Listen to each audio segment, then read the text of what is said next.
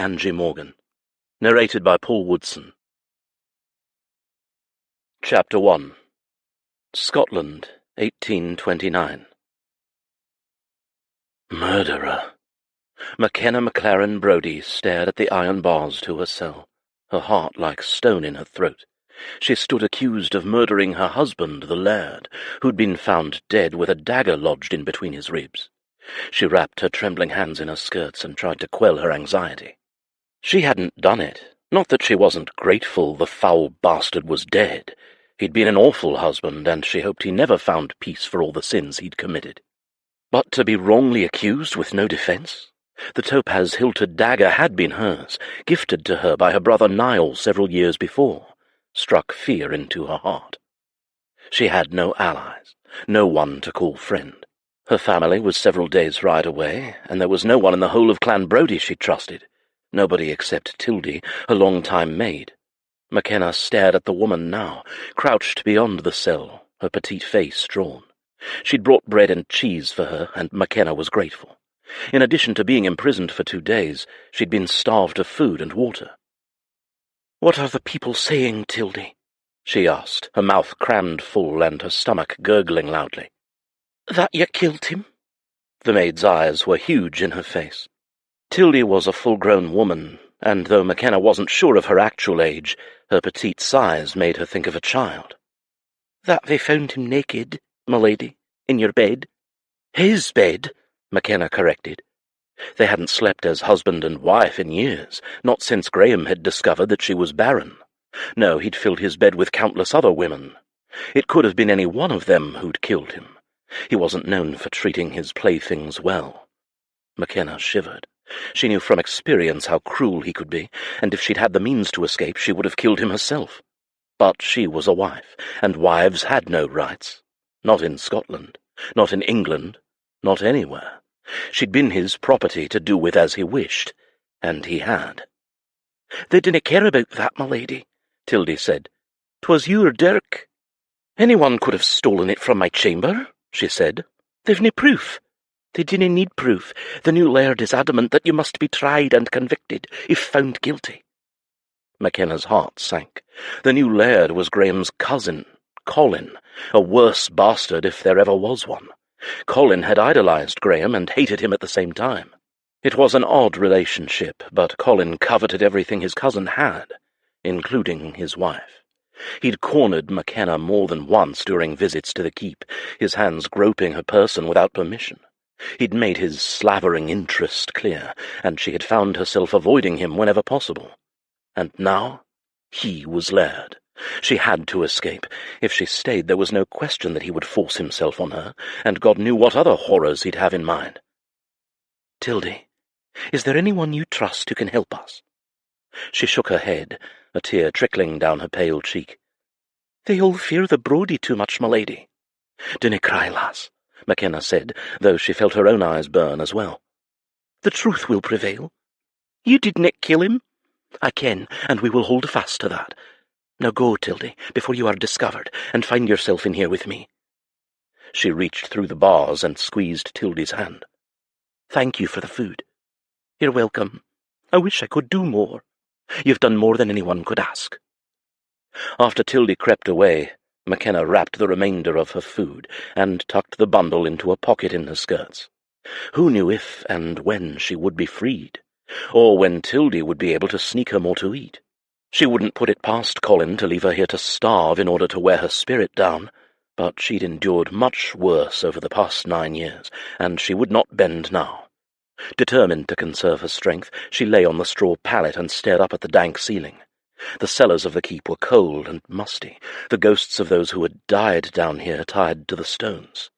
They did not scare her, only the living did. Makenna slept. She was awakened by a noise, at first the soft murmur of a woman, and then the clanging of keys in the gate. "Quick, my lady!" It wasn't Tildy. The woman's voice was husky, rough with a cough.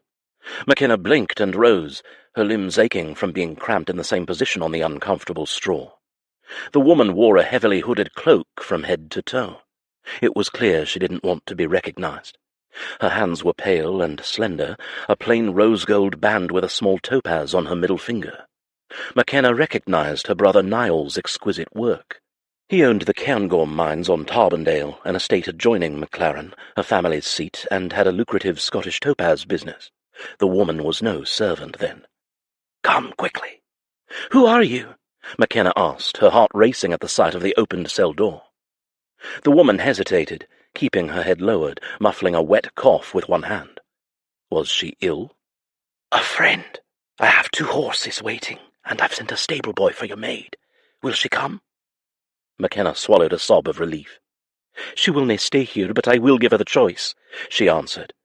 Other than Tildy, Makenna possessed no friends on Brodie lands. It was how Graham had always wanted it, for her to be lonely and isolated. She held back a moment, wary of what was happening. "Why are you doing this?" "You didn't deserve to be here. Any one of us would have killed him gladly." The woman gasped as if she'd said too much, and Makenna understood. Her benefactor had been one of Graham's lovers. It didn't reduce the list of possibilities much. Graham hadn't been particular. He'd bedded anyone who'd caught his fancy. Maids, tavern wenches, nobles. He'd flaunted them in front of Makenna, thinking he was doing her some great hurt, when she'd been only grateful that she wasn't the one enduring his attentions. When he'd come to her bed when they'd first married, Graham had been a selfish lover, and early on she'd learned exactly what kind of man he was. Makenna followed the cloaked lady in silence, longing to know who to thank for her freedom, but also knowing the woman would not part with a name. Too many lived in fear on Brodie lands. She understood that more than anyone. Even now, as they hustled to the side of the stables shrouded in shadow, Makenna felt that fear nipping at her like invisible teeth. She was not out of danger yet. Under cover of a low-lit crescent moon, she spotted a wild-eyed Tildy standing beside the horses, 2 hastily packed bags in hand. One of them wasn't even tied closed, with what looked like several of Makenna's gowns stuffed haphazardly inside and flowing out over the top. Tildy looked like she'd been dragged out of bed, but was relieved to see her mistress.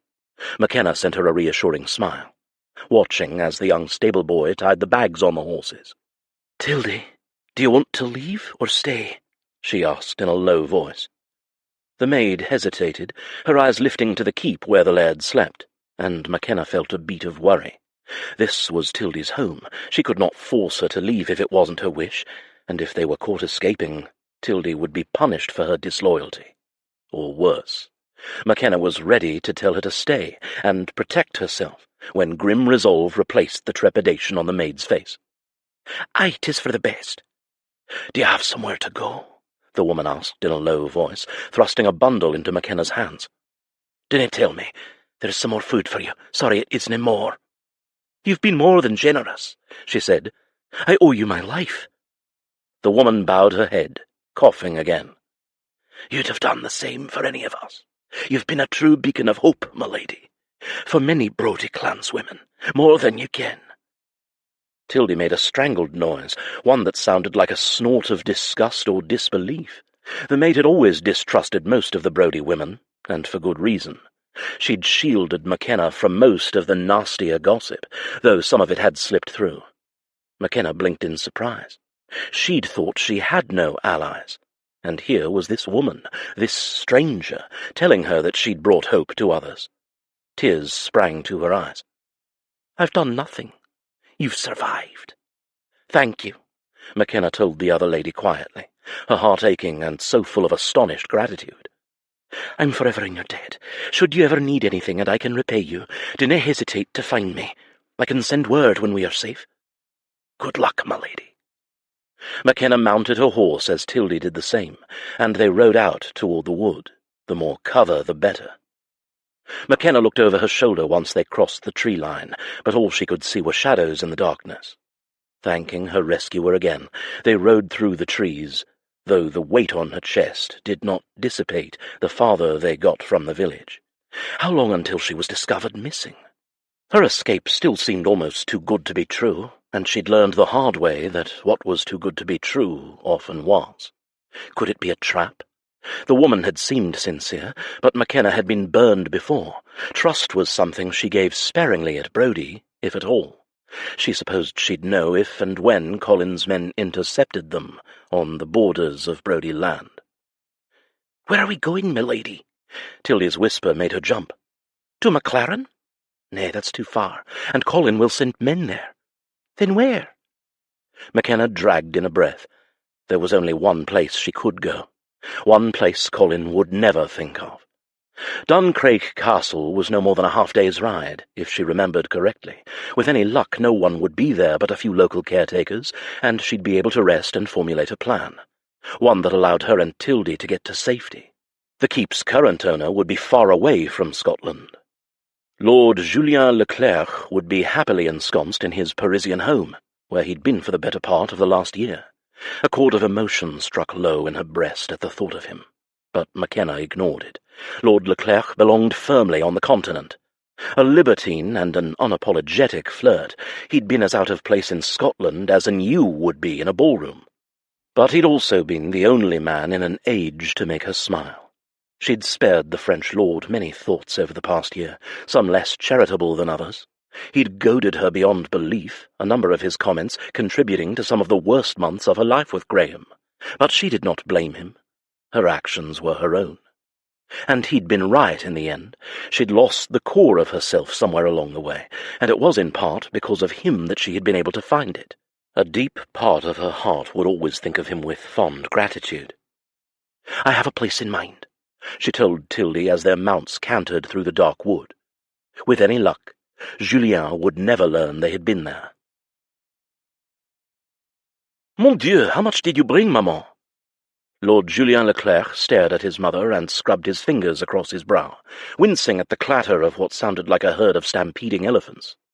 When he'd brought his mother from Paris, he had not expected to ship her entire entourage of servants, along with enough furnishings to outfit a dozen castles. "You said the castle was empty, chérie," she said. "One needs the comforts of home, after all.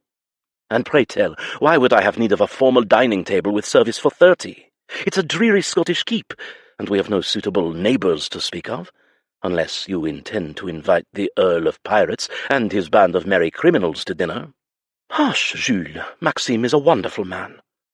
His long-time business partner had a soft spot for his mother, given they were somewhat close in age, and he was one of Julien's friends who happened to own an estate less than a half-day's ride away.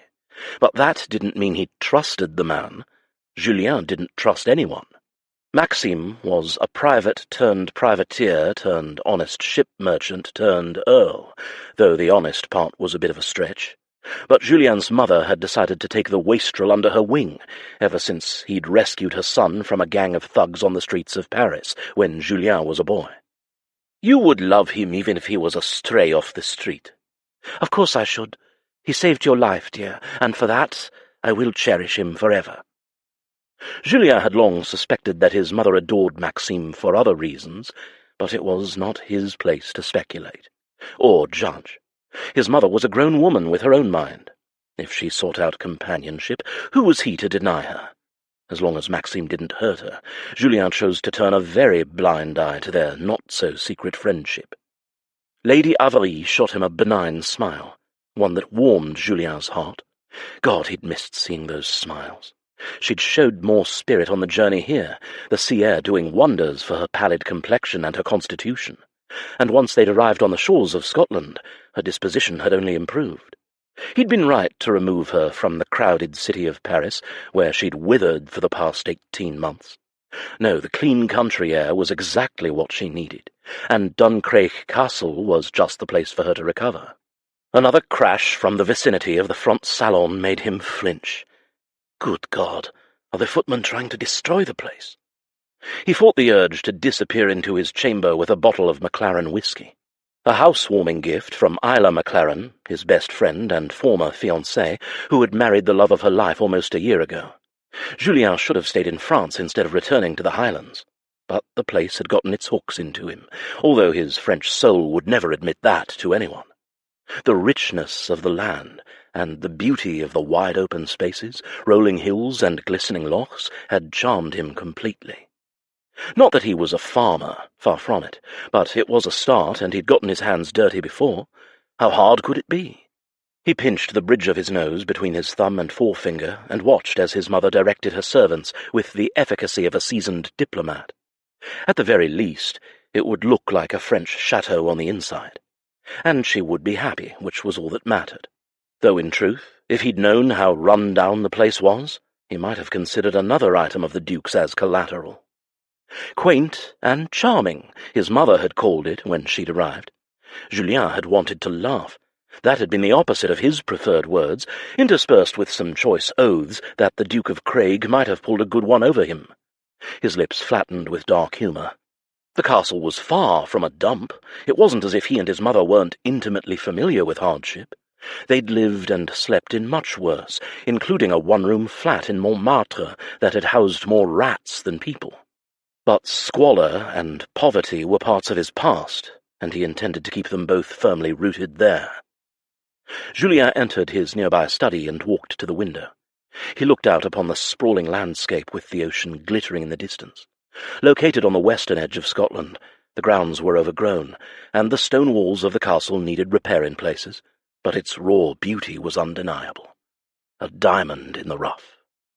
It was one of Julien's rare gifts, an ability to see what a thing could become. He'd made a large part of his fortune taking such risks, purchasing property and investments that others shied away from, only to make massive gains. His friends in Paris claimed, with some envy, that he had the golden touch. Julien didn't. He simply had a good eye for risk and return, and he also did not let anything steer him from his goals. No wife to distract him, no children to burden him, and women he used as his needs required, and allowed himself to be used in return. Marriage was never part of the discussion, only pleasure by mutual consent. A vision of a flame-haired woman, with gleaming eyes the colour of sapphires, filled his mind. She was the one who had gotten away, although one could argue he'd never really had her in the first place. She'd belonged to another. Julien pushed the image of her from his head. Makenna Maclaren was a part of his past, too. He squinted anew, a practised eye taking in the property. It wasn't unlivable. He'd had a staff of local servants looking after the place since it had come into his possession nearly 2 years ago, and clearly they had all survived. So had some several hundred head of sheep, cattle, horses, and other four-legged creatures that roamed the verdant hills. "My lord," the harried voice of his head solicitor called. "In here, Mr. Jobson." The man had been with him a little over 11 years, and always looked like he was on the verge of apoplexy, but he had an uncanny knack for organization, and kept all of Julien's other solicitors operating in military order. With as many properties, business, and investments that Julien managed across the globe, the man was a godsend. "I've brought the figures for the latest shipments from the East, and Mr. Bonney sends the reports for the American trade as well." "Thank you." Julien sighed with relief. Ledgers were a welcome distraction. His brain was at its calmest when he was knee-deep in numbers, and Lord knew he needed a wagon of calm at the moment. "What of the sale of the Venice estate?" He'd acquired a lovely chateau for a steal that the previous owner, an Italian count whose spending far exceeded his income, couldn't upkeep, and Julien was now selling it to an English viscount for a handsome profit. Julien was ruthless but fair. He'd made an offer given the circumstances, which had been accepted, and then he'd gone on to sell the property at several times more than market value. The Italian count had been peeved to discover the final sale price, crowing to anyone who would listen that Julien had cheated him, but he'd been disavowed of that nonsense fairly quickly when Julien's men paid him a visit. Julien wasn't above using Maxime's kind of street tactics to get his point across. "Nearly complete, my lord." "Excellent." He poured a glass of whisky. "Would you like a glass? It's quite smooth on the palate." "No, thank you, my lord," Mr. Jobson said. "I will be returning with the ship to oversee the final details of the transaction and catch up with your English solicitor." He handed him a second sheaf of papers. "Here's the documentation regarding Duncraig Castle, as well as all the operating information of its businesses. Land, tenants, animals, crops, and the like. Apart from its appearance, all seems to be in working order, my lord. It might take some time to get it profitable, but the foundation is there." "Thank you." After his solicitor took his leave, Julien sat back in his chair and stared thoughtfully at the golden liquid in the glass. Deer, land, tenants, animals. He was, truly, a bloody farmer. He might as well turn in his custom-tailored waistcoats and his membership to White's. 2 years ago he'd had no use for an old castle in some remote part of Scotland, but he had allowed the Duke of Craig to use the castle as collateral in a game of 21. God, was he going soft? He'd felt sorry for the Duke, that much was true. Julien smiled.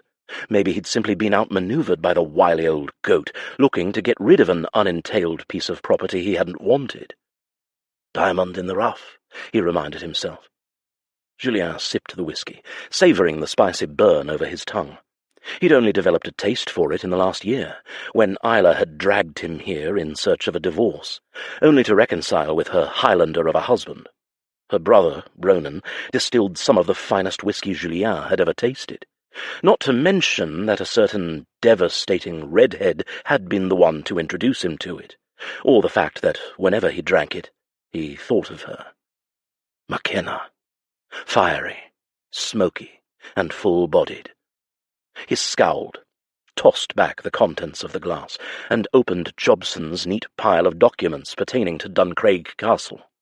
The land itself was rich and fertile, and the numbers all seemed to add up. He hadn't many tenants, but of those remaining there weren't many complaints about work and wages. But by God, he never imagined he'd owned so many sheep, and cattle. Horses, too, though he had more familiarity with those. First things first, he had to interview the staff and hire a competent steward. More noise filtered through the open doorway from downstairs, including more crashing, the musical sound of a female greeting, and then shouting. The last 2 weeks had been nothing but noise and chaos, and he had had enough. Hell, he'd give anything to be in a gaming hell in Paris or even in a brothel. Shoving to his feet, he descended the staircase, about to put a stop to it once and for all. But he came to a brutal, breathless halt at the sight of the woman standing in the castle's entryway. Tall, statuesque, uncommonly beautiful. A vision come to life from his memory. Julien hadn't seen Makenna in a year, but his heart hammered against his rib cage in visceral response at the sight of her. Everything, the noise, the servants, the walls, fell away. He drank in the woman who stood at the door, his own body recalling in painful detail how well she'd felt dancing in his arms during Isla's wedding some 12 months ago. That utterly chaste memory hadn't faded, as much as he'd wished it to, and had evolved into something far more indecent in his dreams. Her red hair was braided tightly against her scalp, her blue gaze dimmed and tired. He took in other details in quick succession, like the dark shadows under her eyes, the smudges of dirt on her skin, and filthy, wrinkled clothing. He frowned. Her appearance was a far cry from the woman he'd met at Maclaren. She looked like she'd been tumbled in a hayloft, or thrown from a hayloft. Julien recalled her mentioning the violent tendencies of her husband, Laird Brodie, and felt his hands clench at his sides. If he had done this to her, he'd hunt the man down and beat him to a boneless pulp. His gaze slipped to the tiny mouse of a woman hiding behind her skirts at her side, and his frown deepened. She looked young and terrified. He found his voice. "Lady Makenna, are you unwell?" A sob shook her shoulders while she fought for composure, and then lost it completely. Those huge blue eyes filled with tears, and she flung herself at his chest. His arms closed around her, gathering her close. It didn't escape his notice how good she still felt in his embrace. Stiff-backed with caution, Julien stepped away. She was a married woman, and as such, off-limits no matter his desire to sweep her off her feet and ferry her to his lair. And she was crying. The Makenna he remembered did not cry. "Why are you here?" he asked gently. "You told me about this castle, and it was the only safe place I kenned to come." Her brogue was as low and rich as he remembered, like honeyed smoke winding along his senses. Even husky with tears, it jolted him. "I didna ken you would be here. I'm sorry for the imposition." "It's no imposition," he said. "Are you alone? Where's your husband?" Her eyes clouded. "My husband is dead." Chapter 2. The look on Julien's face was unreadable. though somewhat telling as his customary smirk was absent. A muscle jerked in his cheek, those peridot eyes of his scouring hers. Makenna waited, knowing the question would come. "How?" he asked. She'd thought of what she might have said to the caretakers who she'd hoped would be in residence, but every plausible excuse now flew from her mind in face of the master of Duncraig Castle himself. In her defence, she hadn't planned on blurting out that the Brodie laird was dead, but she was caught in the snare of her own making. Now that she'd had a few moments to recover from the surprise of seeing Julien, reason and logic steadied her. Admitting that she was on the run from her own clan because she'd been accused of murder would not be the best way to secure his assistance or a roof over their heads. Julien Leclerc owed her nothing, and she could not afford to trust anyone, not even him. "He died? Abed?" She paused, swallowing in a rush to clarify her words. "I was not in it." She did not elaborate further, though his eyes darkened with curiosity. He would know why she hadn't been, of course. She had confessed to him in a moment of weakness at Maclaren that her marriage was one in name only, and she had not been in her husband's bed for the better part of half a decade. Julien had taken her by surprise in the Maclaren conservatory right after she'd received a summons from Graham that commanded her return home, and she'd been in a bitter froth, furious tears pouring from her eyes at the man who sought to erase every happy thing from her life, including a visit to see her ailing father. Being back at Maclaren had restored her, allowing her to rediscover pieces of herself that she'd long lost, and the thought of returning to her life with Graham had been a dismal one. Julien had caught her at her worst. She bit her lip, recalling the conversation. "Ever hear the saying, 'There's no weeping over shed milk'?" The ever-smirking Lord Leclerc had drawled from the open doorway. That supercilious twist of her lips had made her see red, rage boiling through her tears. Her eyes had narrowed on him. "Ever heard of minding your own business? Surely, whatever it is, it cannot be worth so many tears?" Furious, she hadn't chosen her reply with care. "My owner demands my return." "Then say no," he replied without batting an eyelash. "Say it like a man who has never had the misfortune to be considered a piece of property." She snapped back, heedless in her anger. "My husband demands it, though he only does it to control me. If he could, he'd have me on bended knee every hour of every day for the rest of my life." Julien's knowing gaze had swept her from head to toe, faint contempt lurking in his eyes. It had made her spine straighten, and a whisper of self-disgust curl through her. The Frenchman's next words had made it worse. "Somehow I cannot fathom you, such a fierce Scottish battle-axe, being forced to do anything against your wishes." He arched a golden eyebrow, his aggravating smirk deepening. "Or bending a knee to anyone." Despite the spark that had shot through her at his suggestive tone, she ignored the last part of what he'd said, but his initial words had cut deeply, mostly because she'd thought the same true of herself once, that she was fierce, undaunted, fearless. But instead, somehow the opposite had become true. Beaten and defeated, she was weeping over a letter from an overbearing man who dictated her every move. Like so many other women, she'd allowed herself to become a victim of time and circumstance. And how she'd hated it. How she'd hated herself. "Even an axe can bend with the right force," she'd whispered, fighting back tears. "We are estranged. I am nothing but his chattel, to do with however he pleases." Makenna had seen something like horror and then anger come to life in Julien's eyes, but had fled his presence before she confessed anything more that she'd later regret. Julien's words had made something rise within her, however, a spark of lost pride, of outrage. She was a Maclaren, not some helpless nobody. When she'd finally returned home to her husband, she hadn't cowered and been silent. No, instead she'd demanded that he treat her as the lady of his clan and cease his philandering, if he intended to see a cent of the remaining portion of her dowry, which would be settled upon him at her father's discretion when she turned 30 in 3 years. It had felt more than good to stand up to the man who had belittled and bullied her. Makenna had felt exhilaratingly powerful again, right up until he'd hit her so hard that she'd been unconscious for 2 days. The price for her rebellion had continued to be severe, broken bones that had taken months to repair, and unending solitude in the keep, and no one had lifted a finger in her defence. She thought of the woman who had helped her, and her claim that Makenna had supporters at Brodie. Perhaps they hadn't known, or had been afraid for their own lives. Makenna had battled the futility of her position for months, dreaming of the day that she would plunge a claymore through Graham's chest and free herself of his tortures. She was more than capable in the use of a sword, after all, having trained with her brothers from the age of 5. Of course, they'd remained dreams. To raise a hand against her laird would have been a death sentence. She'd mentioned it to Tildy once in a fit of pain and tears, but the maid had only nodded, shadowed emotion in her eyes.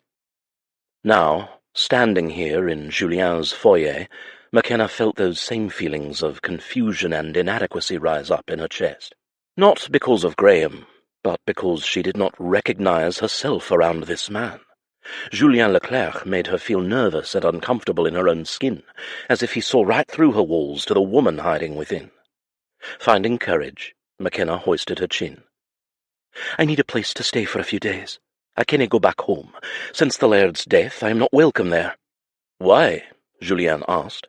"Because I am not a Brodie, and I fear staying there would endanger me further." "How did he die?" Her breath seized. "Does it matter? He's dead." "No," he growled, the abrupt sound taking her aback. "I have no reason to regret the end of such a brute." She faltered. Of course he would remember. "But you are here, not so much the grieving widow, instead of at Maclaren with your family. And I want the truth. Why have you come to Duncraig Castle?" "I told you the truth," she said, clasping her hands together to keep them from trembling. "The laird is dead. His clan has never accepted me. I thought I might be welcome to stay here, at least until I can make other arrangements." They stared at each other in silence, hers breathless, his measured. She'd purposely ignored his comment about her choice to come here instead of Maclaren, and Makenna's heart sank with every second that ticked by. He would not have missed the omission, and he had no reason to help her. There were no ties between them, not even friendship, if she were being honest. She'd met him at Maclaren.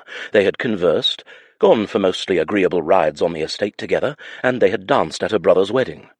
At the best of times she'd found him rude, arrogant, and vexing.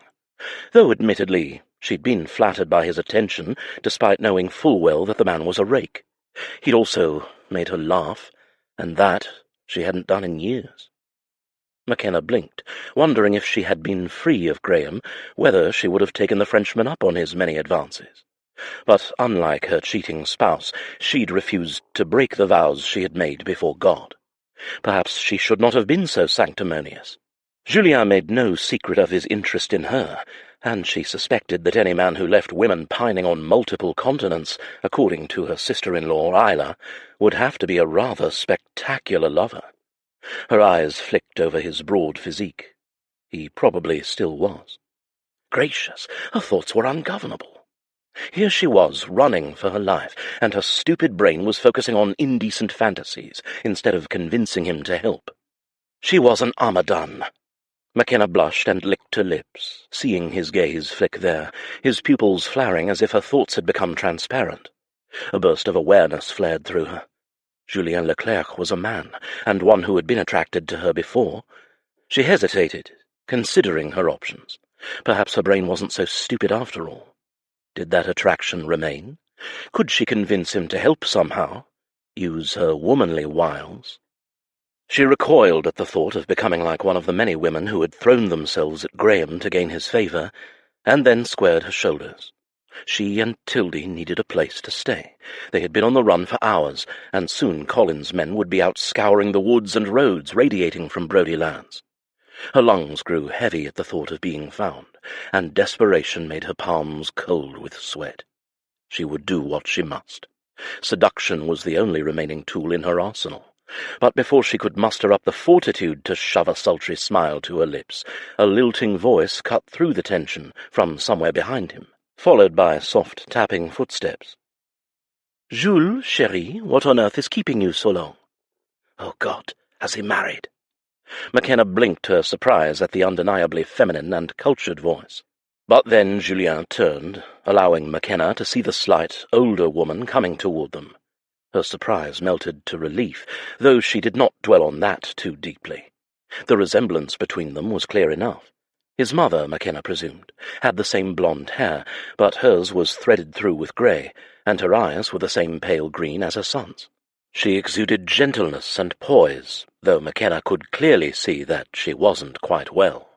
The effects of lingering illness remained in the ashen colour and papery texture of her skin, and in the dull sheen of her eyes. "Oh," she said, "we have a visitor." "Maman, may I present Lady Makenna Brodie—" Julien faltered and cleared his throat, turning with a warm smile to the diminutive woman. "Maclaren." The woman's eyes widened. "Maclaren?" "Oui, Isla's sister-in-law." His eyes returned to her. "Lady Makenna, this is my mother, Lady Avery." Makenna spared a glance at her wrinkled, dirty clothing, but there was nothing to be done for it. She was filthy, and nothing but a bath and a clean dress could change that fact. She curtsied. "Lady Avery, it is a pleasure. Please forgive my appearance. We've been travelling in haste for some hours." Lady Avery speared her son with an arched brow and a curl of the lip that was reminiscent of Julien's. "Pray tell why the young lady and her maid are standing out in the foyer, Julien. Surely you intend to offer your hospitality? I'm certain Lady Makenna would not refuse a cup of tea, a hot meal, and a bath." Makenna nearly swooned at the thought of scrubbing the filth from her body. God knew she wouldn't hesitate to throw herself at the man's feet and beg if it included a bath. Julien's eyes, though warm with affection for his mother, remained slightly mocking. "Of course, maman. I was just about to do so when you came along." Had he? Makenna kept her own brows level by sheer force of will. So he hadn't been torturing her with pregnant silence in the entryway, while her heart had been drumming a frenzied tempo in her chest? She'd been so certain he'd decided to turn her away that she'd been about to scandalize herself. As if he could read her thoughts, Julien sent her a sly look. The man hadn't changed. He still made her feel like kicking him. His next taunting words compounded the urge. "I was only trying to see if Lady Makenna would admit the true reason for searching me out here at my castle, that she missed my incomparable self." Makenna's mouth dropped open. Was he suggesting that she'd come looking for him like some lovesick— Without thinking, she advanced a step and froze. What had she planned to do? Smack the arrogance off his face? That would be next to impossible, as it was likely ingrained in every pore.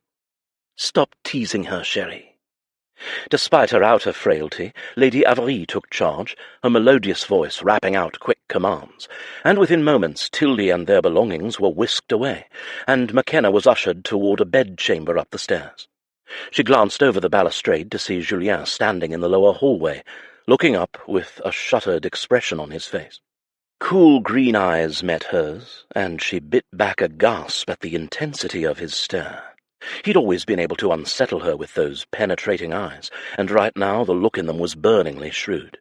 She felt like a rabbit being sighted by a fox, yet it was nothing like the fear that lived just beneath her skin at the Brodie keep. The way Julien peered at her did not leave her feeling defiled or afraid, the way Colin's stare always had. No, his stare made her burn in places she'd forgotten existed. Carnal places, if she was being honest, and Makenna was afraid, mostly because she did not trust her traitorous body when it came to Julien Leclerc.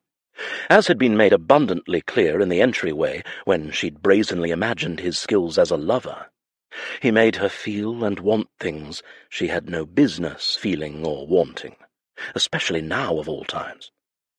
Why in God's name does he have to be in Scotland? A nervous shiver crept through her. She would not stay here any longer than was necessary, not with such a fox in residence, and certainly not with her own weakness to said fox. Perhaps Lady Avery had contacts in France. Makenna was handy with a needle, she was better than good with figures, and she had a decent enough brain. She could find work as a bookkeeper, or a governess, or, if push came to shove, a lady's maid. She swallowed an hysterical laugh. Poor Tildy, she'd be usurped by her own mistress. "Thank you kindly, Lady Avery," she said once they'd arrived in the charmingly furnished bedchamber. The small woman directed the maids with the focus of a battle-tested general. "We have already eaten breakfast, but I will make sure the cook prepares something fresh and hot for you once you've refreshed." Lady Avery smiled, her head tilting to one side as she swept Makenna's hair and face with an admiring look. "You have such vivid colouring, dear, like a hothouse rose in full bloom." Makenna blushed and then shook her head. "I feel like a tramped piece of bramble at the moment, but thank you for seeing beyond—" She extended an arm down her grimy person. "Well, this. Not to worry, you will be yourself once more." The words felt oddly prophetic, and Makenna wanted to keep them close. She fought the burn of tears against the backs of her eyes, and thanked the lady again. Lady Avery waved off her thanks and swept from the room. Within what seemed like no time at all, servants had ferried buckets of water to a waiting copper bath, and Makenna wasted no more time in getting in. Tildy returned as well. She had cleaned up, brushed the dirt from the hem of her dress, and seemed restored in spirits as well. "Gracious, this is heaven," Makenna sighed with pleasure as she sank into the hot depths of the bath. She luxuriated for a few moments, banishing any creeping thoughts of Colin in pursuit, before helping herself to some of the soap and a cloth to scrub the caked grime from her body. After her skin was scoured pink, Tildy helped to thoroughly wash her mistress's hair. Makenna sincerely hoped she hadn't picked up any vermin during her stay in the keep's dungeons. It felt so good to wash off the filth, both physically and figuratively. She wanted to scrub it all away and start fresh. "Did you find something to eat, Tildy?" Makenna asked when the maid had finished toweling her hair, combing it out in sections, and pinning it on top of her head. "Aye, in the kitchens," she answered in a low whisper, as if she were afraid of being overheard. "Are we safe here, my lady?" "For now, yes, I believe so." Duncraig was a fortress, and there were welcomed guests within its walls. But for how long? Makenna trusted that they would be safe from discovery for at least a little while. "Will we be staying?" Tildy asked. "Nay." Makenna shook her head. "I dinna think it's safe for us to linger this close to the Brodie." "'Tis far enough, aye," the maid whispered. "Not a soul comes to this castle. The villagers fear 'tis haunted. I'm scared, my lady. Will your gentleman friend offer you aid?" Makenna opened her mouth to refute that Julien was any such thing, and shut it. Ideas marched in quick succession through her brain. Tildy had a good point. She hadn't heard of it being haunted, but Duncraig Castle was far enough away and decrepit enough not to be noticed, and it wasn't a Scottish holding. It had belonged to an English lord and had just changed hands to a French lord. Colin might send a few riders to scout the land, the mere thought of which made a bubble of dread rise up her throat, but the pile of bricks would be beneath his notice. She'd have no reason to come here, and he would not suspect it. No, perhaps Tildy was on to something. "Would you prefer to stay here, Tildy?" The maid shrugged. "It might be wise for a time." Makenna chewed on her bottom lip. Aye, it made sense, at least for the moment. They could stay at Duncraig for a short while until things died down. Until Colin either gave her up for dead or directed his search elsewhere. And then they would leave. Now she only needed to get Lord Leclerc to agree to let them remain under his roof in the meantime. After she was as clean as possible and dressed in another one of her gowns that Tildy had had the foresight to pack, Makenna felt almost back to normal. Since before her prison stay, that was. Those 2 days had been horrific. She'd barely slept, certain that at any moment Colin would enter her cell. Exhaustion weighed on her as Tildy dried her hair as best she could, and left the still damp strands loosely wound into a knot. She met her maid's eyes in the looking-glass. Though she'd gotten some more colour back into her cheeks, her dark eyes still seemed huge and frightened. Makenna understood her unease completely. She felt it too, even with the makings of a plan to keep them safely ensconced at Duncraig, at least temporarily. It was the sort of fear that one could not easily put aside. When Makenna descended to the dining-room, several footmen were still in the middle of hanging portraits and tapestries on the wall. The embroidered furniture was delicate and obviously French.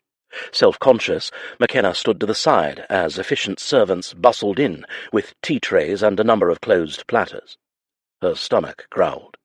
She and Tildy had shared the meagre rations her rescuer had given her, and the sight of the steaming tea and the rich smells from the covered dishes were almost too much to bear. Makenna glanced around. "Am I to eat alone?" No sooner had she thought the question than Lord Leclerc arrived, the doors crashing open and nearly making her leap out of her skin. "My mother has retired with a megrim. It seems that she has overtaxed herself this morning. She sends her regrets." "Oh, she has insisted that I keep company with you."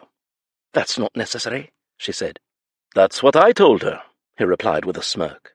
"You never accept any offers of help." Makenna blinked. "I accept help."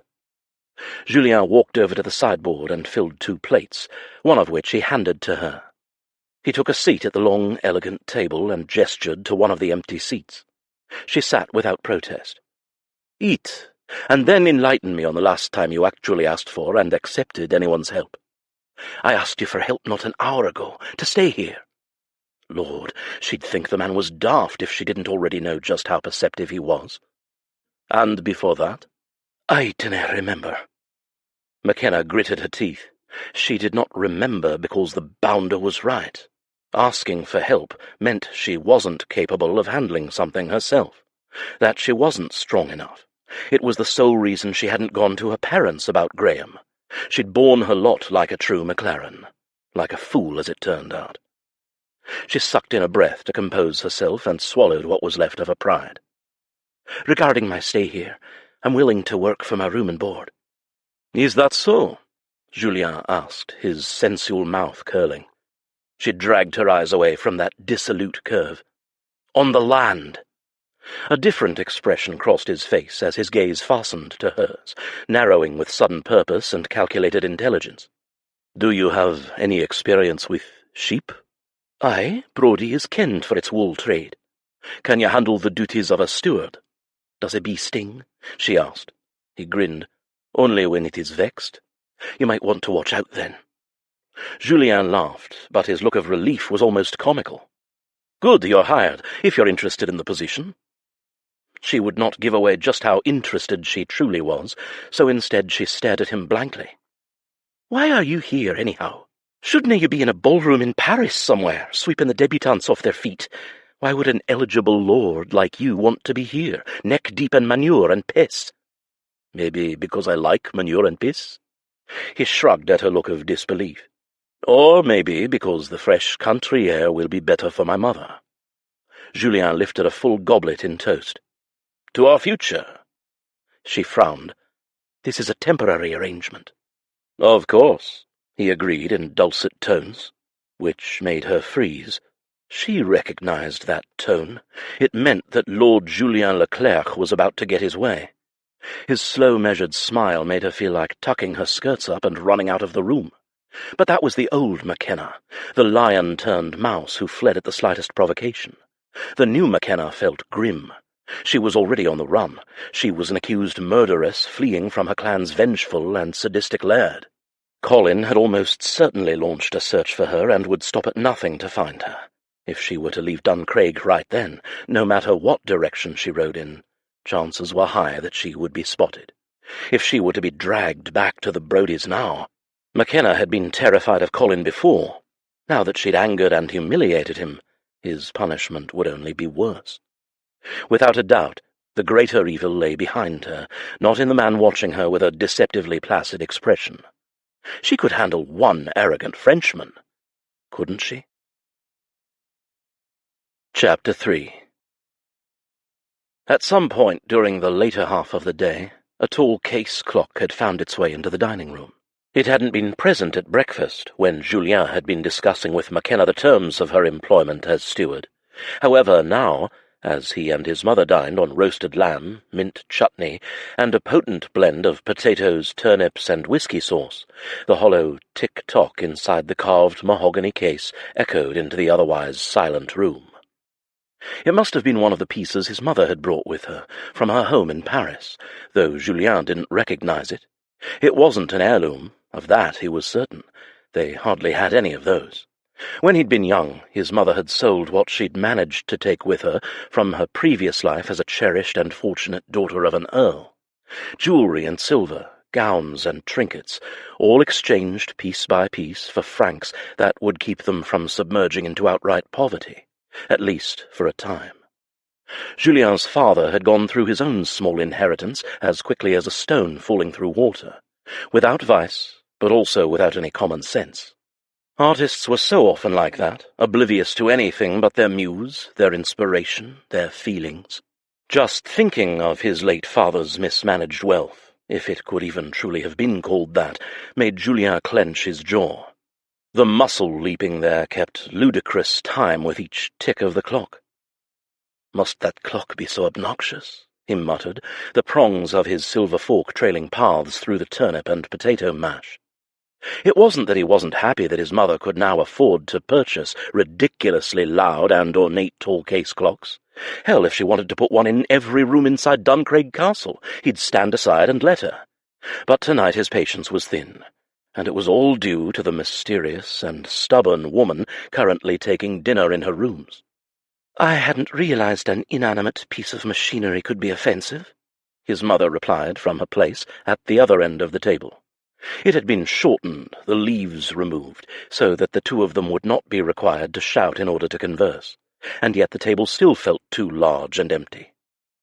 "It's simply wearing on me," Julien replied, knowing he was being particular for no good reason.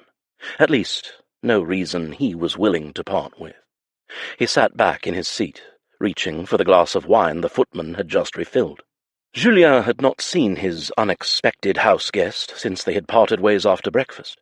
He'd recommended that she settle into her room, explore the grounds, and take the day to get her bearings before beginning her position as steward the following morning.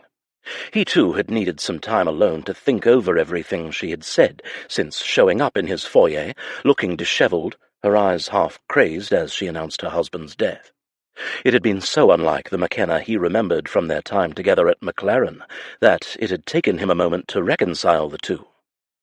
Her husband, that swine, was dead, and here she was, at his estate instead of at her family seat. She had never replied as to why she'd made that choice, but he hadn't wanted to push too fast or too hard. She'd clearly needed a place to stay, but Julien also suspected Makenna was not completely adverse to taking her maid and riding away either. So instead, he'd relented, and if it were any other woman, in any other place or situation, he may well not have asked. He would not have cared. However, Makenna Maclaren was not any other woman. She was the one who had filled his head this past year, thoughts of her cropping up at the most inopportune of times, like when he would see a beautiful redhead crossing a ballroom or walking through a park in Paris. Without intending to, he would compare and contrast the colour of the woman's hair, her eyes, her figure, all against the memories of a woman who had intrigued him as much as she'd confused him. She'd been married when they first met, off limits. "She isn't now," a voice in his head said. Julien shrugged away the thought and chewed a succulent bite of lamb. He considered the man who had been her husband with a grimace. From what she'd told him, she was better off without him. At Maclaren, she'd lambasted Julien for asking the simplest of questions when he'd caught her with the letter. Why return to a man she despised? He'd done it to be contrary, to make her battle those tears and the man who was so undeserving of them. Julien well knew that the laws in Scotland would be the same as anywhere else. A woman belonged to her husband in no uncertain terms. But he had hated seeing her looking so beaten, so frustrated and desolate. None of those things had matched up with her confidence, her wit, or her quiet joy when she walked through the halls of her parents' keep and rode the grounds, which hinted at another happier version of Makenna. With a husband like that, short of death or divorce, she would never have been free. Now, though, she was. The baffling way she'd arrived, how she avoided giving straight answers, made Julien want to sift through the mess to the truth. It wasn't like him to be so suspicious, but Makenna's untoward arrival, and her dishevelled appearance, had unsettled him, and that he did not like. "Jules, you are most certainly lost in your own head tonight, are you not?" his mother said with a soft sigh. "That's the second time I've asked you about André's new sauce. I'm a terrible dinner companion, forgive me. The sauce is delicious." He finished his wine with an apologetic glance to his mother. Her colouring was still a bit wan, but he was encouraged by the quick recovery she'd made that afternoon, after her megrim. Not many months ago she would have been abed all day, and perhaps the next as well. "Tell me about your lovely guest," she said, sipping her wine. "Is she married?"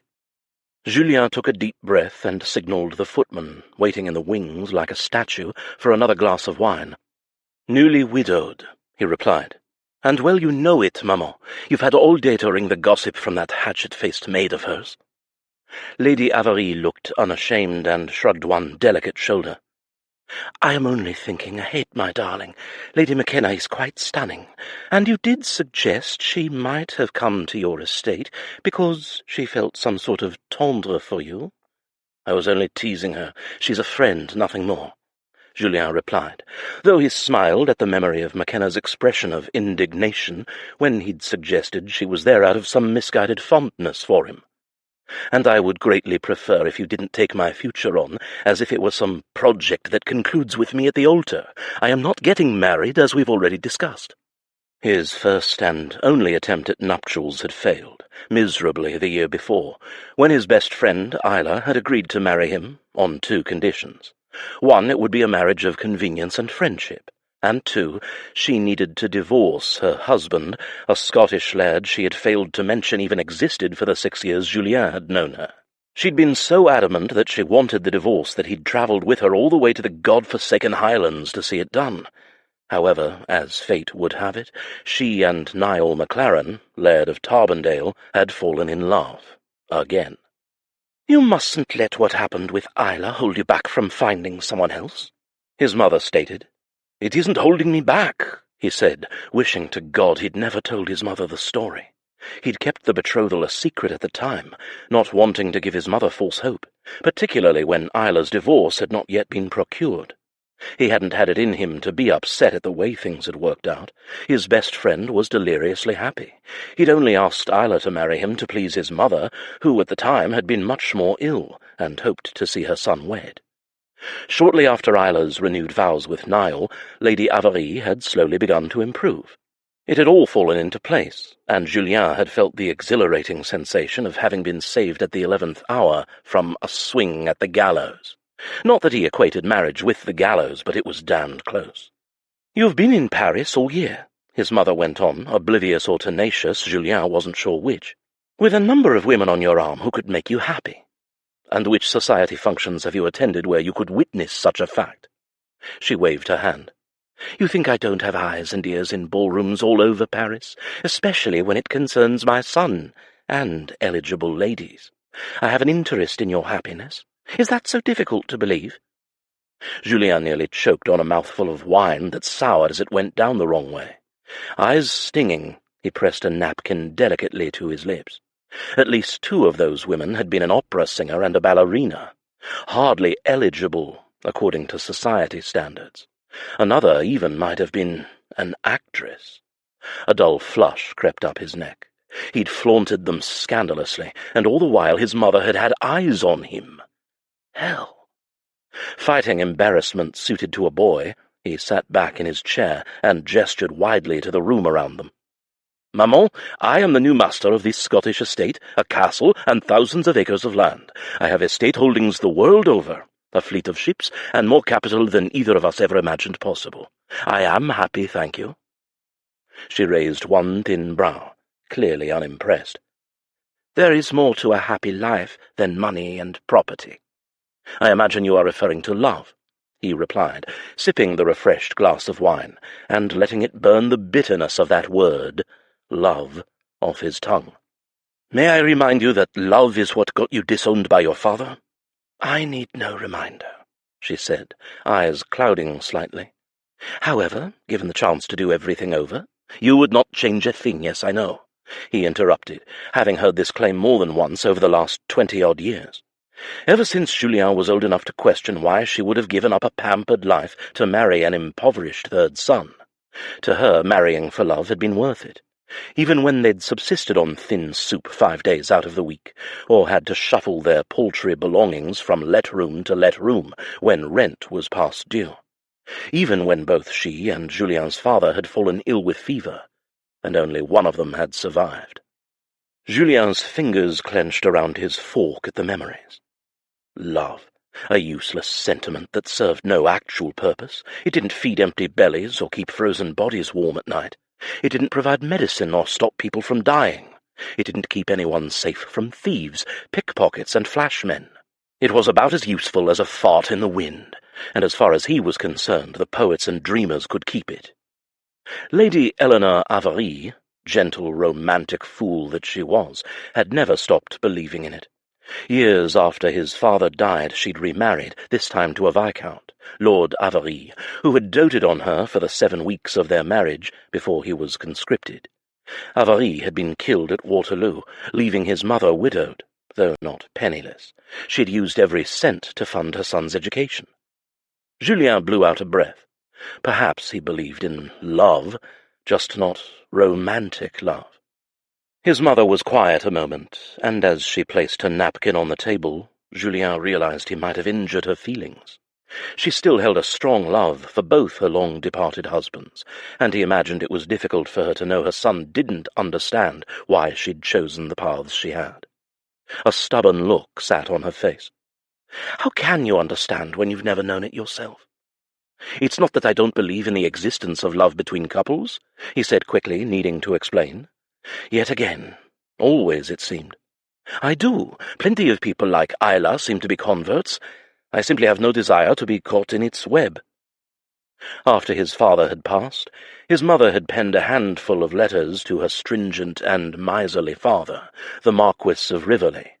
They had gone unanswered, his grandfather's disappointment so deeply seated that not even the distress of his destitute and widowed daughter could sway him. It had been up to Julien, then, to provide for his mother, who finally gave up trying to contact the unforgiving Marquis. They had scraped by, but it had always felt to Julien as if they were being punished by the world, all because of love. He would never be in that position again, or subject anyone else to it. "You are like an old piano, chérie, playing out of tune," she said. "All you need is the right woman to set you to rights. It would take the patience of a saint to try and change me." "No, just a headstrong woman," she replied. "It is not worth my time to argue with you, is it?" he asked with a fond smile. She rose from her seat, looking rather smug. "Not in the least. Bonsoir, mon cœur." Julien rose from his chair as well and went to her, giving her a peck on the cheek before she left the dining-room. As exasperating as his mother could be, he would rather her be no other place than right here with him. That way he could keep an eye on her health, which truly was making a miraculous rebound. An old piano, playing out of tune. Leave it to his mother to liken a woman to a piano tuner, someone to come in, open him up, and tinker away at him. All it would take is a headstrong woman? Unlikely. He had one of those right here in his castle. Though headstrong was a rather mild word to describe Makenna. She was more like a firestorm, rare but unpredictable and destructive, never knowing when her flames would ignite or which way they would turn, and whether such latent passions translated to the bedchamber. It would be a lie to say his mind had not delved into all sorts of erotic imaginings involving Lady Makenna over the last year. He would never have acted on them, not with a married woman, but it didn't stop him from giving in to his fantasies. And give in he had. The pull to her was physical. It had been then, and it still was, though now Julien was more concerned about her state of mind than whether the attraction was mutual. In the past, though she'd been secretive and unhappy at times, she had managed to open up, under duress, about her husband. Today, however, she had announced his death and had turned stony, resistant, not at all mournful, and yet also not relieved to be free of him. She'd seemed rattled, as if there was far more to the story than she was sharing. After dinner, Julien told himself he only wished for honest answers as he made his way to her chamber. It had nothing at all to do with the desire to lay eyes on her again, or to perhaps catch one of the small annoyed quirks of her lips whenever he said something vexing. He'd lived for those little idiosyncrasies during his stay at Maclaren, those provocative glimpses of a hidden spirit. He used to delight in goading her temper, since seduction had never been on the table, though a beat of sexual tension had always been there, drumming between them. A beat that had now become an indelicate throb. That morning in the foyer he had seen the flare of her pupils, as her mind had wandered somewhere beyond their conversation. Her eyes had slipped to his throat, his chest, lower. Her cheeks had gone pink, betraying what he was certain had been arousal, and the sight of it had intrigued him. Makenna was not immune to flirtation, but she also was not like the women he'd known in Paris, willing, coy, and playful. No, there was something that weighed her down, like a braced broken limb that had not yet healed. Her passions were tempered by caution. Julien stopped outside her bedchamber door, and though he knew it was improper, knocked twice. Light footsteps approached, and a moment later he was looking down into the narrowed, dark eyes of Makenna's dour maid. "My lord," the girl said, dipping into a hasty curtsy as she held firm to the door, opened a scant few inches. She'd seemed girlish at first, but upon a closer look Julien realized that she wasn't as young as she appeared, and she was clearly protective of her mistress. "I don't wish to disturb your lady," Julien began, but then a low voice from within sounded, "Tilde, who is it?" The maid's face disappeared behind the door, and Julien began to wish he'd waited until much later to knock upon Makenna's door, when the maid would have been in her own room. Then again, if he were any kind of true gentleman, he wouldn't have come knocking at all. Thankfully, he wasn't encumbered by that notion. The door opened, and Makenna filled the frame. Her scent reached him first, that of a Highland meadow after a crisp spring rain, and Julien fought the urge to breathe it in. Her glossy hair had been plaited and swept over one shoulder in a thick braid, the firelight from her chamber shimmering off the strands. Her emerald silk wrapper obscured most of her body, but the creamy column of her neck was still visible, and he couldn't help noticing the sprinkling of freckles along the hollow of her collarbone. They were often considered unseemly among women, he knew, and a number of his female acquaintances used powder to conceal them. But the tawny flecks along Makenna's skin did nothing to detract from her allure. If anything, they drew his eyes all the more. It took almost all his effort to drag them away. He kept his gaze above her shoulders, though the temptation to peruse the rest of her mouth-watering figure was like a lead weight in each eye. Tall in stature, she'd always leaned toward a voluptuousness that had made him senseless, and seeing her now, nearly en déshabillé, made his every thought fizzle. He swallowed hard, his speech dying in his throat. "Lord Leclerc, is something the matter?" He cleared his thickened throat. Beyond an emergency, there could be no other acceptable reason for him to come to a bedchamber. "I'm afraid there is a problem, yes," he replied. "Might I have a private moment of your time?" She continued to frown, her auburn brows, a few shades darker than her fiery locks, pulled together with worry. "Tilde, that will be all for tonight," she said, stepping aside to both invite Julien inside and the maid out. Tilde bobbed her head, and with a last suspicious glare thrown his way, closed the door behind her. "She's intense," he remarked. "She's protective." Makenna had taken a few long strides away from the door toward the hearth. She checked the ties on her wrapper, giving them a brisk tug. She was nervous then, unsettled. Julien wanted to revel in the knowledge, but he couldn't ignore the unsteady trip of his own pulse. God in heaven, but she was beautiful. "It's not appropriate for you to be in here, my lord." A husky brogue lit the rest of his flailing senses on fire, and he grasped for his fast-fading control. He wanted to fill his palms with warmed silk, breathe in her scent, hold her close. He wanted to talk, that was what he had come for. "Are you afraid the maids will gossip?" he drawled. "I wonder who they will tell of this indiscretion. The cattle? The sheep? What will they think?" He reached for flippancy for two reasons. One, he was flustered, an uncommon occurrence, and two, she had a temper beneath that guarded and stony exterior, and if he could provoke her to let it loose, she might give him the answers he sought. Then again, she might very well crack him in the jaw instead. It was a risk he was willing to take. "There is nae indiscretion taking place," she said, again checking the wrapper's ribbons, as if she didn't trust them to hold it closed. A throb of heat struck him in the groin at the idea of that possibility, and the image of what she wore underneath. If anything at all. A nude Makenna was suddenly impossible to get out of his mind. "You came to get answers, not gawk," he reminded himself. "I disagree," he said. "I've hired you as my steward, and I'd like to get an early start in the morning, if you didn't mind stating your business so I can get to bed." It was a mistake, mentioning the bed. He saw it in the flare of her pupils. They widened just seconds before a blush kissed the fair skin of her cheeks.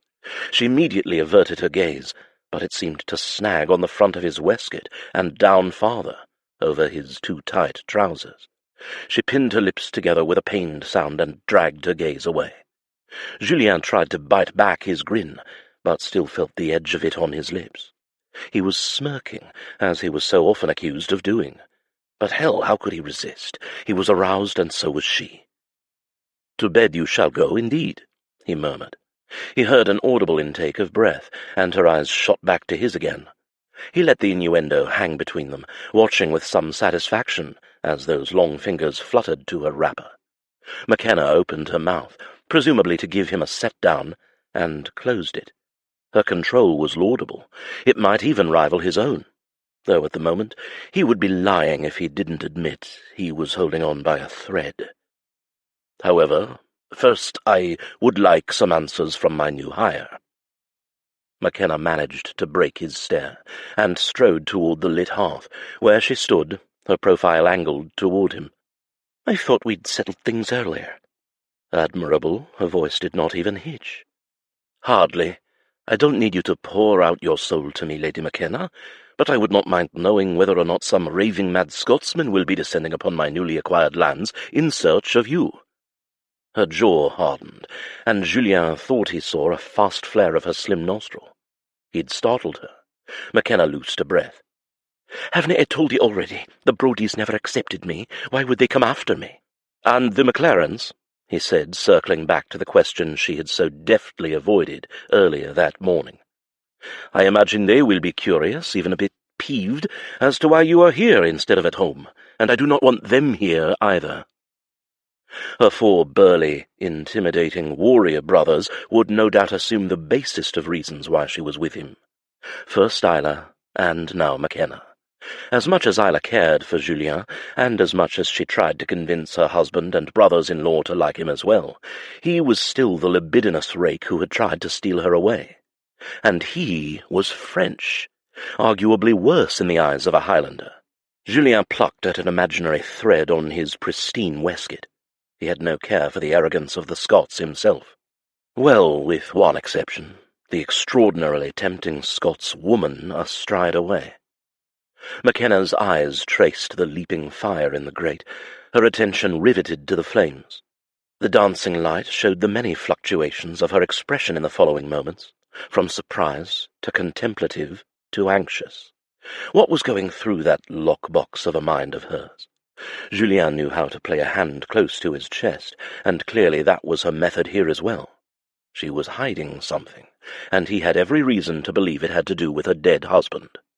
Was he truly dead, or had that been a lie?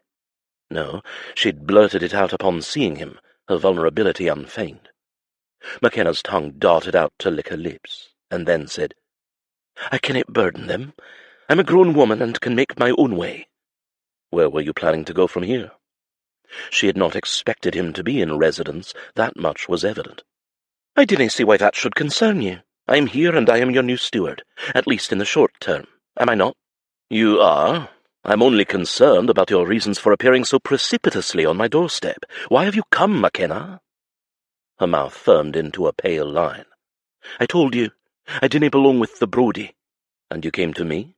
I came to Duncraig. I didna ken you would be here." He believed that, at least. She'd been stunned to see him rather than just the castle's caretakers. A small part of him wished he hadn't been in residence at Duncraig. As much as he'd thought of Makenna over the last year, and as satisfying as it was to rest his eyes on her again, she brought with her complications. Julien did not like, nor did he need, complications. "You're hiding something."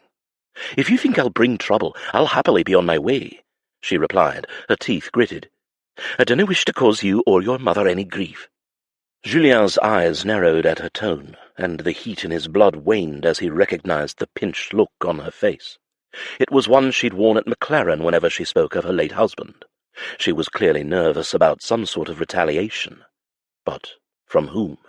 She'd insisted her clansmen didn't care for her and wouldn't be on her heels, but she was afraid of something. Or someone. Had she lied about her husband after all? Why would you cause me or Maman grief?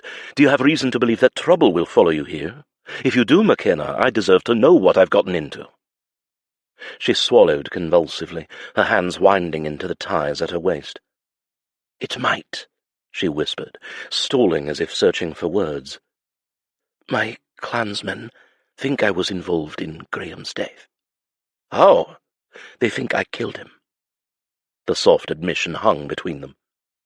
Did you? Nay. Her voice lowered to an agonized whisper, her eyes stark with something that looked too much like terror for his comfort. Please, Lord Leclerc, dinna ask me more. He relented, his mind racing, and moved for the door. He could sense she had already said more than she'd wanted to. If she did stand accused of murder, her former clan would stop at nothing to pursue her for the crime, at least until she was proven innocent. Though he knew that trouble might surely follow, Julien could not turn her away. One more question, at least for tonight. Do you know who did it? She shook her head. Someone who wants me to take the blame. If I didn't get away and have the chance to find out why, I'll never be free. He stared at her, caught by her choice of words. Free of whom? The Brodie, of course. Once more, he sensed she was holding back, but he'd pushed her enough. She sounded frightened, that much was clear, and he'd never turned away a woman in distress. He wasn't about to start now. You'll be safe here, I promise. The Brodies would not touch her. He and his men would see to it. Julien's eyes swept her form, her beautiful face still flushed with emotion, and felt his body respond. He closed the door with a brutal snap. What he couldn't promise, however, was whether she'd be safe from him. Chapter 4. Makenna flung the plump pillow at the wall with a groan. She hadn't slept a bloody wink, thanks to the high-handed Frenchman and his dratted interrogation. She'd confessed far more than she'd wanted to, not to mention the simmering fire he'd incited in her veins with his overt intimations. To bed you shall go, indeed. Her bed with him in it.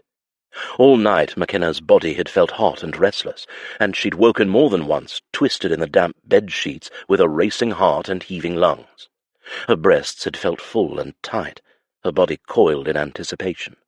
It had been a while, but she recognized the readiness in her core for the shameless lust it was. She knew exactly what she'd been dreaming of, and those dreams belonged in a locked vault, with no key. God, she was a clothead on the run for murder. Though she was occupied by more important life-or-death concerns, she could not deny Julien was attractive. But the man was a peacock. His obsession with those waistcoats of his bordered on inane. No Highlander worth his salt would dare to wear such outlandish colours. They suited him, though, she had to admit. He wore the bright hues and rich fabrics with elegant ease, his tall frame the perfect backdrop for the fitted lines. Graham would have bathed in horse dung before deigning to wear anything beyond a tartan, sporran, and boots.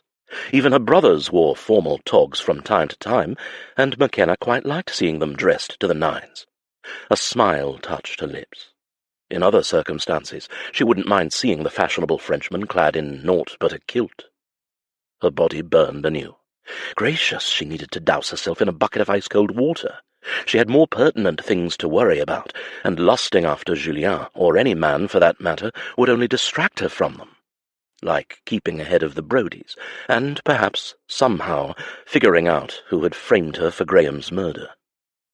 Rising to perform her morning ablutions, which included a thorough face-drenching, she dressed in the simple gown that Tildy had laid out, and then fixed her hair. She wondered where her maid had disappeared to, but she didn't fault her for it, since it was late morning by the look of the sun in the sky. Makenna had finally fallen asleep when dawn had started to creep its fingers over the window-sill. She yawned, holding a hand to her mouth, and then rolled her tight shoulders. Some outdoor exercise would be welcome, though she had no idea what the new master of Duncraig was expecting her to do. She would stay here, close enough while out of the way of her former clansmen, until she knew that Colin had given up on whatever he intended to do with her. If he gave up. To do so might look weak on his part, and as the new laird, he would want to bring Graham's accused murderer to justice. She didn't doubt Brodie clansmen would be eager to find her and drag her before Colin. She had no way to prove her innocence, or find out who had actually killed her husband, not from here at Duncraig. But it was the safest place for the time being, and she counted herself lucky that Julien had not tossed her out after hearing her confession the night before. And if there was anyone who could keep her safe, Makenna knew it was him. She would just have to deal with her foolish and inconvenient desire where he was concerned, or find a way to avoid him completely. Makenna descended the staircase to the dining room, which was empty, so she made her way to the kitchens, where a large man was swearing roundly in French over a simmering pot of something that smelled much too delicious. To her horror, her stomach growled loudly. The enormous man turned, a pair of piercing black eyes widening.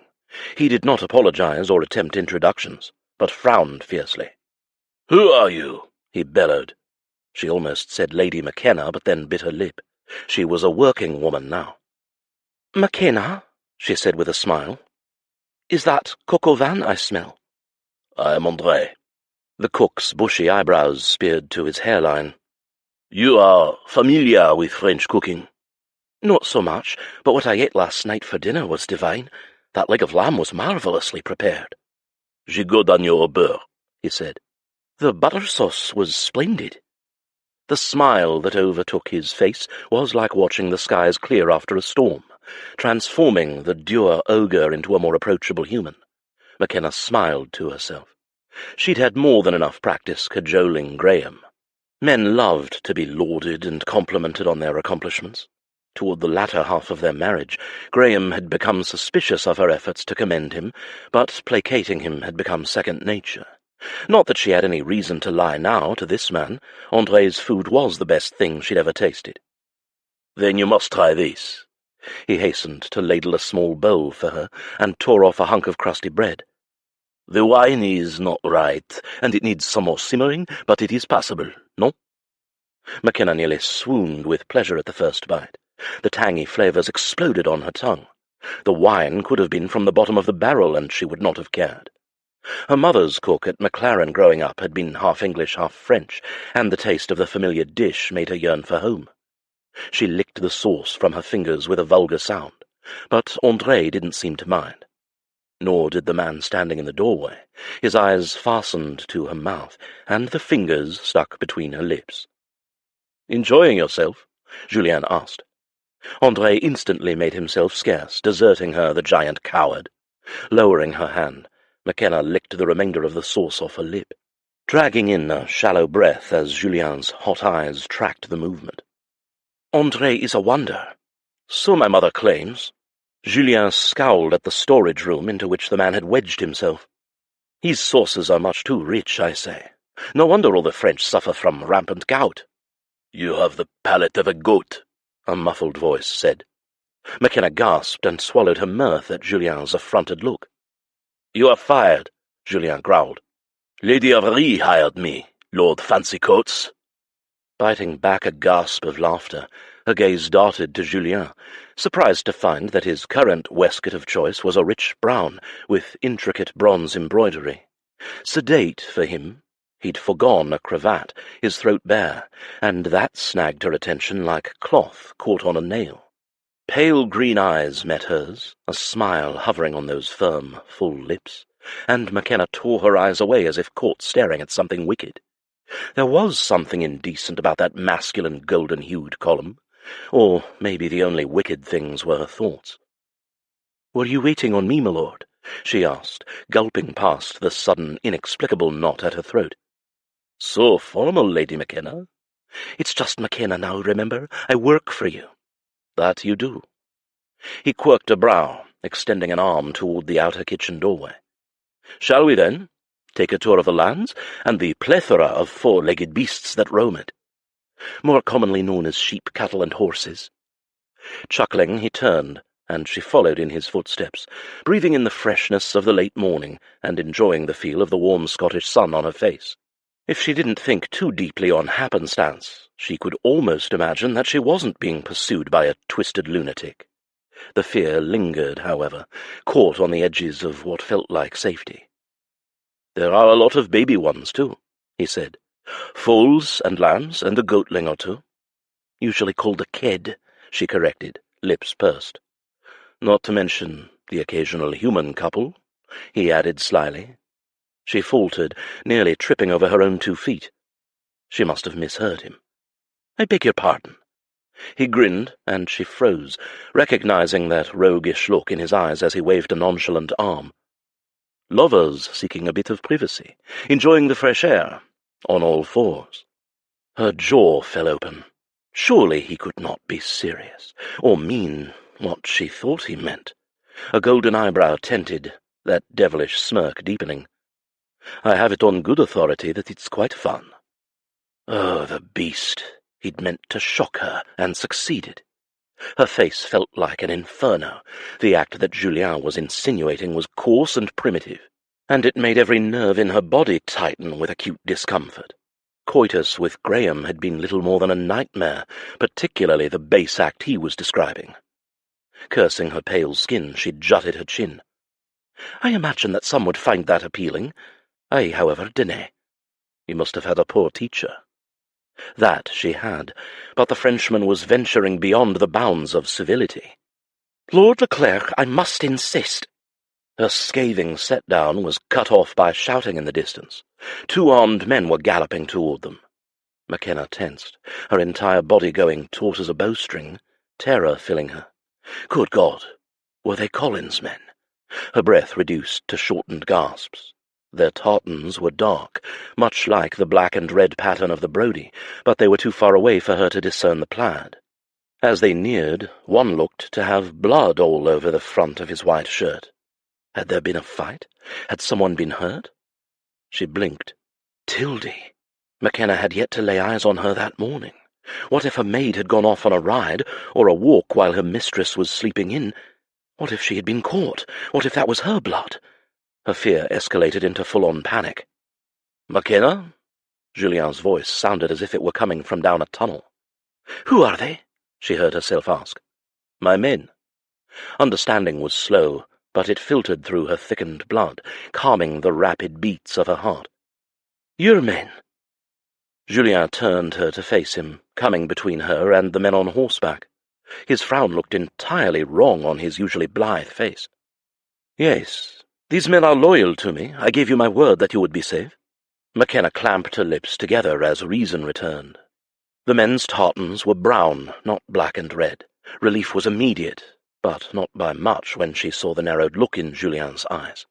He had more questions, though she didn't know if she'd be able to provide answers. And the last thing she wanted to do was speak of the cruelty she'd endured at Brodie, or what faced her with Colin if she were to be captured and brought back. The arriving men pulled their horses to a stop and dismounted.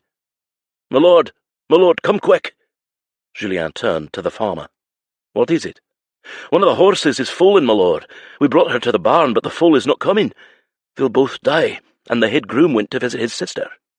Makenna was thankful for the distraction, and for something else to focus on other than Julien's scrutiny. The foal hasn't rotated likely, she said, the trembling in her limbs from the earlier scare starting to ebb. Something else filled her now. Wonder, maybe, at the fact that he'd made good on his words. Somewhere, deep down, she hadn't expected him to. She'd stopped depending on other people, but perhaps she had been right to come here, right to trust him the night before. I can help, she offered. She accepted a boost from the man up into his horse's saddle, and stared at Julien, reaching out an impatient hand. Coming? Julien climbed up into the saddle behind her, moving quickly for a man wearing as much clothing as he was, smoothing her skirts over her legs, and trying not to think about the man mounted behind her, or the pair of hard thighs pressing into her. Makenna followed the 2 men now riding the other horse. Fornicating animals, indeed. She was grateful her face was forward. Small mercies. They arrived at the barn in no time, and Makenna assessed the situation with a practised eye. The mare was clearly in the second stages of labour, lying on her side. If the placental membrane had ruptured, the birth should have been quick after that, but it appeared that the mare was certainly in some distress. Is this not normal? Julien asked from where he had stopped a good distance from the mare. He peered at the animal with a complete lack of confidence. It was not at all like him. Then again, for all his bluster, he was a city man, and this was beyond him. "Would you like to take a closer look, my lord?" she asked with wicked humour.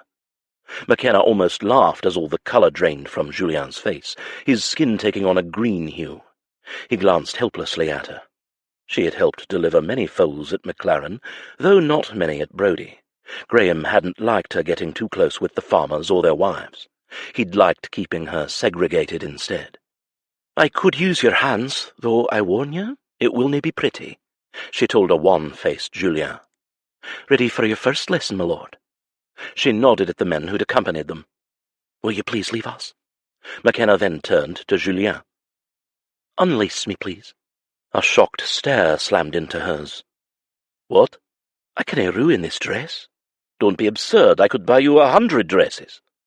Makenna smiled patiently, enjoying his discomfort more than she should.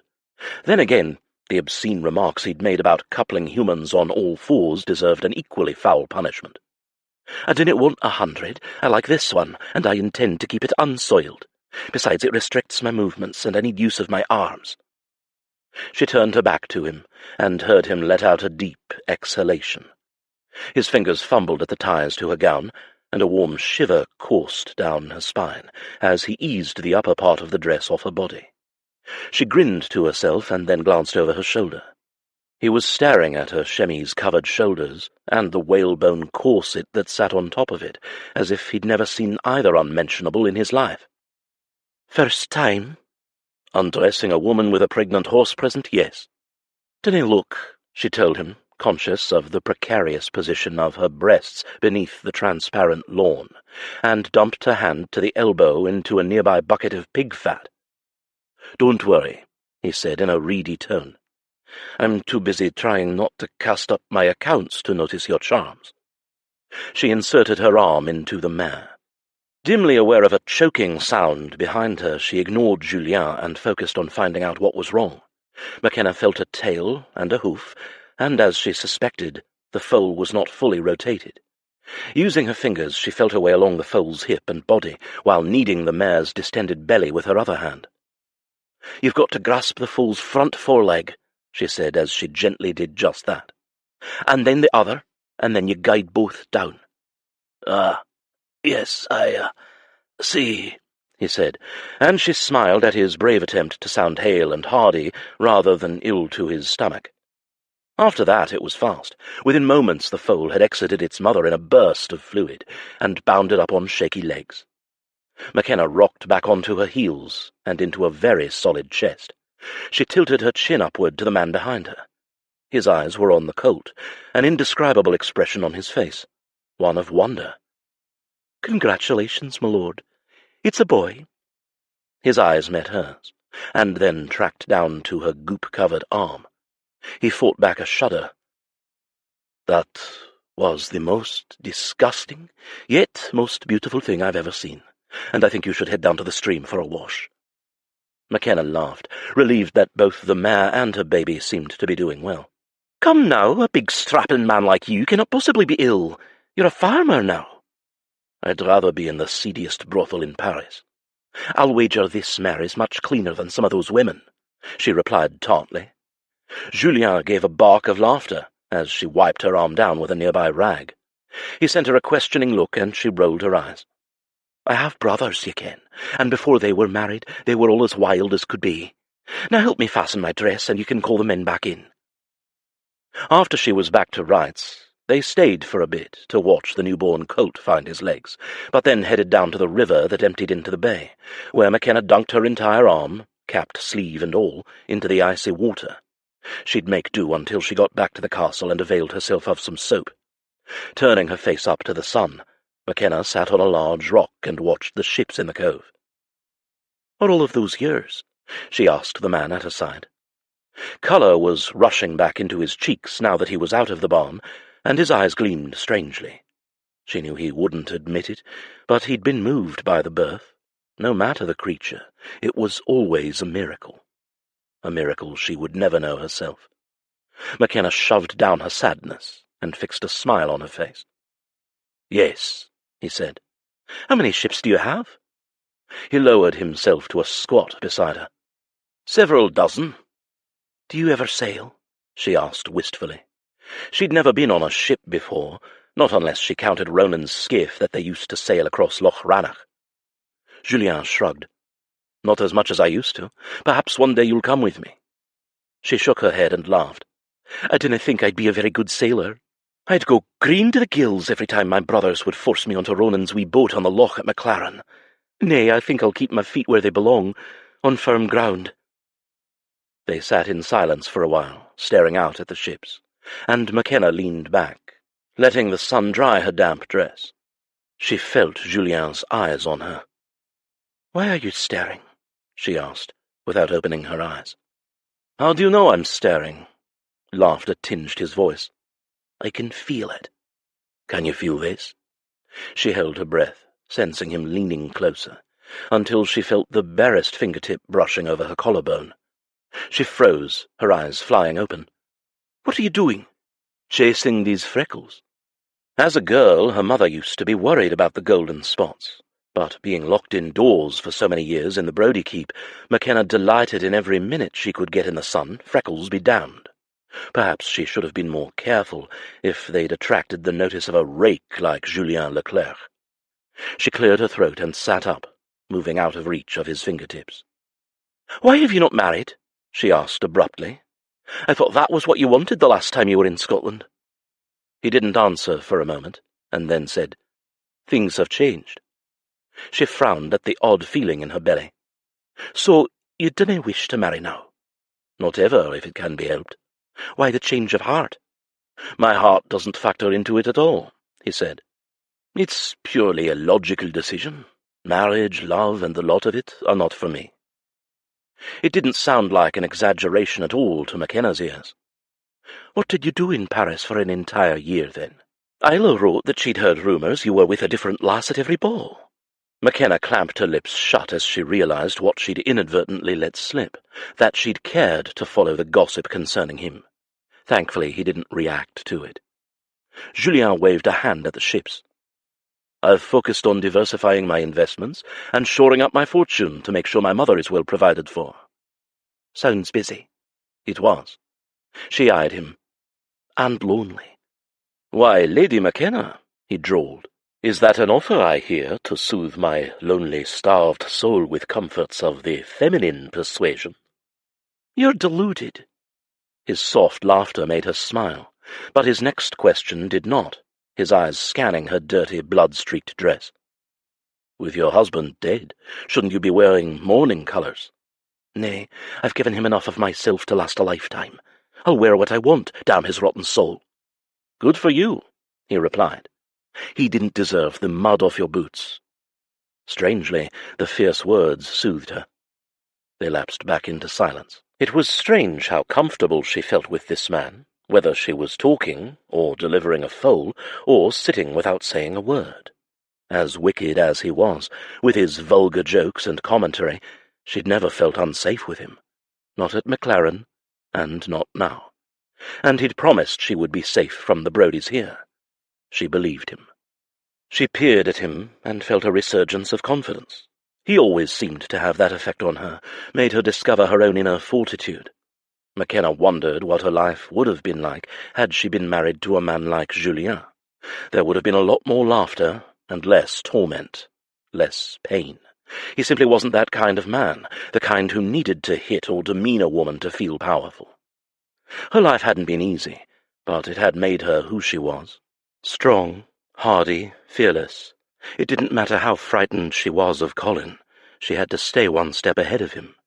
If he accused her of murder and demanded her return to Brodie, she would have to go for a trial. Her father and brothers would rush to her defence, and a bloody feud would be a possibility.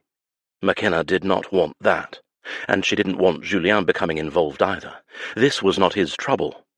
She needed to figure out how to prove her innocence and free herself from Colin once and for all.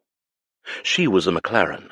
She would not run, even though that had been her first instinct.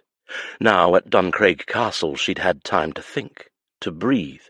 Instead of fleeing for the continent, Makenna knew she had to fight and end this.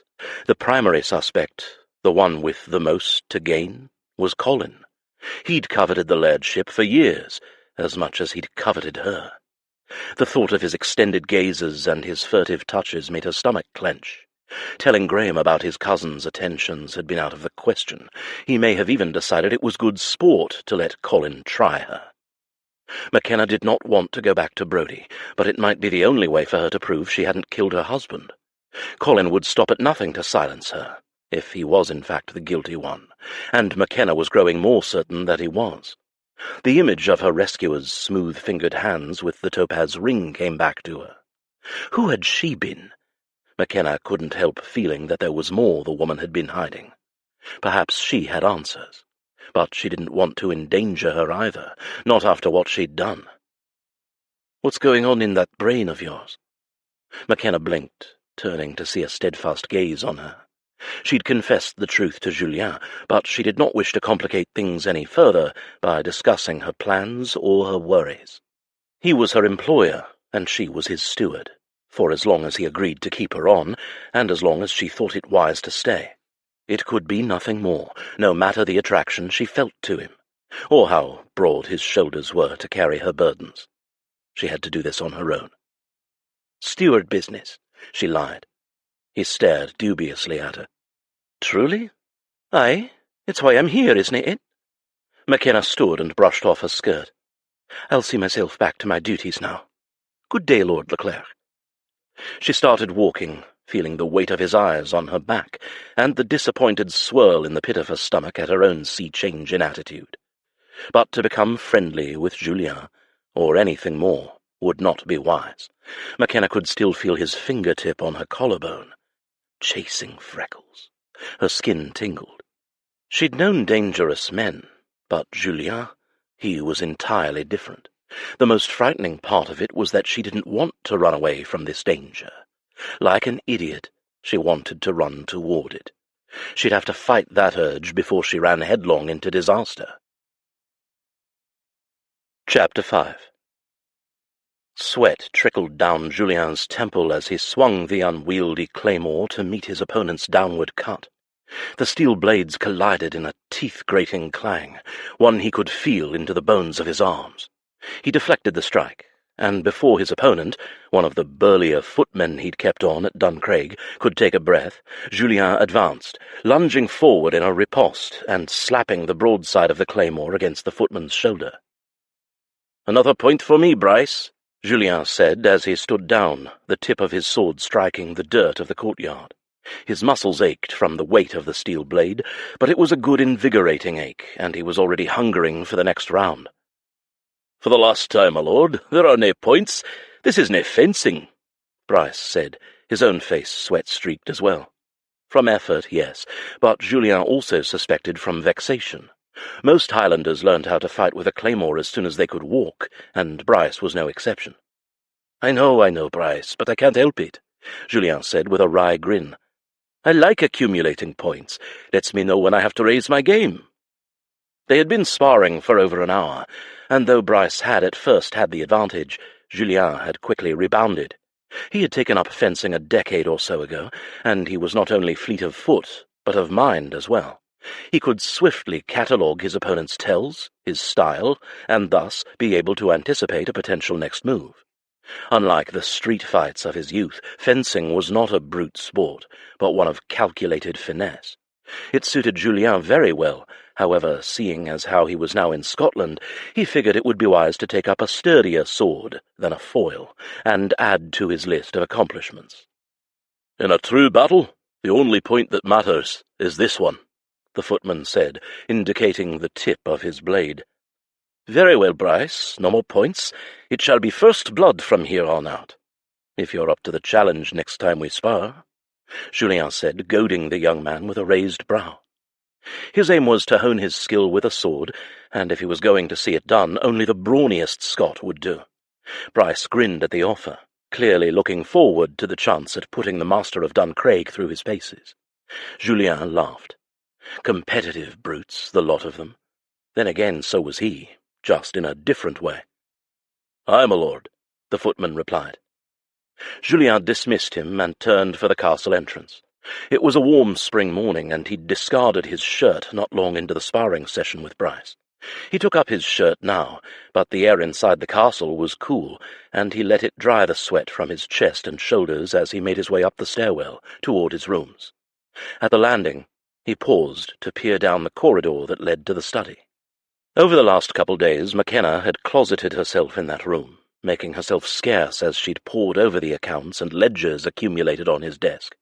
The work kept her busy and her mind off things, she'd said, and so he'd left her to it. Though he'd been tempted to keep her company and try to make her smile, the way she had after helping the distressed horse to foal, he'd given her the space she needed. In the meantime, he'd kept his word and had his men patrol the borders of Duncraig lands, and focused on his own work on his ships in the bay. She had spent 2 days in that study now, nose deep in ledgers, avoiding him. Julien frowned. Despite his promises, he had no intention of being used while she kept him in the dark.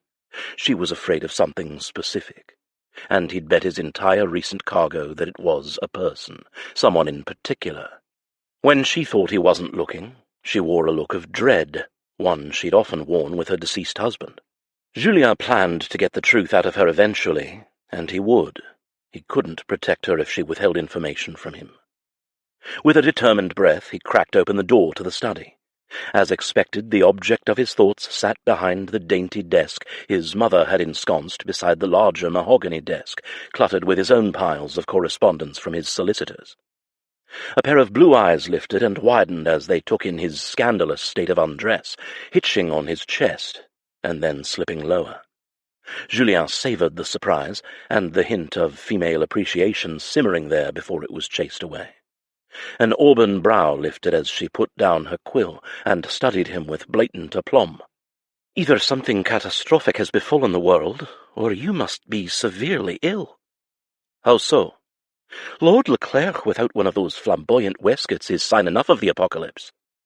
She studiously avoided looking anywhere below his neck, keeping her eyes focused on his.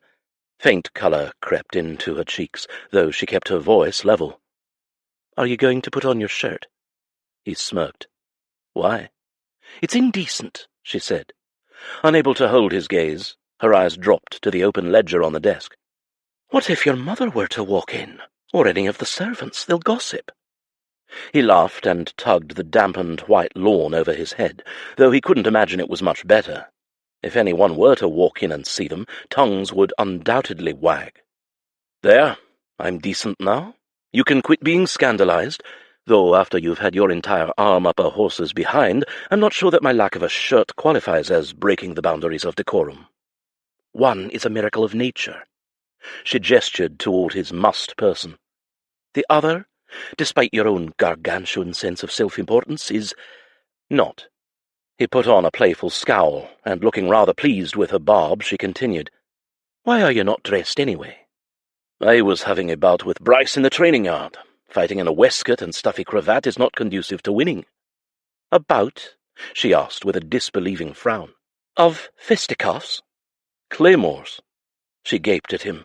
"With Bryce? As in Bryce MacDonald, the footman the size of a small house?" "The very same." He sauntered to the edge of the desk, noting the barest hitch in her breathing. Good. He wanted to keep her off balance. Make her discomfited enough to let something slip, or comfortable enough to confide in him. He would be satisfied with the outcome of either strategy. "And you're still standing?" "Shocked?" Those wide-bowed lips curved into a reluctant smile. "A few more rounds with him and you might be able to take me on." Julien didn't know why he was surprised, but he was. "You're proficient with the sword." "You forget that I have 4 brothers and 1 mule-headed baby sister who needed constant supervision so that she didn't saw herself in half." He perched a hip on the desk. "The one married to the Duke of Glenross." Julien was well familiar with the Maclaren males, more so the oldest and youngest, though he'd only met Makenna's little sister once. He'd never met her eldest sister, Annis, who had apparently married a disowned Campbell-turned-ship captain, and they had both run off to the Americas. The youngest Maclaren, Soraka, had carried several scars on her face that she wore like badges of honour. And they had been, Julien knew, considering she'd survived an attack by a wolf as a child. He would not want to go toe-to-toe with the fierce Duchess. She'd carve him up like a fatted goose on Michaelmas. "Aye." Makenna grinned with sudden devilish humour. "You can challenge her only after you've beaten me, then Finlay and Evan, and then Niall. She's even trounced Ronan, though he'll not admit it." Julien had seen Niall fight, and even with the loss of his left hand and just one sword arm, the man was deadly skilled. He didn't doubt that Makenna would also be. She was the kind of woman who excelled at anything she put her mind to, from delivering newborn foals to duelling with Scottish steel. "Why didn't you fight him?" he asked quietly. Her eyes slammed into his, her breathing faltering. They both knew who he meant, not any of her siblings, but a cheating louse of a spouse. Her throat bobbed and she clutched at the edges of her desk. "He was my husband." "He hurt you." She did not deny it. "I was his to do with as he wished." "You could have left, why didn't you?" Angry colour stamped her skin now. "And gone where? To my parents? To any of my sisters? It's all well and good for a man to say such a thing when you ken very well a woman has nae rights. I was his, like these stones around us, or a heid of cattle. Do you not understand how marriage rights work, my lord?" Her voice went brittle with rage, directed at him, it seemed, and Julien recoiled from the force of her anger. "I listened to you once, stood up to him, and all I received for my efforts were more broken bones, and there was not a bloody thing I could do about it. Name any man who wants a useless wife." "Useless?" Julien repeated dully. "Barren, my lord." The word was uttered with such self-defeating pain that if the piece of filth weren't already dead, Julien would trek up to Brodie lands and do the deed himself. No woman deserved to be treated as Makenna had been, because she could not have children. That was no fault of hers. Even as powerless fury raged through him, guilt riddled him. He did recall telling Makenna something in that vein while they'd been at Maclaren, that she shouldn't allow any man to threaten her thusly. He wanted to kick himself at the inadvertent hurt he'd brought upon her. "I'm sorry. I didn't know." She was silent, the cadence of her breathing harsh, as if she hadn't expected the outburst either. But then she let go a long sigh and rubbed her temple. "You've nothing to be sorry for. And how could you have kenned the monster he was? You're not at all like him," she said. "In truth, your words gave me the strength to remember who I was inside, even if they didn't get him to stop. In the end, all I could do to protect myself was to be invisible, and hope that one day I would be free of him. And now I am." Julien exhaled. Dieu! Had she killed him after all? If she had, he wouldn't be able to protect her if Scottish authorities or her clan came looking. He couldn't outright accuse her of lying, but he had to get her to trust him somehow. Or at least tell him more of the truth and exactly who she feared, so he was better able to defend her should the need arise. She'd sought sanctuary at Duncraig. He'd told her of its existence, which meant she had to associate some measure of safety with him, and then she'd stayed. Deep down, a woman who trusted no one trusted him. Julien wasn't sure how he felt about that. The only two people he'd ever cared about were his mother and Isla. He did not have many close friends, and he held most people, including women, at arm's length. Even Isla had never gotten close enough to see the real Julien, the one he kept closed off from everyone. That Julien had inherited his mother's empathetic and tender-hearted nature, and would have been crushed by the circumstances of his childhood. That Julien would never have endured the hardships thrown in his path. No, the man who had thrived had been carefully constructed, built to be ruthless and powerful, impervious. Julien Leclerc feared nothing and no one. He kept himself aloof and detached from relationships for a reason. Caring about someone fostered a detrimental reliance upon them, and while he would help Makenna if he could, he would not allow everything he'd worked so hard to achieve to be jeopardized. Viewing her as an object of lust in the past year hadn't been a dangerous risk, but thinking of her as anything more would be a perilous mistake. No woman was worth losing who he'd become. "Who are you running from, Makenna? It's not just Brodie clansmen, is it?" "I'm not running from anyone," she said with a defiant jut of her chin. Shutters descended over her eyes, and Julien knew he had struck close to the heart of the matter. She was avoiding someone. Was it a man? More than one man? I think you and I both know that's not true, but I'm patient, he said carefully. We're practically family, Makenna, as I consider Isla a sister, but if you bring danger to my doorstep, I will not hesitate to cast you out. My mother's safety comes first.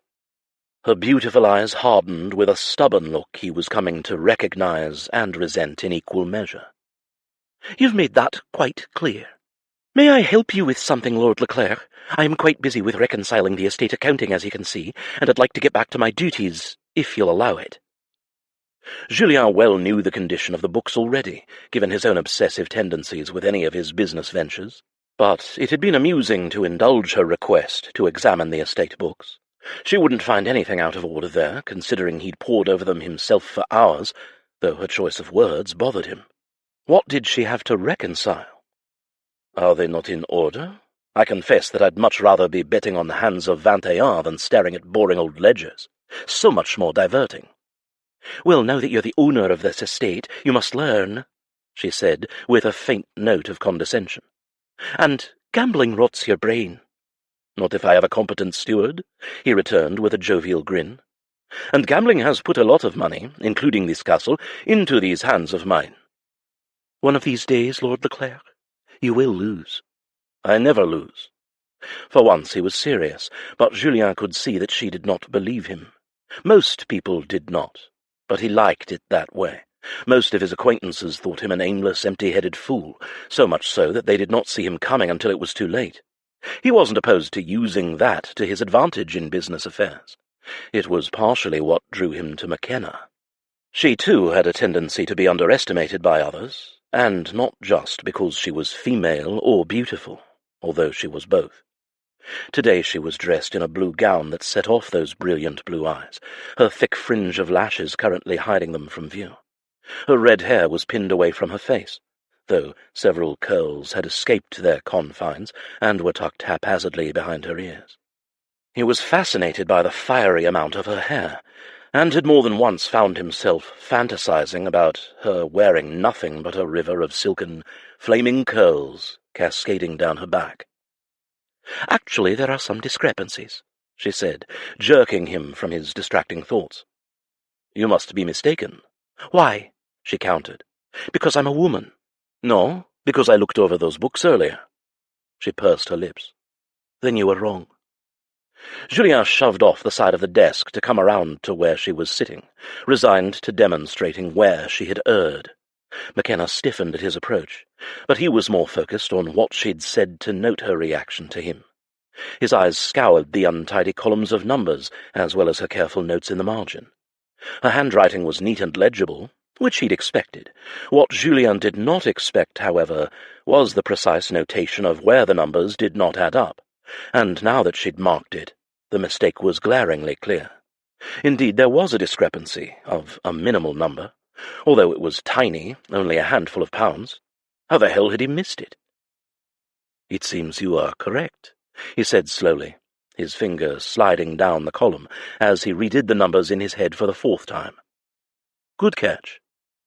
Makenna made a huff under her breath of what sounded like laughter. Did you doubt it? I told you I was good with numbers. I used to do the books for Graham's drunken steward all the time.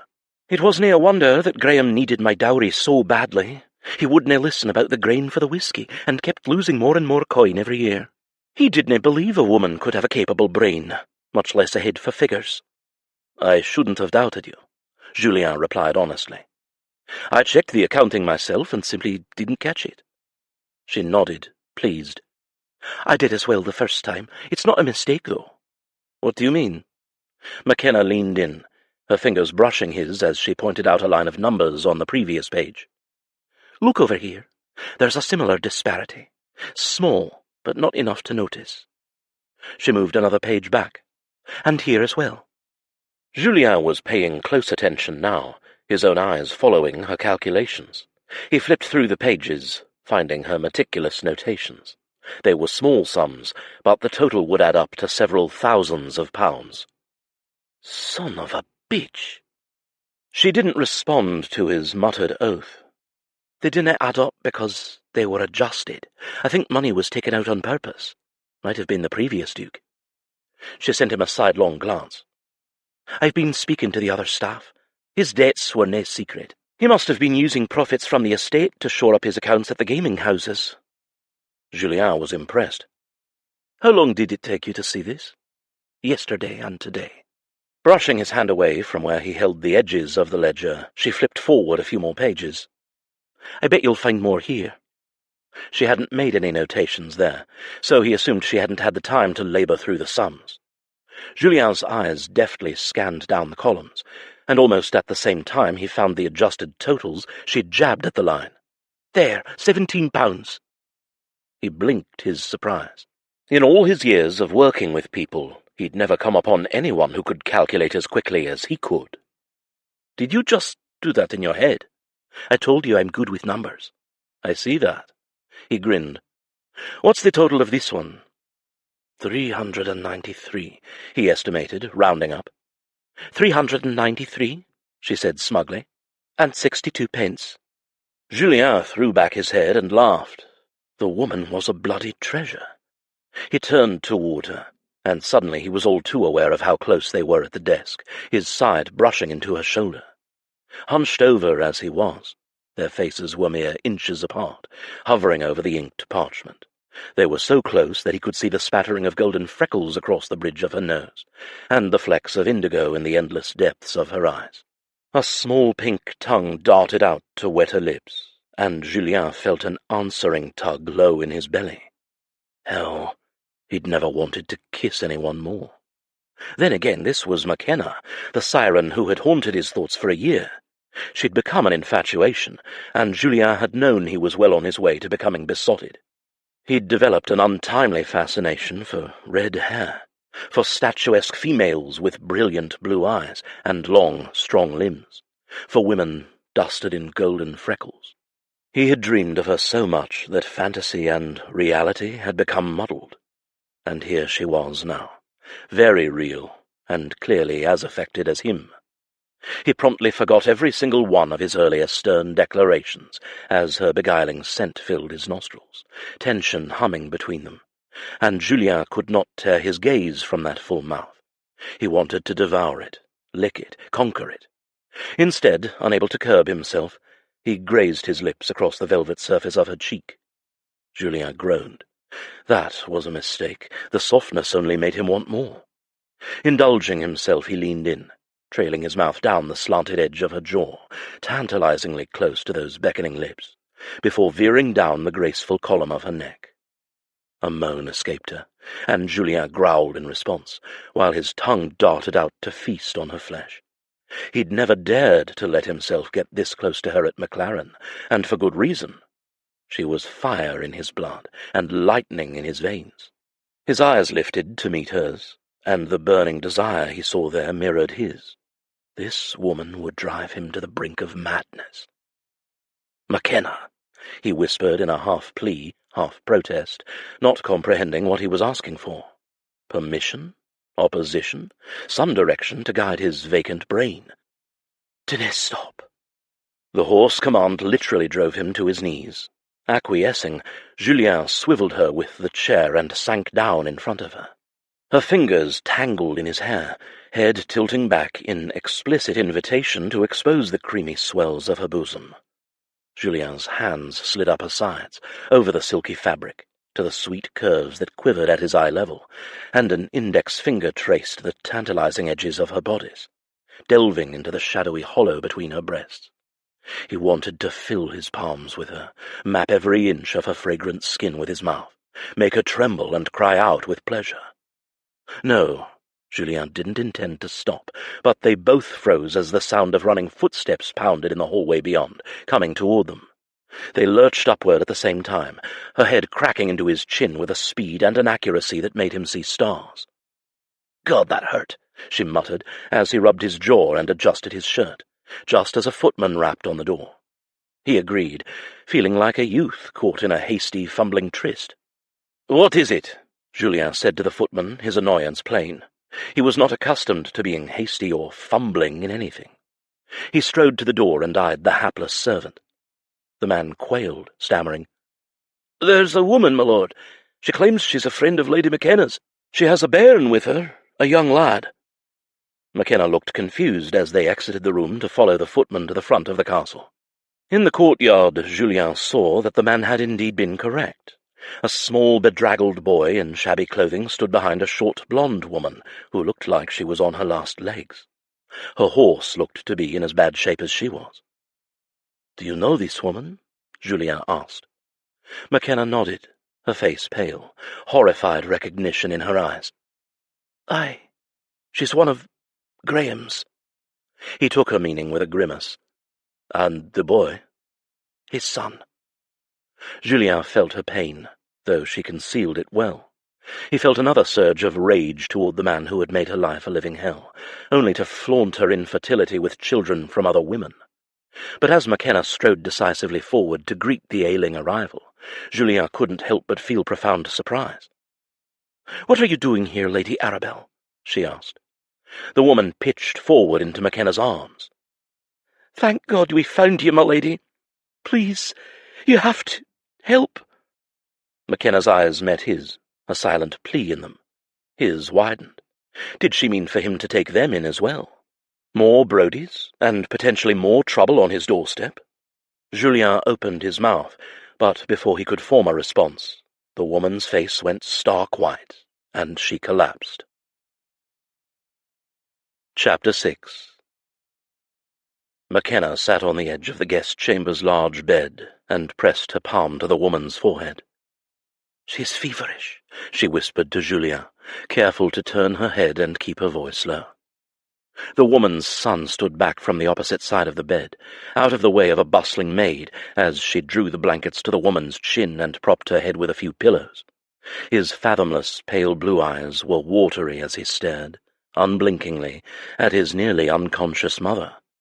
She made small moans, but her eyes had not opened since Julien had lifted her in his arms and carried her from the courtyard to this guest chamber. The boy could be no older than 6 or 7, though his face appeared gaunt, with dark smudges under his eyes from sleepless nights. Makenna's heart ached as she searched her memory for his name. He had been born little more than a year after she and Graham had wed, and she recalled the whispers throughout the Brodie keep. She'd ignored them, knowing there was truly nothing to be done about any of it. The woman, Arabelle Brodie, had been one of Graham's long-time mistresses, perhaps even from before he had taken Makenna to wife.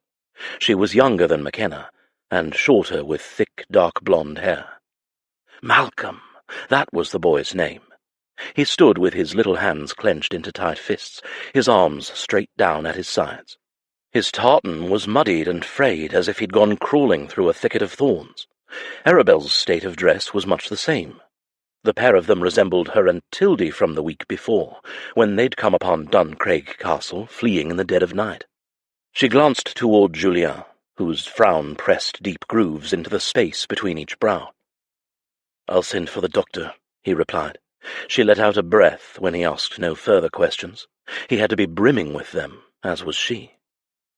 "I've already done so," Lady Amalie announced as she entered the room, carrying a large porcelain bowl. A maid was at her heels, a heavy pitcher of water in her hands. "Merci, maman," Julien said, stopping at the foot of the bed and sparing the boy a glance. "My name is Lord Leclerc, but you may call me Julien. What is yours?" He'd gentled his voice without changing it to sound light or patronizing. "Malcolm, my lord."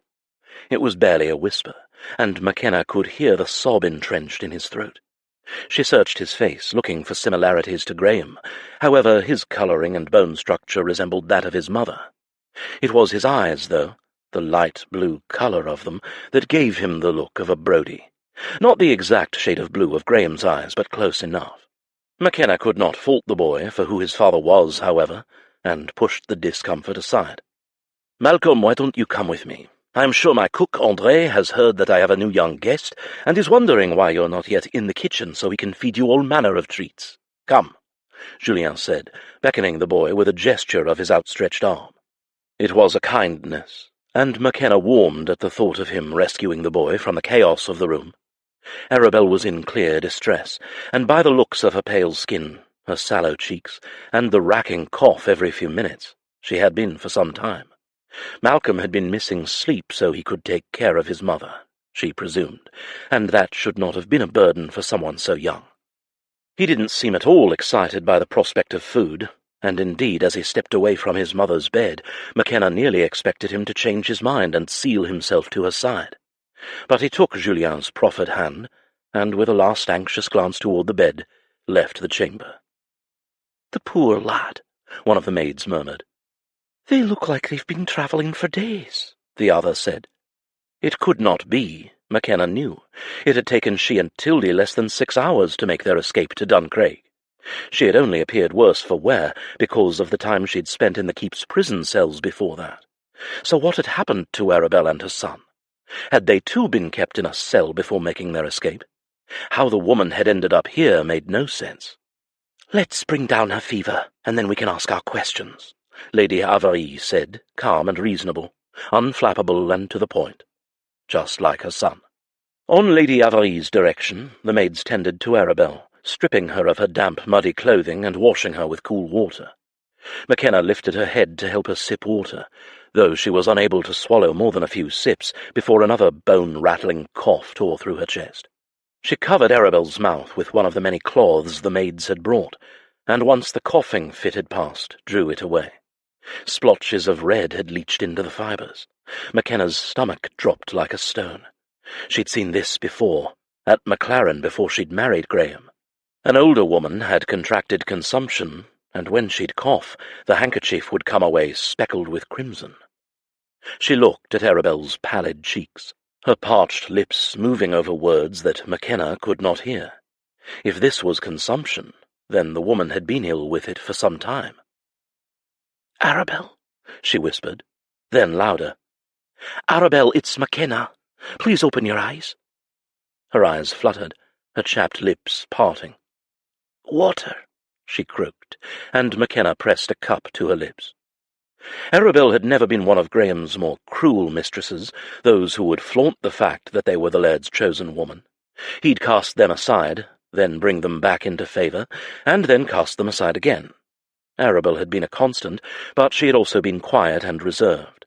She was one of the few who had lived in the keep, though she and her son had always kept to their area of it.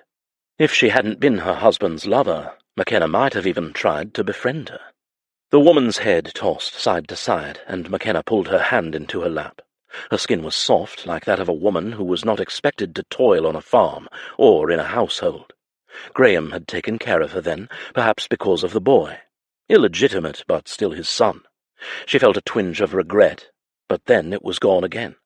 For years she'd wished to be a mother, if only to escape Graham's scathing digs over her barrenness. But for some time now she'd been glad never to give him a child.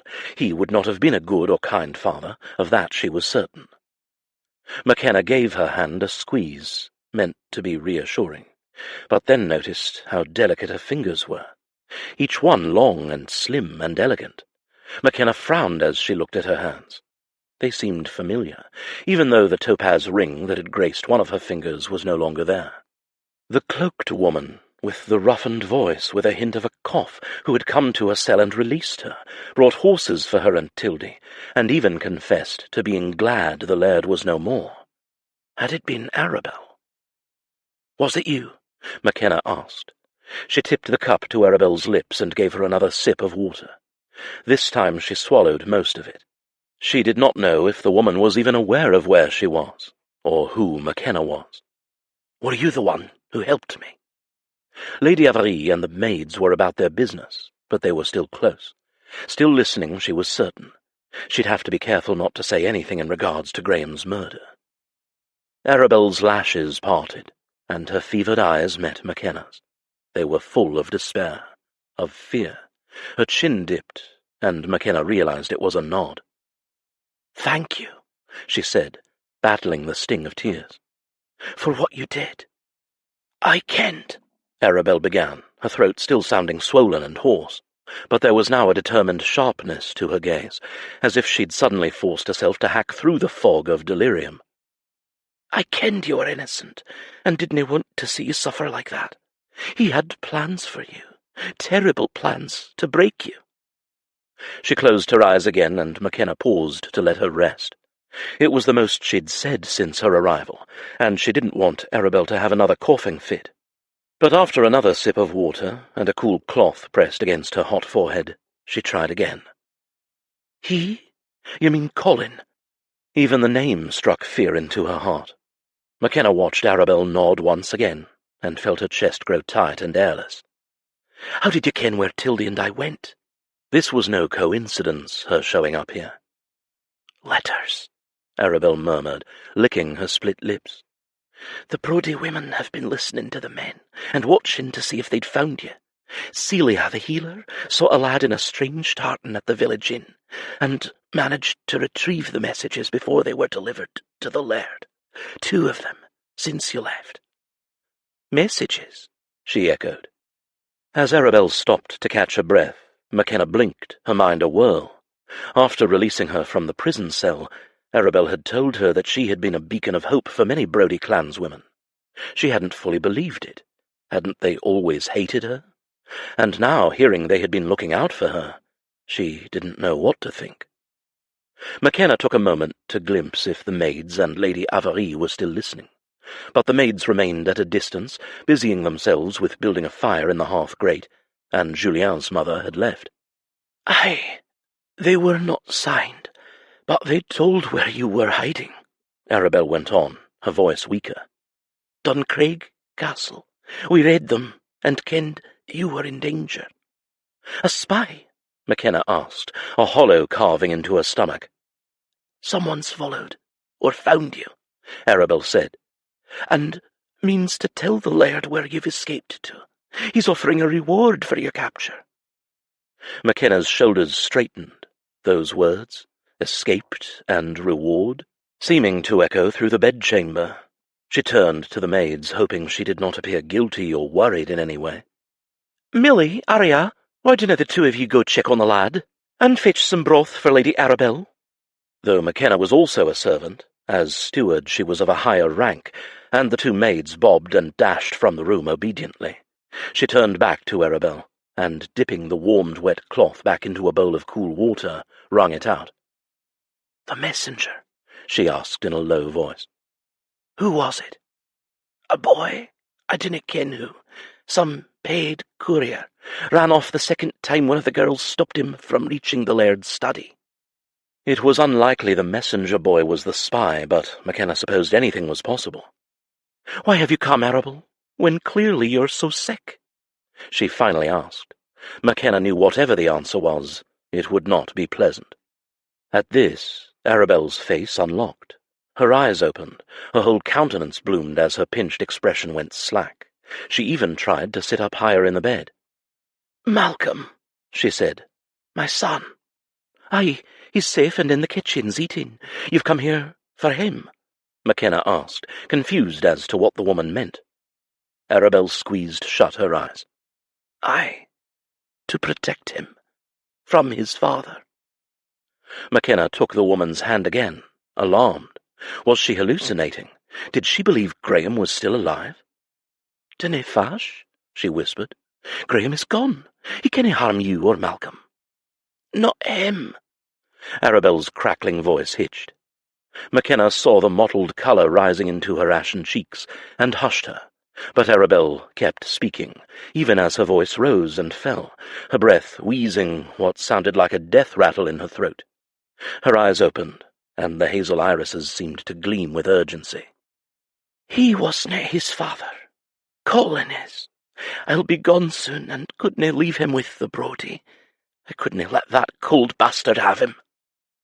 Makenna straightened her back in shock. Colin was Malcolm's father? Not Graham, as she had believed, along with everyone else at the Brodie. So Colin had seduced his cousin's mistress as well? God, the 2 men were a horrible pair. Arabelle had been right to spirit Malcolm away. Does he ken?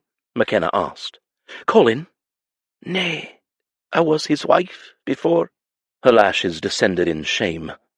Before Graham decided he wanted me for himself. Colin believes the bairn is his cousin's. Makenna stuttered. Colin's wife? She hadn't known. What a web of deception she'd been tangled in. No wonder Colin had hated Graham and had set his sights on Makenna, if her disgusting husband had snatched his cousin's own wife from under his nose. Malcolm is not a bastard, Arabelle said. "I took herbs from Celia with Graham to prevent pregnancy, and I kept my secret, but now Colin's laird. If he finds out he has an heir, and I'm gone—" She took ragged breaths, her strength clearly failing her. "I wanted to take him to Makenna in the lowlands, but they wrote that there was no room. They've too many mouths to feed already, and there was no one else. No one." Makenna took her hand again and tried to soothe her. "'Tis all right now. Your son is safe here. I'll keep him safe." She wanted it to be true, but if a letter was to make it through to Colin indicating Duncraig Castle, they'd all be found within a day. "Thank you," Arabelle whispered, a plea in her voice. "I helped you, and I need you to help me, to protect him. You ken Colin, you ken what kind of man he is. He might try to get rid of the boy because he thinks he's Graham's son. He hated his cousin." Makenna grimaced. She didn't know Colin very well at all, but she'd suspected his loathing many times before, too, and it appeared Arabelle had known it firsthand. She had helped Makenna escape, saving her from the horrors Colin had held in store for her. The boy deserved protection, and his mother's distress, her agony over what would happen to Malcolm when she passed, tore at Makenna's heart. "He'll be safe with me, Arabelle," she said, dampening another cloth and pressing it to her ashen forehead. "Thank you. He's my heart, my Malcolm. He's nothing like his father. He's a good boy. She wasn't able to finish before another round of coughs erupted. Makenna hurried to place the linen over the poor woman's mouth, but saw the blood just the same. Copious amounts of it flecked her lips and stained the cloth in scarlet splotches. The door to the guest chamber opened, and there was a commotion behind her, and in the next moments Makenna was led away from the bed so the doctor, who had arrived, could tend to Arabelle. Her coughing turned wet and violent, and then abruptly stopped, but the doctor remained hovered over her, his stethoscope pressed to her chest. He listened another few moments, before drawing the stethoscope away, and bowing his head. "I'm so sorry. It's too late. She's gone." The room tilted around Makenna, her vision blurring behind tears. All she could picture was Malcolm, sitting in the kitchen eating one of André's delicate pastries, happy in the moment, and not yet knowing that his mother had died. Makenna left the room before she could cry. Weeping had never solved any of her problems before, and it wouldn't start doing so now. She took the stairs and corridors to the kitchens as if in a fog. When she entered the vast room, her eyes went immediately to the tall, imposing man standing by the long servants' table. Julien looked like a sentry as he stood watching the small boy with flaky crumbs clinging to his cheeks. She had expected him to leave Malcolm with André and the maids, not stay. "Malcolm," she said, her voice trembling over his name. The lad looked up from his full plate of treats. She hoped the truth wasn't written on her expression, but she saw his instant worry. A commotion at the kitchen door open to the herb garden interrupted them. Tildy entered with an armful of fabric, green linen, blue cotton, and one bolt of cream fabric with a pattern of small embroidered roses. Makenna had forgotten that she'd sent her maid to the neighbouring village to purchase fabric for their new dresses, something the two of them had been looking forward to. Tildy's wide grin fell as she saw his lordship, and then the boy. Her eyes popped wide, an indescribable expression on her face. Fear? Loathing? "Milady," she said, coming close and lowering her voice. "What is his lordship's bastard doing here?" She placed a hand on Tildy's shoulder. She knew her maid had to be frightened to see a familiar face from Brodie, and yet she was also utterly overwhelmed at the prospect of explaining all that had happened over the last hour, all she'd learned. Not just that Colin was Malcolm's true father, but that a Brodie spy had somehow followed them to Duncraig or tracked them there, that at this very moment Colin could be reading a missive exposing their whereabouts. "I'll explain later, Tildy. Can you please take Malcolm to Lady Avarie for now? I'll join them as soon as I can." Thank goodness for Julien's mother. The older woman had a gentle, compassionate air about her, and Makenna knew the boy would be at ease with her. Tildy's alarm was still etched into her face when she beckoned the boy forward. He craned his neck to see Julien, as if asking for his permission to leave. Julien nodded, and Malcolm got to his feet. André disappeared, as he and Tildy shuffled from the kitchen and out of sight. "I already see it in your eyes," Julien said a protracted moment later. "The boy's mother has died?" Makenna closed her eyes. "Aye." "And who will take care of him?" "I gave my oath I would." Another few seconds of silence swelled up between them, and Makenna still had not opened her eyes to look at him. Coward! She took a breath and faced Julien, and then flinched. His normally light, sardonic expression, the one that promised indecent thoughts and witty retorts, had transformed. His eyes were two dark storms, his jaw a battleship braced for war. God above, he looked utterly furious. Chapter 7. Julien wanted to shake some sense into the one woman standing a few feet away. How many more Brodies should he expect on his doorstep? Other women and children? Armed warriors? The entire clan? He'd brought his mother to Scotland for peace, quiet, and recovery, and now it seemed he was being drawn into the middle of some unexplained clan vendetta. Already there were men searching for Makenna, believing her to be the dead laird's murderer. Who knew if anyone would eventually come looking for the woman or the child as well? And Julien refused to be blindsided without all the facts. He stared at Makenna, whose lips were pressed into a tight, flat line, ready for battle. Her hands shook. Her face was pale, but those blue eyes sparked with stubborn, steadfast resolve. A few hours ago he'd admired that stubbornness. Now he wanted to shake it from her. He knew she expected him to turn them out. It was what he'd said he would do if she brought trouble to Duncraig, and this woman and her son were just the start of it. Julien wasn't a man to go back on his words, but even he wasn't that hard-hearted to withhold clemency from a child. However, it was time for Makenna to release all those secrets she was guarding so carefully. "Come with me," he said, taking her elbow in a gentle but firm grip. He steered her to the library and closed the doors behind them before stalking to the mantel. Julien rubbed his thumbs into his temples. His normally even-tempered, serene state had been thoroughly upended by a maddening, secretive redhead. He poured 2 drams of whiskey and handed her a glass. "It's Ronan's, so you should have no complaints."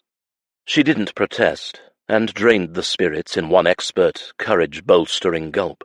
He took the glass and refilled it without question, watching as the whiskey pushed a wash of colour into her ashen cheeks. "Tell me everything," he said. "What do you want to ken?" Leaning against the table at the centre of the room, he crossed one ankle over the next and stared at her, hard. She licked her lips and sipped at her drink, and then took a seat on the armchair opposite. With a deep breath she opened her mouth and told him what the woman had confided before she died, as well as the truth of Malcolm's parentage and the obsession the boy's father had for her. Between sips, he learned exactly what had brought the woman to Duncraig, and a hint of what Makenna had left behind, as well as the identity of the man who dogged her every step, the new laird. "So the boy is not your former husband's child?" "Nay, he's Colin's," she said. "The man you're running from?" She nodded, rising to replenish her emptied glass with a shaking hand. "Aye." "Is he dangerous?" Makenna stared into her drink as if she'd find the answer there, and took a while before answering. "He and Graham share more than a family resemblance. It seems that barbarism runs in that bloodline too. Colin has always coveted what his cousin had, including me. And now I understand why, considering he was married to Arabelle when Graham took her for himself. So he seeks retribution." "Something like that." He folded his arms across his chest, watching Makenna carefully. Her expression was shuttered, but her fear of the man was evident in the way she said his name, and the shadows that slunk across her eyes when she spoke of him. "How was the previous laird killed?" Her nostrils flared slightly. "He was stabbed with a dagger." "Did you do it?" he asked once again. "I wish I did," she said fervently. It wasn't a denial, but it was all he was going to get out of her on the matter. "But your clansmen think you did it." She nodded, her throat bobbing. "You ken they do. Colin will use the accusations and an unjust trial to force me to do what he wants. It was why I was imprisoned and starved. He wanted to break me. Arabelle said as much." She laughed hollowly then. "But the fool didna ken that you canna break something that's been fractured so many times it's become unbreakable. Arabelle was the one who rescued me from my cell. She set me free." Her hands shook as she lifted the whiskey to her lips. "She says there's a spy here, and that the Brodie women intercepted letters." "Why does he want you so badly?" She sucked in a shuddering breath. "I suspect it is a combination of retribution, power, and lust. The Maclaren name holds much weight in the Highlands, and Colin has made his carnal interests clear in the past." Julien's fingers cinched around the tumbler in his fist. He drew in a deliberate, calming breath, knowing how easily it would shatter, and relaxed his hand. "Did he force you to his bed?" "He tried," she said with a wan smile. "He did nae succeed. But with Graham gone, I have nae protection. I had to run, ye ken? Colin would have either had me hanged for murder or taken me for his own use. I suspect the latter, and I will never be another man's slave." Rage crashed through Julien, along with a territorial, protective instinct he hadn't known he possessed. Hadn't she suffered enough at the hands of the infernal Brodies? No wonder she'd run to avoid her blasted, disloyal, and craven clansmen. Ignoring the violent urge to hurl the drink into the wall, Julien downed the contents of his glass and placed the empty tumbler on the desk beside him. Despite his unexpected emotional reaction, the practical part of him still remained objective. As much as he wanted to protect Makenna, the logical side of his brain reminded him that this wasn't his fight. Instincts he'd trusted all his life were telling him that getting involved in a Scottish clan feud was a mistake, and Makenna, as lovely and vulnerable as she was at best an acquaintance, a beautiful temptation of an acquaintance, but one nonetheless. This was a Maclaren issue, a clan issue. He was a Frenchman with no ties to this land or its people. "Tell me, Makenna," he said finally, "if you are in this much trouble, why you won't go to Maclaren? Your brothers will nip this in the bud. If your husband is dead, you are free of the Brodies. You don't owe them any other claim, and if you say you're innocent of any crime, they will believe you." She shook her head. "I cannae. Ronan is not in residence. Now that my father is recovering, my brother has gone on a tour of the continent. I have no idea when he'll return." Julien was aware. He was the one who had suggested the man visit France and Italy, when he'd confided to Julien that he was sick of the constant matchmaking Lady Dunrannoch was subjecting him to. In fact, Ronan was currently comfortably ensconced in Julien's luxurious Parisian home, which was another reason why Julien was here in Scotland. He had many other properties in France and England, but he'd opted for the brilliant idea to restore this charming pile of rubble, and he'd brought his mother here on the mistaken notion that it would be quiet and curative. Julien pressed his knuckles to his eyes. "Niall is at Maclaren. He and Isla have a bairn and another on the way. How can you think I'd bring this to them?" "So you brought it to me?" An exasperated hiss escaped her lips, her eyes flashing blue fire. "I told you I didna ken you would be here, you daft man, or that your precious mother would be with you. In any case, you were the one who offered me the bloody job, so dinna place it all on me. I could have left after the first day. You wouldna allow it." It was a fair statement. He had been so desperate for a competent steward, or someone with knowledge of the lands, that he hadn't done much to deter her or send her away. And in all honesty, he'd also been enamoured with the idea of a newly widowed Makenna, along with the mystery of her unexpected appearance on his doorstep. And as convoluted as everything was quickly becoming, he still was. Because he wanted her, and therein was the heart of the matter. Julien spared her a glance, her gaze sparking and her chest rising and falling with frantic breaths. In spite of the circumstances, seeing her this impassioned made his blood heat. He suspected that Makenna had bottled many things inside, and her innate passion had been buried deep.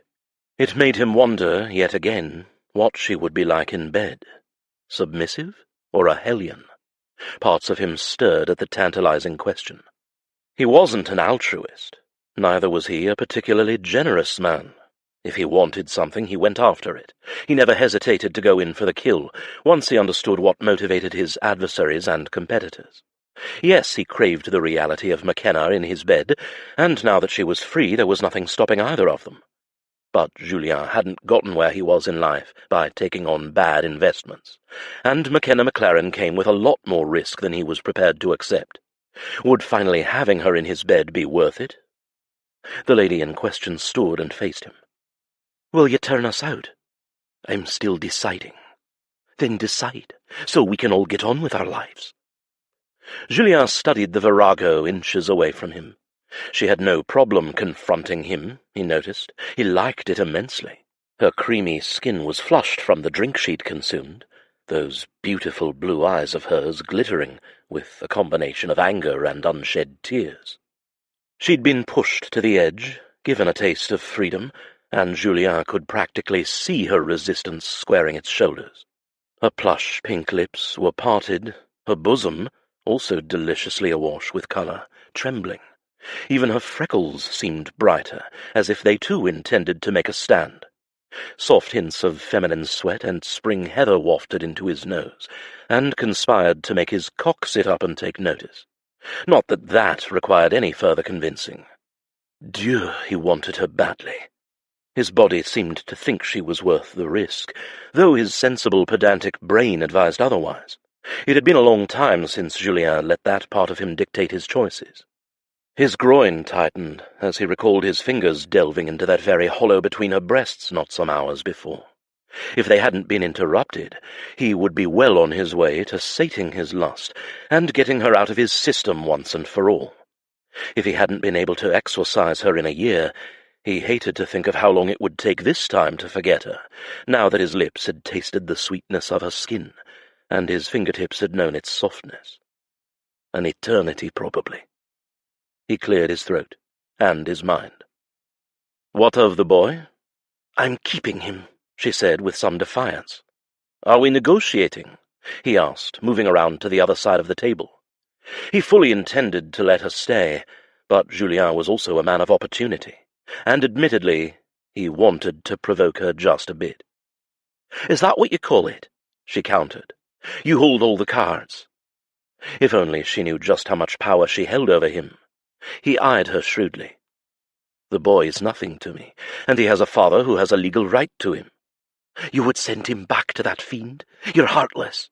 "No, I'm a realist. There's a difference. I haven't made it this far in life by making unsound decisions.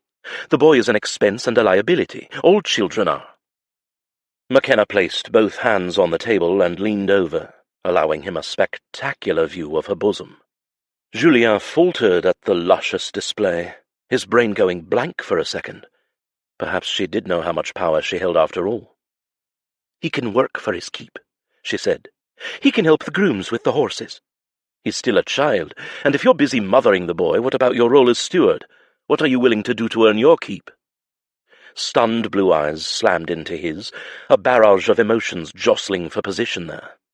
He saw the moment she understood exactly what it was he was suggesting, saw her re-evaluate the balance of power, and finally realize what she had to negotiate with. He'd meant it as a joke, to get a rise out of her, to make a retort with that sharp tongue, and put him smartly in his place. But once more, her husband's tyranny won out from the grave. Julien felt like a bastard when he saw the defeated resignation appear in her eyes. "I'll do anything you want," she whispered. "I canna go back to the Brodie. Please, Julien, you dinna ken what he's like, what he's capable of. Colin makes Graham look like a saint." She drew a strangled breath, her eyes falling to the ground, her lower lip trembling with suppressed fear. "If you require me to earn my keep, I will. I'll do anything." "That won't be necessary," he said, self-disgust filling him. "I meant no insult, Lady Makenna. It was a jest in poor taste. The boy can help me oversee the estate." "Truly?" she asked, biting down on her bottom lip in disbelief. Julien was in disbelief himself. He must be going soft. "Yes, but if his father comes looking for him, he will have the law on his side. I will be in the wrong for harbouring him, no matter what his mother intended, or what you want." Panic flicked through her gaze, a different kind of expression overtaking her face. "He canna have him, Julien. Colin would destroy him, turn him into a monster just like him, just like Graham. I canna let that happen." Her fear for Malcolm was entirely real, battering at the walls of composure she'd built around herself. She would sacrifice her pride and her body without a second thought, but the idea of an innocent boy being hurt made all that bravado crumble. A single tear trekked down her cheek. "Please, please promise me you'll protect him." It was a fruitless oath, but he made it anyway. "I'll do what I can." The funeral for Arabelle had been sombre and small. Makenna's heart had broken at the sight of the forlorn boy standing at the side of his departed mother's grave. He hadn't wept, but had stood there, long after the service had ended, saying his goodbyes. "She's in a better place, lad," she'd heard Tildy saying. "And you'll be feeling happier soon. I promise you'll be where you belong." Makenna was grateful that her maid had taken the child under her wing over the past week. Though Makenna loathed anything Brodie, she supposed that someone from the only clan he'd known would be of some comfort to him. She'd worried Arabelle might not have covered her tracks well, increasing the chances that Colin would show up, but after the first 2 days passed with no more visitors, she'd stopped looking over her shoulder or jumping at every shout. Julien hired some more men from the nearby village to patrol the borders at night, and though no one else had followed on Arabelle's heels, Makenna couldn't help feeling that they were being lulled into a false sense of security. Colin, or his spy, or anyone tempted by the supposed reward, could have their sights on them right then. Arabelle said the Brodie women were listening and watching the men of their clan, and had intercepted letters from the spy. She'd mentioned the healer Celia by name. Makenna remembered the older woman had been cautious but kind whenever she would come to the keep after one of Graham's fits of temper to tend to Makenna's injuries. It would be a gamble, but if Celia had been willing to seize the spy's letters, perhaps she would be willing to answer a letter from Makenna. She wanted to know what was happening at the Brodie, and whether or not Celia or the other women had any suspicions or information as to who might be Graham's true killer. So Makenna penned a letter, careful not to mention anything that could expose her location should it be intercepted by Colin's men, and sent it off with one of Julien's trusted footmen, Bryce. He agreed to the ruse of entering Brodie lands as a crofter, a man displaced by the clearances. Bryce was to deliver the letter to the healer before returning with Celia's reply. The footman did not ask Makenna's reason for such secrecy, and he also agreed to make no mention of his outing to Lord Leclerc. Julien might think it foolhardy, but Celia was her only possible source of information still at the Brodie, and if Makenna ever wanted to clear her own name, it was paramount she learn who had killed Graham. The risk, however, had not worked in Makenna's favour. Bryce returned to Duncraig a day later, empty-handed. "The old woman took your letter," he'd explained, "but told me she could nae reply.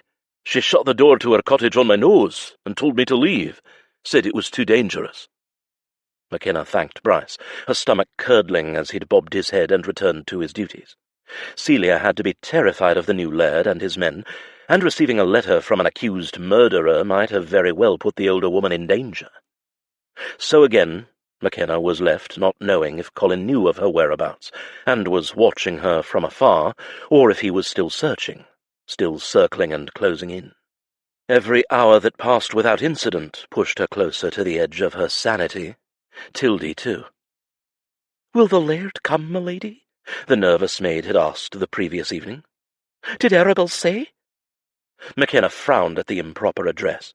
She supposed Tildy had felt as she did before Arabelle's confessions. "Lady Arabelle Tildy, and I dinna ken. But what if he follows her?" Makenna had patted her maid's arm with more confidence than she felt. "We hide and live to see another day.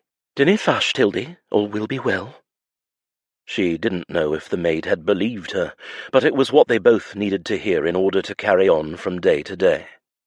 Without complaint, a solemn Malcolm had helped Tildy with her duties, and, true to his word, Julien had allowed him to accompany him on visits to his tenants and down to his ships docked in the bay.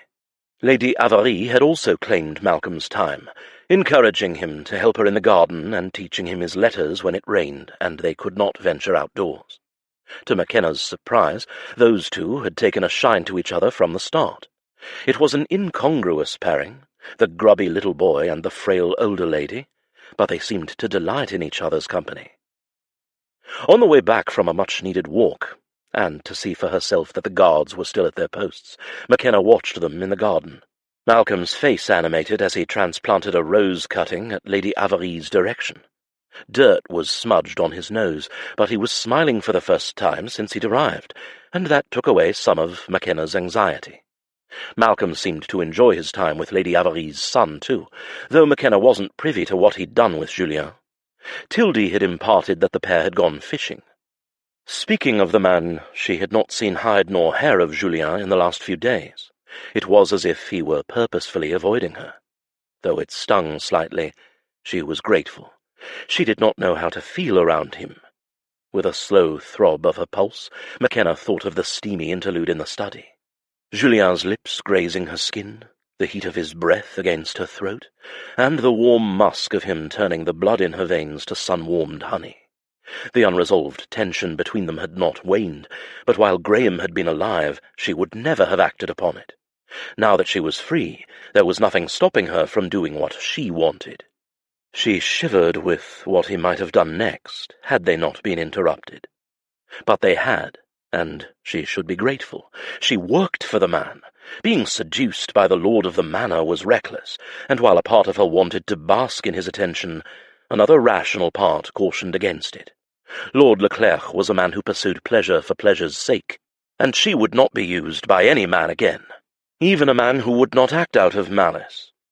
She'd called him heartless, but Makenna was starting to suspect that Lord Leclerc hid a healthy, beating heart beneath those peacocky waistcoats and his playful demeanour. It was that same flippant exterior that hid a very capable brain.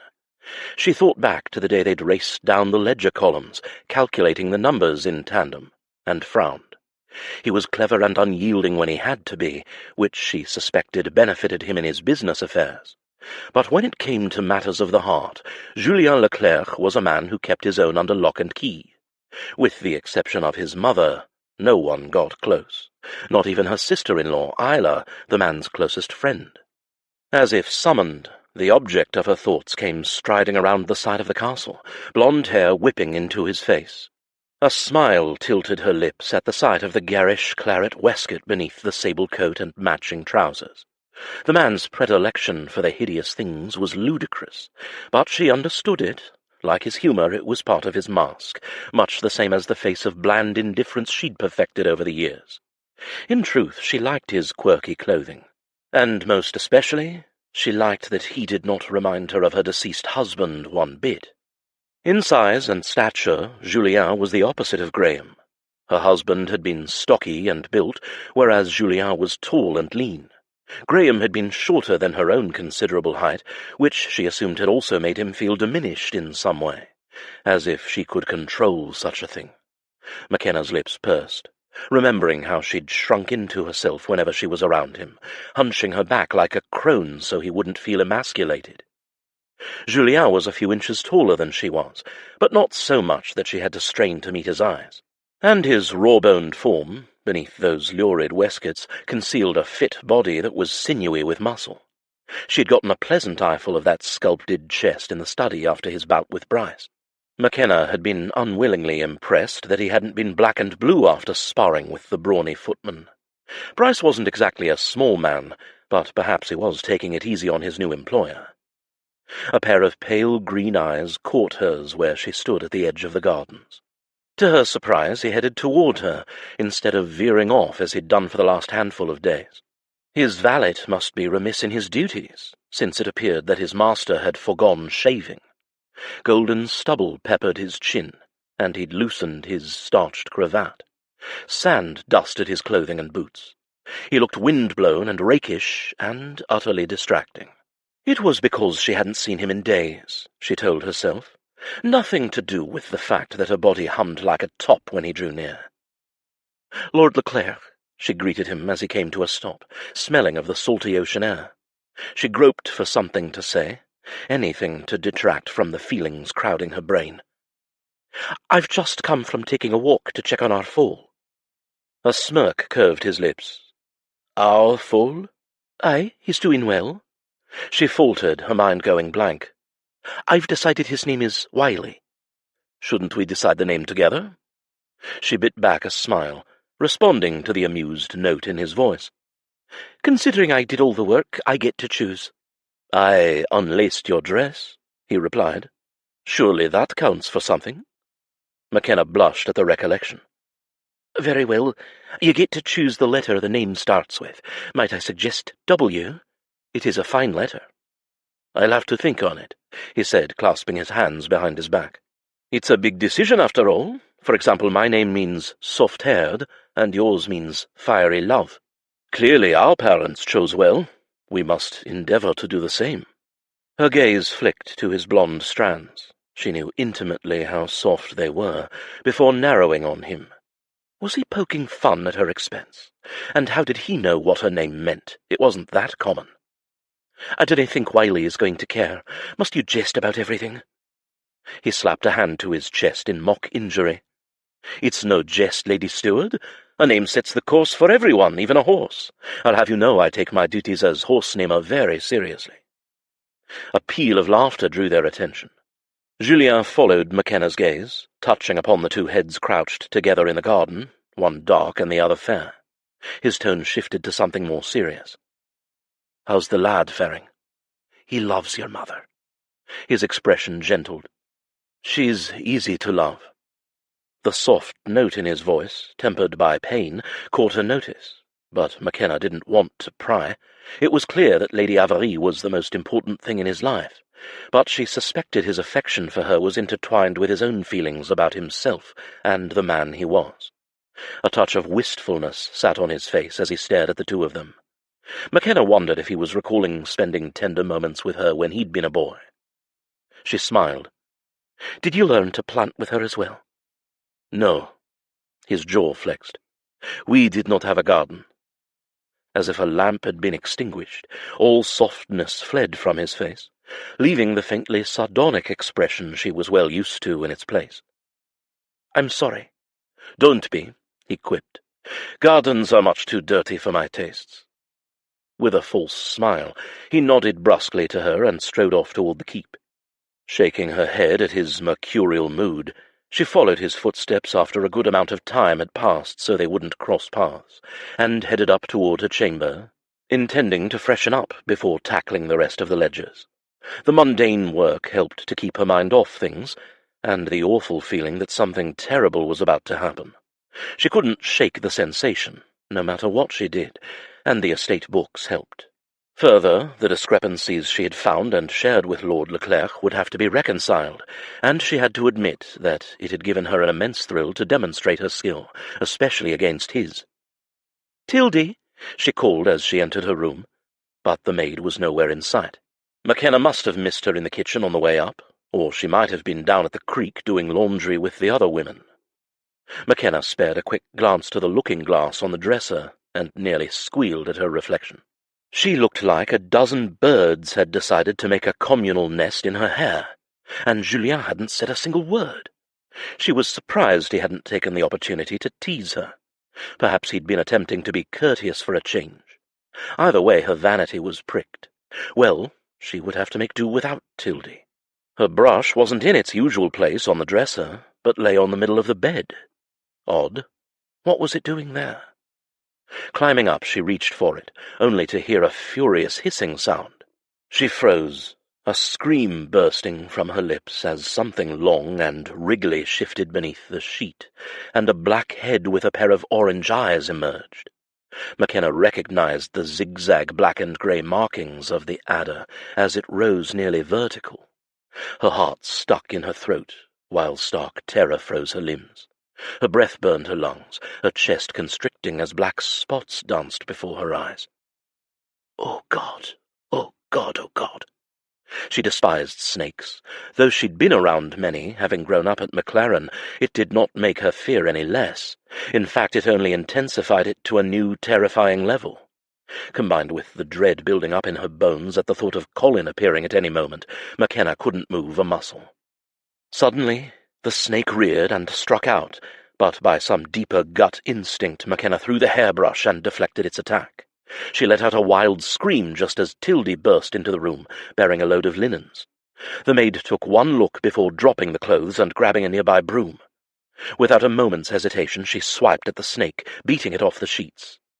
Makenna leaped onto the bed as the snake slithered into a corner of the room, and the maid instantly joined her, broom still in hand. "How did it get in here?" Tildy shrieked. "I dinna ken," Makenna gasped, her heart still pounding.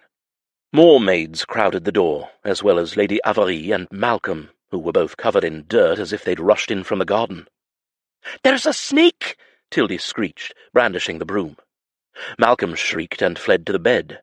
He was quickly joined by Lady Amalie, while the other maids dashed in the opposite direction, all of them screaming as loudly as Makenna had. It would have been comical if the snake wasn't thoroughly agitated and defensive. Her sister Soraka had explained that they were not usually aggressive unless disturbed or alarmed, and this one looked quite irritated to have been squashed, and now cornered. What had it been doing in her bed, under the sheets? Her brain was too confused to make sense of why a snake would be in her bedchamber, but something niggled at her. How would a snake, a highly venomous one at that, slither its way onto the mattress 3 feet off the floor? Her stomach roiled into a mass of knots, bile rising, and she clamped a hand over her mouth. "Can we keep it?" Malcolm asked excitedly. Lady Amalie shook her head. "No, it's not a pet. It belongs outside." Makenna agreed, far, far outside. She breathed through the vile push of sickness in her throat as the snake slithered out from the corner, and another chorus of screams ensued. "What in hell is all this racket?" the lord of the manor shouted, rounding the door jamb. His eyes widened as the bevy of bodies perched on Makenna's bed, and then shifted to the wriggling snake. Makenna shuddered and tore her eyes away. The thing was at least 2 feet long and thick. It looked angry. She tensed as Julien approached, watching as the snake coiled onto itself and reared back in preparation. "Dinna get closer," she warned him, her voice shaking. Sweat broke out along her hairline and down her spine, and her vision started to spin. Again. Now wasn't the time to swoon. "It's poisonous," she blurted out. His eyes met hers, immediately reassuring, his soothing presence washing over her. "I know."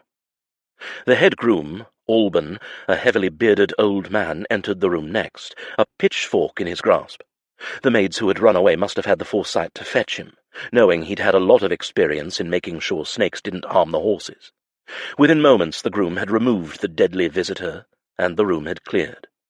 Lady Amalie left to wash up, and Malcolm followed Alban, chattering a mile a minute about snakes making wonderful pets. Makenna suppressed a shiver. Boys and snakes. She'd never understand the lure. "Fetch your mistress some water," Julien commanded Tildy, and turned back to Makenna, his voice low. "What happened? How in hell did that get in you?" She explained how she'd found the snake, and Julien's eyes narrowed. "Buried under your sheets." His disbelieving tone mirrored the frantic, half-addled thoughts she'd had earlier. Makenna almost didn't want to look at his face to see the misgivings there. It was highly improbable that the snake had meandered, on its own, up several flights of stairs and into her bed, which meant that someone had likely put it there. Someone in the castle. Her stomach heaved again. "I seem to attract all kinds, it seems." The attempt at humour didn't work. Julien didn't even rise to making a quip about creatures seeking out her bed. She was still shaking when she accepted the water from Tildy. She drank it and then dismissed the maid. She knew why Julien wasn't in a joking mood. Snakes did not wander into second-story keeps. Makenna shuddered. They were rarely found inside homes. Then again, it was an old castle, and it could have come from anywhere. Someone going to such lengths to get it in here had to be a product of her overwrought imagination. No one here at Duncraig would want to hurt her. Would they? Her legs buckled, and she crumpled weakly against the bedclothes before nearly leaping into Julien's arms, in case there were any more of the snake's brethren lurking in her bed. There were none, he assured her, but she moved gingerly to the edge nonetheless. After the immediate danger had passed, Julien resorted to his usual tactics of taunting the worry out of her.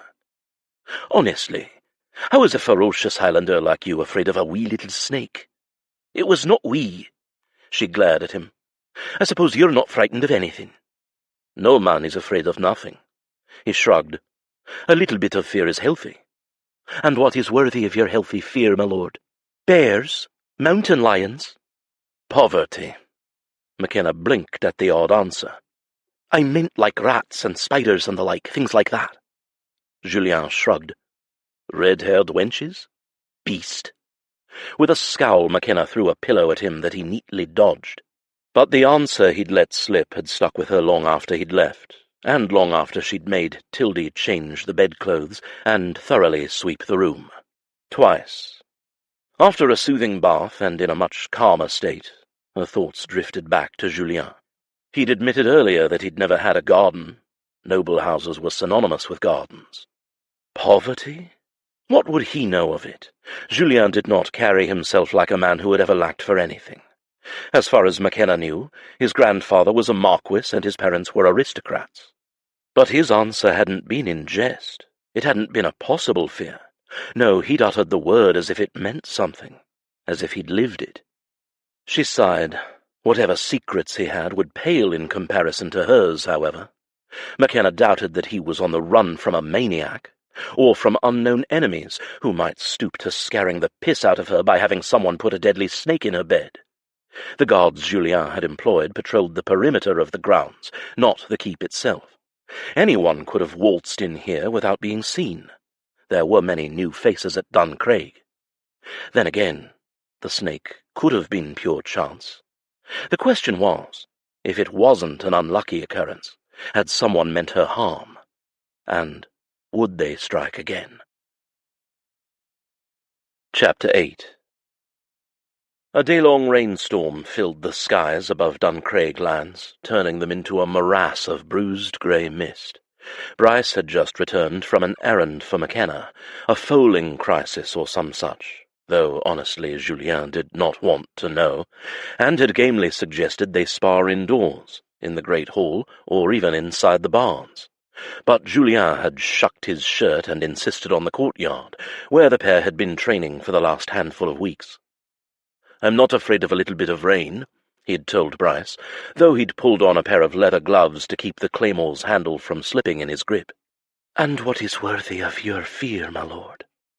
Makenna's question continued to haunt him as he and Bryce traded blows with their swords, the footman pushing Julien with his raw strength, while he outmanoeuvred the Scotsman with his deft skill and increasingly agile footwork. He'd answered her question honestly. Poverty, and registered the mistake immediately. Damn it all to hell, he didn't make mistakes. He didn't give himself away like that. Not to anyone. And yet the answer had come tumbling off his tongue without thought, without hesitation. Makenna was far too intelligent to have overlooked it too, even with the remnants of fear still chilling her blood from the adder found underneath her bed-sheets. An adder! Julien had puzzled over the venomous serpent's odd resting spot, and how it had managed to slither all the way to her bedchamber and into her bed without being seen by any of the maids. He knew such things were not out of the realm of possibility, but it still sat as odd. Its appearance troubled him greatly, and he could not quit thinking about what might have happened had Makenna slipped beneath the sheets, the adder still coiled, unseen, waiting to strike. The thought was nothing short of a nightmare. She could have been killed. The idea of losing her had struck him fiercely, made him realize that, despite his intentions to the contrary, he bloody cared what happened to her. Somehow she'd crept under his skin. Julien scowled. Who was he fooling? Makenna Maclaren had gotten into his blood from the first day he'd met her, and she'd never left. Hell! Bryce's sword slammed into Julien's, and despite the leather gloves, his inattention caused the wet handle of the claymore to nearly be ripped from his grasp. The rain had thoroughly drenched his hair and bare skin, his trousers and his boots, but Julien was still hot with sweat and exertion, and intense frustration, all because of the fiery-haired woman who had invaded his home, and his mind. "Shall we stop, my lord?" Bryce asked as a peal of thunder rolled overhead. "No," Julien said, jaw clenched.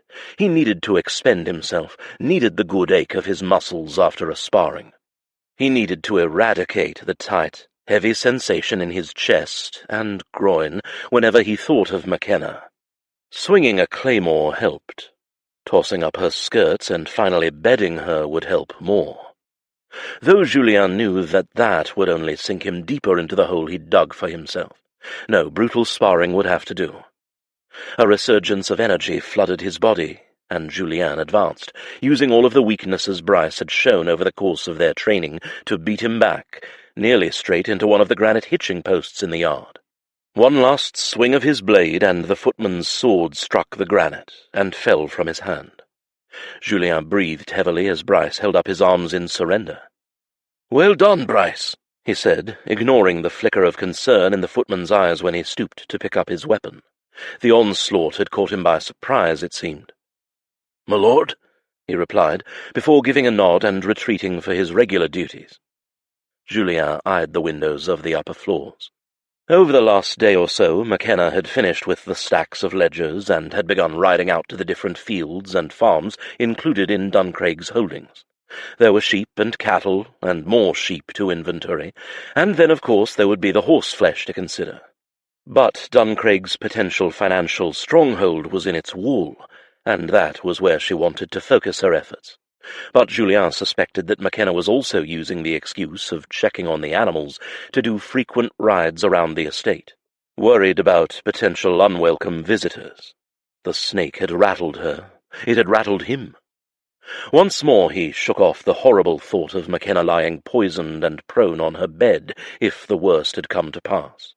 He wanted to put it down to chance, but he couldn't rule out the fact that they might also have a metaphorical snake in their midst as well. Julien blew out a breath. The bout with Bryce had beaten him into exhaustion, but his brain still spun, with thoughts of her. He looked away from the study windows, the rain and salty sweat in his eyes, and knew that Makenna had ensorcelled him from the start. She had not even needed to try. It had simply happened, and Julien was at a loss to understand why. She was just a woman, and one with an overabundance of trouble attached to her. Yet he could not stop thinking about her. Before, in Paris, he'd socialize almost every evening, and he'd satisfy himself with a woman from time to time. He'd been drawn to those with auburn hair, and generous figures, and keen stares. Those who were not prone to smiling at every inane word muttered by the men in their acquaintance. However, once the assignation had concluded, Julien would never feel the temptation to repeat it. It would satisfy him, but not wholly. He'd been searching, he realized now, for a specific face, a specific woman. And now everywhere he turned at Duncraig she seemed to be there, if not in body then in spirit. He'd see her maid, Tildy, or the lad Malcolm, and they would remind him of her. The boy had, as Makenna had promised, worked diligently for his keep. He wore a serious expression as he saw to his chores, and when he sat with Lady Avarie learning his letters, and Julien recognized it.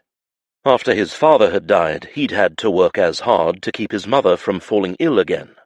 She'd still been weak, and Julien had been scared that she would regress. It had been a difficult time, and Malcolm, though his situation was much different, reminded Julien too much of himself. He'd drawn the lad away from his chores a few times, wanting to give him respite. They'd taken a few fishing rods and a skiff out on a little weedy pond, though all they'd managed to catch were a few sunfish. Julien, however, not one to waste any opportunity, had turned the conversation toward the Brodies. "Tell me about your home, Malcolm. Were you friends with Lady Makenna and Tildy there as well?" Malcolm had cast his line again and shook his head. "I didn't have many friends." Julien ignored the hitch in his heart and pushed on. "What of Lady Makenna? Did she have friends?" Malcolm looked to be thinking hard about the question, the sun's reflection dancing off the water and over his face. "She didn't come out of her bedchamber in the keep very often." "Why do you think that is?" The boy shrugged. "The laird? He was angry with her a lot." "Do you know how he died?"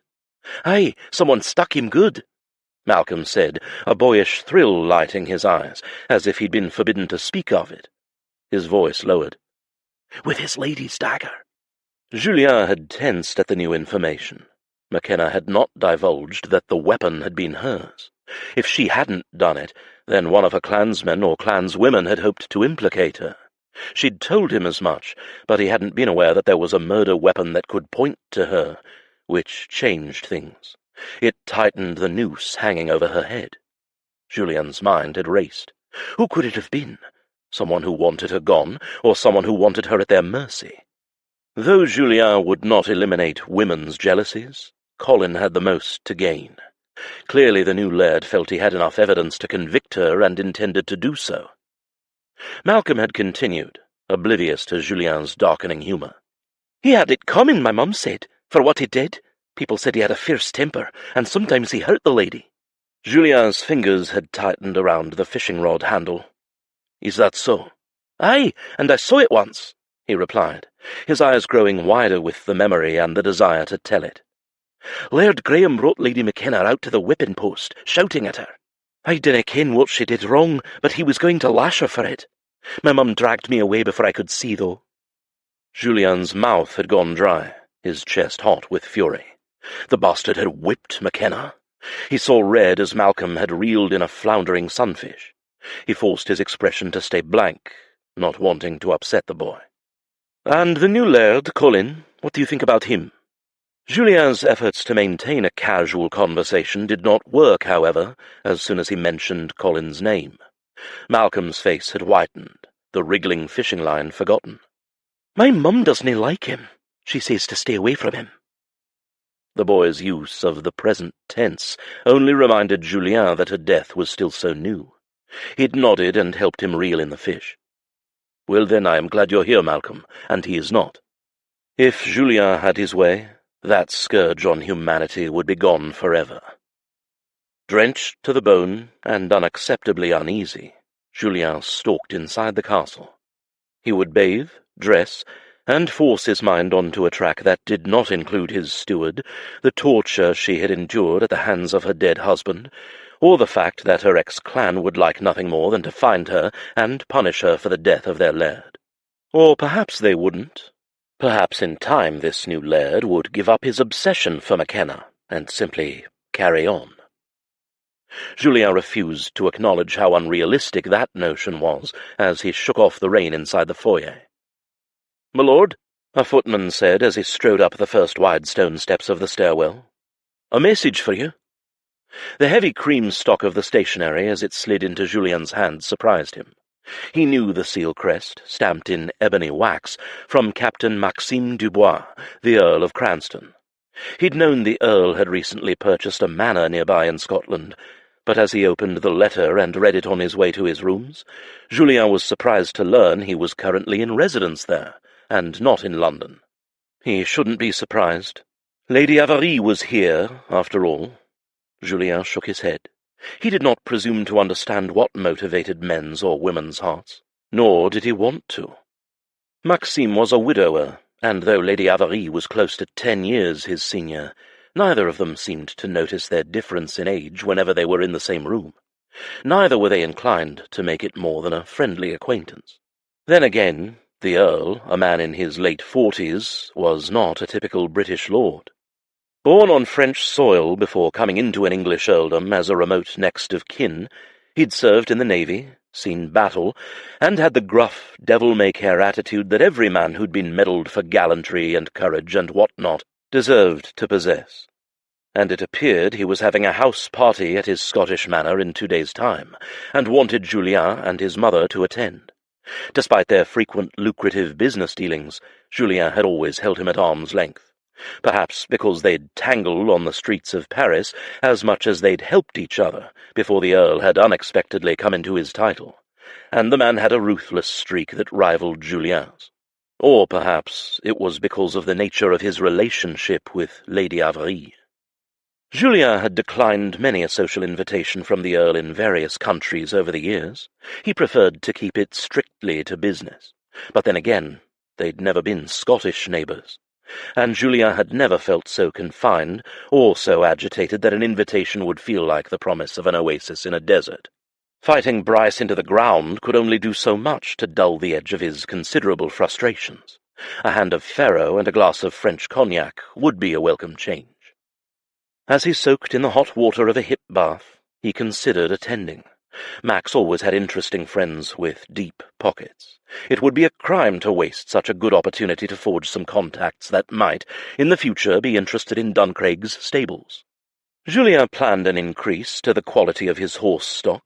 Lords and their horseflesh, and the absurd fortunes spent on their equine obsessions, would only go toward increasing the profitability of the estate. Wealth, position, power. These were the things he was used to thinking about, not women, and certainly not one woman in particular. With a spike of irritation, Julien decided that Makenna should accompany him as well. She needed something to take her mind off the events of the last week, and get that haunted look off her face. Colin Brodie might be on her trail, but Julien would be damned if he allowed the man to suck the life right out of her. But first she would need a dress. Summoning his long-time valet, Giles, he gave specific instructions to be communicated to his mother. 2 days was not a long time to commission a gown, but bottomless pockets had a way of guaranteeing the impossible. So did a master of waistcoats valet and a connoisseur of fashion mother. Together, Giles and Lady Amalie would be a force to be reckoned with. The silence in the carriage on the way to the Earl of Cranston's residence was near solid. As Julien had expected, Makenna had balked at his insistence on her attendance at the Earl's house party. Not even the delivery of the gorgeous new gown earlier that afternoon had been enough to sway her. He'd resorted to begging for his mother's intervention, just to get her to capitulate, and had been punished for it ever since in angry silence and frigid glares that threatened violent harm to his person. Oddly, her threats had only made his desire for her heighten. "Might I remind you that someone is trying to kill me?" she'd hissed, glaring daggers at him from across the sitting-room, while Lady Amalie busied herself holding the dress aloft and inspecting the excellent threadwork. "You don't know that? There was a snake in my bed, and my clan thinks I murdered my husband." He'd smirked, knowing it would irritate her to no end. "Neither of those are reasons for not going to a party. Trust me, Makenna, it will be an entertaining diversion." "Who is this Earl, anyway?" she'd muttered. "A friend," he said, "and a business acquaintance. He can be trusted with your safety, and you don't have to worry that he is in league with the Brodies. In fact, should you find yourself in need of help, he is a useful person to know." His mother had nodded. "Maxime is a dear friend, ma chère, and an evening out will do you a world of good. You will enjoy yourself. I work here, I'm not a guest." "Regardless, you are a lady," Lady Amalie had gently said, folding the dress back into its box. "The daughter of the Duke and Duchess of Dunranach. This is an invitation from a British peer, and a request from my son. Surely he deserves a thank you for all he has done." It was the moment Makenna had given in, albeit bitterly, and Julien had wanted to applaud his mother's subtle and effective coercion. He suspected he'd inherited that vein of ruthlessness from her, the kind a person never saw coming. To his mother, Makenna had acquiesced with grace, but she hadn't shied away from laying a hearty dose of blame at his door. He'd take it, and more, if only to see her wearing that dress. Giles and his mother had outdone themselves. God above, she was stunning. He'd seen her in formal wear at Maclaren on more than one occasion, but this gown took his breath away. The rich amethyst colour made her creamy skin look luminous, and brought out the violet hints in her eyes. It set off her glossy red hair that was curled to perfection and falling over the single bared shoulder of the Grecian-inspired design. It made him think of Persephone, the goddess of spring, and all he wanted to do was spirit her away like the lustful, possessive god of the underworld. In the carriage, Julien adjusted himself in the seat opposite, his blood simmering to dangerous levels. "Why are you staring?" she snapped. "You are beautiful." Those gleaming blue eyes flared, at odds with her flattened lips. He let his own mouth curl at the corners into an appreciative smile. "You take my breath away, Lady Makenna." "Compliments will not get you anywhere," she scowled. "I cannot believe your mother took ill at the last minute. Poor digestion. She could have at least come up with a believable excuse." But there was no heat in her voice, only resignation. "I should be working, not doing this, and go into a soiree without a proper chaperone. He'd been surprised as well that his mother had decided not to attend. Julien had thought she would have wanted to see the Earl, but then again she had never favoured large crowds, and their relationship was still somewhat of a mystery. Not only that, but she was only recently feeling well again. A part of him wondered if she wanted to give herself more time for her health to improve. Julien had better things to do than dwell upon his mother's love life. "You're a widow," he said to Makenna, "and besides, Tildy is with the coachman. This still feels wrong." "Will you at least try to enjoy yourself?" he asked. "When is the last time you had an evening out?" "One under duress," she muttered and released a breath, her eyes flicking to his. "And the last time was the wedding." His jaw slackened. "Niall and Isla's wedding, a year ago. I was forbidden to leave the Brodie keep." He clenched his fingers, recalling what young Malcolm had shared, of her imprisonment and her punishments. "Then it is long overdue." Julien could not trust himself to say more, and they lapsed into a strained sort of silence. He spared her a glance. Makenna did not fidget, her gloved arms resting placidly in her lap. Every inch the lady, she looked regal and elegant, and altogether too guarded. Once more Julien had the sensation of being on shaky seas. She was uncharted waters, full of treacherous rocks and dangerous currents. He could not read her, an ability he supposed she had perfected over the years of hiding her true feelings from everyone, protecting herself.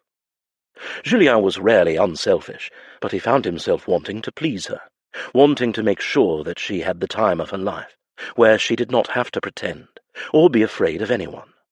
It was with that objective in mind that he descended at the Earl of Cranston's magnificently lit home. By the number of carriages in the drive, it was not a small soiree, but then again, the Earl never did anything in half measures.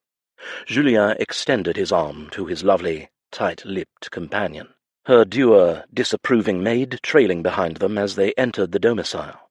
They were announced by a butler, who was summarily shoved aside by the Earl. "My friend, it's been too long," Maxime shouted, gathering him in a bear hug. Julien returned the effusive embrace, noting that the older man was already considerably into his cups. Black-haired, with a touch of silver at the temples, dark-eyed and swarthy, the Earl of Cranston had no mind for propriety or stuck-up toff graces, as he called them, and he could hold copious amounts of liquor. "And who is this lovely lass?" "May I present Lady Makenna Maclaren?" Julien said, with a sideways smile to the silent woman at his side. "My lady, allow me to introduce our illustrious host for this evening, Lord Cranston." "A pleasure, my lord," she said with a flawless curtsy. "Call me Max," he said, kissing her knuckles. "No formality here?" He peered at her. "Maclaren, eh? Duke of Dunrannoch's daughter? Ran into your brother Ronan a few times. He can be a right arse." She gave a startled laugh, the sound rich and throaty. "Aye, he can be." Julien did not miss the fascinated look that Maxime sent her way. A hot, unfamiliar feeling roiled in his chest. Was it jealousy? Surely not. The man was old enough to be her father, and he was involved with Julien's mother. But the unfamiliar emotion was accompanied by an instinctive urge to mark his territory like a challenged wolf. "I like this one," Maxime said with a wink and grin. He extended his arm to her, and she sent Julien a tiny look before accepting his escort. Dismissing her maid with a nod, Julien followed them into a crowded ballroom, although a ball wasn't in progress. In typical Maxime fashion, the giant hall had been turned into what appeared to be a room full of gaming tables, with refreshments on one side, and an area left clear for dancing adjacent to a quintet of musicians.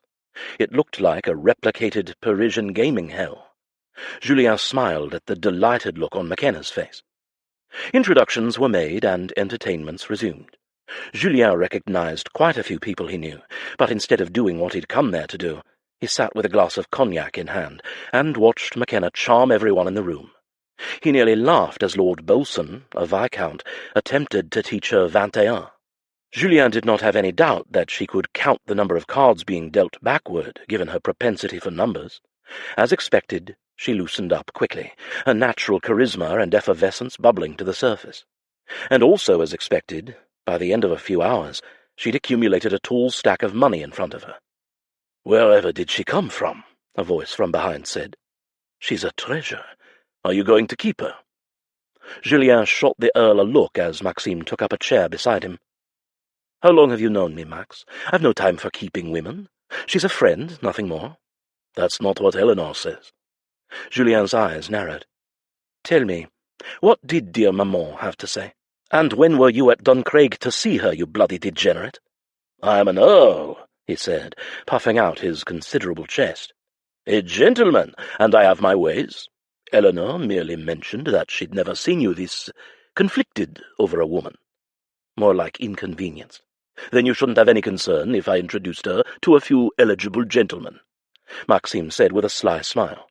"Men graced with lofty titles, unlike some others who refuse their birthright."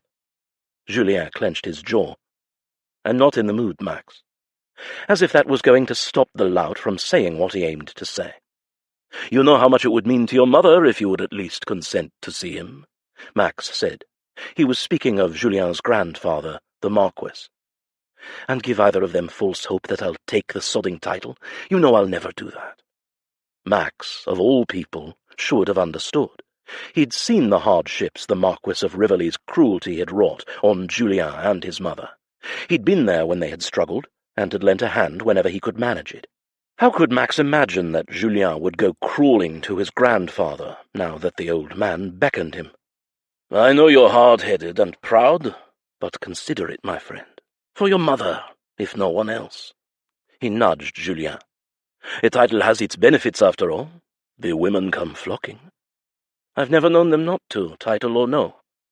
Max's attention strayed back toward Makenna. "So she is yours, then?" Her low laughter made them look over in tandem. Julien did not know how to answer. She wasn't his. Other than a tumble in bed, he'd never wanted to keep a woman. But this one, she confused him. He had the indescribable urge to see her happy, to make her smile, to make up for everything she'd lived through so far. The sound of her husky laughter was just as rewarding as the thought of getting her into bed. Julien's eyes met hers across the tables, and he felt a pulse of lust in his cock. "Almost as rewarding," he amended. "It's complicated," he replied eventually. "Don't wait too long, my friend," Maxime said with a knowing laugh. "A woman like that is rare." Julien scowled, reminded of the fact that he didn't much like the man. "You've barely made her acquaintance." He heard his hypocrisy straight away. Hadn't Julien sensed Makenna's singular charisma upon their first meeting? Wasn't it why thoughts of her had lingered in his mind all year? Maxime grinned indulgently and patted Julien's back. "Tell Eleanor I'll see her soon. Enjoy the party. Ask your lady to save me a dance." "She's not my lady, and I'm not your bloody go-between for either of them." But Maxime had already moved on. Julien studied Makenna from afar, his irritation receding. She was rare. She was beautiful, clever, generous, witty, and stubborn to a fault. She'd give the skin off her back to protect others. Even in the face of debilitating fear she possessed courage in spades, and a mind that was razor-sharp. She was remarkable in a multitude of ways, 1,000 dazzling ways that he'd never expected. Julien caught himself mid-veneration and froze. Hell, he sounded like a besotted Byronite. Dieu, she was turning him into a bloody milksop. Women were distractions, not for waxing poetic about their rare qualities and tender-hearted sensibilities. He did not form attachments. Blast Maxime for putting that maggot in his brain. Julien had to end this insanity before it was too late. Chapter 9. Makenna was grateful that the ride back to Duncraig was much the same as the outbound journey earlier. Quiet.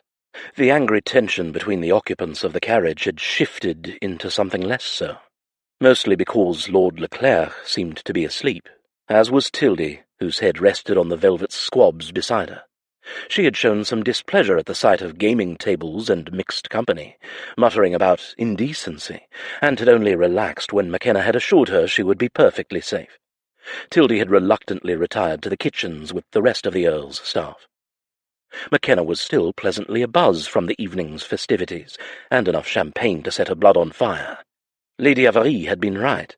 She hadn't realized how much she'd missed socializing with her peers, and not fleeing for her life, or hiding away like some tortoise in its shell. She had enjoyed herself thoroughly, Lord Cranston's peers had run the gamut from blue bloods to dock workers. The Earl had surprised her as well. His rough edges had lent him a roguish charm that reminded her of her own brothers, and despite his rank, he had not treated any of his non-noble guests as less than. She'd been interested to learn that he and Lady Avarie shared a tendre for each other, which had only been imparted in a drunken confession during a reel. Julien, for his part, had kept his distance for most of the evening, content to let her dictate the terms of their interaction. At first, she'd been cold and aloof, wanting to make him pay for forcing her to go. But then, as she'd started to relax and enjoy the merry atmosphere, she'd found herself desiring his company. For a brief while, she'd begun to feel normal again, as if horror wasn't lurking around every corner, and not only after Graham's death and Colin's accusations, but before she'd even married. She'd felt like the old Makenna, and she'd been grateful. Several of the gentlemen there had seemed delighted to learn she was a widow. Makenna hadn't been the only lady present with that status, but she'd been sure to declare that she wasn't in the market for a husband, or a lover. Makenna felt her cheeks warm. There was only one person who made her blood run hot. To her surprise, Julien had treated her with nothing but gentlemanly respect, brotherly almost.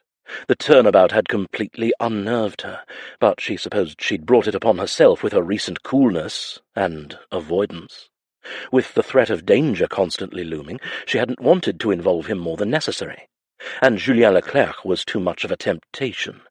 In truth, her attraction to him frightened her as much as the danger she faced from the Brodies. She peered through her lashes at the slumbering form of the man in the seat opposite her. She hadn't told him, but he'd also looked very handsome tonight. Dressed in raven black, he'd foregone a loud waistcoat for a muted silver colour that was shot through with lavender thread. It was elegant, with just enough panache. Julien always had a flair for fashion, or perhaps it was thanks to Giles, who, she learned, had procured her own dress with Lady Avarie's help, so it was no wonder he looked so dashing. She'd danced with him only once, despite dancing many times with Maxime and several of his friends, and not once in the entire time had she felt threatened by any of her male partners. It was a wonder that she'd felt imperilled by the one man who had sworn to protect her under wedded oath, whereas in a room full of sailors and scoundrels she'd never felt so alive, so free. Dancing with Julien had been a shameless kind of freedom, and had only reminded her of how much she craved physical contact. But men like Julien Leclerc promised nothing beyond pleasurable gratification. Women flocked to him in droves, only to be left satisfied but heartbroken, especially if their emotions got in the way. Despite her desire, she did not intend to be one of those casualties, but Makenna was more than aware from the lust curling in her belly that she was playing with fire. Dangerous, heart-incinerating fire. God, she was a nitwit. Her eyes lifted only to tangle with his. Julien was awake, and watching her with a hooded gaze that she felt to her toes. "Why are you staring?" His voice was low and rich, the slight roundness in its syllables alluding to the fact that he had enjoyed his share of spirits too. It was an echo of her question earlier in the carriage, though not uttered in anger as hers had been. "I wanted to thank you," she whispered so as not to wake Tildy, "for a wonderful evening." "You're welcome." She licked her lips, feeling his attention sharpen as she did so. "I've not smiled like that in years. My cheeks still ache from it. You have interesting friends." "I've known Max a long time. He's a dangerous man." The note in his voice held faint menace. Why did it sound like he was warning her away from him? She'd be lying if she didn't admit that she'd enjoyed her host's attentions, and furthermore he was Lady Avarie's lover. If his drunken ramblings were to be believed, perhaps that was why Julien was prickly about him. The Earl and his friends had treated her as though she was desirable, while the man accompanying her had wobbled between glaring from a distance and flirting with every available woman in sight. "As dangerous as you?" "Worse." She doubted that. A shiver of curiosity wound through her. She risked asking the question, knowing Julien might not answer, and hoping he would in his non-wary state. "How did you meet?" "We met in Paris. He saved my life." Julien stretched his long legs out, almost touching hers in the process. She stiffened, but did not move. "I was caught stealing bread." Stealing. He waved an indolent arm at the opulent carriage. I did not have all this back then, you see. This came later, with blood, sweat, tears, and a great deal of willpower. His voice hardened. My parents married for love. It did not put food on the table, so I did what I had to do. My childhood did not go well. Or perhaps it did, for I now have all this, I suppose, and I'm content. Compassion surged in her, though she didn't quite know why. Was it because his happiness hinged on other things, as hers had done, or that he did not believe in love? Neither did she, not after everything. Not after Graham. He'd killed any seed of affection between them. Like Julien, she'd learned to survive without it. Makenna changed the subject to something less morose. I made a fortune tonight. I suppose you're used to such entertainments. I do love cards. His eyebrow tented. You love winning? Aye. Did you count the hands? It was child's play, she admitted with gleeful satisfaction. To know what had come and gone, and what the odds were for the other players. I only bet when I was certain. She scowled. Though I'm sure it was cheating. Nobody else seemed to do it. You used a skill that's not cheating. Ronan would disagree. He smirked, the dissolute curve of that bottom lip doing odd things to her stomach. That's because Ronan has a big stick up his arse and hates to lose. Trust me, I've seen him on the other side of a table. You've bested him. The smirk turned into a grin. Trounced him thoroughly.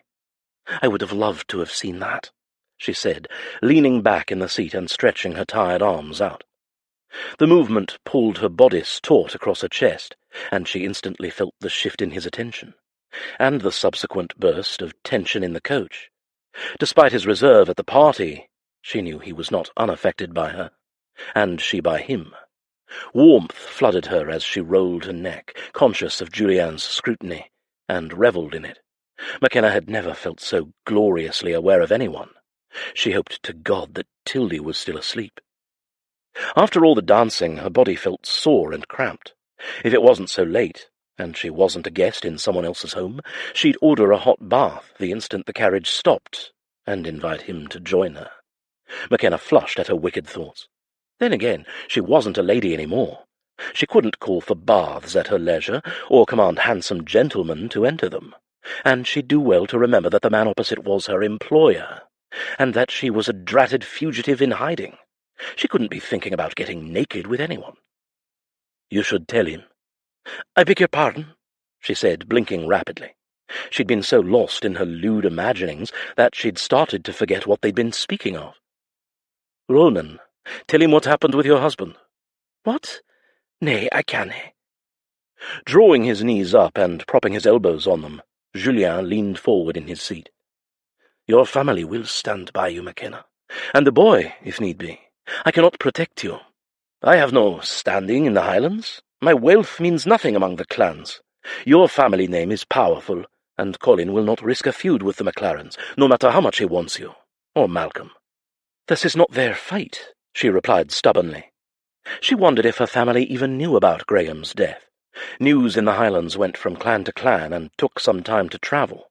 With her father just now on the mend, Niall was the protector of Maclaren while Ronan was away, and if he hadn't come knocking on Brodie doors, then he must have believed that she was content to remain with her clan by marriage. She growled under her breath. Colin would be behind that lie. Malcolm is the laird's son, Julien said softly, his gaze shifting to the maid who still dozed. Colin's son. He will come for the boy. If you want a chance at protecting him, you should tell your family. She clamped her lips shut, all desire drained from her.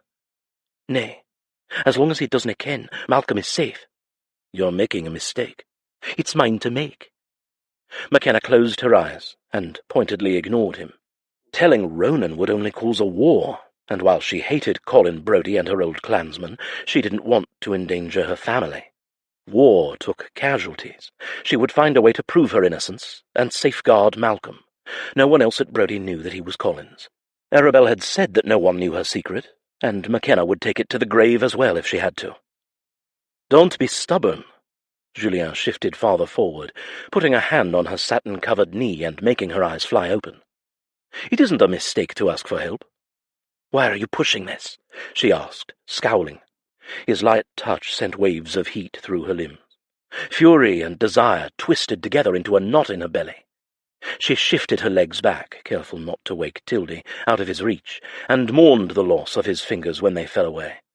Gracious, she was an Amadan. "Because I heard something else tonight," he said, his voice pitched low. "Maxime said that a small village north of Duncraig was raided." He exhaled a harsh breath. "And that this was not the first occurrence. It's happened to a few other outlying farms and hamlets. The men claim they are looking for a female criminal with red hair, matching your description." Her heart sank. A criminal with red hair. Makenna felt sick to her stomach. Colin hadn't given up. He was closer than ever. "Makenna, tell Ronan," Julien began, but she held a hand up to stall him, cutting him off mid-sentence. She clutched the other around her middle. A village had been raided because of her. If Colin felt thwarted, a raid could turn into much worse. She had to squash this. Do something before others got hurt. "Please dinna say any more. I canna. You dinna ken him."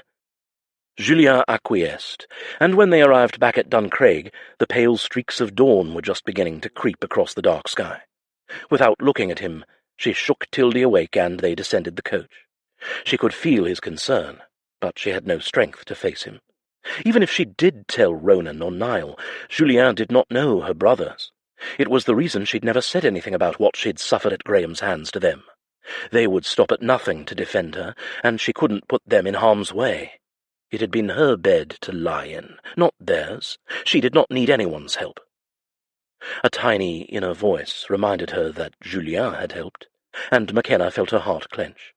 It had felt good to lean on him. And not that he was expendable, but he'd simply been a means to an end. She was certain that Colin would not even conceive that she'd take refuge here, with a foreigner. She hadn't meant to accept Julien's help. She'd only required shelter for a short while, until she could figure out her next steps. And it had turned into so much more. But her situation, despite the safety it provided, was only temporary. Makenna had almost forgotten what was at stake, until Julien had suggested she tell Ronan. Lives. Her life. Malcolm's. Tildy's. Other innocent people. She had to do something, not bury her head beneath the sheets and pretend she was safe and sound at Duncraig.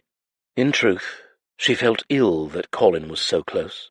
The letter that she'd had Bryce deliver to Celia had to have been found somehow. How else would Colin have known to look nearby? Duncraig could be next. God, she was making a muddle of things. "Good night, my lord," she said to Julien once they were inside. Julien nodded without a word and disappeared in the direction of his room.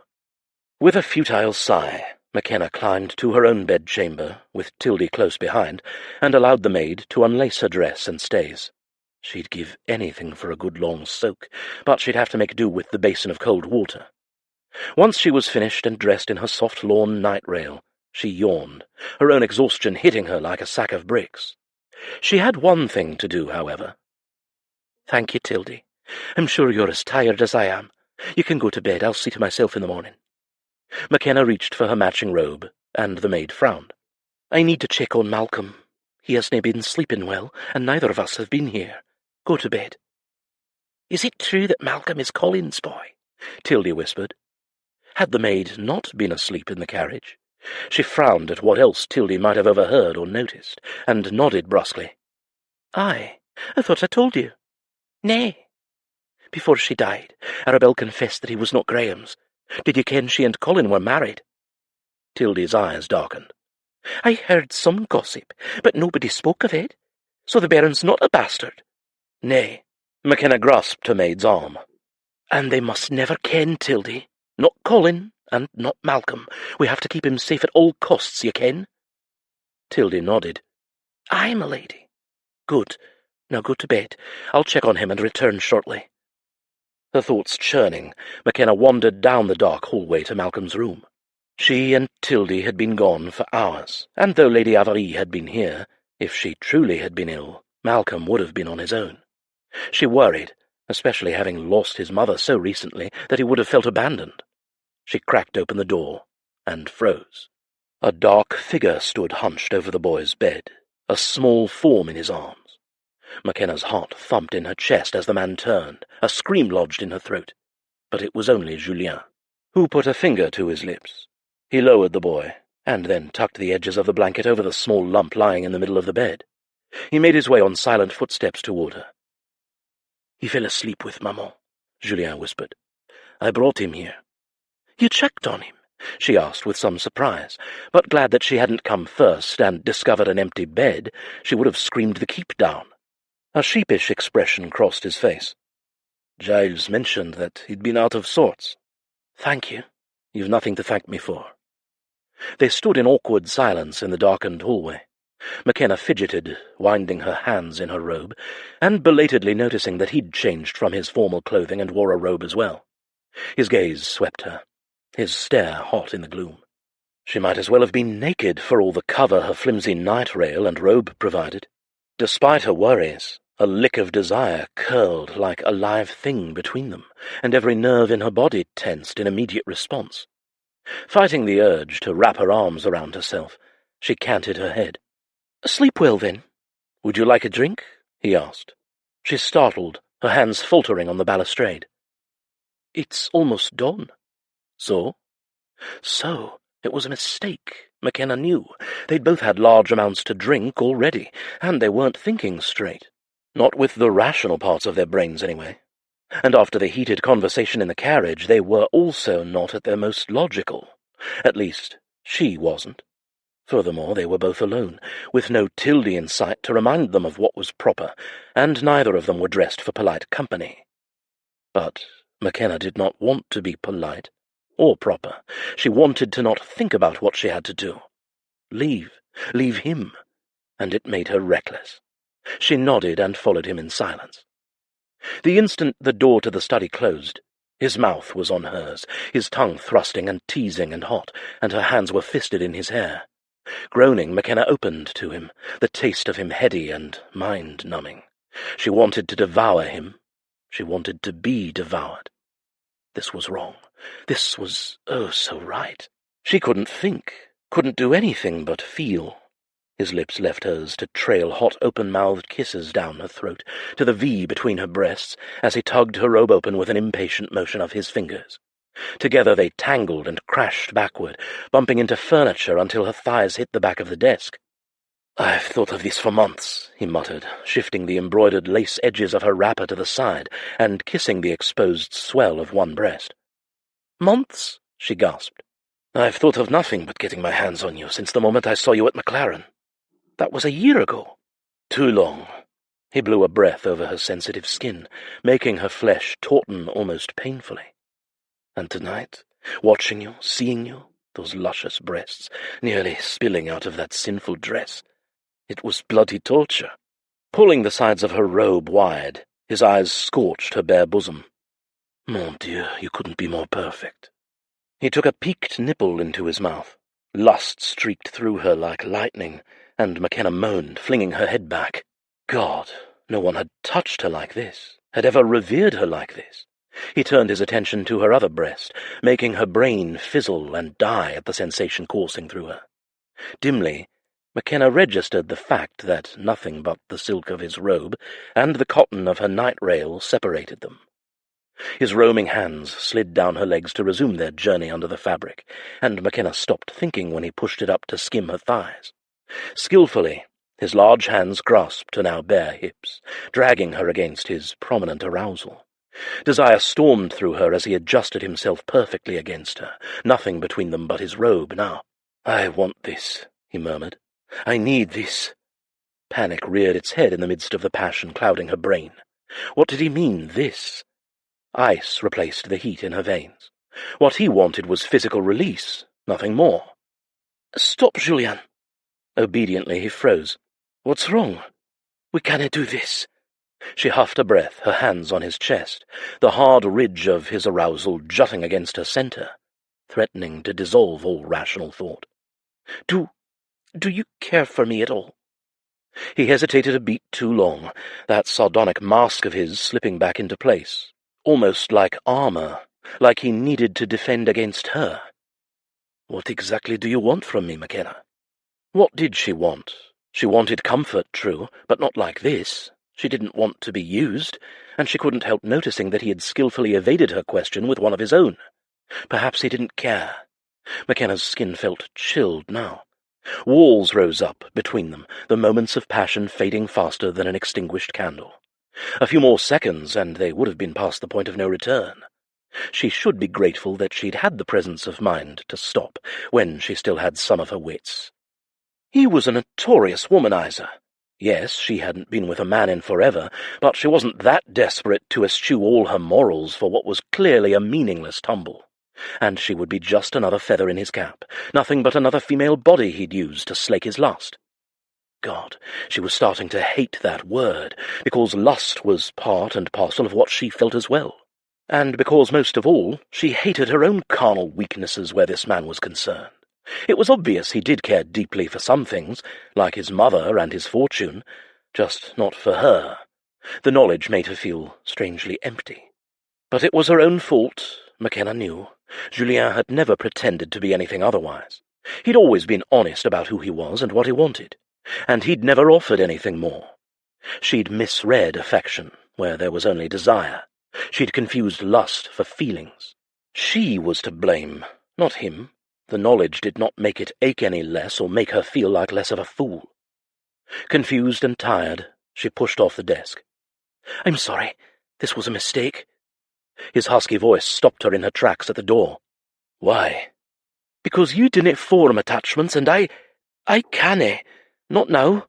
Not when I'm hiding and praying every hour of the day that the Brodie women Arabelle spoke of have somehow kept the spy's letters from the laird." Her thoughts felt muddled and disjointed. "I thought mistakenly that this would mean something. I ken you want to offer comfort, but I need to be able to think, to concentrate on things that matter. And I cannae, not with you like this." Makenna turned away, torn between the throbbing in her body and the warnings of her brain. She'd been a fool to even come in here. "Things that matter," he repeated. "Like your fear that Colin Brodie will find you." He grimaced. "Do you have any idea how much I'd like to crush that fear, wipe it out completely?"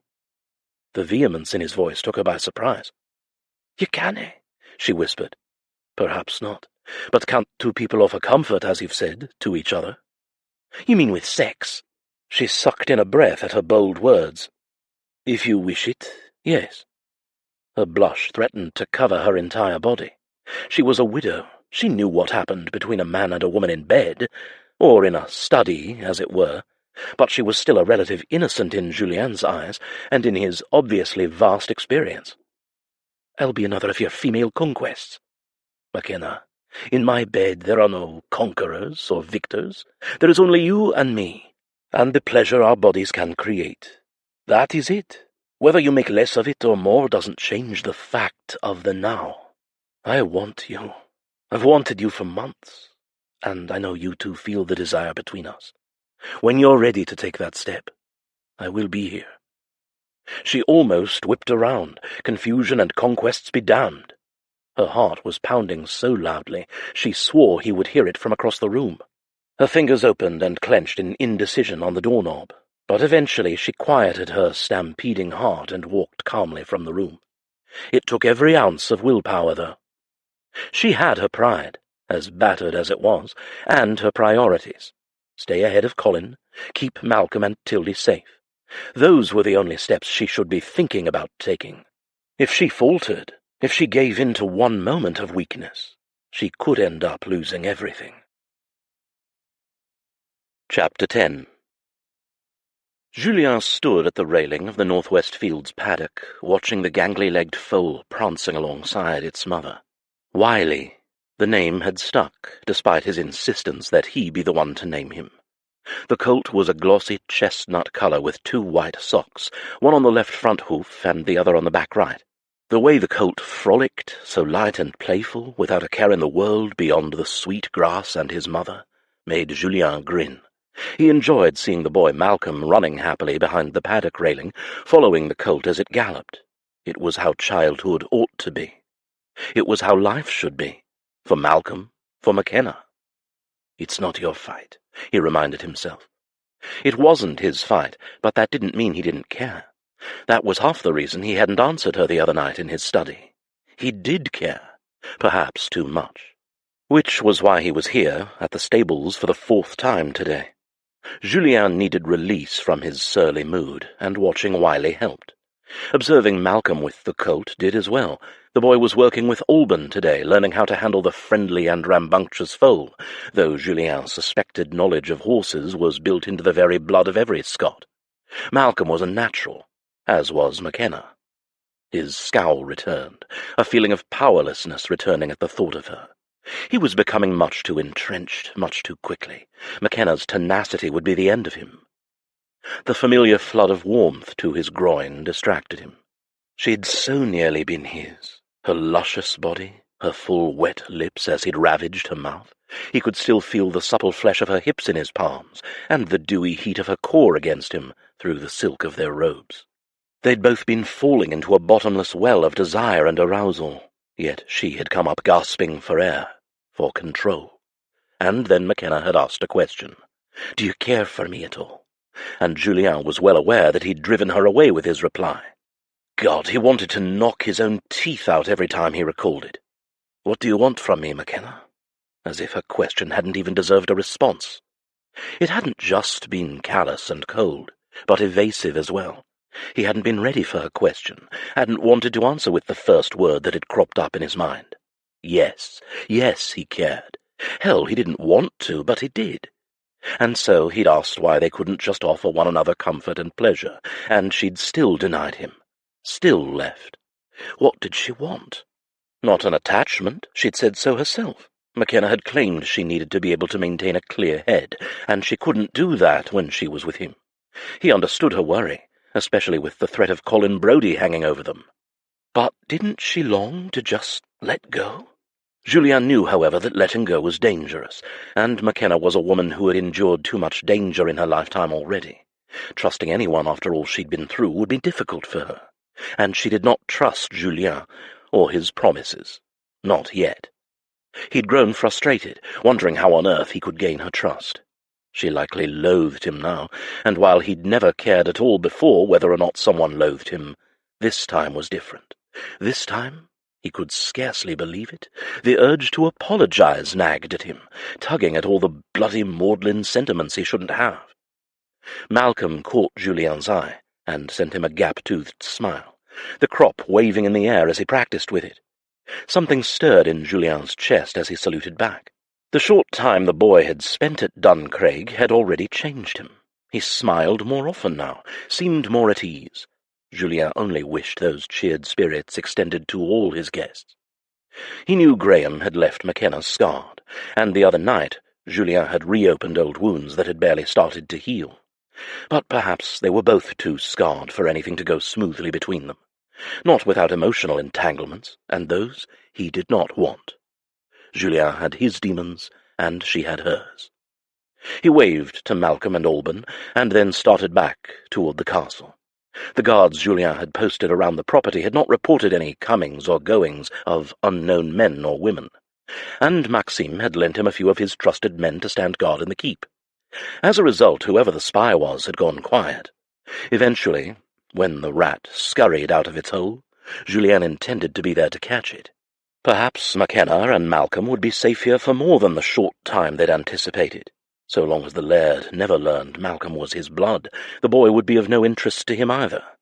Once Makenna started to feel safe, a feat that would take some convincing, he knew, would she stay? Or would she return to Maclaren, no longer fearful of bringing a clan feud to her family's doorstep? Julien grimaced as he entered the castle, the cool air lacking the heat and humidity of the summer weather outdoors. His stomach dropped at the idea of her leaving Duncraig. He tried to tell himself it was because of her meticulous and competent work as steward, but he'd never been very good at lying to himself. He stretched the truth with select others, but never with himself. There was no point.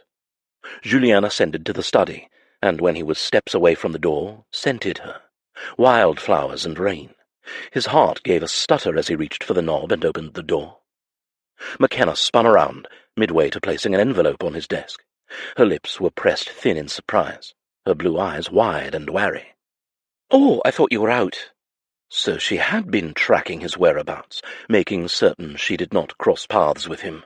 He wanted to tease her, but forced away the impulse. I was. Now I am here. He eyed the letter in her hand. Were you leaving something for me?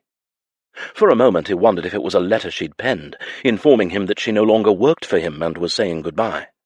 His head swam with the possibility. She seemed to remember what was in her hand and extended it to him. A message from the portmaster. One of your ships was spotted off the southern bluffs and should be arriving soon. Julien took the envelope and read it quickly, refusing to acknowledge his relief that it was not a parting letter from Makenna. The horizon, yes. I've been expecting her cargo for weeks. He'd arranged for the purchase and shipment of a half-dozen mares and 1 stallion before he'd left Paris for Scotland, after reading Mr. Jobson's report on the condition of the Duke of Duncraig's stables. It had been a gamble on his part, but the solicitor had imparted that the land came with decent acreage, and that the stable itself had been in good condition. Once he'd arrived and found the stock woefully lacking, he'd been glad of his decision. Julien might not know sheep or cattle, but he knew his horseflesh. And he knew business. Diversifying one's source of income was always a smart strategy. "The cargo?" Makenna inquired politely. "Arabians from Spain. I have a breeder there. The stock is the finest I've seen on the continent." Makenna nodded tightly, her surprise at being caught in Julien's presence, despite her attempts at avoidance, now smoothing over with a mask of bland politesse. "Very good, my lord," she said. "If you'll excuse me." She started around him. Julien's hand reached out, as if on its own volition to stop her. Like a startled animal, she froze under his touch. He immediately released her. "Ride with me to the port. I could use your eye, if there are any that don't suit the stable's needs, that is." God, he sounded like a half-wit, but he was being partially honest. He could use her opinion, even though the horses were all coming from a trusted breeder, one he had invested heavily in himself. What he truly needed was the opportunity to right what had gone wrong between them. How he'd accomplish it, he wasn't entirely certain, but at least she would be at his side, instead of dashing off to whichever part of the castle he wasn't currently in. After a moment of consideration, Makenna nodded, though her face remained pinched. "If you'll wait while I change." For a moment he thought it might be yet another ruse to escape him, but then Julien eyed her gown. Silk the colour of moss, and not at all appropriate for horseback riding. He nodded. "I'll be in the foyer." He spent the next quarter-hour attempting to read some correspondence regarding lucrative stock he held in a trading company in China, though even the impressive numbers could not steal away the image of Makenna, currently slipping out of that silken gown in her chambers. He threw down the correspondence and left the study. He needed to clear his mind. Getting half-hard from fantasies about the woman undressing was not an auspicious start to winning her over. To his surprise, Makenna had beat him to the foyer. "Eager for a ride, are we?" Julien asked, with a propped brow. She smoothed her hands over the short jacket of her riding habit and scowled at his teasing. "Not at all. Tildy is remarkably efficient." She hiked her chin and turned to depart through the front doors, but just before exiting she paused to refasten a loose button on her jacket. Julien had nearly caught up to her when he heard a strange grating noise, like a rock moving against rock. It happened in a blink. Something large dropped from the sky directly in front of Makenna and landed on the grass with a whoomp. Julien did not even have a second to comprehend what was happening or to reach for her. She yelped and skidded backward, her heels treading onto his feet. He caught her, and with a stuttering pulse, saw what the object had been. A large block of stone, like something that had been part of the exterior of the castle. "Good God!" she gasped. "That could have landed on my head." His heart hammered back into motion as he spun her around and looked her over. "You aren't hurt?" he asked. Saucer-like eyes stared back at him, filled with blank shock. They fluttered, and then she seemed to realize the close grasp he held her in. I'm fine," she said, stepping out of his arms and peering up warily. Julien did the same as helpless anger overtook his alarm. Bloody wreck of a castle, he swore, though he could not recall any other pieces of rock or slate coming free and tumbling dangerously. The place wasn't in pristine condition, but the outside foundations and stonework were structurally sound. He frowned. "I'll get a few men up there to take a look around. Are you sure you're not injured?" Colour had pushed back into her blanched cheeks, and Makenna nodded, though her voice was breathy. "Not a scratch." She pointed at her clothing and attempted a wan smile. "Saved by a button, it seems." "I'm sorry," he said. "It wasn't your fault. It's an old castle. Rocks fall." He shook his head. "Not since I've been here." "Accidents do happen," she said, though he could hear a mirror of the doubt he currently felt inside. The worry, too. Julien hated the slow widening of her eyes as she let in more alarm, as if considering the possibility that someone could have meant her harm on purpose, that their spy hadn't gone quiet at all, but had shifted strategy, to maim instead of inform.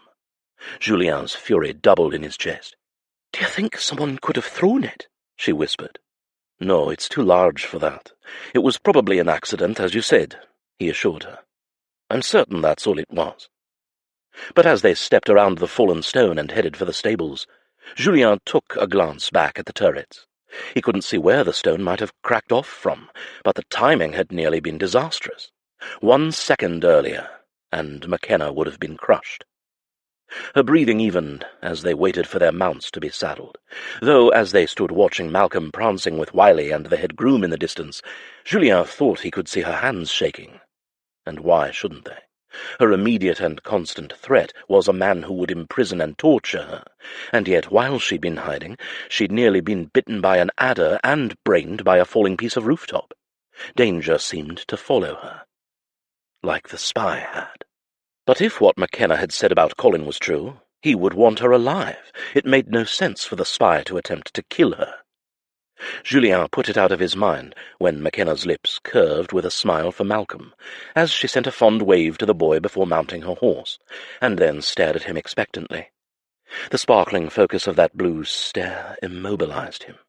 The only remnant of her earlier shock was the bright flags of colour in her pale cheeks, but even so her beauty was undiminished. Julien sucked in a breath, dazed for a moment, as if he'd been hit by the tumbling rock instead. "My lord," the young groom who'd saddled the horses asked, holding out the reins. He blinked and accepted the bridle. "Thank you, Douglas." The ride to the port wasn't long, but in the quarter hour it took to arrive, not one word passed either of their lips, not even about the falling stone that had come so close to crushing her. The silence stretched and grew between them, the gaping crevasse widening from a stream to a falls, and just as intimidating to breach. Conversation had never been something Julien struggled with. He prided himself on being able to banter with anyone, stable boy to lord, stranger to the closest of friends. Talking to Makenna had never been difficult either, until now. Julien hired an old salt to watch their mounts as they sought out the portmaster.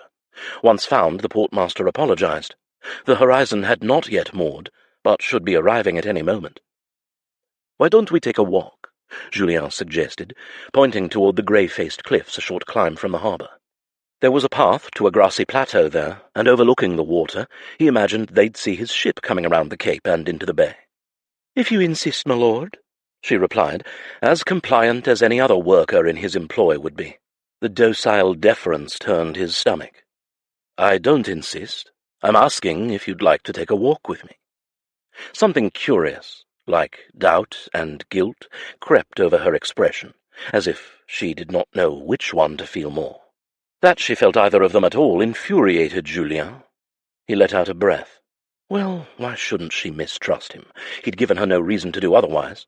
His usual light-hearted humour, his teasing and flirting, would not work here, not after the turn their rapport had taken, only stark honesty, and she deserved as much. "I would enjoy your company, Makenna." He saw the change as she went from cautious to taken aback, and he pressed the advantage, extending his arm to her. She only hesitated a moment before taking it, and then they started toward the bluffs. "Is that one of your ships there in port?"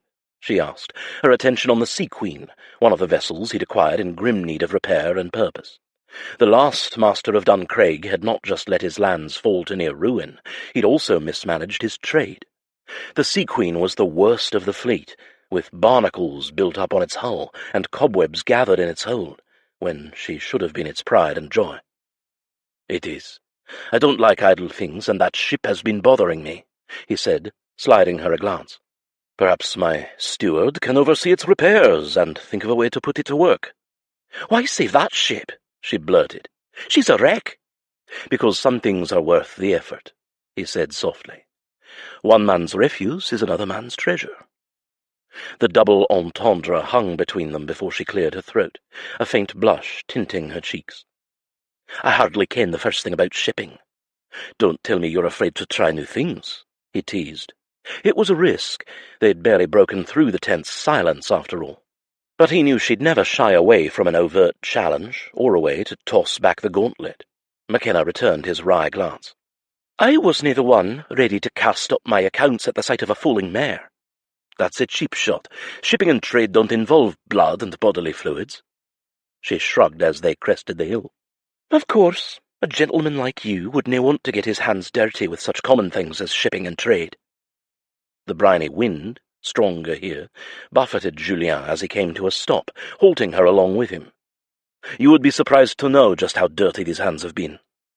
She peered at him, but with a wink Julien glossed over the unexpected confession. "And not in the lewd ways you're imagining, Lady Makenna. Where is your decency?" She pulled her arm from his, not responding as he'd hoped with a laugh, but with interest. "You said you didn't always have all you do now, so much so that you were caught stealing bread. But how can that be when your grandfather is a marquis?" He'd said too much in the carriage ride home from Max's. Too much whiskey and a sharpening desire for the woman seated opposite him had loosened his usually reticent tongue.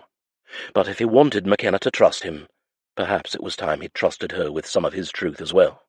Opening up went against every grain in his body, but he surged forward before a decade of habituation could change his mind. "I also told you that my parents married for love, even when my mother's father forbade it." "Why would he do that?" she asked. "Because my father was a lord's son of no consequence, a third son, an artist, possessing very little inheritance. Her father had better connections for her, but she refused to consider them. He threatened to cut her off if she went against his wishes." The familiar loathing for the old man he'd never known crept back into his voice, into his very blood. "But she loved your father," Makenna supplied. Julien couldn't stop his huff of ugly laughter. She frowned. "You think so little of love." "I didn't say that." "You didn't have to." He faced away from her, the sea wind breathing into his ears and drowning out the usual voice in his head that argued against choosing love over reason. "Did you never consider, my lord, that you and your grandfather may have something in common?" He whipped toward her, ready to deny it, his face freezing into a furious mask. But Makenna did not cower from him. Cool blue eyes met his, strength and compassion equally present. He curled his hands together, jaw tight. "You both discounted love," she went on. "The Marquis valued position and wealth over it, and you—" "I am nothing like him." Julien quickly doused the anger she'd so effectively stoked, and unclenched his fists. "And I want nothing to do with him or his title." She blinked. "Are you his heir?" Isla was the only person, beyond his own mother, who knew, and by the expression of surprise on Makenna's face, it seemed Isla had kept the secret. "That bloody title could fall into ruin for all I care." She looked sceptical. "Surely a title is worth something." "Is it?" he drawled. "He has named me his heir because he has no one else, because he doesn't want his legacy to pass into fugue. Growing up, his precious title was worthless. It provided no food, no shelter, no clothing, no medicine. It didn't save my father from dying. All it was ever good for was to make my mother lose the only family she knew." Julien paused, not needing to go into detail about the poverty he and his parents lived in. Makenna was keen enough to know the truth of it by now. "My grandfather has his fortune, and I made mine, and not for 1 second do I lament the fact that they are completely and utterly unrelated. Not for 1 second do I lament the fact that I own estates across the globe, that I have ships trading in tobacco and silks and spices from the East, that I have earned my money and security for myself and my mother." A gust of wind battered him, and as he watched it finger through Makenna's locks, making her loose curls appear to be wild whips of fire, he let go of his anger. He thought of her instead, something he'd been doing far too much of lately, and yet he was unable to stop. I know what it is to want to be safe," he said, "to know you cannot depend upon anyone but yourself." "But you weren't alone. You had your mother." Julien reached for one lock of hair that had streaked across her bright eyes. He tucked it behind her ear, his fingertips lingering on her skin. "No, I wasn't alone. You're not alone either, Makenna. Not anymore." She closed her eyes, knowing what he meant. "But if Colin should come—" "You're safe here, you and Malcolm." He wanted it to be true, and he'd learned long ago that if he wanted something, truly wanted it, he must work to see it done. Julien hadn't worked himself to the bone for over a decade, accumulating wealth and power and influence, only to find himself unable to protect those he cared for when they were in need. And he did care. His throat went dry with the sudden clarity of it. She kept her eyes closed, as if she couldn't bear to face an empty promise, and for several heartbeats Julien wanted to still time. If she looked at him, he feared she would see through to his soul. He pictured what she might see there, something vulnerable, something susceptible. These were things he'd vowed to never feel again. To bare that part of himself to anyone was to invite misfortune. One fissure in his defences, and it would all crumble. Makenna's eyes opened at the same time the hollow clanging of the harbour bell sounded. It was signalling the arrival of a ship. "I cannot let down my guard," she whispered. "I understand. Perhaps better than you think. I'm not asking you to let down your guard." He stepped closer and cupped her cheek. "May I ask you a question?" When she nodded, he went on. "Before, when you said I was like the Marquis of Riverlea, I reacted in anger, yet you did not recoil from my anger. Why is that?" Her eyes met his, vulnerability shimmering in them. "Because I kenned you wouldnae hurt me." She swallowed hard. "Strike me." "Never, I swear it to you, and I'll kill any man who ever touches you again," he vowed.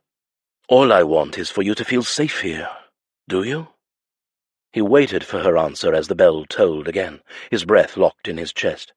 Finally, he felt the pressure against his palm as she nodded once. "I do. It feels too good to be true sometimes, but I do." Julien breathed out. "You can trust it, Makenna, I promise." He grinned and caressed her cheek with his thumb briefly. "Barring any more crumbling stones from the castle rooftops, you are safe." He released her and stepped back. "Come, I think my ship is arriving, and you've work to do." "Work?" she echoed. He smiled. "A sea queen that needs to be reminded that she's a monarch." Chapter 11. After she left the crowded port, leaving Julien to his cargo, and rode back to the keep, Makenna went past a few tenant cottages on the way to the castle.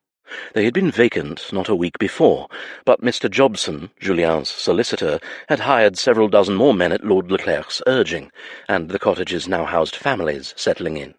Half of the tenant cottages on the estate had been empty, the Duke of Craig using his money to finance his lifestyle in London instead of funding the care of his lands and tenants. Nearly all of the new hires had been displaced from their clans because of the brutal land clearances that were ravaging most of Scotland by wealthy English landowners. Displaced families were evicted from their homes in droves in lieu of the land being used for sheep and cattle farming. Most of them had settled on the coast, farming kelp and fishing, and struggled to survive. She was surprised that Julien even cared to go against his peers, and the Englishmen were his peers. For all he wanted to deny it, he was English nobility. He was the heir to a marquisate. He was also a self-professed man of business, who would not part with a single farthing if it didn't bring him more in return.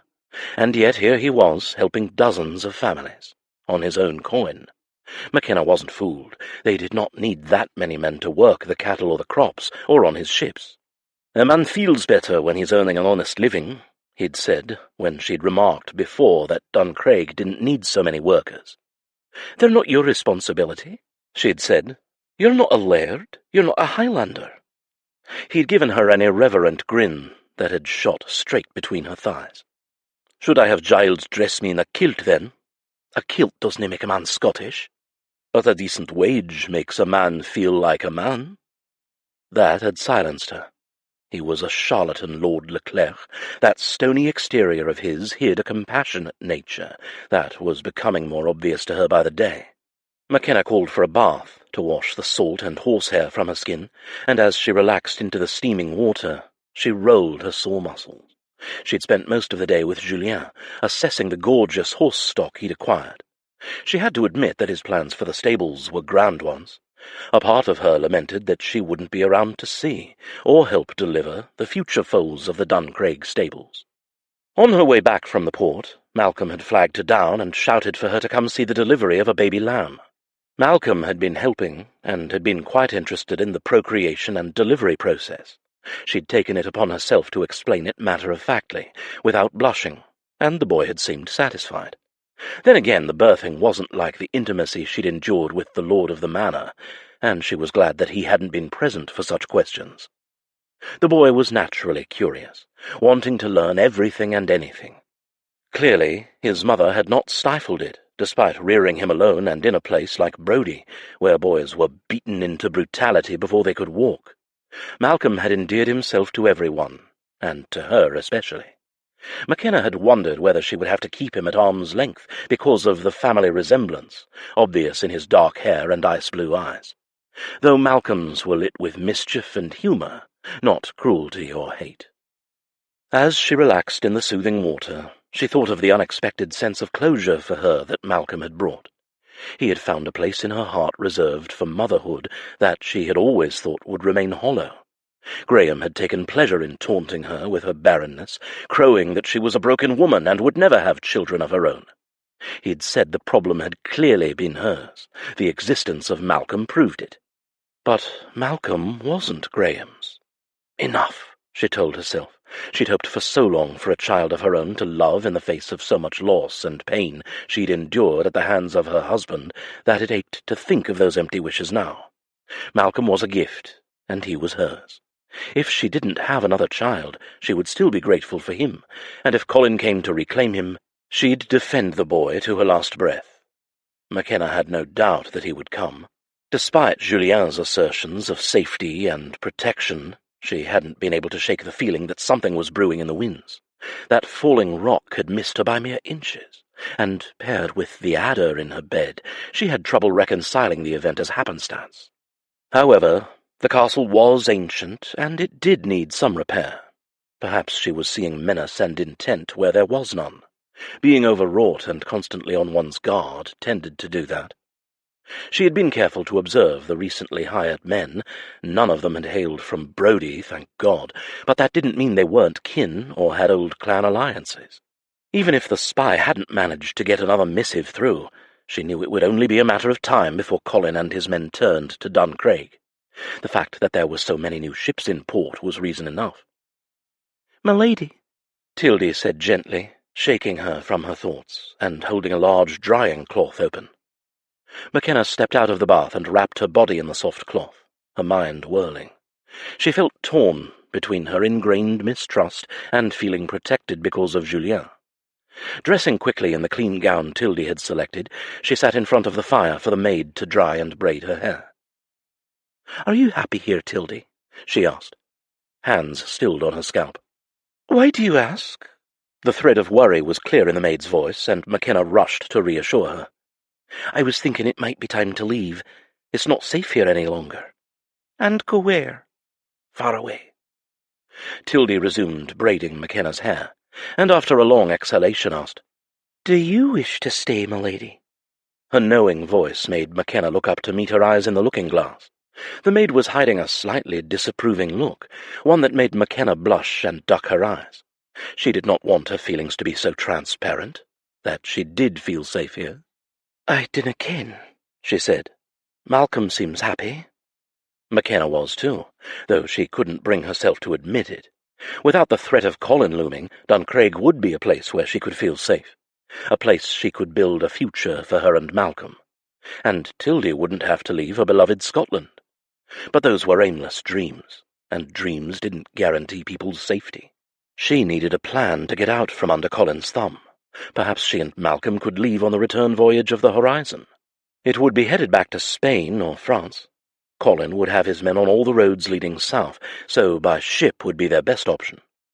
"What of you, Tildy?" she asked in a tight voice. "Have you made any friends?" The maid did not meet her eyes. "Aye, some of the maids, and a groom, Douglas." "Douglas?" Makenna asked, her brows shooting high. She vaguely recalled the name from earlier, the young man who had saddled the horses to go down to the port.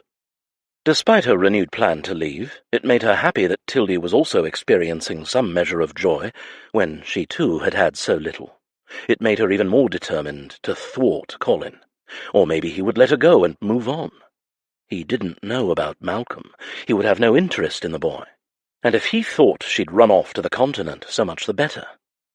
"Will you never return to Brodie, my lady?" Tildy asked. There was a strangely embittered note in her voice, layered with what sounded like regret. Makenna did not falter. Their whole lives had been wrapped up in that clan.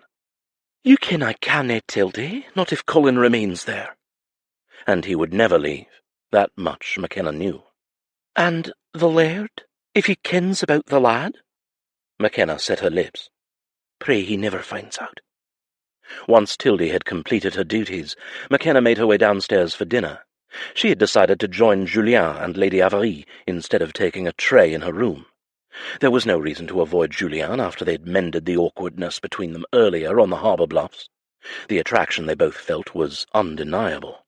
However, their open conversation had in some way opened another door, one that included not only mutual desire, but something just as important, at least to Makenna. Trust. He'd let her in, told her things about his past that she suspected he'd never revealed to anyone else, and he'd made her a vow of protection. Julien Leclerc was not a man who did not follow through on his promises, and she was grateful for that. Makenna entered the dining room to find Julien and his mother laughing at something. Their glasses of wine paused at their lips as they chuckled. The two looked like a mischievous pair of children who'd just done something to torture an older sibling.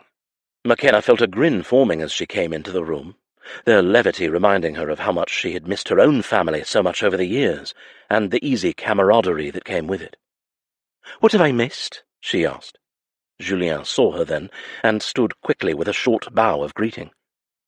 "Maman told a naughty joke that does not bear repeating." "Oh, you scoundrel, I certainly did not."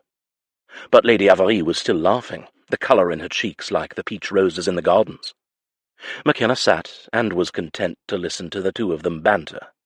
Julien had uprooted his life in Paris to come to the wilds of Scotland with one goal in mind: make his mother well again. All of this, she knew by now, had been for Lady Amalie. And here she sat, laughing and flushed with good health. Her son had done everything in his power to make it so.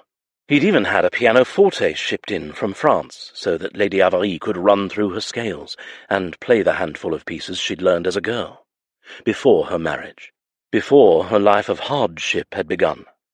Makenna could only imagine what kind of poverty Julien and Lady Amalie had endured, and the depth of pride she felt for her son, who had lifted them both from that nightmare. She didn't know the extent of his current holdings. The only ledgers and accounts she had been inspecting were associated with Duncraig, not his other properties or businesses. But she suspected he was obscenely wealthy. He seemed to have a finger in any and everything that could be turned for profit. "Do you have an opinion on my son's new venture, Makenna?" Lady Amalie asked. "With these horses he's gone and purchased."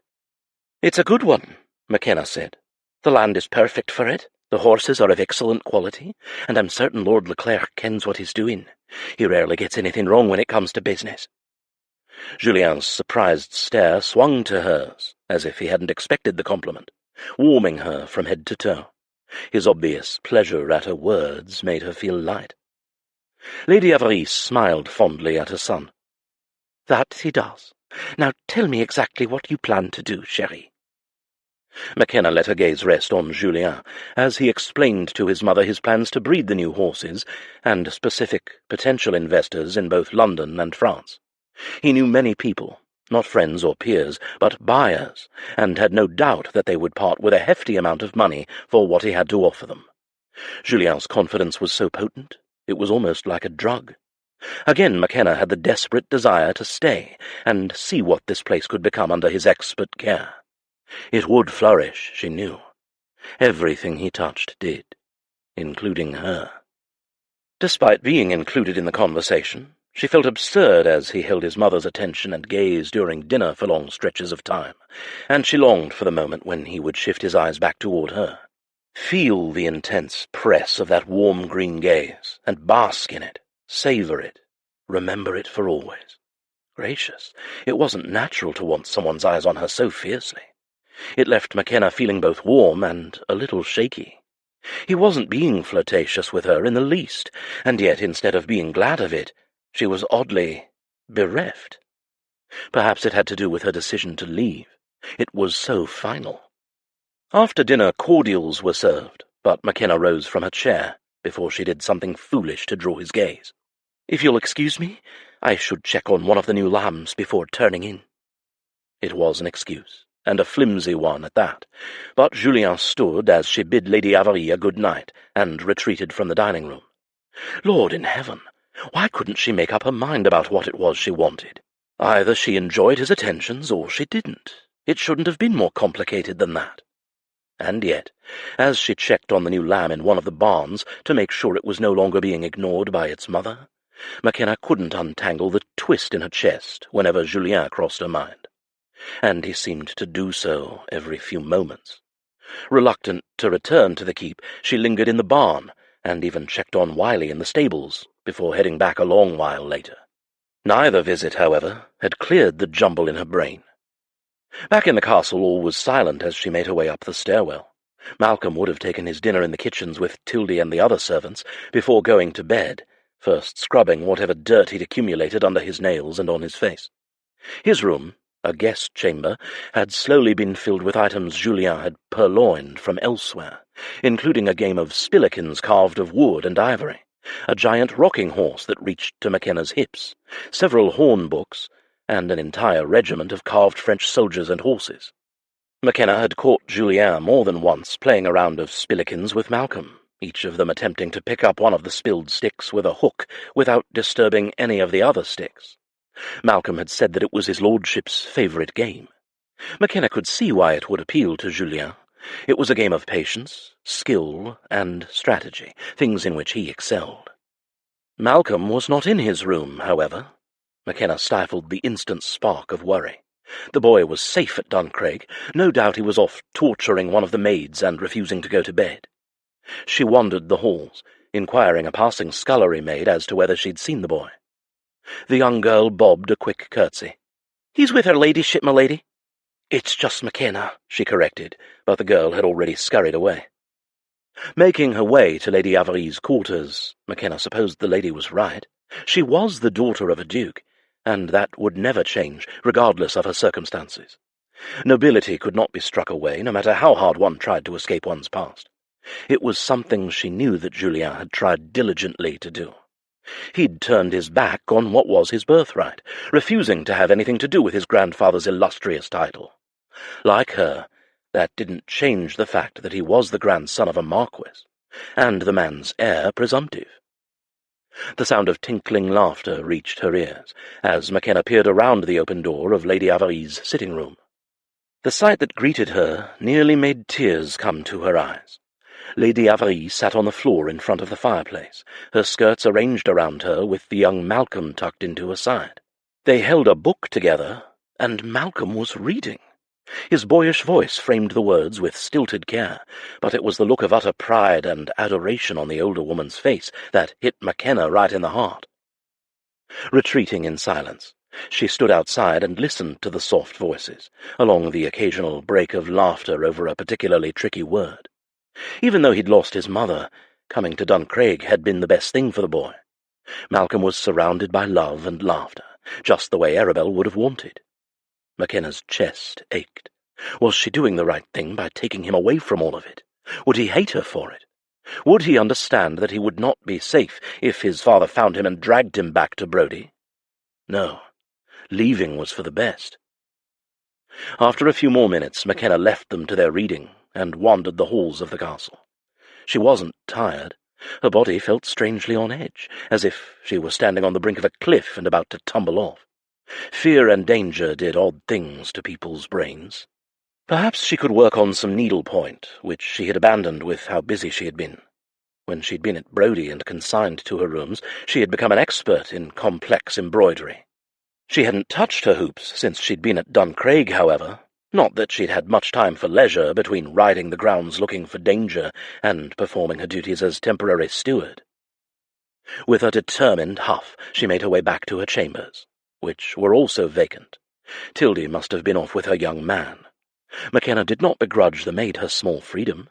She had no need of her at the moment, other than to divert her from her own boredom. Locating her long-discarded embroidery hoop, she stared at the pattern and sighed.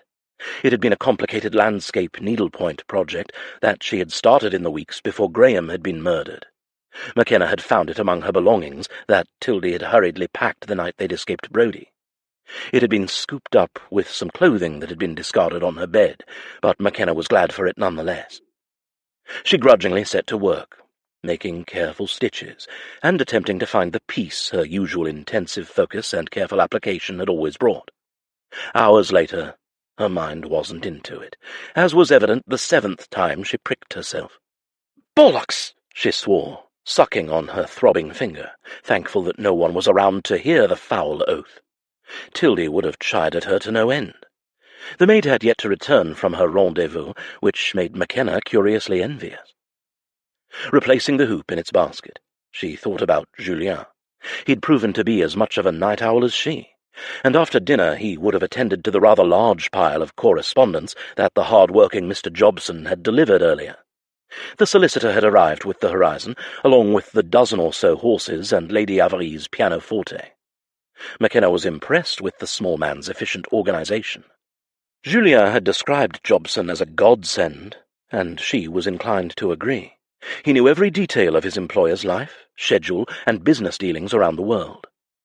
Perhaps she could go down to the kitchen for a glass of warm milk that might help her sleep, or a finger of Ronan's whisky. One was on a deserted side of the house, and the other would be located in Lord Leclerc's study, where there was a good chance that he might be. She ignored the wild thump of her heart. He'd also likely be with Mr. Jobson. Makenna hesitated in the corridor for a fraction of a second, and then marched down to the study. The door was open. Sure enough, the light of flickering candles danced along the dark walls, and the room was occupied by one person, not two as she'd expected. Julien was so caught up in whatever he was studying that he did not notice her arrival. He was seated behind the large desk, the golden candlelight reflecting off the top of his blonde head, twirling a tumbler half full of whisky in one hand, while the other tapped against a quill. In an uncharacteristic move, his cravat had been discarded on the desk, his gaping shirt exposing a swath of bronzed chest that made Makenna's breath quicken. His shirt sleeves had been rolled to show off forearms roped with muscle and dusted in dark golden hair. A notch appeared on his brow as he moved his eyes down the page, and wrote something with the quill on a separate piece of paper. He let out a frustrated sound, and took a sip of the whisky before staring at the papers spread before him. He released the quill, splattering splotches of dark ink on the page, and raked through his hair. "Bollocks!" She grinned at the very same oath she'd muttered not a few minutes earlier. "Good Lord, sir, is that any way to talk to those poor ledgers? I'm sure they didn't do anything to warrant such a tongue-lashing." A pair of tired green eyes lifted to veer into hers, and she felt the touch of them all the way to her toes. He was tired, and his usual sardonic mask was missing. "Lady Makenna, I thought you'd long gone to bed. How is your wee lamb?" "I couldn't sleep," she said. "The lamb is indeed wee, and she's fine, as is her mother." She approached the desk, keeping her eyes on its contents, and not on that tantalizing patch of skin that had caught her attention from the doorway. In such close quarters, she could see the thatch of dark gold hair at the apex of his shirt. She wondered idly if it would be as soft as the hair on his head, and then shook herself. Her eyes fell to the mess he'd made with the quill and the lines of numbers he'd scratched out, and widened. The sums there were astronomical. If she weren't an expert in keeping her feelings to herself, she would have gasped. Some of the line totals indicated hundreds of thousands of pounds. If these were his business ledgers, Makenna had been wrong before that Julien was merely wealthy. Obscene didn't begin to cover it. He could buy Scotland several times over. "Drink?" he asked. "Please." After he'd retrieved another glass from one of the drawers on his desk and filled both, he lifted his own. "What are we toasting?" "Sleepless nights?" His signature smirk appeared, making her wonder what would follow. She was not disappointed. "There are more pleasurable ways to deal with such things, you know." Makenna fought the fire his words incited. "What has you so frustrated?" He arched a brow, and this time she could not control the heat that singed her cheeks. "In your work." "I've been having trouble reconciling some figures from the shipping ledgers. Been staring at the bloody things for hours." He glanced up at her with a sudden calculating expression. "Fancy lending an objective eye?" "You trust me with your shipping business." "I trust you with a great many things, Makenna." He scooted his chair over and made room for her beside him. After a beat of hesitation, Makenna moved around to his side of the desk, conscious of his nearness, but more fascinated by the problems presented on the sheets of parchment and the distraction they offered. Much better than embroidery. "What are we looking at?" "Jobson seems to think I'm being fleeced. Here are the customs duties that have been levied against my cargoes in the various ports, and the value of all the goods. The numbers don't match up, despite the appropriate deductions." His warm voice curled about her.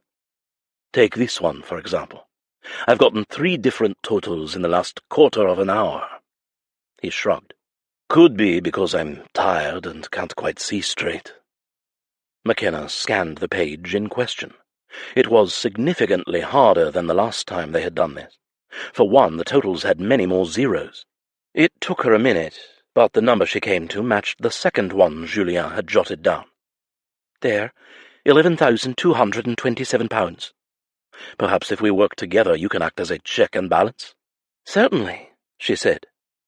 They worked in companionable silence for some time. Julien would check a column, and then she would follow, offering up her calculations. More often than not, they were matching, but occasionally they would have to do a recheck. After a while, Makenna found herself leaning on the arm of his chair, and then soon after that she was perched on it. She only realized her position when his elbow grazed her hip. "I beg your pardon," she said. "I hadna realized." Mortified, she moved to rise and found herself halted by a very strong arm snaked around her waist. "Please don't." "This is not proper, Lord Leclerc," she whispered. "And who is here to care besides the two of us?" He countered. "I won't report you to the patroness of Almack's." She rolled her eyes. "Almack's is for debutantes. I am a widow." "You've made my point, my lady." Makenna opened her mouth and closed it. "I suppose you're right." "I love it when you concede," he crowed with a grin that made her quite breathless. God, she knew she was in trouble with this man, and yet Makenna could not bring herself to listen, to move away, to resist the seductive pull of him. She'd allow herself this small indulgence. After all, she'd soon be leaving. Conscious of his every inhale, they settled back into a rhythm, and checked off a few more pages until they'd come to the last one. Julien slumped back into his chair, nearly unseating her in the process. "You truly are impressive." His glance was wholly appreciative, making butterflies erupt in her belly. "How fast can you calculate?" "Faster than you." "Is that so?" He grinned and lifted his glass. "Care for a contest?" Makenna hadn't even noticed that he'd refilled her glass while they'd been working, but she was deeply aware of the tingling in her body that said she'd consumed more than she realized. The level in the bottle had diminished considerably. "What kind of contest?" He jabbed at a column on a random page in another ledger. "Whoever calculates this column the fastest wins." "Wins what?" "The honor of being the best." She bit back her smile. "The best what?" "The best at all the numbers." He shot her a look. "The king or queen of arithmetic." "That's a lofty title." With an encroaching feeling of sadness, Makenna realized that she would miss the easy banter they shared, along with their common love for numbers. Queen, indeed. Makenna canted her head in challenge. "You're on." "Ready?" He eyed her. "Steady. Go." In the midst of the tallying, Julien jerked the sheet away, making her lose her concentration. "Cheater! She laughed and punched him in the arm. "Start over." "Fine," he said, grinning. "Honours rules."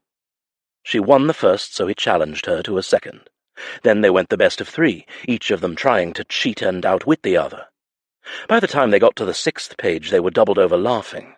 Tears leaked from the corners of her eyes at his outrageous attempts to break her focus, from pulling on her hair to throwing sheets of parchment over the numbers. "I'm on to your tricks," she shrieked, turning her face toward him. "Are you?" Jewel-bright peridot eyes met and held hers, and for some reason her tongue wouldn't cooperate. His lips hovered an inch away, the scent of him teasing her nose.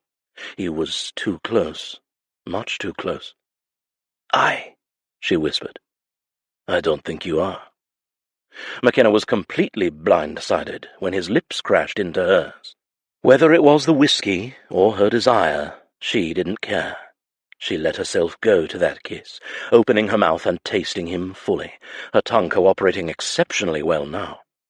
By the time they broke apart, she was gasping, and she'd tumbled into his lap. Blushing furiously, she made to move. Julien uttered one word. "Stay." He hadn't restrained her with his arms, just with his voice and that single command and entreaty all in one, resonant with so much need. "I—" she faltered, mesmerized by his eyes that had turned a stormy green color, the flecks of gold near his pupils suddenly brighter, charged with passion. "Don't be afraid of the fire inside you, Makenna. I feel it too," he whispered hoarsely. "Do as you want. Touch, feel, anything. I am yours to conquer." She licked her lips, and his eyes darted to her mouth, but Julien made no move to touch her, to kiss her again. His hands left her hips to land on the sides of the armchair.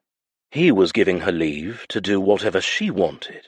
Never had a man allowed her such freedom to explore at her whim. It thrilled her. Surely one more small indulgence wouldn't hurt. "Anywhere," she whispered. Yes. His pupils were so dilated with lust they'd almost obscured the green. Gracious! Was she doing that to him? Makenna's fingers grazed his cheeks, his firm jaw, the corded lines of his throat, before making their way down to her true objective, that expanse of glorious male skin exposed by his gaping collar. His skin leaped reflexively beneath her touch, as her palms fused with his hot, hard flesh. She almost sighed at the feel of the coarse mat of blonde hair. Dazed, she threaded her fingers through it, spreading them wide and encountering the hard tip of his flat male nipple with her little finger. Julien hissed. "Do you like that?" Yes. He did not attempt to hide his reaction from her. Makenna liked that, too. She bent her head to lick his throbbing throat, where his pulse pounded a mad tempo. "And this?" God, yes. Muscles corded along his forearms with strain. Emboldened, Makenna trailed her lips up his neck and took his lips with hers. As before, he did not take control of the kiss, but followed her lead. Her tongue delved into the depths of his mouth, teasing and tangling with his tongue, slanting her lips over his. He wasn't passive, but she wanted more. "Kiss me back," she ordered. "Hold me." Julien didn't need to be told twice.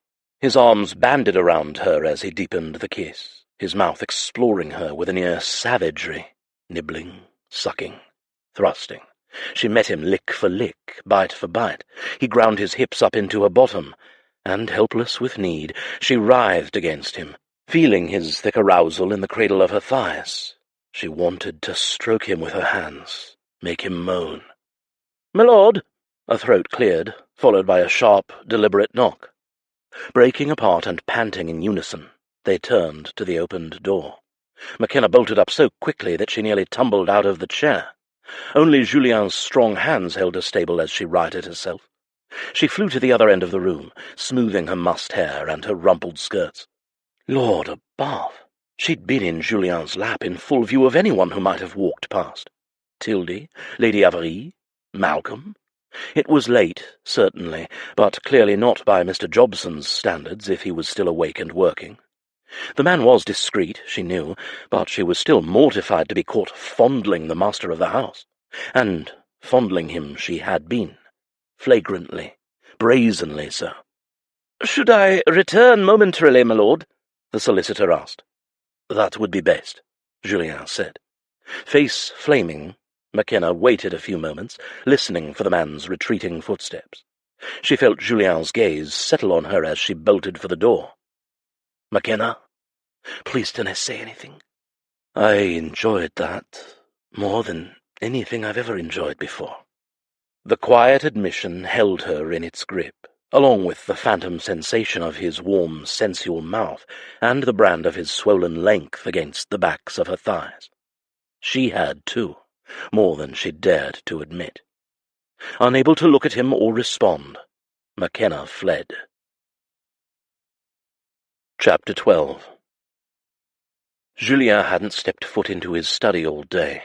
Just approaching the door that morning had touched off a myriad of sensations. Lust, joy, unfulfilled longing.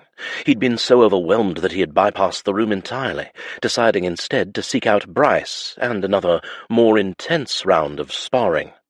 He'd needed the grueling activity to shake out the unresolved sexual tension mounting in his limbs. His skill had more than doubled since they'd begun training, and though the footman still had a few stone worth of muscle on Julien, he had started to feel changes in his own physique. Broader shoulders and thicker biceps and forearms.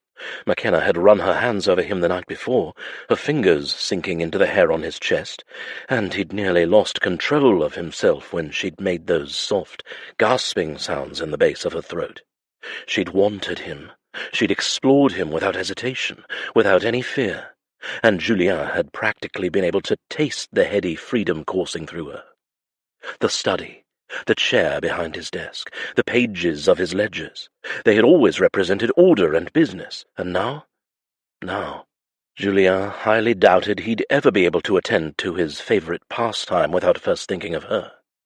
He'd cursed Jobson for a solid hour after Makenna had left, her cheeks flushed with mortification at how his solicitor had come upon them. She'd been settled on his lap, her hips moving in such slow, rolling nudges that he doubted she'd even realized what she was doing, driving him insane with desire. Had Jobson not interrupted, there was no question in Julien's mind. He would have taken Makenna to his bed. Hell, he might have simply taken her right there, on his study chair, and she would have permitted it. Perhaps he should have been thanking his solicitor instead of cursing him, but the unabating clench of Julien's groin the next day, as he stalked the castle and grounds, searching for something, anything, to do to distract himself, distinctly disagreed. Intellectually, Julien knew taking Makenna to bed would be a complication he did not need. But physically, he wanted her with an intensity that he did not recognize.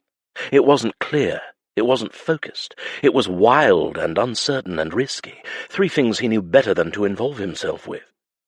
Yet a part of him knew it was too late to walk away. He was involved, invested, and for the first time he could recall, he was not thinking first about what he could gain from it. Pleasure from her touch, her body, yes, but Julien's pleasure had increased exponentially when he'd experienced hers. His mind had gone blank with it. After living as she had for so long, unable to trust in anyone enough to let down her defenses, Makenna had finally taken control of what she wanted. She'd been honest with herself, and with him, and knowing she'd trusted him enough, wanted him enough, that terrified him almost as much as it thrilled him, because in the end, he did not want to disappoint her. It was just past noon, and Julien was walking toward the library when he heard the melodic chiming of the pianoforte's keys in the ballroom. His mind immediately went to Makenna. Was it her? Like all young ladies of her class, she'd had to have learned to play. It was an accomplishment, something that would prove to a potential suitor that she was worthwhile as a wife. Utterly absurd, Julien thought, and it made him question the Duke of Dunranach's integrity and intelligence. Why would the man have allowed his daughter to marry the likes of the late Brodie Laird? Unless the Laird had pretended to be one thing with the Duke, only to drop the charade once he'd had what he wanted, an alliance with a powerful clan. Julien balled his hands into fists, knowing it was not worthwhile to dwell on the past. But perhaps that blindness of her father's was why she had not fled to Maclaren, and instead had come here. He turned toward the ballroom. wondering if he would find her at the pianoforte alone. However, the closer he got, the more familiar the notes of the music became. It was a lively tune, matching the notes of a song his mother had made up long ago, after his father died. Julien had had trouble sleeping, and his mother would sit with him, making up songs and stories. This particular one was a song about a pair of pigeons that made their home on the roof of a Paris restaurant, and the kind maître d'hôtel that brought them bits of food. His mother would change the lyrics every night, changing the food the maître d'hôtel delivered to the pigeons' tiny table. Cheese crumbles, or bread, or currant buns, and always little thimblefuls of wine. He opened the door to the ballroom and smiled at the sight of his mother seated beside Malcolm at the pianoforte, singing softly along with the music. Julien slowly and quietly crossed the room, not wanting to disturb them. He'd yet to host a party, but if and when he did, the ballroom would easily hold 300 guests. The unbidden image of Makenna acting as his hostess drifted through his mind, and he quelled it as quickly as it had risen. The arched ceilings, crenellated columns, and stone walls looked as medieval as the rest of the castle, but at some point within the last century one of the previous dukes had lain down smooth slabs of golden Calicata marble, imported from Italy.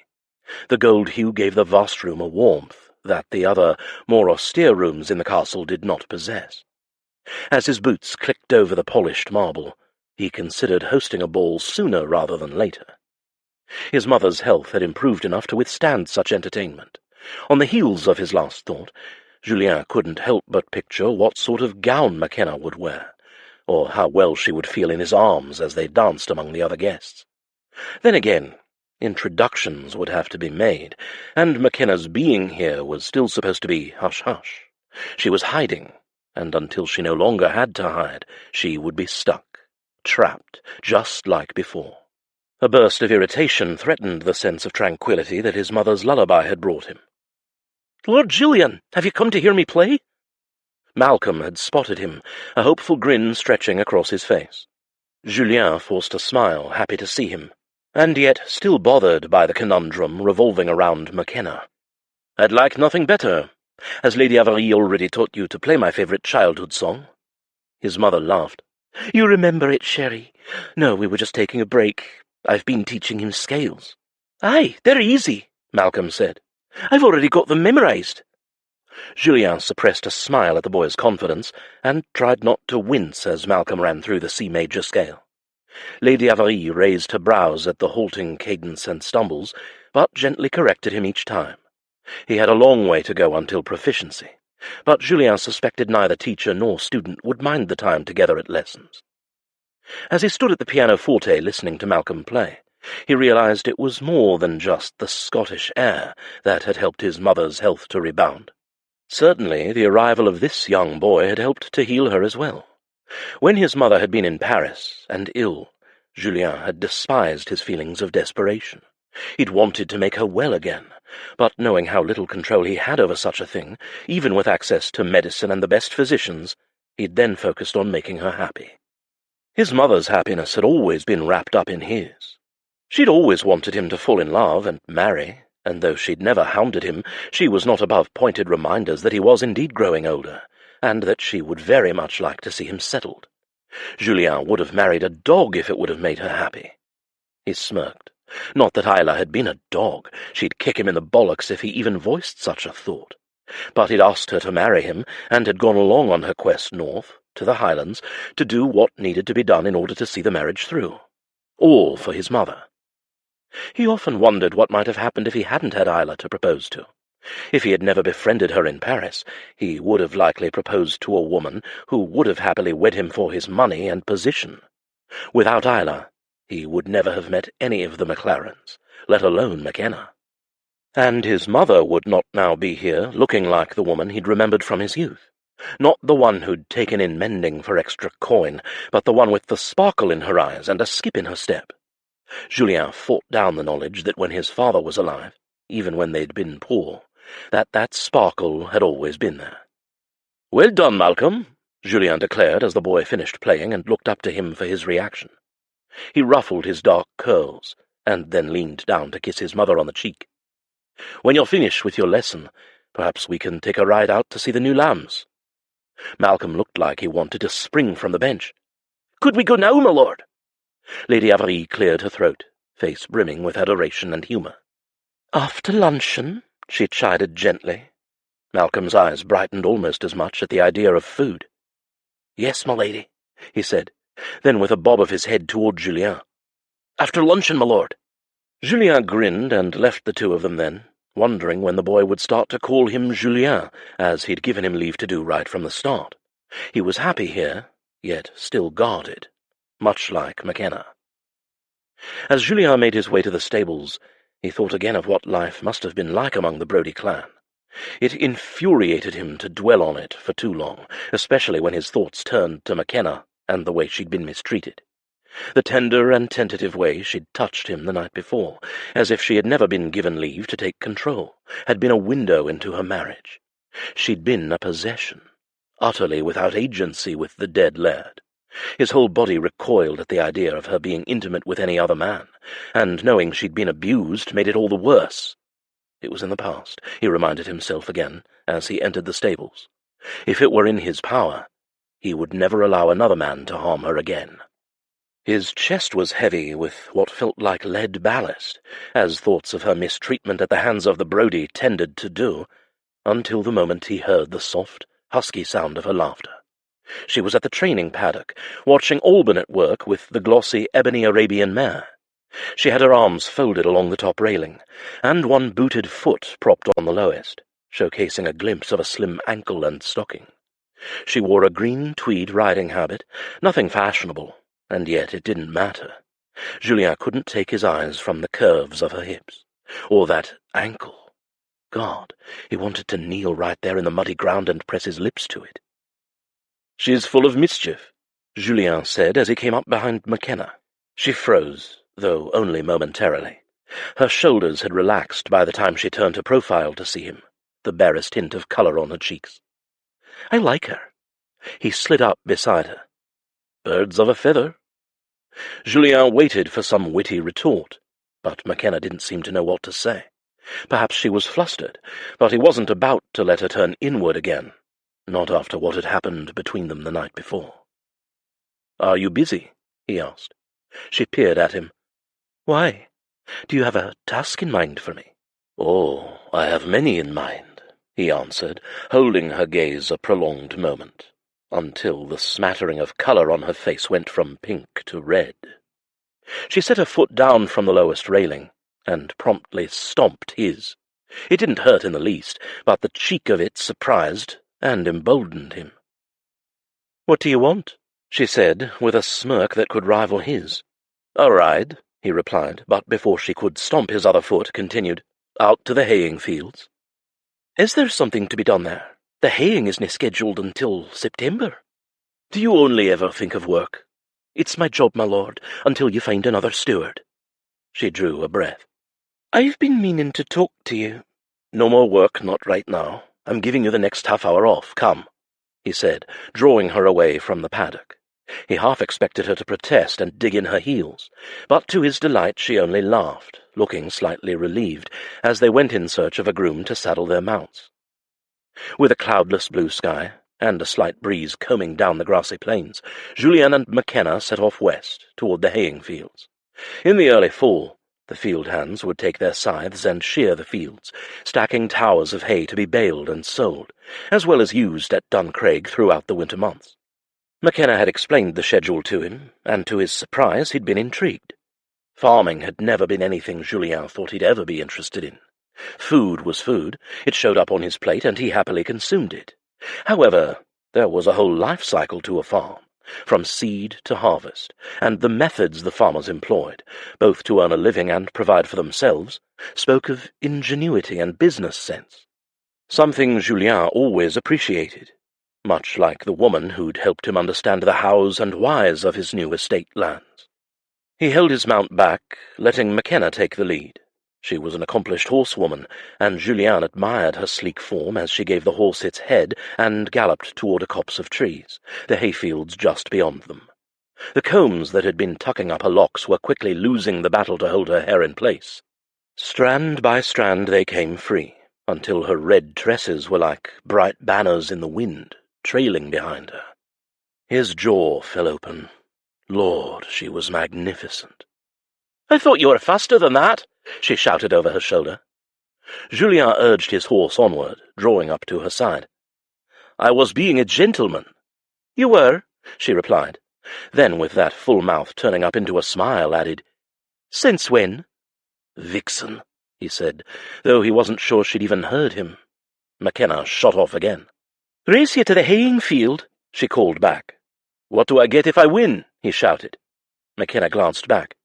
"You will nae." She tossed her head back and laughed as she pushed her horse to its maximum speed.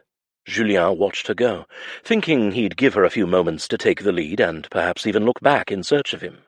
He didn't mind the view from behind either, her torso leaning forward over her horse's mane, her bottom lifted from the saddle and hovered above, her thighs gripping the animal as her body jounced in rhythm. He was half-hard just imagining their grip, and what it might feel like to have those long legs wrapped around him. He was even tempted to let her win, if only to keep watching her ride, to keep imagining himself beneath her, instead of that damnable lucky horse. Makenna was nearly to the copse of trees when he saw it, the strange tilt of her body. He'd been watching her so intently, devouring her figure, that he noticed the slight shift almost immediately. Even with the wind in his ears and the pounding of his pulse, he heard her startled yelp. She went rigid, her easy, expert posture breaking form as she struggled to hold on to the reins. Her whole saddle was sliding away from underneath her, her left stirrup pushing underneath the horse's rib cage. "Makenna!" he shouted, driving his mount faster. Too far away. She'd be dragged under the horse if she couldn't get her feet free of the stirrups. A current of panic iced through his veins as Makenna screamed again, and fell out of the loosened saddle. She landed in a heap, her body tumbling and rolling. He leaped from his horse before it had even come to a full stop, and ran to where she lay, unmoving. No, no, no. Julien crashed to his knees beside her. Gently he brushed the spill of hair from her face. Her eyes were closed, red blooms of scraped flesh on her cheek and chin, speckled with dirt and grass. Time slowed as Julien set his fingers to the pulse in her neck. He couldn't breathe, couldn't think beyond the fear that she had broken her neck in the fall. He nearly went weak with relief when he felt the thump of her pulse, steady and strong. "Mon Dieu, Makenna," he breathed. "Open your eyes, chérie." He ran his hands over her shoulders and arms and legs, feeling for any obvious broken bones, but other than the scrapes along her face, she seemed uninjured. A small moan crackled up her throat, and a moment later her eyes fluttered open. She coughed and moaned again. "Julien," she whispered. What happened? My saddle." He cupped her cheeks, careful not to touch her scrapes. "Thank God, Makenna. You fell. Your saddle, it—" For the first time he considered the saddle. All he'd cared about was making sure Makenna hadn't been trampled or broken, but now he stopped to think. How the devil had it shifted like that? He'd tightened the girth and cinches of both horses. It was second nature for any capable horseman. Or horsewoman. Makenna would have checked it herself as well. His worry and panic changed into a roiling anger as he helped her to sit up. "It came loose," she supplied, her attention falling on her horse, that had quit galloping and instead circled back around toward them. The saddle lay on the ground nearby. She frowned. "I tightened the cinches. I always do, you ken. It shouldn't have come loose." She tried to stand, but Julien kept his hands firmly on her shoulders. "Your head took a thrashing, Makenna. Stay here. I'll go look. I'll be right back." He reluctantly left her side and approached the fallen saddle, already seething to unloose a blistering volley of curses. Had the groom checked to see if the saddle was old? She could have been killed. Julien crouched to pick up the saddle and noticed the girth on one side of the saddle hanging free. He touched the leather strap. If well oiled and maintained, leather should not stretch to the point of snapping. And as he looked closer, Julien noticed that the edges where the girth snapped apart were not wholly rough or pulled thin. Half the width of the leather strap had been neatly and bluntly cut by a blade. Rage and disbelief poured through him. "What is it, Julien?" Makenna asked, having stood up against his orders and followed him. She saw the girth in his hand, and her eyes went distant with alarm as they fastened to the split ends. She'd also taken in the intentional cut into the leather, likely done with a sharp knife. "Someone did this on purpose," she said, echoing his own thought. She swayed slightly, her voice hitching on other realizations. "It's too much of a coincidence, you ken. The saddle, the snake. Even if the rock and snake were accidents, a severed saddle would not be." He dropped the girth and stood to take her arm, peering around the field. They were alone, except for a few sheep. "Let's go back to the castle," he said. He'd talked to the groom, but his anger toward him had tempered. Most likely, the man was only to blame for not seeing the neck already there in the leather girth while saddling Makenna's horse. Someone else had done the cutting. Someone who knew Makenna's saddle and intended her harm, and Julien would have wagered every last coin in his vast fortune that it was someone connected to the Brodies. If he hadn't believed Makenna had been in danger before, it was more than clear now. Someone was out for blood. Chapter 13. Makenna's backside was sore, and it would get much worse before it healed. The physician had come and gone, confirming that none of her bones were broken, though he'd recommended strict rest in case of a head injury. Her entire body was bruised and battered. It felt like she'd rolled down the steepest hill in the glen, hitting every possible tree and rock with her person on the way down. It hadn't been her first time taking a tumble from a mount, but she'd landed hard. Harder than usual, because she hadn't counted on the sudden shift of the saddle, not when her feet were braced in the stirrups in an upright racing position. As it was, once the saddle snapped, she'd kicked her feet free and curled her body into a ball, flinging her arms around her head in an attempt to protect her skull. Luckily, her rear end had taken most of the impact. If she hadn't been riding astride, she would have fallen face first and cracked her head open. As she waited for a hot bath to be filled, Makenna glanced up at the furious man pacing by the doorway, and felt a stab of emotion at his protectiveness. Julien hadn't left her side since they'd come back to the castle. A scandalized Tildy had nattered on about decorum and decency, but Makenna was a widow after all, and the doors were open, with plenty of other people, Lady Amalie, the doctor, countless maids, and Tildy herself, parading in and out. For the moment they were alone, as Tildy had gone to the kitchens to mix up a soothing salve.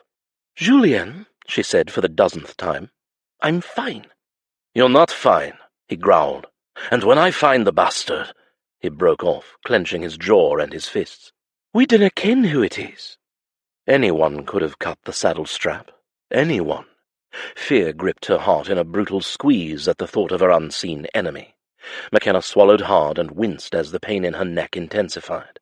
She felt so powerless and afraid. Lady Amalie had made her drink some willow-bark tea earlier for the pain, and it had helped. But she couldn't lie here forever, not while someone meant her harm, even with Julien standing guard. When they had returned on his horse, he had been in a cold rage, lining up Alban, the rest of the grooms, and every stable hand on the estate, interrogating them while observing carefully. He had explained that she had taken an accidental fall, watching the men's faces for guilt. They'd all been shocked, solicitous, and anxious for her safety. Julien had questioned them about strangers on the estate, but no one had seen anything. Makenna hadn't expected them to. Schemes of this nature were done under cover of night and secrecy.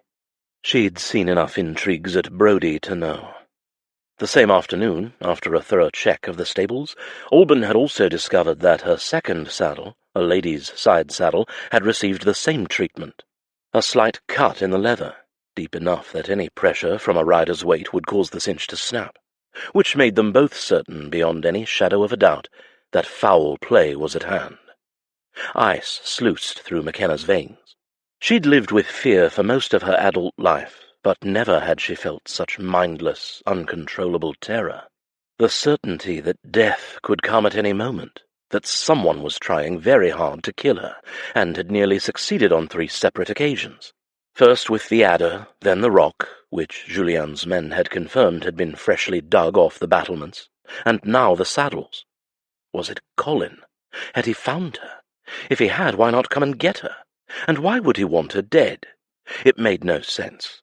Makenna was sure that the man wanted her in his bed, not in the ground.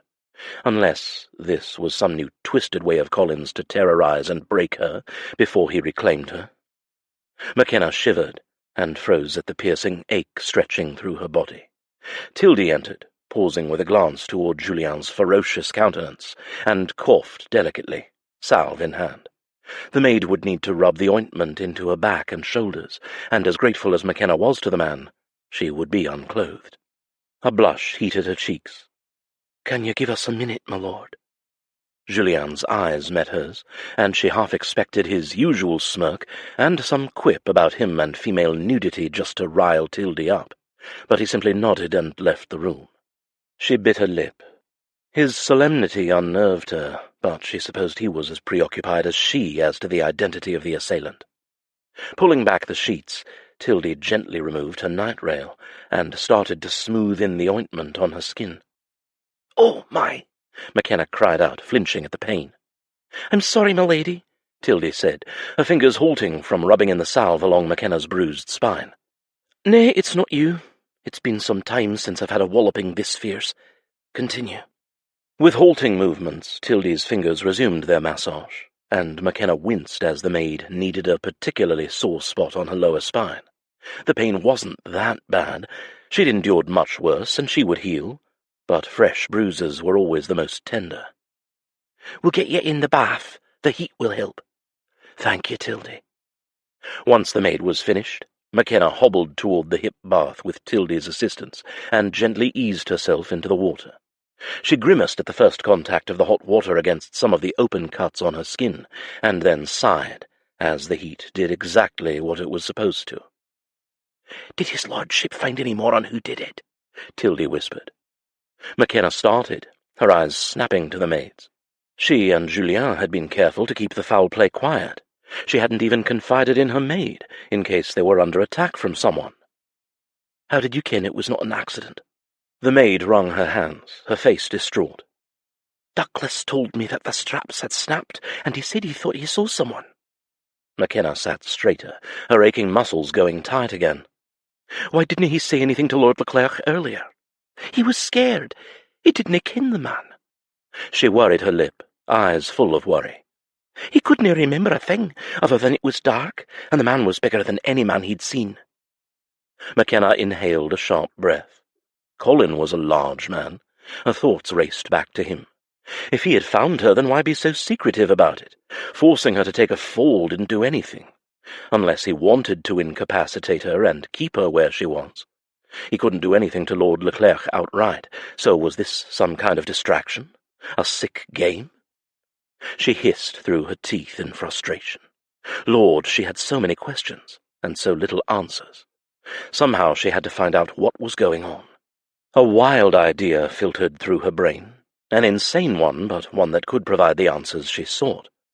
Julien would not approve. Oh, he would be in a right rage if he had any inkling of what she was thinking of doing. But she had to know, and that meant going back to the source of all her nightmares. Makenna rested her head on the lip of the bath. She would let it simmer and think upon it. By the next afternoon her idea had not abated. It had evolved into a full-fledged plan that involved her sneaking into the Brodie village and listening to chatter. The healer, Celia, had not dared risk sending her a message in writing or verbally through Bryce, so Makenna would go herself. It made the most sense, and it was better than sitting complacently, doing nothing, while waiting for another attack to happen. Her body ached, yes, but pain had never held her back before, when she'd had to drag herself out of bed at Graham's whims. And she could not afford to waste more time. Her attacker could strike at any moment. And she was already sick of Julien's hovering. He was worse than Tildy. Earlier that morning she'd attempted to get out of bed to go for a walk, and he had magically appeared as if he'd been summoned, only to scoop her up and deposit her back into her chamber. "The doctor says you need rest." "I'm a grown woman," she'd growled, "with rocks for brains. I ken my own brain, you Amadan, and I ken what I can do. Put me down." He had, right in the middle of her bed. What does Amadan mean? Love of your life? It means idiot. She had made to move, and he'd stopped her with a look. "Stay there." "You're not my owner," she'd snapped. No. His smirk had made her want to kick him. "I'm your employer, and I need you hale and fit for all the work you've shirked." The cup she'd launched at him had missed by inches, and the pain ricocheting along her arm had been well worth it. But she'd borne his and Tildy's soliciting all day, staying in bed and saving her strength for what she had planned. She would go that very night. Unable to sleep, she'd tossed and turned restlessly until the hour had come. She faltered at the thought of what Julien would do, and then shoved it away. She'd never let any man tell her what she couldn't do, not even Graham, even if it meant inciting certain wrath. Without making a sound, Makenna eased her legs over the side of the bed, stifling a groan at the soreness, though it was nothing she could not handle. It was a moonless night, and it was just before dawn. Nothing stirred in the castle. She dressed soundlessly in a pair of woolen trews, dress, tartan, and heavy cloak. After twisting her hair into a knot, she grabbed her boots and slipped through her door and crept down the hallway. As expected, the keep was deserted. It was too early for the servants to be up, and it was the hour most of its residents were at their deepest rest. Except for his lordship, whose hours still baffled her. There was no rhyme or reason to his sleep patterns, and Makenna had deduced that the man simply did not sleep. He was the only one who could throw a wrench in her studiously laid plans. She tiptoed past his room, her ear to his door, and heard nothing from within. She thanked her fortune that there were no lights that she could see shining beneath the study or library doors either, but she remained cautious, well aware that the man was worse than an owl. With any luck, she'd be at Brodie by midday meal, when the village tavern was the most crowded. Slipping from the keep, she drew her cloak closer around her shoulders to ward off the night air, and entered the stables. All was still quiet. She moved toward the stalls, but stopped to stare at some clothing resting on hooks, and made a decision. Even hidden by a cloak, skirts would draw far too much attention. Quickly she shimmied out of her dress and grabbed a shirt with the least amount of stains visible in the gloom, a ragged length of linen, and a nondescript brown tartan from one of the pegs. After dressing, she tugged a brown cap over her hair and stuffed her dress into her saddlebag. The horses nickered at her presence, but made no other noises, as she led a grey mare from her stall, hoisting a nearby saddle onto her back. Makenna didn't stop to secure the saddle until she was well out of sight of the keep and near the tree line. She also made sure to meticulously check the straps and all buckles. With a groan at her complaining muscles, she climbed into the saddle and began the trek. She was familiar with Duncraig lands all the way to the borders, having ridden the boundaries over the past handful of days, if only to reassure herself that they wouldn't be raided by Colin's men, and she took the least noticeable route to the forest.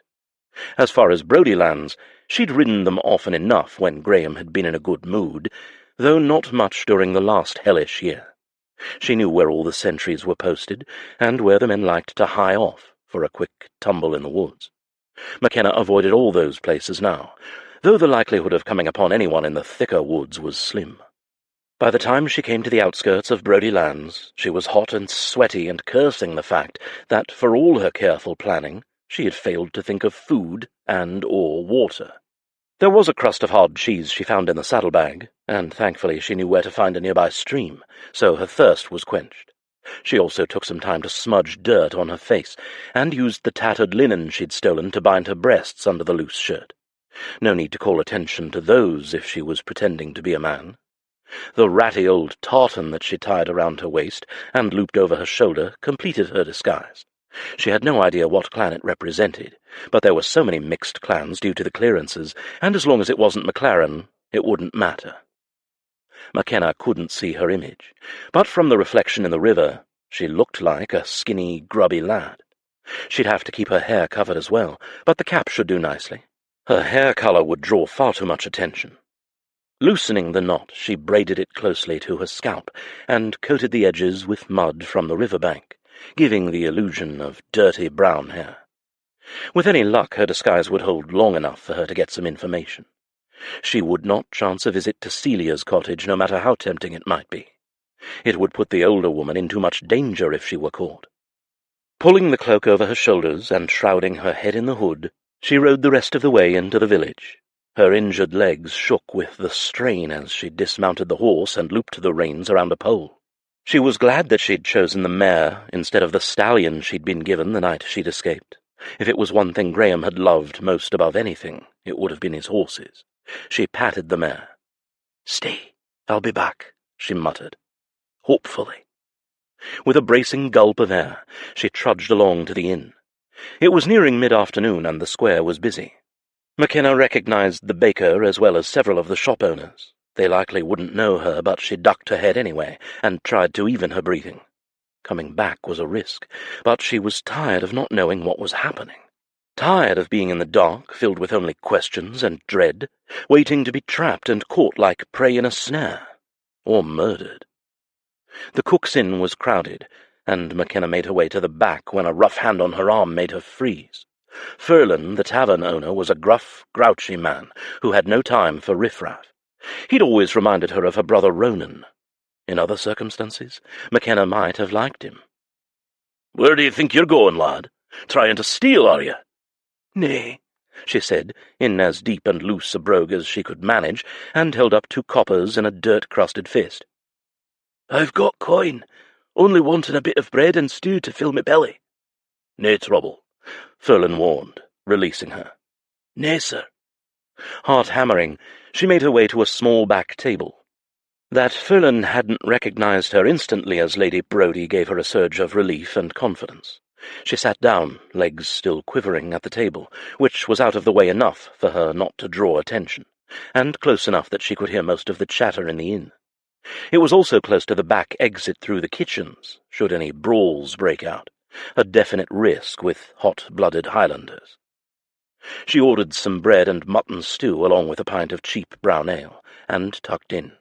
Between slow mouthfuls, she wanted to make the meal last as long as possible before Furlan got suspicious. She peered up occasionally. Some of the men's faces seemed familiar, but she'd only seen most of them from afar. One of them gave her a start, though. Graham's first commander, a man called Gregor. Her heart nearly leaped out of her chest as she scanned the room for his new laird. Gregor had never been far from Graham's side, so it stood to reason that he wouldn't be far away from Colin. Her heart quailed with the sudden terror of possible discovery. God, how stupid are you? What if Colin was here as well? No amount of dirt would hide who she was, not from him. He'd stared at her often enough that he'd recognize her if she wore a burlap sack, just from her chest size alone, perhaps even bound as they were now. Makenna shivered with revulsion. Ducking down into her chair, she hunched her body over, her panicked stare searching the room. Luckily there was no sign of the laird. Her heartbeat, however, did not calm. It knew how much danger she was in, even if her mind refused to play heed. "Bring me an ale," she heard Gregor say to the tavern girl, his grating voice making Makenna's breath shorten. "2 while you're at it." "Did you find the wench?" someone else asked. Did they mean her? Makenna sipped at the brown ale, her ears pounding. Luck, it seemed, was still with her. She thought she would have had to initiate talk somehow, and that could have drawn attention of a different kind. A laugh. "She's gone into hiding like a wee rabbit. We've torn 6 villages apart, and no one's seen her." She'd heard about the raids, but she'd no idea so many villages had been affected. How many people had been injured because of her? Nay, she reminded herself, because of Colin. She had to stop feeling responsible for other men's actions. That didn't stop her from feeling sadness at his cruelty, however, and it renewed her determination to stop him, somehow. "Thought she would run to the rest of the Maclarens, but Seamus says there's been nae sign of the lass." Makenna felt relief. If they didn't think she'd gone home, they would leave her family alone. She felt a spurt of guilt that she was still putting Julien and Lady Amalie in danger, and that strangers in those raided villages had experienced hurt at the hands of Colin's men. "Do you think she's taken a packet to the continent?" another man asked, chewing loudly. "Heard there's a few ships in the Western Bay," someone else answered. "Some frog's fleet. Bloody foreigners taking o'er Scottish soil." Gregor cleared his throat as he drained his pint. "Nae French frog would get involved in Scottish clan business, but it may pay to make the man a visit, see if he's taken on any runaways. That bonny little maid the laird favours is with her too." Makenna's blood went cold. Since when did Colin favour Tildy? Had he cornered her as well? Gregor was not someone she wanted going anywhere close to Tildy. Or Malcolm. He would know them both in a blink. And he was not a man to miss details. She caught Furlan's scowling eye, and hastily ordered another ale from the circling wench. The last thing she wanted was for him to kick her out, with Gregor in such close proximity. Her view was suddenly obscured as a large man stood at her table and pulled out the chair opposite. "That seat is taken," she growled in a low but threatening voice. "Is it now?" Though the response was in a perfect Scottish brogue with just the right amount of burr, something in its cadence made Makenna lift her head. She froze, impaled to her seat by a furious pair of peridot eyes. Lord above, it was Julien. But this man looked nothing like Julien. Instead, a tall Highlander stared back at her. His normally pristine hair was tousled blonde curls hanging into his forehead. Stubble coated his cheeks and chin. Gone were the fussy waistcoats and perfectly tied cravat. This man wore a fitted linen shirt that clung to his broad shoulders, a harness crossing his muscular chest that held a scabbard with a claymore tucked into it. Makenna's eyes widened as they dropped lower. He wore a kilt, the loose brown tartan pleated and draped over one shoulder. Her mouth fell open. Where was her perfectly groomed fusspot of a Frenchman? "Are you certain this chair is taken?" he asked again, his eyes never leaving hers. That brogue rubbed against her every sense, like velvet across a calloused palm. The low, husky tenor of his tone made a fire erupt in her belly. God, he stole her breath, so much so that she nearly choked on a mouthful of ale gone down the wrong way. Makenna could only nod as he lowered his bulk into the seat in front of her and ordered a pint. His tone earlier had been mild, but she could feel the leashed menace emanating from him. If the messages swirling in those green eyes were any indication, he wanted very much to put her over his knee. The thought of his hand grazing her bottom elicited a hot tremor of desire instead of fear. Odd that. Any hand lifted against her in the past would have her cowering. Perhaps it was because she knew no matter how angry he got, he'd never hurt her. She gulped and licked dry lips. "Dinna do that," he snarled under his breath, "or everyone here will see you for the female you are." She blinked and slouched down in the chair. "What are you doing here?" she whispered through her teeth, and in a tartan. She'd thought of him wearing a kilt, but nothing in her imaginings had ever come close. Sweating under her clothes, she took a swig of the awful ale and then drained the mug, calling for a third. Julien arched an eyebrow that only she could see. Her mouth flattened at his dour expression. "The question is, lad, what are you doing here?" He lowered his voice. "When you're supposed to be abed." "I'm not a child." "One would think you are, since you didn't listen to simple instruction." Seething and unable to do anything about it without causing a scene, Makenna accepted her refreshed mug of ale and defiantly drank half the contents. Julien did the same with his, all the while watching her over the rim. What was his game? Did he intend to drink her under the table? She'd learned how to drink good Scottish ale, thanks to her no-good brothers Finlay and Evan, who had gone through a youthful stint brewing the stuff in the Maclaren barn. Wiping her lips with the back of a sleeve, she drained the brew and lifted her own brows in challenge. Stars swam before her eyes. Was that 3? Or 4?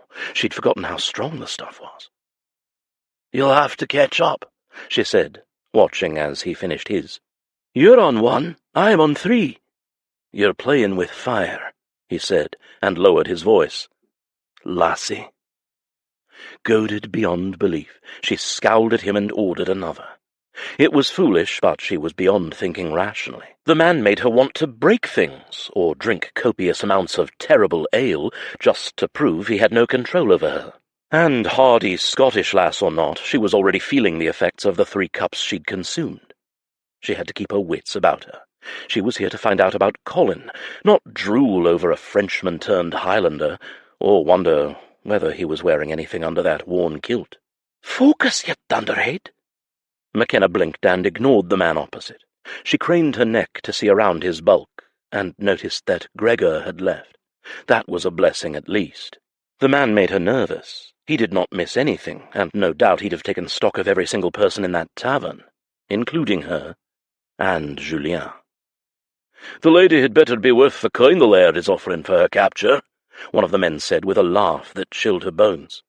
"He's crazed to find her." Another guffawed. "What's between her legs must be made of gold." Raucous laughter ensued, and Makenna stiffened, clenching said legs together. Julien's smirking gaze met hers, and she fought the instant urge to upend the rest of his ale over his conceited head. No doubt he was thinking of the night they'd shared in his study, and how close he'd been to discovering what treasures did lie between her thighs. She almost laughed, but ribbons of ale-induced heat were too busy cascading down her limbs. "How much is the reward up to now?" she heard herself asking. "Fancy a toss, lad," one of the men cackled with a laugh. "If the coin's good," she returned, oblivious to the seething fury on Julien's face. His fingers were clasped around the mug so tightly she could see them denting the copper metal. Makenna wondered faintly if he was imagining it to be a throat. She smirked. "I'll toss and top anything if the price is right." "The laird'll have your head for that," another said. "Nae touching the goods, £500 for delivery. You can top a dozen lasses for that, just not her." Makenna gaped.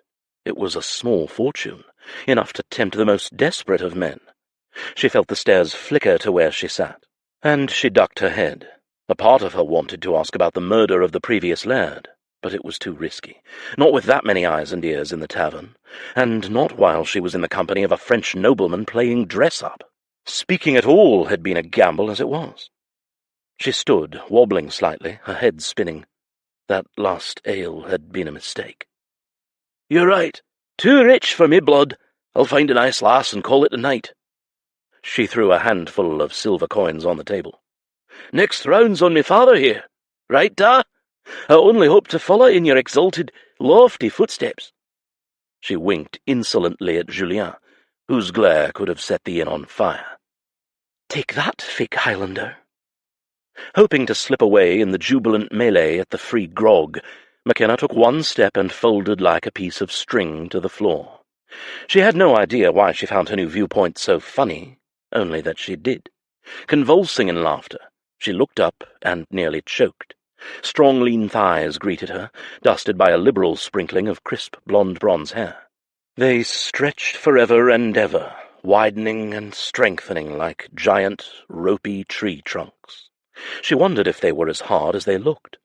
Makenna reached out a hand and giggled as the owner of the tree trunks stepped out of the way with an appalled sound. "Guilty, guilty, cold bum," she whispered in a sing-song voice, the old Scottish children's rhyme of kilted nude bottoms making her giggle even more. She then felt warm arms gathering her up, slamming the tender flesh of her stomach over a hard-as-rock shoulder. "Not sure how he's any son of mine," her captor drawled. "Poor lad, can he hold his ale?" "Can so," she protested feebly, hanging upside down as laughter broke out in the inn. Lord Tree Trunk had a very nice arse, one which she promptly vomited over. Chapter 14. As he left through the tavern door, Julien tried not to think about the woman draped over his shoulder, and the way she made his blood boil in more than one way. He ignored the muttered oaths of the tavern-keeper, who now had to clean up the puddle of sickness on the barroom floor, and the looks from the men Makenna had been so brashly conversing with. He couldn't afford any kind of distraction, because as he stepped outside he knew there was a distinct possibility that Makenna's presence had been made known. He kept his eyes and ears, and every other sense available, attuned for a possible attack. Of all the impudent, hare-brained plans! To saunter into the Brodie's village centre and seat herself down, within full view of men hired by her enemy to find her. What the devil had she been thinking? Had there not been a tavern full of Brodie men back there, he would have been tempted to swat his palm against Makenna's backside for good measure, when he'd tossed her over his shoulder. She had not been convincing in the least, even with her men's clothing and dirt-smudged face, or her hood and the mud she'd caked into the strands of hair at her temples and forehead, in an attempt to mask the bright red tresses. Julien had still entered the tavern, wearing his own absurd disguise, and sensed the pure femininity emanating from her. Then again, perhaps that was only because he'd spotted his pilfered mount tied to a post outside the tavern, and known to look for her inside the cook's inn. Just before dawn, a distraught Tildy had roused Julien from where he'd drifted to sleep in his study chair the night before, a glass of Maclaren whisky still in his hand. She'd gone to Makenna's room to stoke the fire in the grate, and had found an empty bed. Upon more searching, Julien discovered that in the stables a horse had been saddled and taken, something Alban had been completely unaware of. Julien had guessed then where she had gone. If she were leaving for good, Makenna would have never left Tildy or Malcolm behind. She would have packed her things, too. He also didn't want to believe she would have left without saying goodbye to him. The last day and a half, as she'd healed from the attempt on her life, he'd felt her restlessness. Hell, he'd had to physically return her to her bed so she would give her body the rest it needed in order to recover. He knew she wanted answers, as did he, and there was only one place that could provide them. Julien had changed his clothes and saddled a horse, and before the sun had fully risen, he'd been riding hard toward Brodie land, following the tracks her mount had left behind. He'd never been there, but over the last few months he'd taken it upon himself to learn the landscape, talk to the men he'd hired to patrol the borders, and map out any potential routes from Brodie to Duncraig. If Colin and his men were going to be coming for Makenna, Julien wanted to know from what direction. He'd deftly avoided being spotted by a Brodie patrol, though it had taken time, waiting for one such guard to become distracted before Julien could slip by unseen. Every moment had felt like an eternity, knowing that Makenna was somewhere ahead of him, walking straight into the lion's den. Dieu, he'd wanted to wring her bloody neck. And now here she was, a mud-covered, moaning drunk over his shoulder. If attacked now, they would be in trouble. He had a pistol, his claymore, and a few daggers, and he was confident in his newly honed skill after sparring with Bryce. But if outnumbered, and if Makenna fell into Colin's hands while he was fighting the laird's warriors— Concentrate. Julien tied her horse to his own, and then slung her onto his saddle. He climbed up behind her, one arm around her trim waist to keep her from teetering off to the side. He received a few curious looks as he held his horse back in an unhurried gait, but no one stopped him. His mount could feel his tension, his need to ride fast and hard, but to do so would only bring on unwanted attention. So it was several minutes later when he finally crossed into the forest, and yet he still did not let down his guard. There would be Brodie sentries throughout the woods, he suspected, and he braced himself, prepared to launch into a believable story about his drunk son, delivered with a brogue, if a warrior stepped into his path. He'd listened to Isla's brogue for years, and now Makenna's, long enough to imitate it, but he didn't know if it would hold up under duress. He clenched his jaw at the dangerous situation she'd put herself in.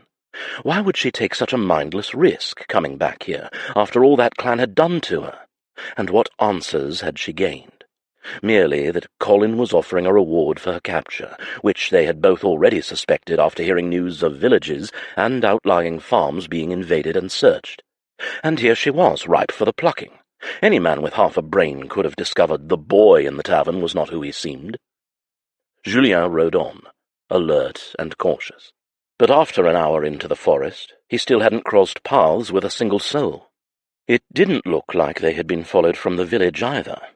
Maybe her disguise had worked better than he'd thought, though even in those trews and linen shirt, and what appeared to be a binding around her breasts, he could smell her dewy wildflower scent.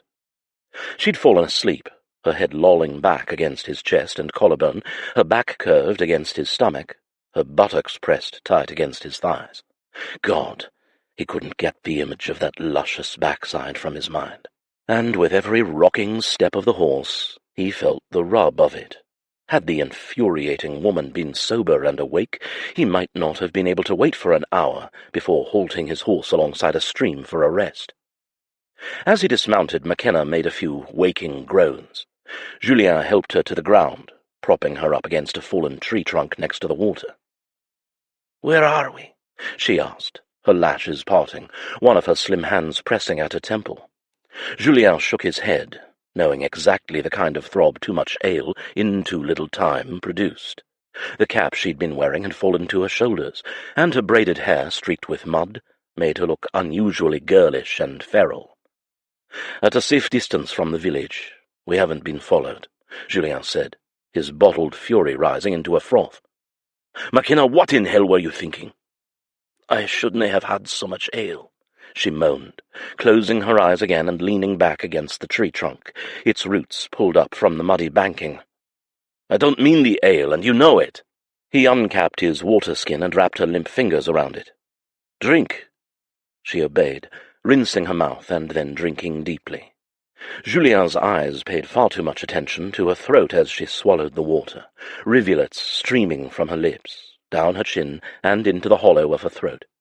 He wanted to set his mouth to her skin and lick them almost as much as he wanted to wrap his fingers around her shoulders and rattle some sense into her. "Thank you. I feel better," she said, handing him the empty skin. He refilled and capped it, his stare never leaving hers. She was dazed. He could see it in the glassy sheen of her eyes, but the hour-long nap and water would have helped. Her gaze dipped to his shirt and tartan sash, and then lower, to his kilt. She'd licked her lips in the tavern, and Julien had hissed a warning, knowing that if any man saw her pink tongue darting out along her full lips, no amount of dirt on her face, or her bound breasts, would matter. It was an intrinsically feminine action, one that made men's groins throb in answer. Now, that tongue danced along her lower lip again, and Julien had to restrain himself from leaning forward and closing his mouth over hers.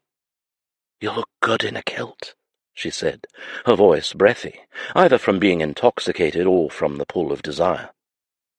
"I found it in a trunk in my bedchamber, one of many left behind by the Duke of Craig," he replied, although clearly the Duke was a little shorter than I. Makenna chuckled, her husky laughter only making him harder. "Aye, but you've fine knees, my lord." She craned her head, her eyes searching the hem of his kilt, and bit her lip. A devious little smile curled her lips. "You ken the saying that true Highlanders dinna wear anything beneath their kilts." "Are you? Is that so?" he asked, determined not to enjoy this playful side of her. "You have experience looking up men's kilts, Lady Makenna?" She blushed. "Nay, but my brothers Finlay and Evan always took great pleasure in exposing their bare asses to anyone who would look." "When they were boys?" Makenna laughed, the sound like soft music. "Barely a year ago." "Ah, yes, I seem to recall that display," he replied, reminded of Isla's wedding last year, when Finlay and Evan had aired themselves out for all the guests to see. He crouched before her, careful to angle himself so she would not get an eyeful, though in her current loose-brained state she very well might have preferred it. "I'd invite you to find out for yourself, but you're utterly foxed, and whether you believe it or not, I have my standards. I don't take advantage of drunk women." "I'm not drunk," she protested, and then scowled. "You shouldn't have followed me." His anger returned in full force. "No, you're just a bloody fool. Do you have any idea how hazardous this was? You could have been noticed. You could have been dragged off to that brute of a laird, and I wouldn't have been able to do anything to stop it, to stop him from whatever it is he wants with you. God damn it, Makenna, if he'd gotten a hold of you—" He couldn't finish his thought.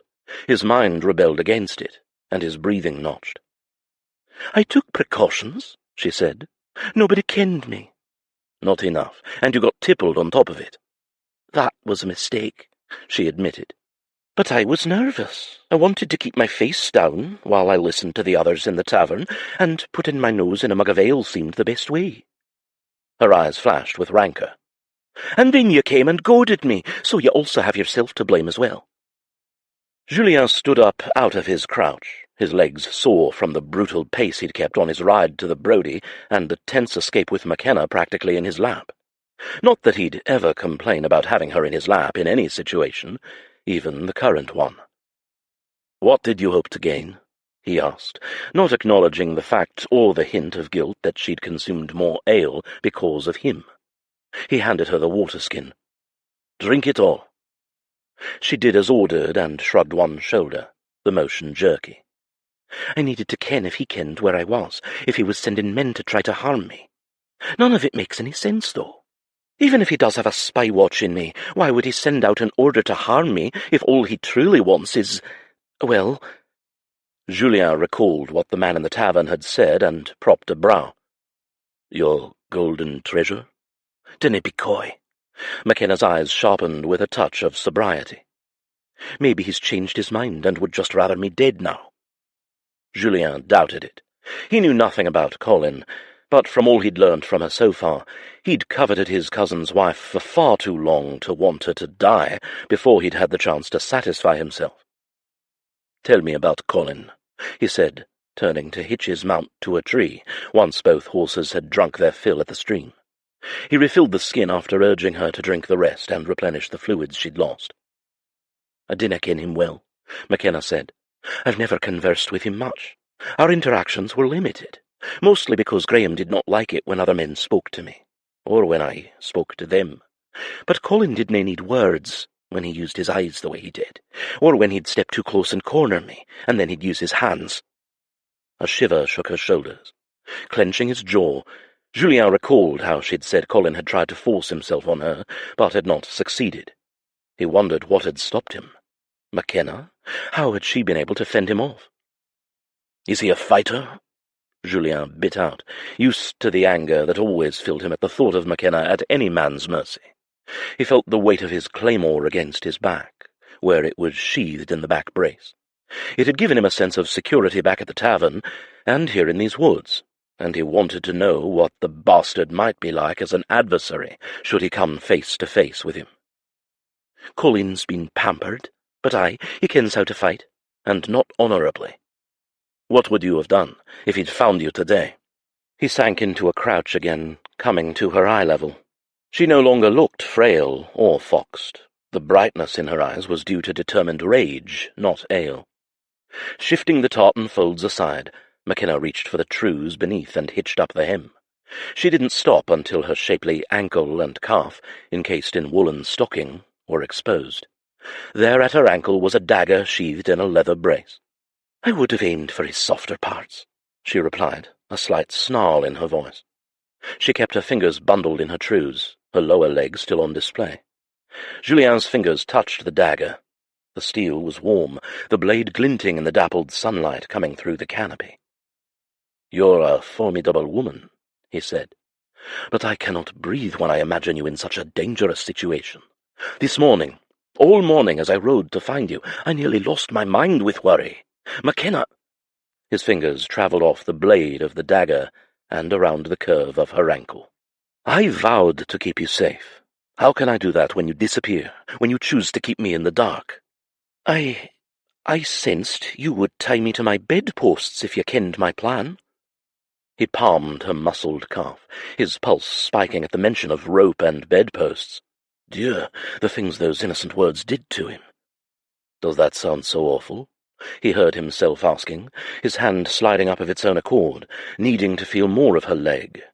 Something else crept in on the frayed edges of his anger as his fingers worked past her knee, over soft fabric. The forest was humid, the chill rising off the languid stream not enough to cool either of them, and when his fingers grazed up to the back of her thigh, Makenna's breath hitched, a bead of sweat glistening on her perfectly formed upper lip. "I dinna like rope," she said, barely able to speak above a whisper. He froze. Bloody fool. Of course she wouldn't. Once again, he wanted to pummel a man who was already dead and in the ground. "I'm sorry. No rope." He started to drag his hand away, but she stopped him, her own hand coming down over his, the clutch of her fingers stalling him. "I didn't mean to make you worry," she said, her hand still holding his firm against her thigh. As she slowly pulled her hand away, he knew what she wanted. His touch. Him. Unable to deny her, Julien spread his fingers and reached higher. "Julien," she gasped. Was that an invitation, or a plea to stop? Impossibly blue eyes fastened to his, the longing in them clear. Invitation, then. With a sigh of relief he traced the firm shape of her upper thighs, his fingers brushing closer to the inner seam of her legs. His breath caught in his throat. He could feel her heat emanating through the fabric, God, what would her skin feel like beneath the trews? It would be scorchingly hot, and so soft. A moan escaped her lips as his fingertips crept closer to their goal. Makenna's legs slackened and fell apart in complete surrender, making every male instinct in his body roar to life. Even through her trousers, Julien ached to touch the very heart of her. Beneath them, he knew she'd be wet and ready for him. Her arousal was that potent, blatantly obvious in her dilated pupils and quickened breaths. Julien wanted nothing more than to please her, make her writhe and moan, and throw back her head in complete abandon. But they were not yet safe.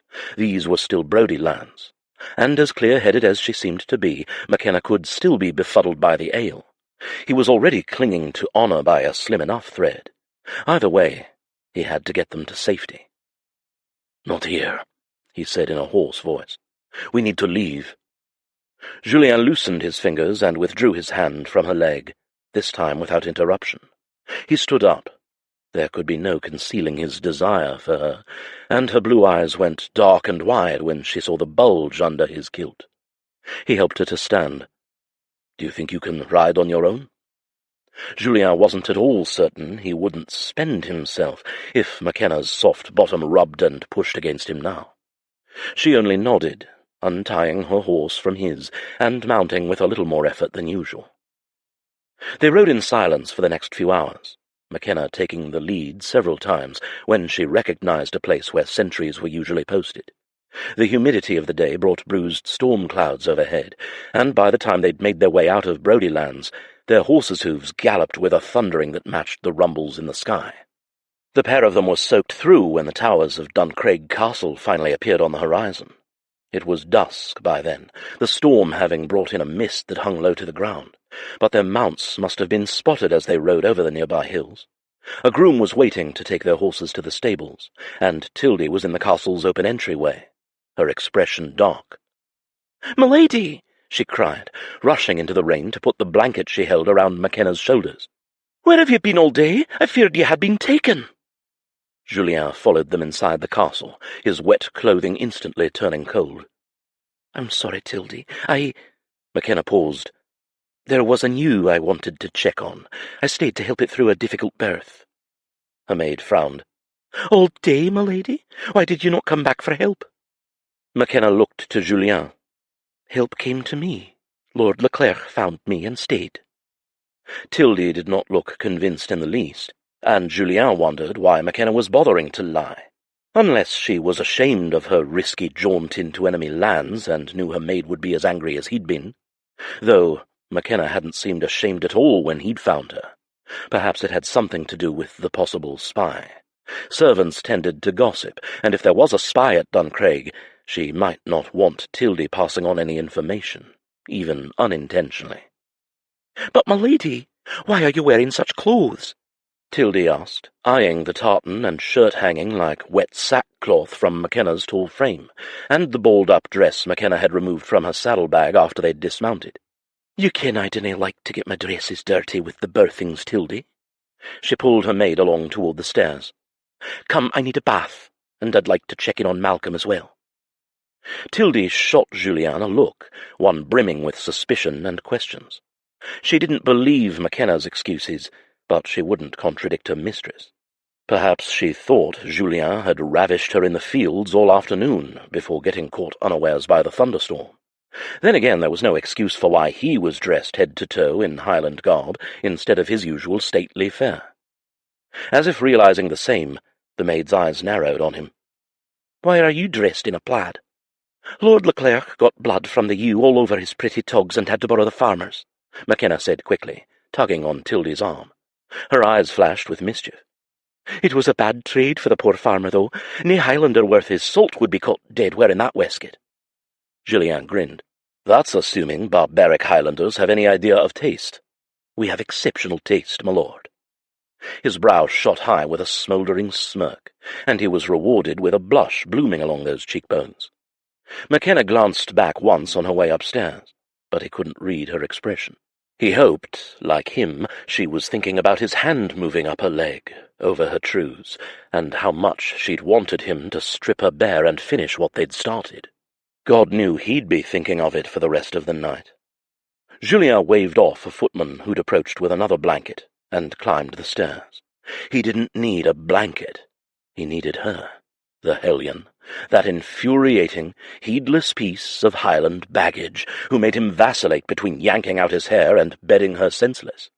Irritation and arousal seemed to go hand in hand when she was around. Julien adjusted himself, for what seemed like the 10th time since the woods, with a frustrated groan. He'd have to settle for a cold bath and a bracing whiskey. Chapter 15. Colin's men were coming to Duncraig, and not just any clansman. Gregor, the warrior, had practically announced his intent to do so in the Brodie tavern. The following day, as Makenna rode a wide and thorough route around the perimeter of Julien's land, she made a decision. It was time. She and Tildy and Malcolm had to leave. Now. She swallowed the knot in her throat as she finished her route along the sea cliffs and started back toward Duncraig Castle at a brisk clip. There was no other option. Even before she'd overheard Gregor and his men talking about Duncraig and how it would pay to make the Frenchman there a visit, Makenna had known her time taking shelter with Julien was dwindling. The noose had been cinching tight, and yet she'd selfishly stared it down, refusing to be intimidated into running away, because she didn't want to go, didn't want to leave Julien. But the reward Colin was offering for her, £500, it was an obscene amount of money for those who had been driven from their lands and homes. It would be a chance at a new start, a new life. If she was suffering, she didn't know if she'd be able to say no to such a promise. Colin was appealing to desperate people, tempting them into acts of violence, and all to get his hands on her. He was truly deranged, and he didn't care who he hurt. Makenna would go to England, or disappear on the continent. She could get passage for she, Tildy, and Malcolm on one of Julien's outward-bound ships and be gone, perhaps within days. He would have extensive contacts in France, and Makenna was certain she could get work in some manor house as a lady's companion or a governess. She was raised as a lady after all, and was the daughter of a duke. Wealthy working-class families would pay good coin for their children to be educated by nobility. It was the same plan she had been sorting through for some time now, but there could be no more hesitation, no more excuses to stay. She couldn't bear it if anything befell Lady Avarie because of her, or Julien. When Gregor came knocking, if he had any inkling that a woman matching her description was there, if one footman or maid or groom let anything slip, Julien and his mother would pay the price. Makenna's chest felt hollowed out with guilt. She'd been wrong to come here and stay as long as she had. It was time to fix her mistake. Her heart felt heavy as she came upon the harbour, and a head of golden hair caught her eye as a tall man strode off a ship onto the dock. As if summoned, his face turned and he locked eyes with her up on the hill. Even at that distance, she felt the caress of his stare, as if he were a foot away. The ache in her chest pressed like a boulder against her ribs. Julien. In spite of her firm decision to leave, for a moment Makenna let herself wonder. What would it have been like if she'd met him before Graham? Would she have chosen Julien instead? Would she have been happy? In such a short time she'd known more joy than she ever had, and not just because of the pleasure she'd experienced at his touch, though that was wonderful too. Julien had made her feel like a desirable woman, and given her back her lost confidence. But he'd also made her laugh and rediscover wonder in unexpected places, made her feel like she was worth something. He valued her thoughts and opinions, and she'd never felt threatened around him. He'd sheltered her, protected her when she'd had no one else, and nowhere to go. In truth, she'd come to care for him, deeply. After living in such dreadful conditions at Brodie, she'd never felt so light in spirit before, and she knew it was because of Julien.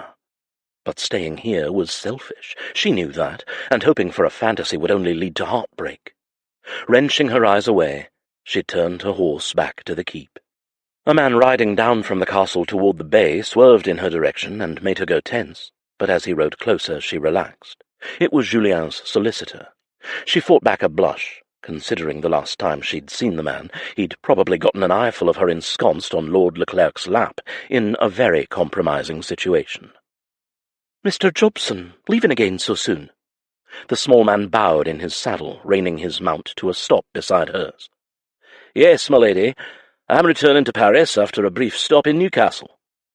She did not bother to correct the formal way he addressed her. The man was stubborn to a fault. She supposed he had to be to work with someone like Julien. "Newcastle.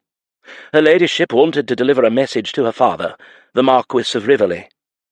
Julien's grandfather, the man who had disowned his own daughter and abandoned his family.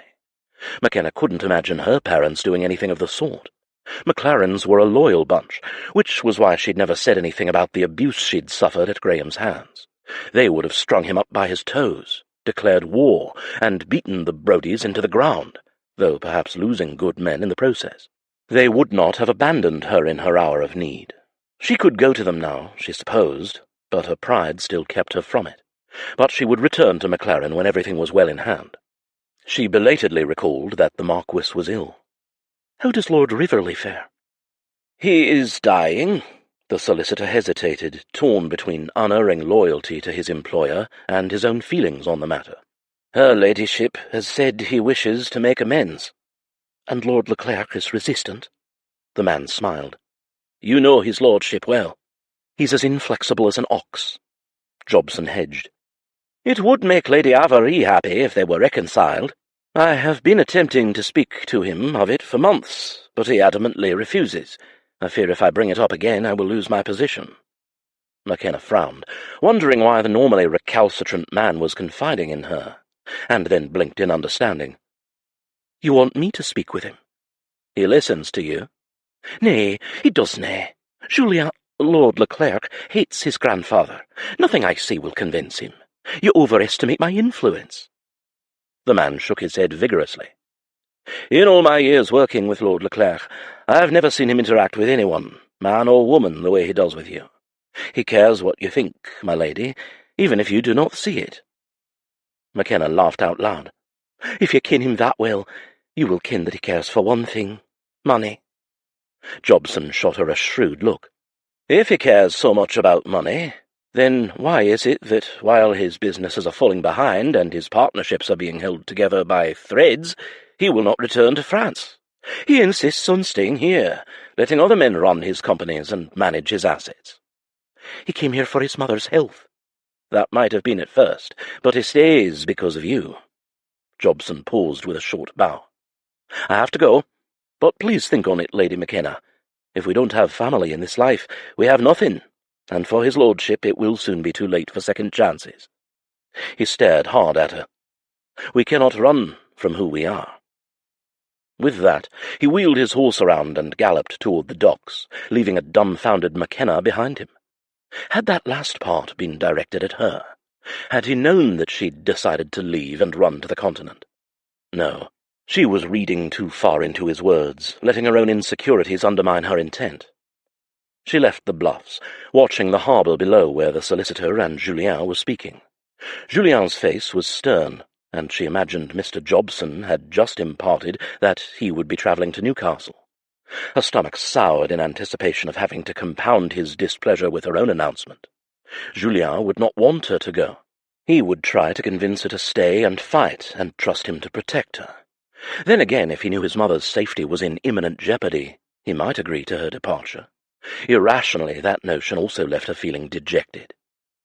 That night, nearing the end of dinner, Makenna still could not bring herself to announce her decision.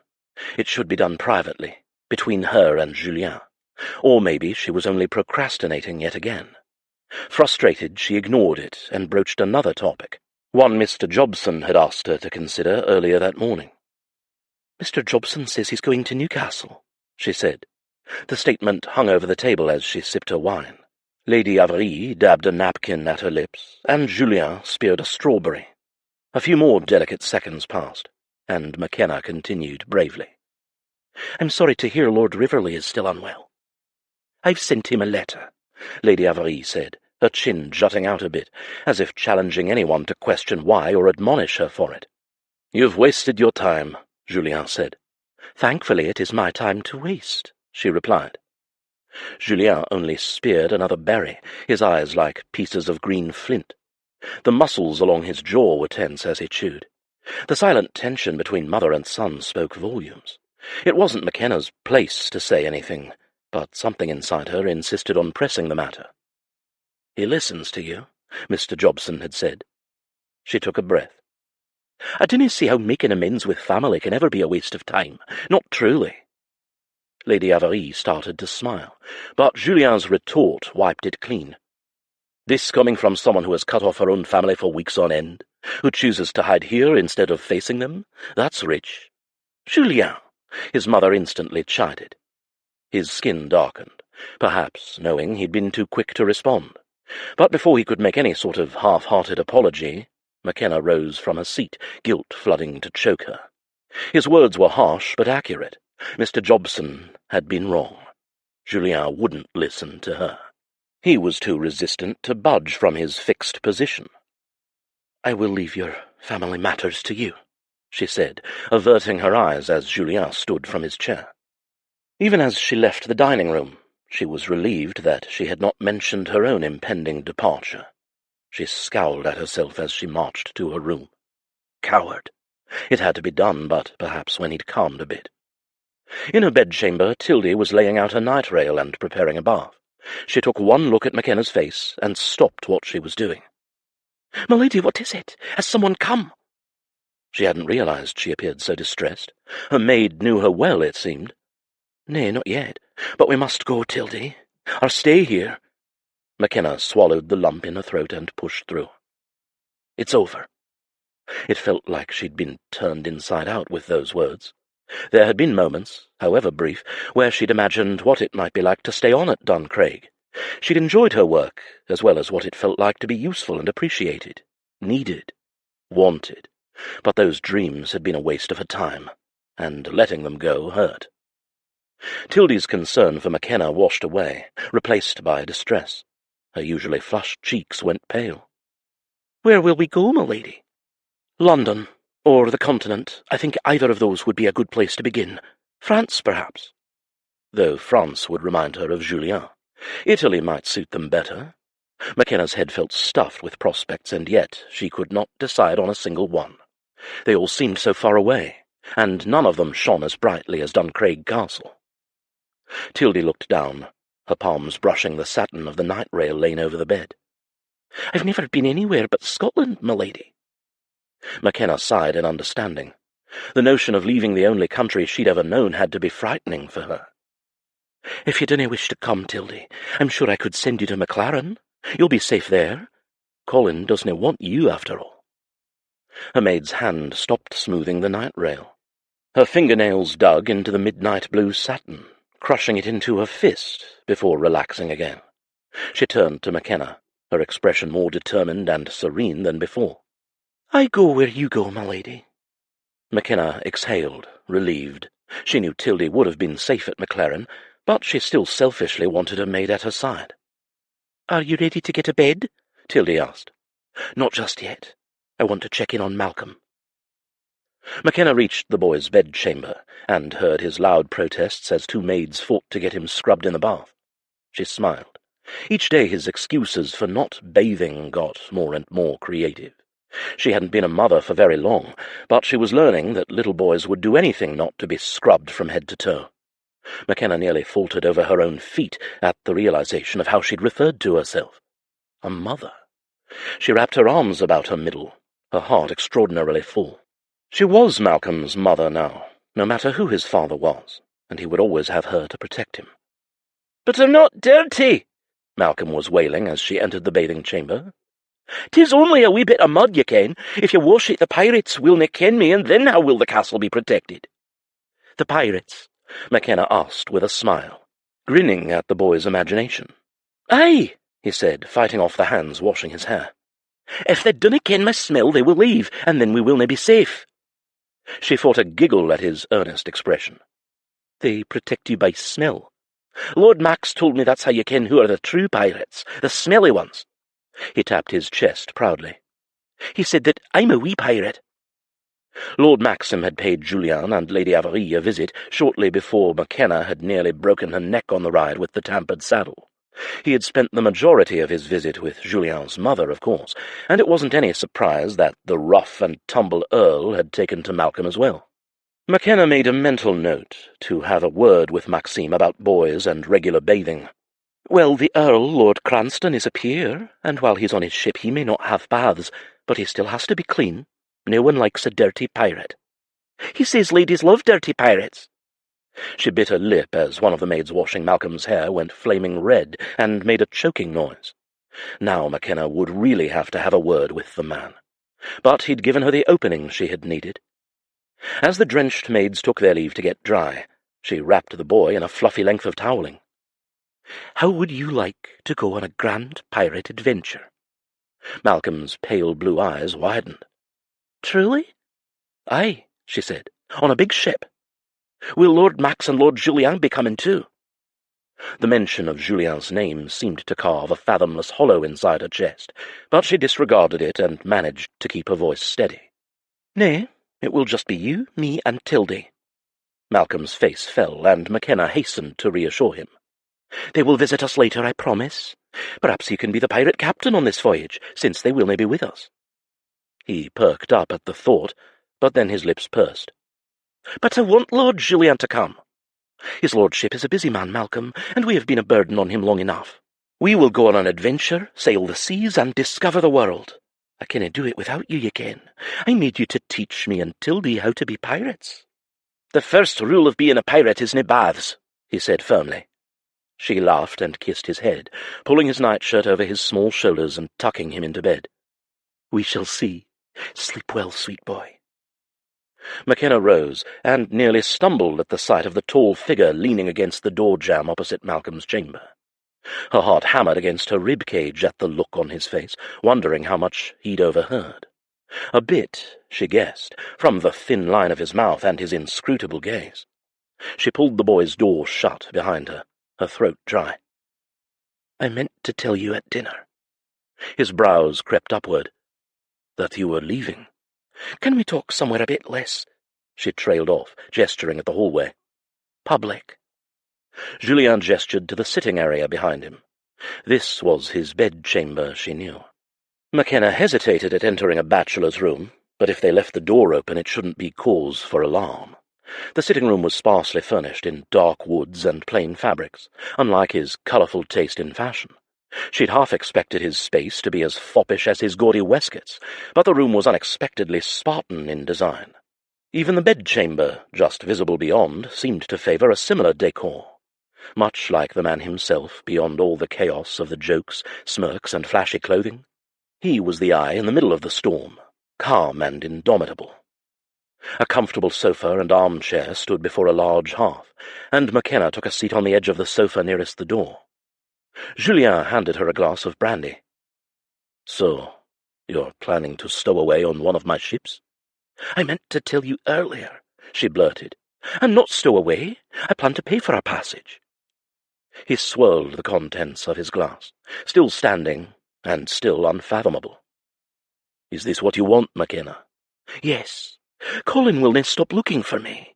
His man Gregor, the one at the tavern, he mentioned he might pay Duncraig a visit. She dragged in a strangled breath, her fingers flexing spasmodically on the glass. If he does come, and he finds out you've been hiding me, I will not be able to forgive myself if something happened to Lady Avery. Or to you. She left those last 3 words unsaid. Where do you want to go? He asked. Anywhere. France, maybe. Anywhere I can make a life for Malcolm, out of the reach of Colin or any of the Brodies. It's what Arabelle would have wanted. Is that what Arabelle wanted? Or is it what you want? He asked, and she froze, her heart thudding. She placed the glass down on the table and went to stand in front of the fire, staring at the flickering flames, plagued by sudden indecision. Was she doing the right thing by taking Malcolm away from his family? He was the heir of a laird, he had a future with Clan Brodie, and if she denied him of that, wouldn't that make her just as bad as Julien's grandfather? I just want him to be safe, she mumbled.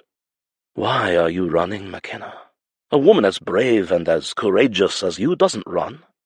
She didn't look up at him. You told me I was brave once, and I believed you, but I'm not brave enough for this. If something were to happen to you when they found me, I cannot—" She gulped, the words she'd stifled before clamouring to escape. "lose you." "You won't lose me," he said, walking around to where she stood. "I'll protect you. I'll stand up with you to declare your innocence and help you get your life back. Fight, Makenna. Fight for yourself for once. Fight for what's yours, what you deserve." "How? Dinna you see? And even if you did help me, we canna win. You're a rich man, and you're of noble blood, but you need the backing of the king or a duke or some such to even get past his men without being killed. You're a powerful man, but not powerful enough. Not here in the Highlands." Her laugh was hopeless, defeated. "And how do you ken I didn't lie to you? How do you ken I didn't kill Graham?" "Because I do." "How?" His fingers brushed her chin and then rose to cup her cheek.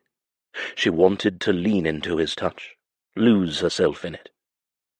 "Because no one with your heart and your courage could ever murder someone." She shook her head in wonder. "Sometimes I think you see a mirage, Julien. I'm not that woman.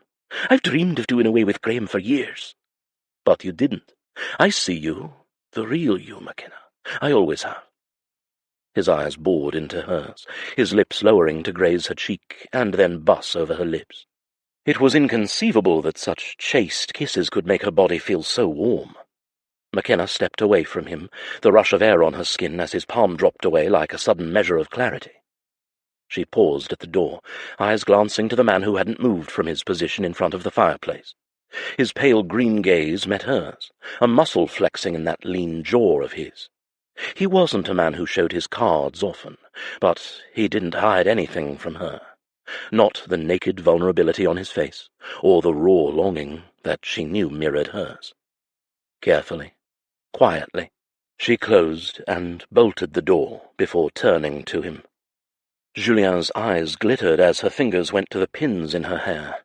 She loosened them one by one, letting the locks fall free. By the time her fingers reached the edges of her dress, her knees were shaking, but she'd never been surer of anything. He watched her with hot eyes, and she revelled in it. She basked in the power that he gave her. "Make me forget, Julien," she whispered, tugging her bodice down. "And give me something good to remember." Chapter 16. Makenna was in Julien's arms before either of them could blink, all warm flesh and willing woman.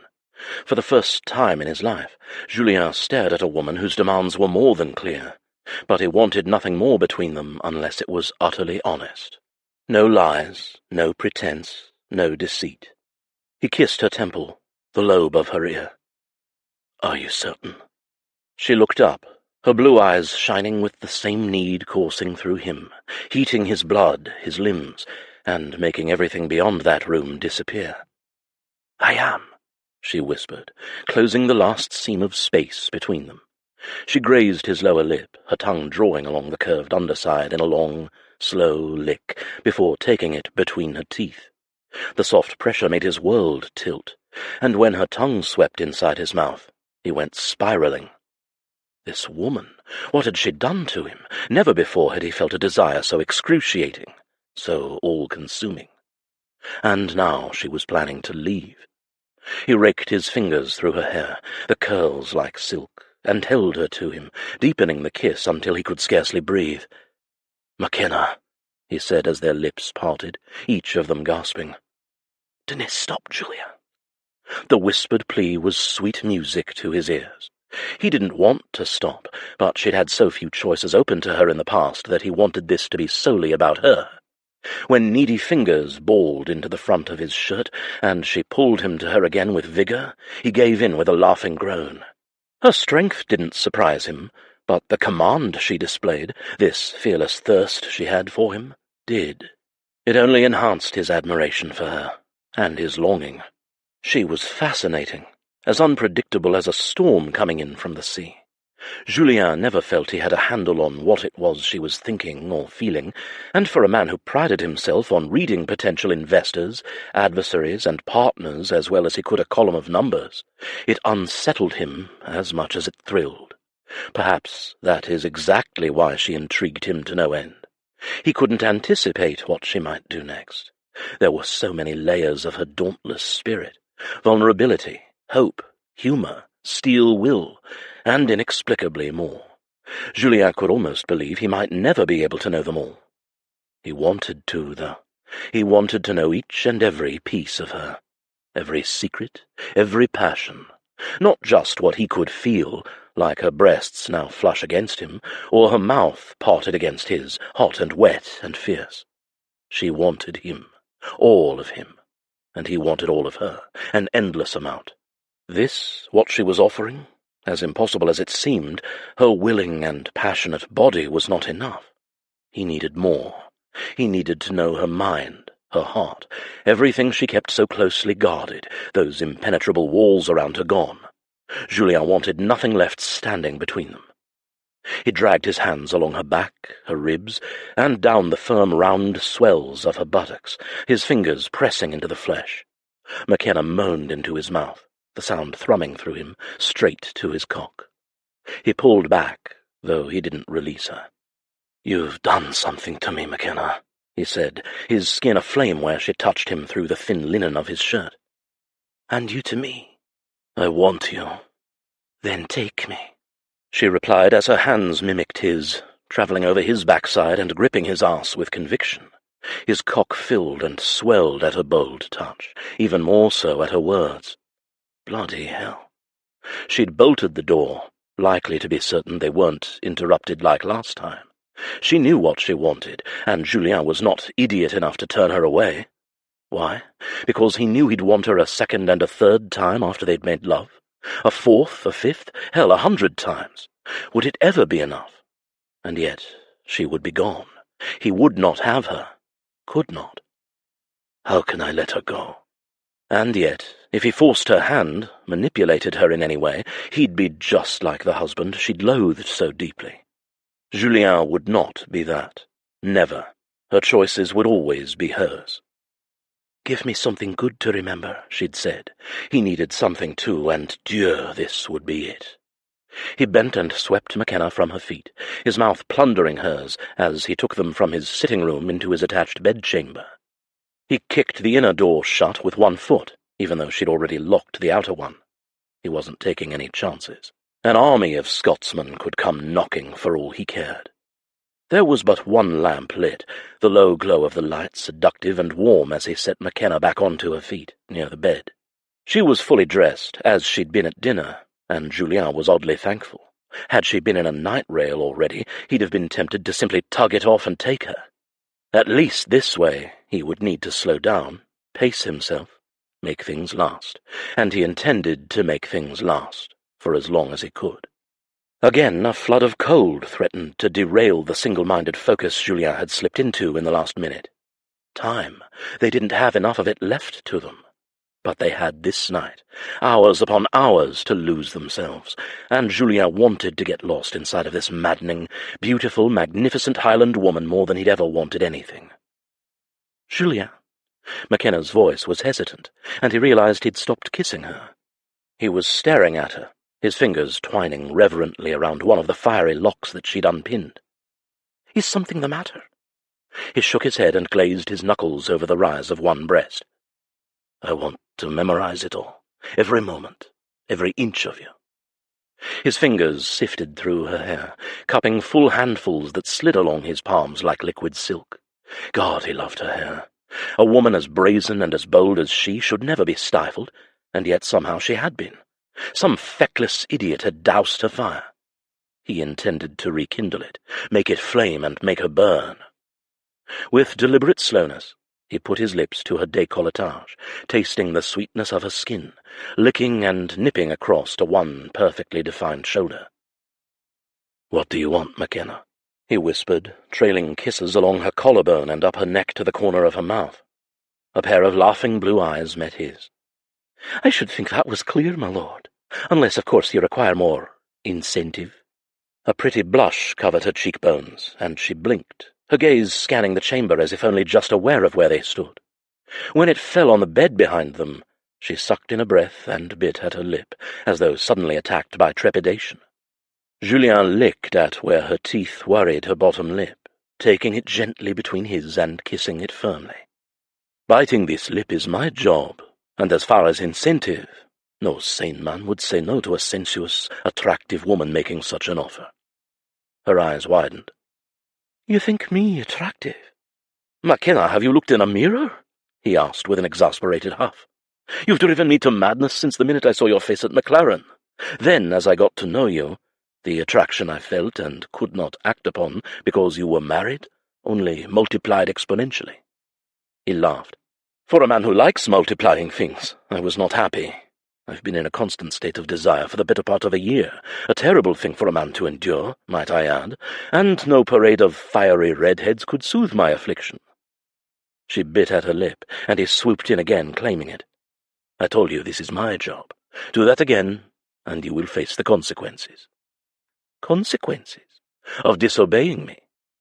His tone held nothing but playfulness, and as his hand swept the plump curve of her breast, his thumb grazing over her budded nipple, she gasped. He wanted to erase every bad thing she'd ever endured in bed and out of it, but he would start here, in the bedchamber. He lifted a brow in challenge and waited, hoping she would slay the beasts of her past with him. And what if you disobey me? The wealth of promise in those husky tones nearly made him stumble. Then you should exact whatever price you see fit. But in this room at this moment, I am yours to command, Makenna. I only want to serve you. Her hand slid up his chest, plucking at the expertly tied cravat. You do not strike me as a man who enjoys being on his knees. I assure you, if the right moment presents itself, I do. Julien did just that. He sank to his knees in front of her and found her ankles beneath her gown. With a gasp, she took a step back toward the bed, her hands gripping into the sides of the mattress. Julien inched forward, and after divesting her of her slippers, he looked up with a teasing smile. I believe you mentioned something about incentive? From the rumours concerning your, prowess, I didn't think you would require any more than a willing woman in your chamber, clothes gone, and thighs spread. There's a little more finesse to it than that, love. Julien grinned, pinching her calf gently through her stockings and reaching up for the ties on her garters. And for that bit of cheek, you lose these. He unrolled each stocking until his fingers caressed bare skin. Julien spared a glance up, and nearly spent himself.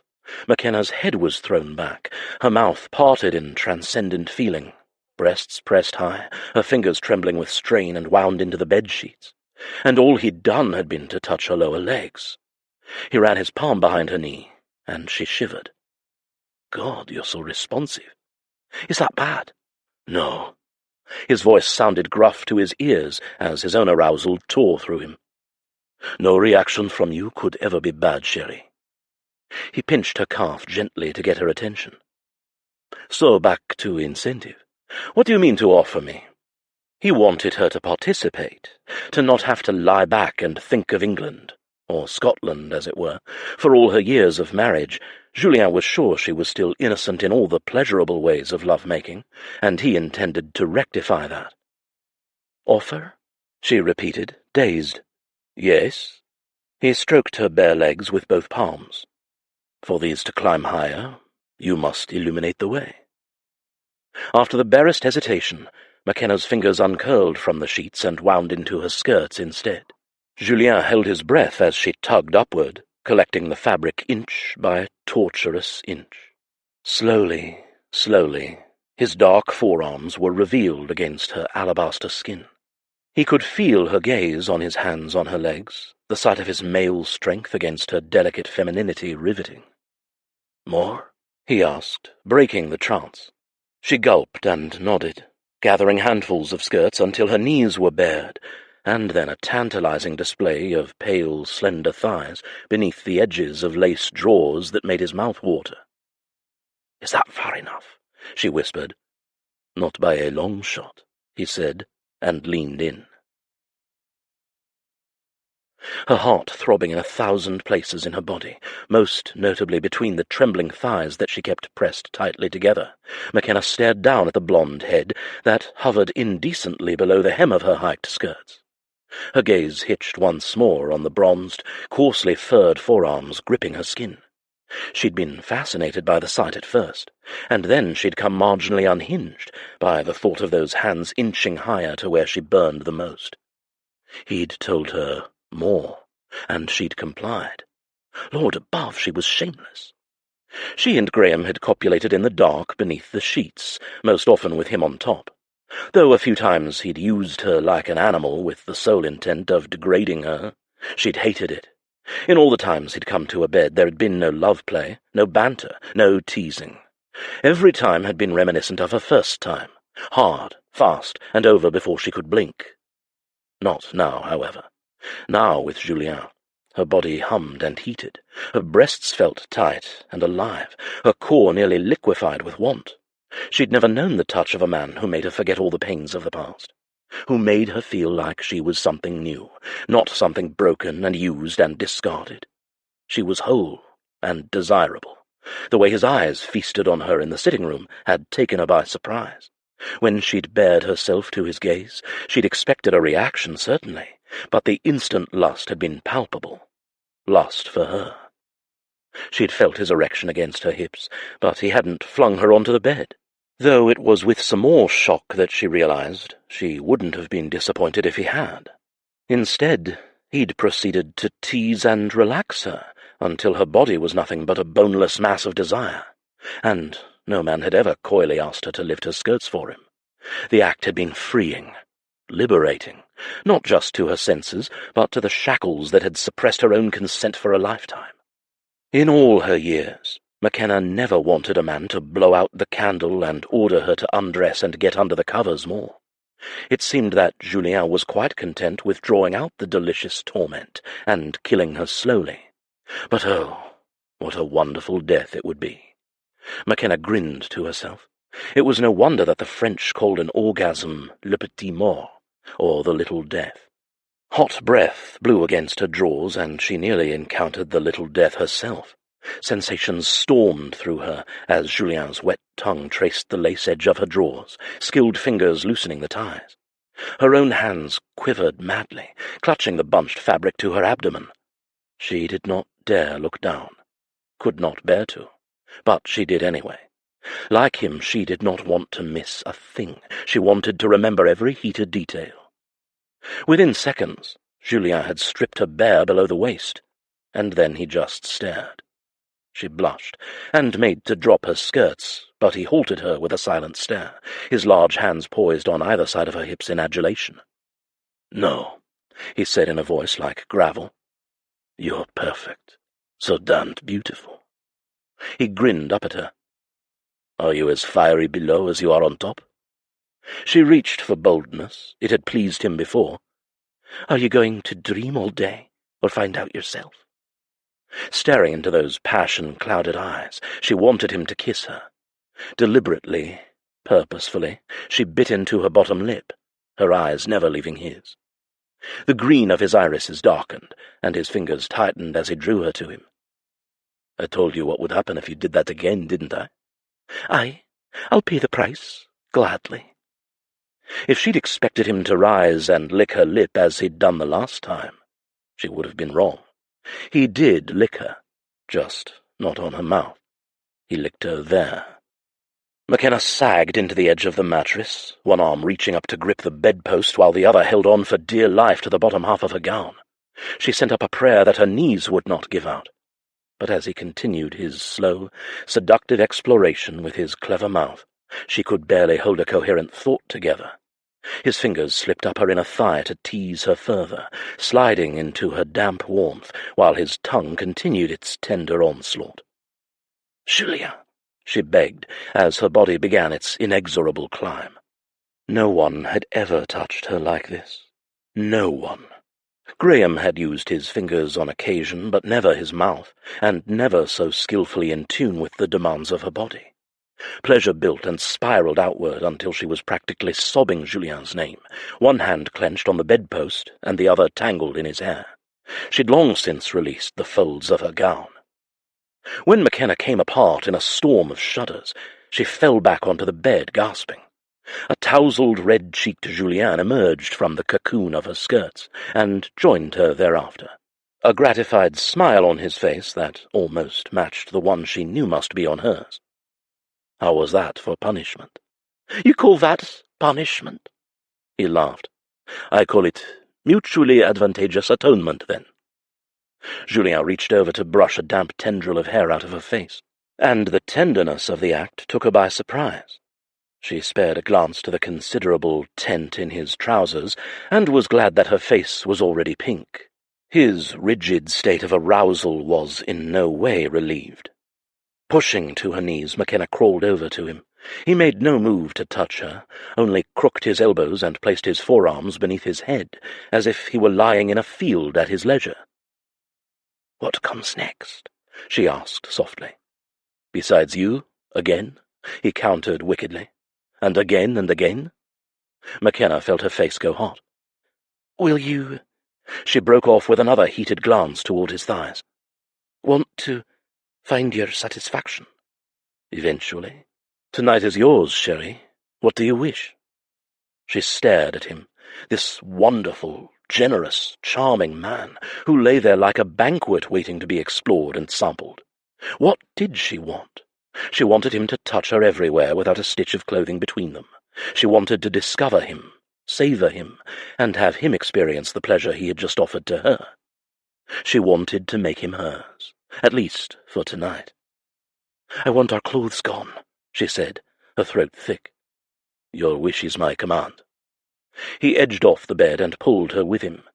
Together they made easy work of their remaining clothing, stays and small clothes, until he stood as naked in front of her as she did in front of him. She let her eyes devour him greedily, grateful now that he hadn't blown out the candle.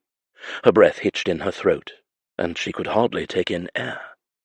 God, he was magnificent, all lean muscles and elegant strength, broad shoulders tapered to a flat, ridged abdomen and narrow hips.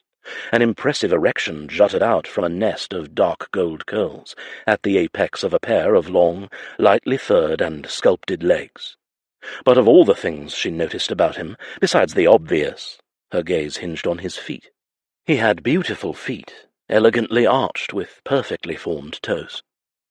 "You have nice feet," she blurted. A wicked smirk curved his lips. "You know what they say about a man's feet." I have eyes, you ken," she tossed back. "and I can attest that's well true in your case, but dinna let that go to your head." "Everything you say goes to my head." He canted his chin downward. Taking his lewd meaning, Makenna swallowed a snort of laughter. "You're incorrigible." "True." Julien gathered her in his arms and kissed her nose. "What now, my lady?" "Lie down," she ordered. "I want you at my mercy." "As my lady commands." Julien arranged himself on the bed, lying on his side, and Makenna had the strangest urge to remember him like this. Dear Lord, he was beautiful. Like a lazy demigod, a half-glazed look of pleasure in those limpid green eyes, his body beautiful and erect as if awaiting his lover's arrival. Golden curls hung into his brow, his lips bent into that provocative half-smirk that she loved so well. She could never forget the way he was looking at her, as if she was everything. Makenna joined him on the bed, and before she could lose her nerve, she ran her palms over his hot chest, her fingers exploring all the rises and scooped hollows of his muscles. Her fingernails scraped gently over one flat male nipple, and he inhaled a hiss of her breath. Venturing lower, she followed the path of golden hair that led to the part of him that she couldn't help sneaking glances at. Like the rest of him, Julien's male organ didn't disappoint, and it seemed rather interested in her, a fact that made her own body even more aroused. Wetness gathered between her legs as her hands found the warm, velvet-covered steel length of him. He made a pained, raw sound in his throat when she wrapped her fingers around his girth. She glanced upward, jaw rigid and eyes squeezed shut. He looked like he was experiencing the worst kind of agony. "Do you like this?" she said, frowning. He gasped. "Yes." Taking courage from his affirmation, she stroked him along his length from root to tip, her thumb brushing over the broad head of him. A groan broke from his lips at her touch, but he still didn't move to mount her or take control. "And this?" She leaned over to lick him slowly, as he had done to her. A strangled noise was his only response, but his fingers fisted in the bed-sheets when she did it again, licking over the top of him and tasting the salty bite of his essence. When she took him fully in her mouth, he moved so quickly that she didn't have time to breathe, much less register that he'd hauled her up over his chest and was claiming her mouth with his. His tongue teased and tangled, devouring her as if he couldn't get enough. With a growl he levered her upward and feasted on her breasts until she was the one making unintelligible noises. "What do you want now, Makenna?" he asked, his voice sounding like he was holding on to his control by a thread. It made her feel powerful that she could push him to such lengths. "I want you," she cried out. So badly." He lowered her to straddle his hips, echoing her earlier words. "Then take me." Makenna blinked her confusion. She'd never made love in such a position before, but the deliberate roll of his pelvis left no doubt in her mind as to what he intended.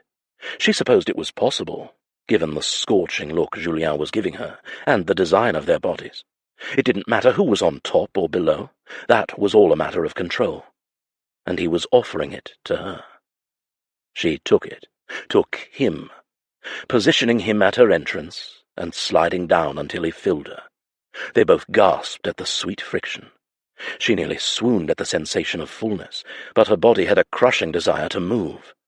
Makenna's eyes found Julien's and held them as she rose to her knees and then eased down. "That's it. Find your pace, chérie," he whispered. "Ride me." It didn't take long for her to find a rhythm, and never once did he take his gaze from hers.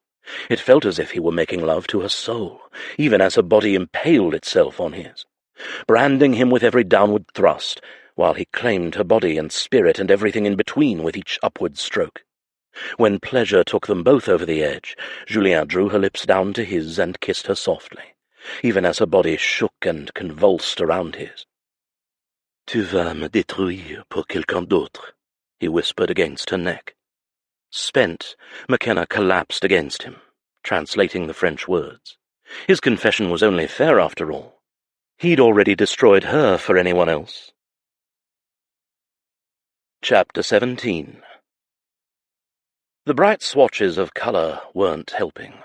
Julien stood in the centre of his sitting-room while Monsieur Martin draped him with rough cuts of deep purple, baize green, lurid crimson, and sunset orange, his expert fingers marking the fabrics with white chalk and pins. Usually a visit from his exclusive Parisian tailor, who presented bolts of fabric in all manner of vivid colours, would cheer him. He didn't mind the bold colours as much as he loved the feel of luxurious fabric. Julien supposed his love of expensive clothing grew out of wearing threadbare and ill-fitting second-hand clothing for years. This visit especially, having brought Martin all the way up from Paris to Scotland for the fitting and creation of several new pieces, should have pleased him, at least distracted him. He should have been running his hands over the velvets and silks, the finely spun wools, the patterns of small, delicately embroidered olive branches, chevron, and fleur-de-lis. But he had not. He wasn't happy standing like a statue in his sitting-room while the talented tailor worked in precise silence around him. Julien only felt restlessness, and, dare he say it, dread. He was off. He felt the imbalance in his whole body, in his very soul. And not just today. The last 2 days had been the same, the daylight hours passing in a blur of activity, while the nights stretched long and agonizing. Makenna had not come to his room again, and he had not gone to hers, not even when his veins had been on fire with wanting her. His need had compounded and thickened as he lay in bed, thinking of her, so much so that Julien had been hard-pressed not to expedite his own lust, all the while remembering what it had been to be with her, inside of her, as he'd wanted for so long. Since he'd laid eyes on her that first time at Maclaren, and especially when she turned up in his foyer at Duncraig. That night, when she'd taken command of him and her own burning desire and want, had lingered in the forefront of Julien's mind. The grip of her thighs as she'd ridden him to release, the bounce and sway of her breasts, her head thrown back. God, she'd been so free and magnificent and powerful, as if she'd discovered herself anew in the hours stretching well past midnight, while Julien slowly, reverently, made love to her. Dawn had been coming through the window panes when they had finally drifted to sleep in each other's arms, their bodies spent, their hearts still pounding in their chests.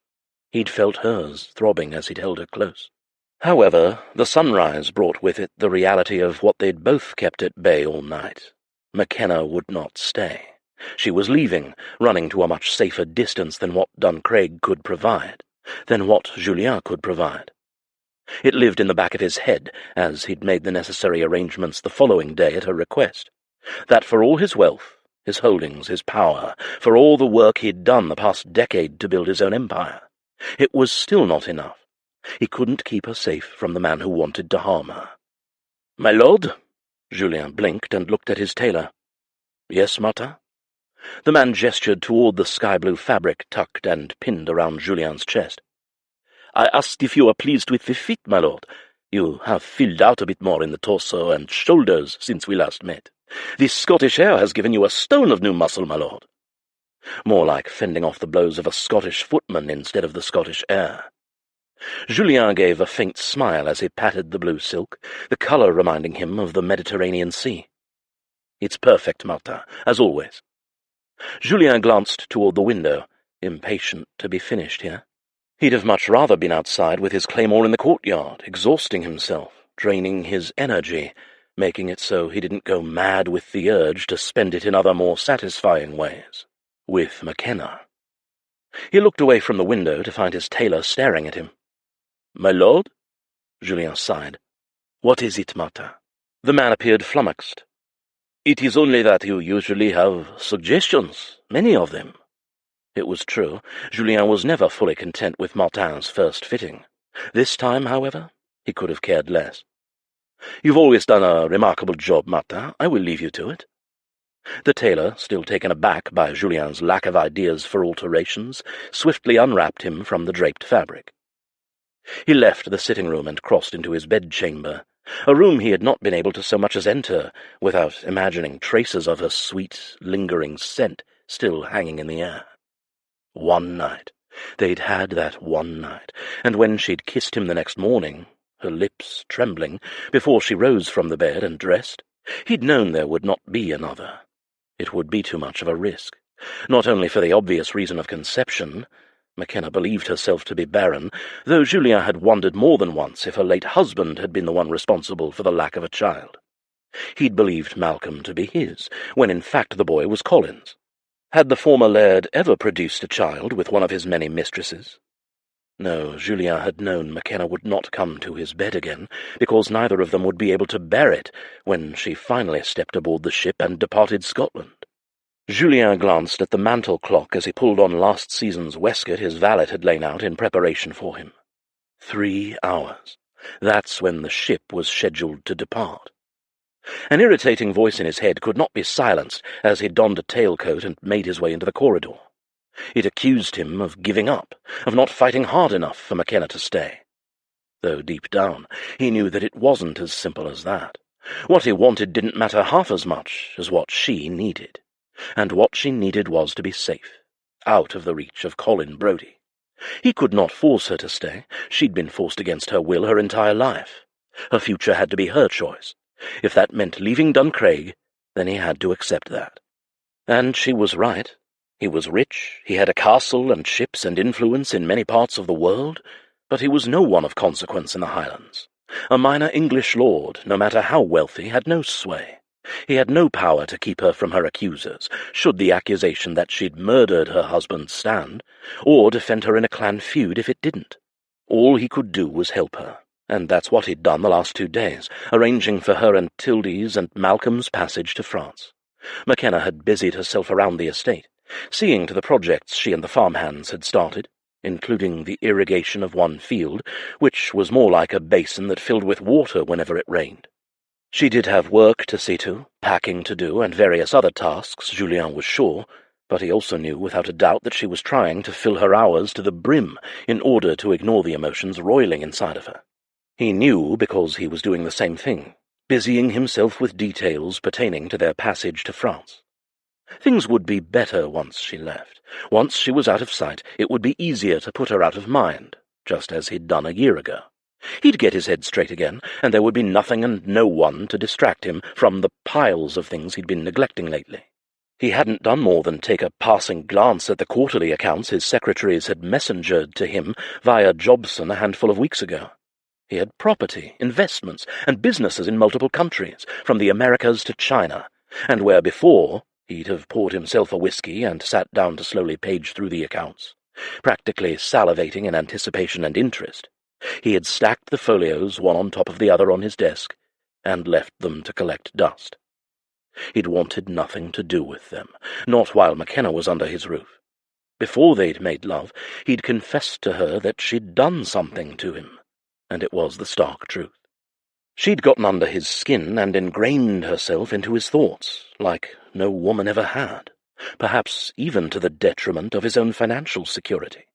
But for the first time in his life, Julien did not care, because by the end of this day he would have nothing more to occupy his time or his thoughts than the ledgers waiting for him on his desk, a future that felt strangely empty and lonely. Odd that he'd always loved solitude, and now he resented it. He walked down the corridor and knocked upon a door before pushing it open and peering in. Malcolm sat on the floor at the foot of his giant bed, a bed that seemed to gobble him up at night when he jumped onto it and dove beneath the blankets, shouting that he needed to take cover from attacking enemy pirates or cannibalistic Scottish kelpies. He shook his head.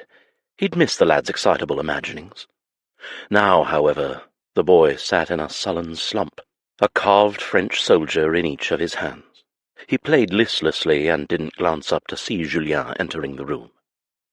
"Good morning, Malcolm," Julien said, his chest inexplicably tight. He'd thought to come and invite the boy to visit the stables with him one last time, to see how the colt Wiley was doing. He'd grown out of his gangly legs, building sleek muscle and a more confident gait. Malcolm had taken to the horse and he to him. In truth, he was surprised to see him here in his room instead of already in the stables, especially with so little time left to spend with the colt. Then again, perhaps that was the problem. It was difficult at any age to say goodbye. "Morning, Lord Julien," he said, without what had become his usual enthusiasm. He knocked the bases of the two soldiers together. The regiment was sprawled out on the floor, the collection far too large in size to pack and bring with him to France. His trunk was in the centre of the room, the top propped open. Inside there were mostly clothes and shoes, a few hats, a horn book, a stack of books, and the boxed game of spillikins. Julien picked up the box. "Care to see if you can best me at last?" He had won every game yet, never allowing the boy to win just to make him happy. Malcolm did not deserve to be patronized. The boy would eventually win, and when he did he would know in his heart that it had been earned. However, seeing him so morose, Julien was tempted to go against his own rules. He had looked forward to the time when Malcolm would win and leap up, whooping for joy. He longed to see a smile like that right now. But Malcolm shook his head. "No, thank you." Julien set the game back in the trunk. "You're nearly ready to set sail. Are you excited for your trip?" His eyes swept the room, taking in all the things Malcolm would need to leave behind. He blinked away the wave of regret and bleakness threatening to swamp him. "Lady Makenna says I'm to be a pirate captain," he said, perking up a bit. "I'm to see her and Tildy safely to the shores of France." "Indeed," he replied, lowering himself onto the rug next to Malcolm. "Though I have it on good authority the waters between here and France have recently been cleared of any enemy ships." Malcolm sighed. "That sounds boring." "Perhaps, but it is also much safer," Julien said with a laugh, then turning more serious. "And that is why you will be in France, you and Lady Makenna and Tildy." He turned his pale blue eyes to Julien's. "Why canna we stay with you? We're safe here, aren't we? The laird's men havena found us." Julien took a long breath, fighting the instinct to assure the boy that yes, they were safe here, thus protecting him from any fears he still held in regards to what he'd already experienced at the hands of the Brodies. But he couldn't. "Lady Makenna doesn't want to risk that changing. I don't want to risk it," he answered. "Besides, you're going to love France. Don't tell André, but you're sure to find better pastries there than in my kitchens." The mention of pastries lit his eyes, stripping them of the sorrow that had clouded them moments ago, and Julien felt a grin breaking over his mouth. He hadn't smiled much beyond the small, knowing glances he and Makenna had shared at the dinner table the evening before with his mother. Yet even those were restrained. "Did I just hear my son disparaging my beloved pâtissier?" Julien turned to see his mother crossing into Malcolm's room. She was wearing a gown of cornflower blue silk, which offset her rosy cheeks. "I was telling Malcolm what he has to look forward to in France." The playful smile bowing his mother's lips slipped, and Julien saw the heartache she was valiantly trying to mask. It was difficult for her. She had always worn her heart on her sleeve, and it was no secret how attached she had become to Malcolm these last months. His presence, his need, had given her a purpose beyond improving her own health. She had improved much more than either of them had ever anticipated. His mother offered to return to France with them, of course, but Makenna had batted that offer away as quickly as it had been made. Malcolm shot up from his seat on the carpet and went to Lady Amalie. "Lady H, will you tell me about the gargoyles again, the ones on the big church?" She wrapped her arm around the boy and gave him an indulgent squeeze. Her grip looked tight to Julien's eyes, as if she didn't wish to let go. He feared she would be inconsolable once they were gone, and that her renewed health would suffer a setback. But he only had room enough for so many worries in his mind at once. He'd take care of her, like he always had. If only it could be so simple with Makenna. But no amount of money could protect her from Colin. It was as she'd already said before. He'd need the backing of the King of England to make a worthwhile stand against the new Brodie laird. Something he would have if he were the Marquis of Rivoli. Not for the first time, the traitorous thought ricocheted in his mind, both turning his stomach and filling it with possibility. The pairing was unsettling, to say the least. There was nothing on earth that would make him go crawling to his grandfather. "I can do better than that," Julien's mother said. "I have sketches of them somewhere in the library. Come along, we'll take them to the gardens." She sent Julien a furtive glance before leading Malcolm from the room. "Lady Makenna is waiting for you in your study," she said. It was all but an order for him to go to her.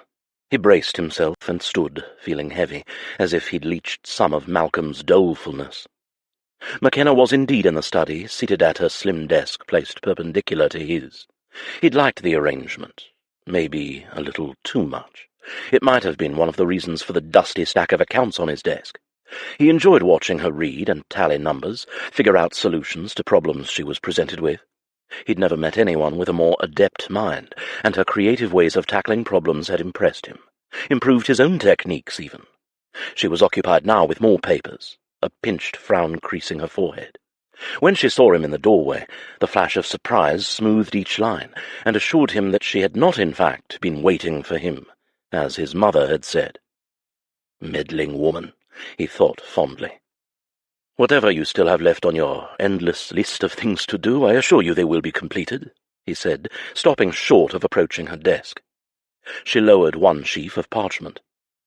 "Will you hire a new steward?" "I think it's clear I need one," he replied. "I've no intention of letting Duncraig fall to pieces."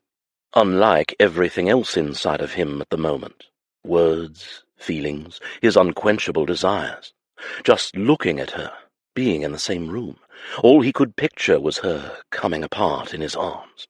The impulse to go to her now, draw her to him, and tell her every base thing he wanted to do in wicked detail was nearly irresistible. He turned away from her and walked toward a window so she might not see the fruits of his thoughts. "Aye," she said, sounding wistful a moment, but then added, "At least your new steward will have a tidy archive of ledgers to work with. I envy him that, considering the ones I had to work with were in such shambles." He smirked at her goading remark. "Who says I will hire a man? You've proved a lady steward is just as, if not more, competent." He thought she would grin at his compliment, but instead, like his mother's earlier expression, there was heartache in her eyes. She turned them back to the papers before her. "Whoever you hire will do just fine, I'm sure." "They will not be you," he said, the words spilling out before he could weigh them. "Makenna." She shook her head and stood abruptly. "Dunno, this has been torture enough, Julien, please." He bit off and swallowed whatever else he'd been about to say. He wasn't even fully conscious what it was, but it would have been spoken from his irrational heart, not his logical mind. "Very well," he said, though he wasn't ready to part from her company just yet. He was desperate to soak her in, anxious not to let her out of his sight for a minute more than was necessary. But time was the one thing he could not control. Time and the path she had chosen. "The ship should be in the harbour by now," he said after another protracted silence. "If you'll set aside whatever you're doing here, we could ride down to meet the captain and crew. I'll arrange for your trunks to be transported as well." Makenna consented with a reluctant nod, and within minutes their mounts were saddled and they were riding toward the sea. It seemed wrong for the weather to be so fair on a day that hung with low barometric pressure inside of him. The blue sky, thin clouds, bright sunshine that painted streaks of Makenna's hair a burnished red gold. Those things should have all made Julien content, because the journey would be a pleasant one. But as the harbour came into view and he spotted the tall masts of the North Star, the ship that would whisk Makenna from her homeland, he curled his fingers even more tightly around the reins, tension balling up along his shoulders. "Is that Lord Cranston?" Makenna asked at the sight of the tall, burly Earl striding along the main deck of the ship, barking orders. "It is. He's agreed to take you to Le Havre." He was the only person Julien had trusted with Makenna's welfare. Maxime had not needed much convincing when Julien had gone to him with the request either, though Julien had warned that if any of his crew were in any way untoward with Makenna, they would have hell to pay. "If she is a widow and unattached," Maxime had tried to reason with an easy shrug of his bulky shoulder, though Julien had gotten the distinct sense that the man had been baiting him from the start. "Pray they do not lay one finger upon her, Max." He'd practically growled the command. His friend had laughed and nodded. "I understand. She belongs to someone else, or so my little bird tells me." Maman. Yes, she would have seen the tension between them the last 2 days. Julien had not replied to Maxime. He had no claim on Makenna, no matter what had happened between them. The grateful expression forming as she kept her eyes on Maxime had Julien wishing he'd made that claim clear, or hired a different crew, preferably men who were old, haggard, and missing a number of teeth, and had peg legs. "Malcolm will be so happy," she sighed. "He wanted Lord Maxime to come along." She turned to Julien, her smile ebbing. "And you as well." He knew it was true. Malcolm had asked him a number of times to go with them. Each time it had been a piercing disappointment when Julien had cited his reasons for staying in Scotland. His mother's health, the running of the estate, and quite honestly he wanted to keep eyes and ears peeled for Colin Brodie. If the man learned where Makenna had gone, Julien wanted to know so he could take action. He'd send word somehow, tell her to keep moving. Hell, it sounded like an awful way to live. The world would still be her prison so long as Colin sought her out. However, if the man were to take a wife, move on, it could be possible for Makenna to return. Someday. And he intended Duncraig Castle to be here, waiting for her. Julien blinked in surprise at the thought, but it was true. It had been hers the day she'd walked in and taken on the impossible job of steward. "Tildy might not like it," he said, trying to ignore the sudden thickness in his chest. "She thought Maxime was a scoundrel, if I recall." "I think she'll be preoccupied with her own circumstances," Makenna replied, another quiet smile forming. She spoke of Tildy's new arrangement with the groom, Douglas. The young man had been smitten with Makenna's maid from the start, and he'd decided that he'd rather pull up roots and go along with them. "Besides, Lord Leclerc," Makenna continued, her slight smile brightening, "you would nae put our safety into the hands of a scoundrel." He met her blue gaze, as clear and summery as the sky above them. Julien couldn't sit still another moment. They hadn't made it to the harbour yet, but he had to get out of his saddle, had to move. He leaped to the rutted dirt and rock road that led down to the wharfs. "Julien!" Makenna dismounted as well. He couldn't hold back any longer.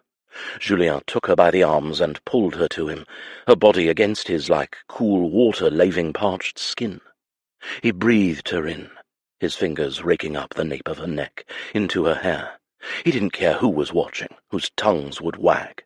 He cared about nothing but the woman in his arms. This time, she didn't ask him to stop.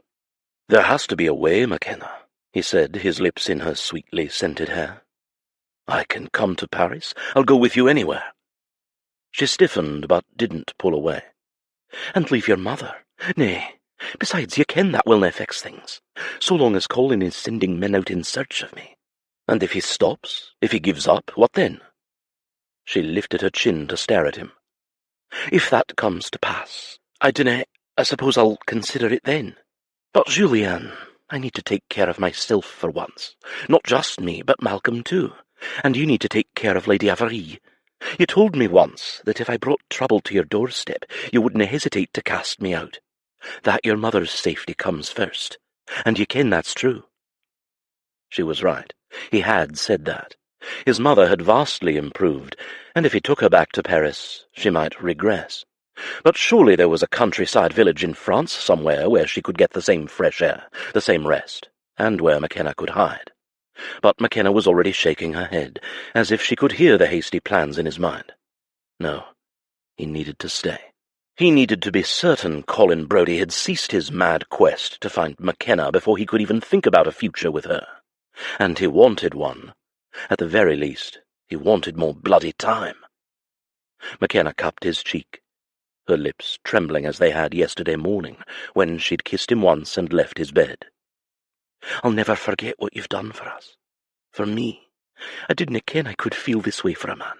Trust anyone the way I—" She swallowed hard. "Trust you."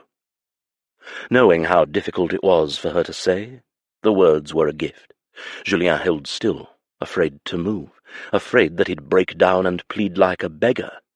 But then she was rising onto her toes, her mouth approaching in a bold display of affection, one that would smack of ruination given all the eyes and ears about, when he heard the fast cadence of hooves behind them. A piercing whistle cut through the air, and when Julien turned, ripping his cheek from Makenna's palm, he first recognized the approaching mare. It was the swift black Arabian, the recent addition to his stables. He recognized the head groom next, his white beard and hair as wild as the horse prancing restlessly underneath him. "My lord!" Alban shouted, and the closer he came, an alarm triggered in Julien's mind and spread to every nerve in his body. The groom's hands and shirt were covered in blood. "Good God, Alban," he said, reaching for the reins as the horse slowed reluctantly. "What in hell happened to you?" The old groom heaved for air. "Forget me, my lord. There's been an attack. Tildy and the lad." Makenna took a strangled breath and gripped Julien's arm, her eyes landing on the blood-staining Alban's shirt and hands. "Are they hurt? Where are they?" "Gone. They've been taken, my lady. We found Douglas in the gardens," the groom said, raising one hand. "This is his blood. He was stabbed." She gasped, a hand flying to her mouth. "He's not—" "Aye, dead, my lady." "And Lady Amalie?" Julien asked urgently, remembering that his mother had been the one to take the boy to the garden. She must have found Tildy on the way. His heart climbed into his throat. "Is my mother hurt?" "Nay, my lord. The cook said she forgot her parasol, and then sent the boy out to the garden with the maid." Alban seemed to remember something as Makenna sagged against Julien, his breathing beginning to slow as the situation took shape. "We found this, with Douglas's body." Julien took the small scroll of paper. The poor groom's blood streaked it, but the ink was still legible. Julien held Makenna against him as they read it together. "They will live if you come. See." Chapter 18. "Oh, God, it's Colin," Makenna said, her lip trembling and a terrifying coldness creeping like thick vines around her heart. "He has them." She turned to the groom, fists clenching at her sides. "Which way did they go?" "Their tracks lead to the northwest, my lady," he said. Her chest caved at the sudden pressure. A part of her had been hoping it had been bandits or anyone else, but in her heart she knew. Gregor had said it himself, that he'd planned to pay the French lord a visit. He must have recognized Malcolm and Tildy, and seized the chance to gain the upper hand by taking them. How had Brodie men marched onto private lands, past a patrolling guard, and snatched up a woman and a child in plain view of everyone? And no one did anything to stop them? The groom pressed his hands together. Only Douglas, my lady. Makenna felt a spurt of guilt at the man's senseless death, and then more anger. The young groom would have been no match for Gregor if it had been him. The man was ruthless at the best of times, and Tildy would have been distraught if they'd killed her lover in front of her. Her only thought would have been to protect Malcolm. Oh, Tildy. How long ago did it happen? Not long, my lady. Less than an hour. She looked wildly toward her horse with every intention of climbing on and chasing after them. Colin's men could not have gone far in that stretch, not if they were carrying a boy and a maid with them. They still had time. A hand on her elbow stopped her. What are you doing? She turned in a fury to see Julien there, and then shook her head. What do you mean, what am I doing? We can catch up to them if we leave now. How? Makenna shot him a look as if he were daft. With the horses. You have no weapons, not to mention no armed guards, and you're planning on chasing a group of Brodie soldiers. Seasoned, too, if they are anything like the ones in the tavern that day I followed you to Brodie lands. You would succeed in doing nothing but getting yourself caught in the same snare that entrapped Tildy and Malcolm. I am a Maclaren. You are a woman, he said, and seeing her furious scowl, squeezed her arm gently. And as much as I know what you're capable of, going after them in a rage will serve no purpose other than playing right into their hands. Think, Makenna. Use that clever brain of yours to see the sense of what I'm saying. They won't come to harm, not if Colin intends to barter them. Drowning in fear, any cleverness in her brain was on hiatus. You can't stop me. I don't want to have to. His tone brooked no argument, and she knew he spoke from a place of reason, but Makenna wanted to rail. She wanted to hit something, scream and cry at the fact that they'd been so close to escaping the man's clutches. Instead, she fixed the man who held her back with a glacial stare. Let go of me, Julien. His grip tightened marginally, not painfully. Not if you'll do anything rash. I'm not yours to command, she hissed, rage and a feeling of utter powerlessness making her see red. I am the lord of this estate. Then what do you suggest I do, my lord? She snarled. Leave them to their fate. I cannae. It's my fault. I stayed too long. If only we'd left sooner, and the more time we waste standing here now, the farther away they go. He left a note, Julien. He intends me to follow. It's a trap, Makenna. Of course it's a trap. She yanked her arm away, but made no move to mount the horse grazing nearby. Her voice broke. He wants me. There has to be something else he wants in exchange. Every man has a price. Makenna shook her head. Some men want the impossible. A sob caught in her throat as she strode to the cliff's edge and stared blindly out to the ocean. I'll gladly trade myself for them. As if he knew the immediate danger of her racing off like a possessed madwoman had passed, Julien turned to the groom, who had stood there in silence waiting to see what she would do. Fetch the Earl of Cranston. He's on board the North Star in the harbour, and gather all the men who were on patrol in the castle. I want to know everything that happened, and how those men managed to get in undetected. The lady and I will be there shortly. Aye, my lord. Makenna could feel him watching her, but she kept her gaze firmly on the horizon. She was holding her sanity together by a thread. Every instinct inside of her wanted to jump on that horse and chase after the men who'd taken her family, keening a battle cry. Julien was right, of course. Reacting in haste would be foolish, and if Colin did intend to use Tildy and Malcolm for barter, they would not be harmed. Not unless she didn't go, and if she did, Makenna knew he would use them as pawns to control her forever. She sighed, a tear slipping down her cheeks. All the helplessness from the past handful of years came back in full force. The tastes of freedom and affection. She spared a glance to the sombre man to her right and felt it like a blow to her stomach. That she had savoured was gone. Her old prison beckoned. Makenna wrapped her arms about herself. She had asked him for something to remember, and he had given it to her. At least her time with him would sustain her. The thought of lying with Colin made a surge of bile rise in her throat. She had no choice. She'd sleep with the devil if she had to. Strong arms curved around her, gathering her close, and instead of twisting away, Makenna let herself lean against the man who had been nothing she'd ever expected. A smirking jester with a spine of pure steel. A man who had built an empire from nothing. A Frenchman with the heart of a Highlander. Makenna felt envy for the woman he'd eventually marry when he went back to France. And he would. She'd make sure of it. Savouring the feel of him one last time, she stepped out of his embrace and walked a few steps away.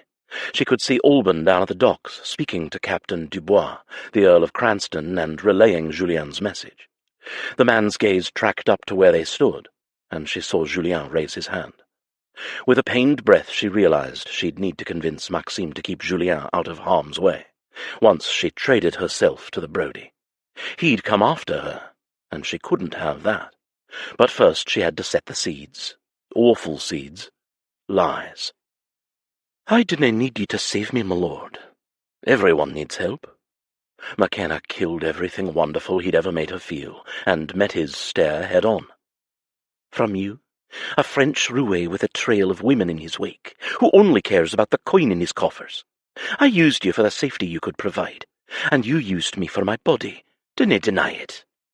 Those beautiful green eyes flashed with fury or pain, she didn't know, but she steeled herself. "You are blind, and you are a fool." She bit the inside of her lip hard. "I'm a Scot. I could never be with a man like you. You're French." "Then you used me too, and for the record I'm also English." Makenna flushed at his suggestive tone of how well she'd used him, and shoved that memory away too. Yearning for what could never be had was not of use to anyone. Hardening her heart was a matter of practice. She'd done it for years before him, and she'd do it for years after him. "Only when it suits you, like everything else in your life.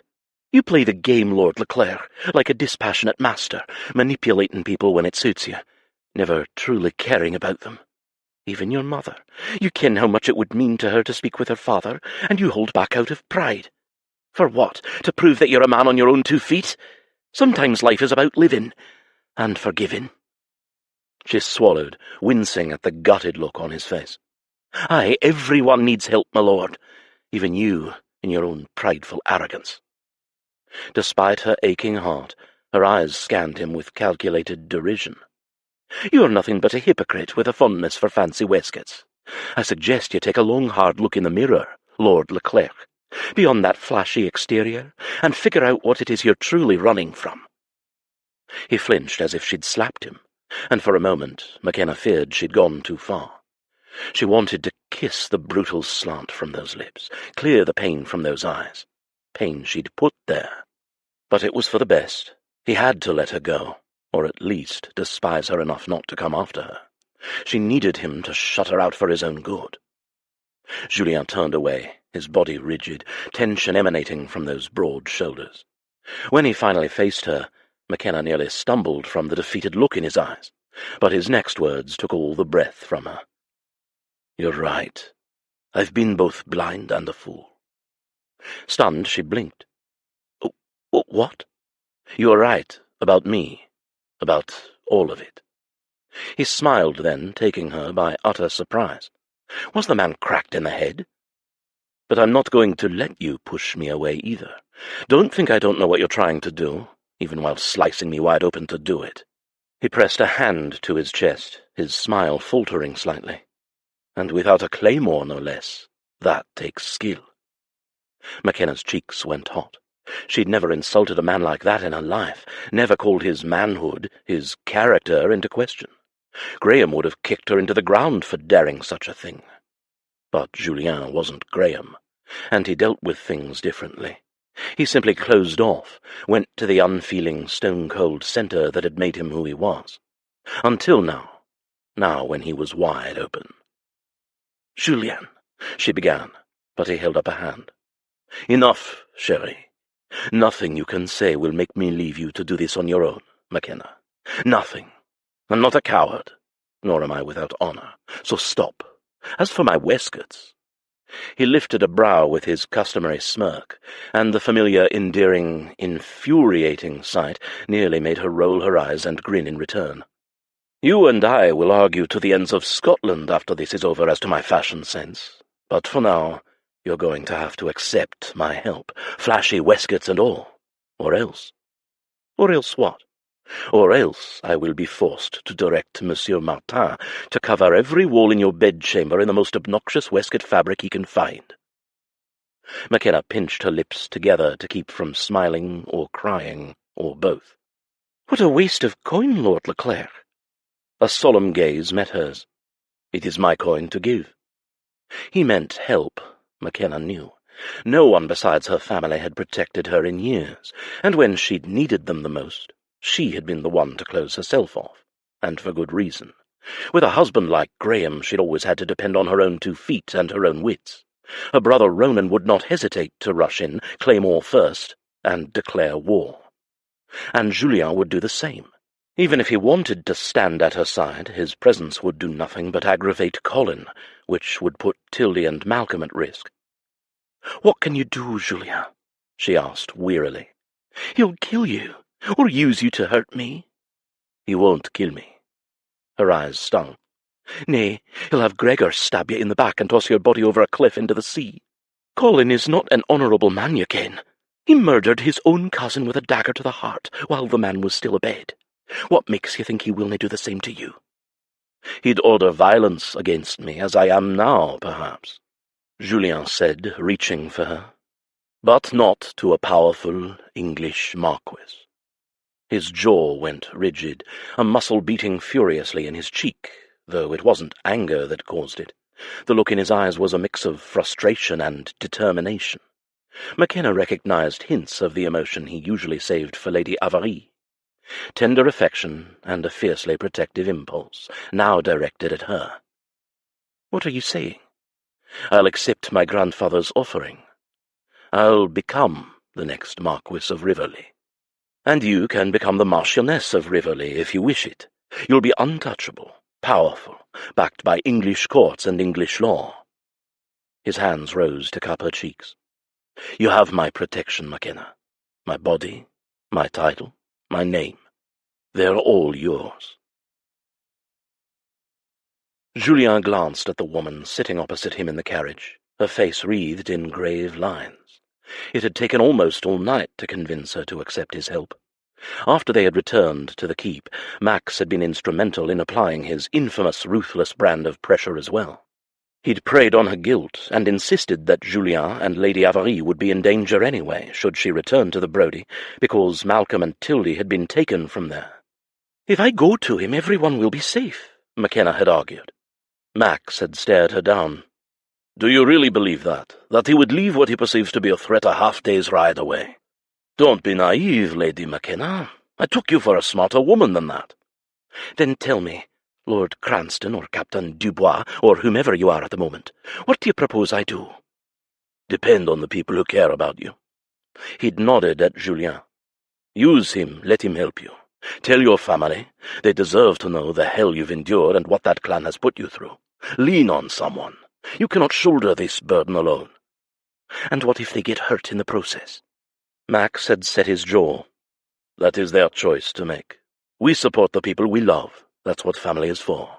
Just as I am now, willing to put myself on the front lines for brotherhood." He'd laughed, ruining the moment. "But of course, if you do wish to marry another instead, I have many friends who would not say no." Julien had growled low in his throat, but Lady Amalie had laughed and patted Max's cheek. "But alas, mon chou, she does not think of anyone else in that way." Julien hadn't been sure that she thought of him that way either. Makenna's glower could have incinerated the skin off a man. She'd felt trapped, he knew, and it was a feeling she loathed more than anything. But Makenna had needed help, and she also needed to know that accepting help was not a bad thing. It had taken longer for any of them, him, Max, and his mother, to convince her that marriage was a solution. She'd only ever viewed the institution as a torture and a cage, and Julien, for his part, had run from it for years. No one had been more surprised than he'd been when he'd offered to make Makenna his Marchioness, after making himself a Marquis. 2 things he'd sworn never to do. But it was for Makenna's safety, he'd told himself, her protection. Another layer between her and the bastard who coveted her for himself and wanted to back her into a corner. Maman, of course, had been thrilled. He glanced over to the older woman sleeping to his left. She'd borne his revelations with quiet glee. 1, that he would reconcile with Lord Rivoli. 2, that he'd accept the title. And 3, that he'd marry Makenna. Julien suppressed a quiet sigh. They'd begun the journey to Newcastle the next day. Max had insisted they take his ship, which had been prepared and ready to sail Makenna and her charges to France, to the nearest port on the English border, which was close to Gretna Green, and then they'd take a coach from there to Bramble Park. Max would head back north toward Maclaren, whereupon he would fill them in on what was happening. "Are you nervous?" a soft voice asked. His eyes lifted to meet Makenna's, noting the bruised shadows under hers, and the pallor of her complexion. Her fierce beauty seemed muted somehow, as if it had been beaten into submission.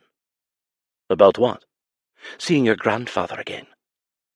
Julien considered what he was feeling. Nerves weren't part of it.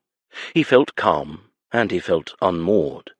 Calm because his instincts had never failed him in the past, and if he had to assess what he was thinking, it would be the cool composure he always felt before taking over a business or embarking on a new investment.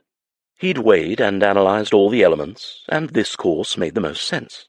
However, if he were to think of the lives impacted by this decision from an emotional direction, then he started to flounder a bit, hence feeling unmoored. He did not make emotional decisions, and yet this one was monumentally so. It would make his mother happy. It would help Makenna. It would make him feel like he'd lost.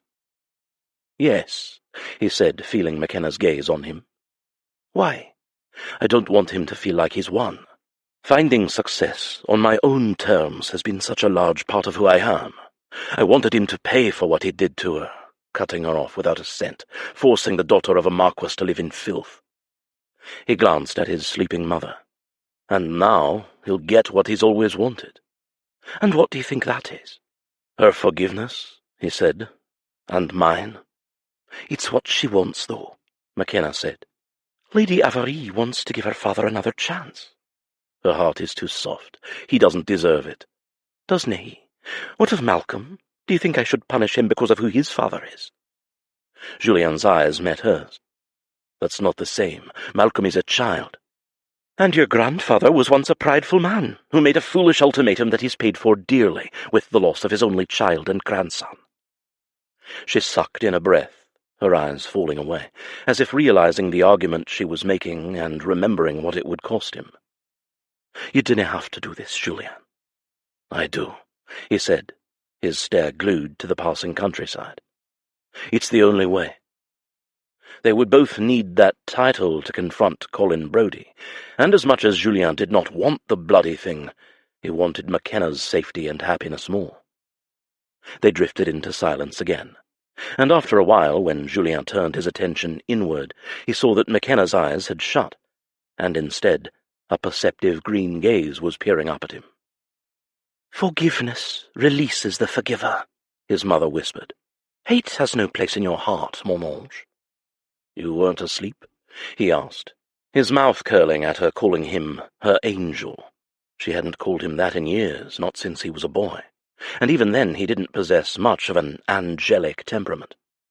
"No, thank you, Julien," she said. "I know how hard this is for you, but the marquisate is your birthright.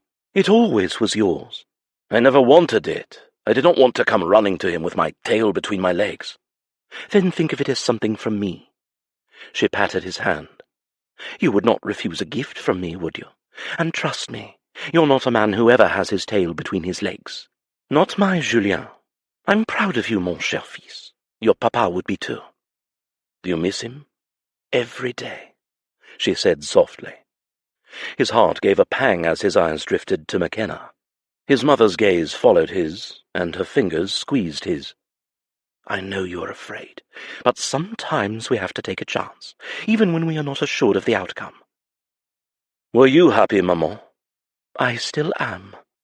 The rest of the carriage ride passed quickly, and they arrived at Bramble Park in a little less than 7 hours with a few changes of the teams. Julien felt strangely at peace with his decision, or perhaps he was too tired to feel much of anything else at all. They were greeted at the door by a shocked and equally joyful Higgins, his grandfather's long-time butler. His eyes widened and nearly fell out of their sockets when he saw Lady Avarie standing beside Julien. "I've brought you a surprise, Higgins," Julien said. "Lady Eleanor," he sputtered, his eyes blinking. "It has been an age, my lady. You are truly a vision." Julien smiled at the man's shock. "I gave her your regards after our last meeting, and she insisted on coming the next time to reply in person." His normally reserved mother squealed like a little girl, and pushed past her son to fling her arms around the butler, who, after a beat of shock, returned the embrace with the same fervour. Julien had to admit, the display warmed his heart somewhat to see his mother so happy. "Higgins, is that you?" she exclaimed. "Gracious, when did your hair turn white?" "You started that process when you were a girl, my lady." She let out a giggle. "I most certainly did not." "Aye, my lady," the man said with a twinkle in his eye. "I distinctly remember it was the day you stole your father's coach and decided to journey to London. You were 11, I believe."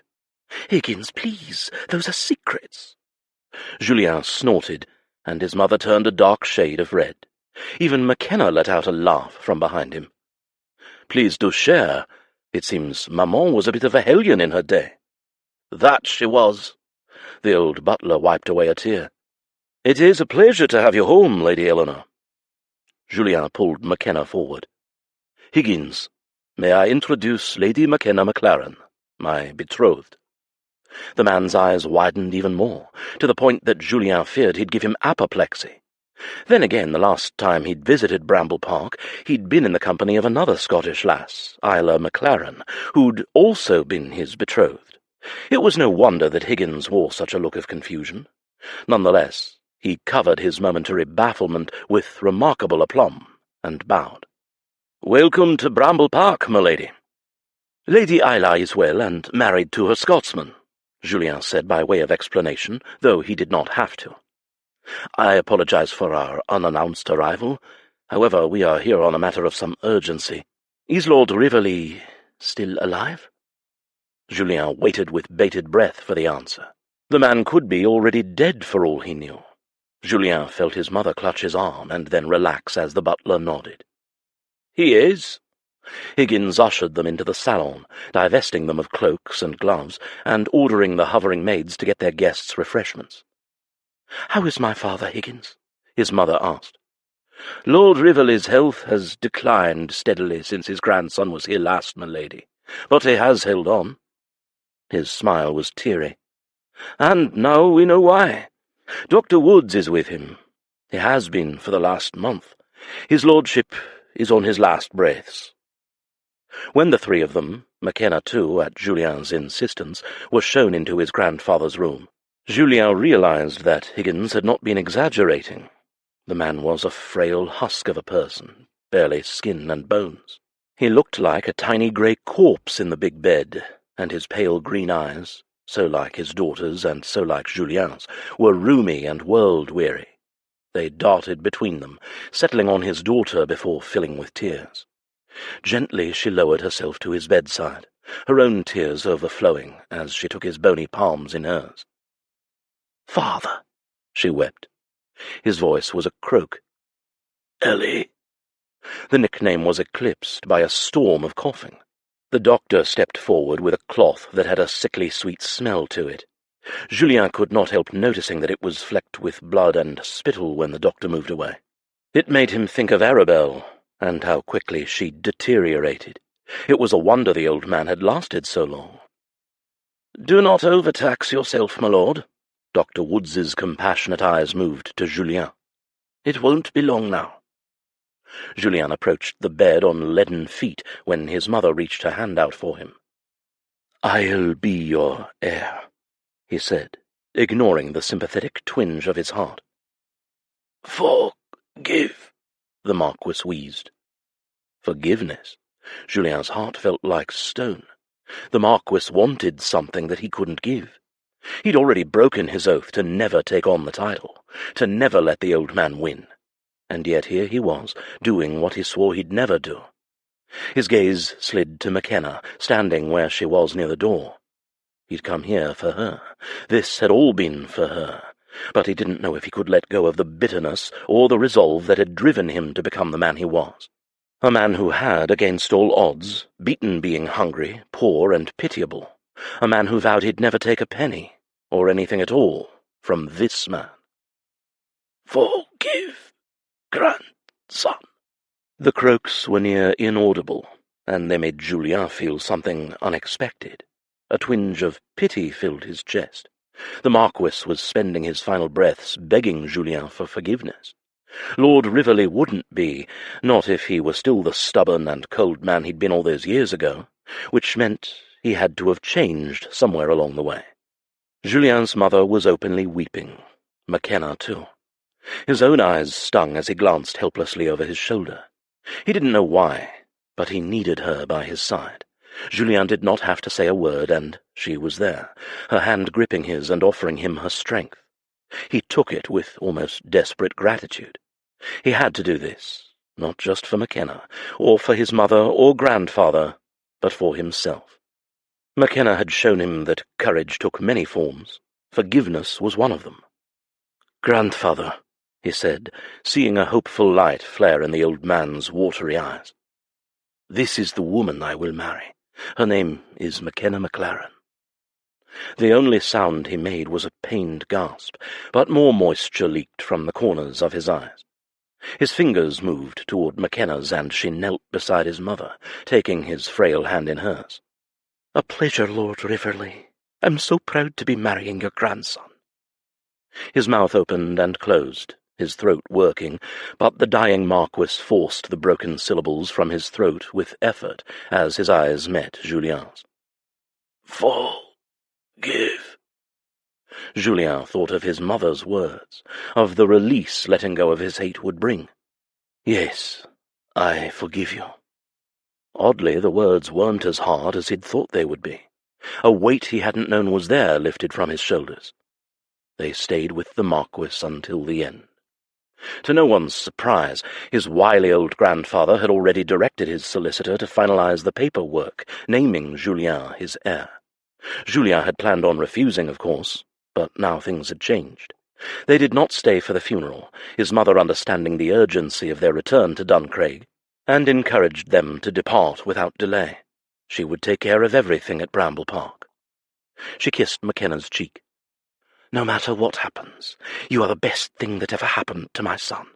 Then she embraced him. "Courage, mon fils." He and Makenna were married a day later in Gretna Green.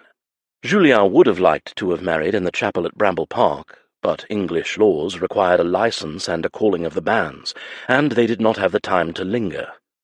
As he took his Marchioness's trembling hand and walked from the chapel, Julien felt a tingle in his palm that climbed all the way up his arm to behind his ribs.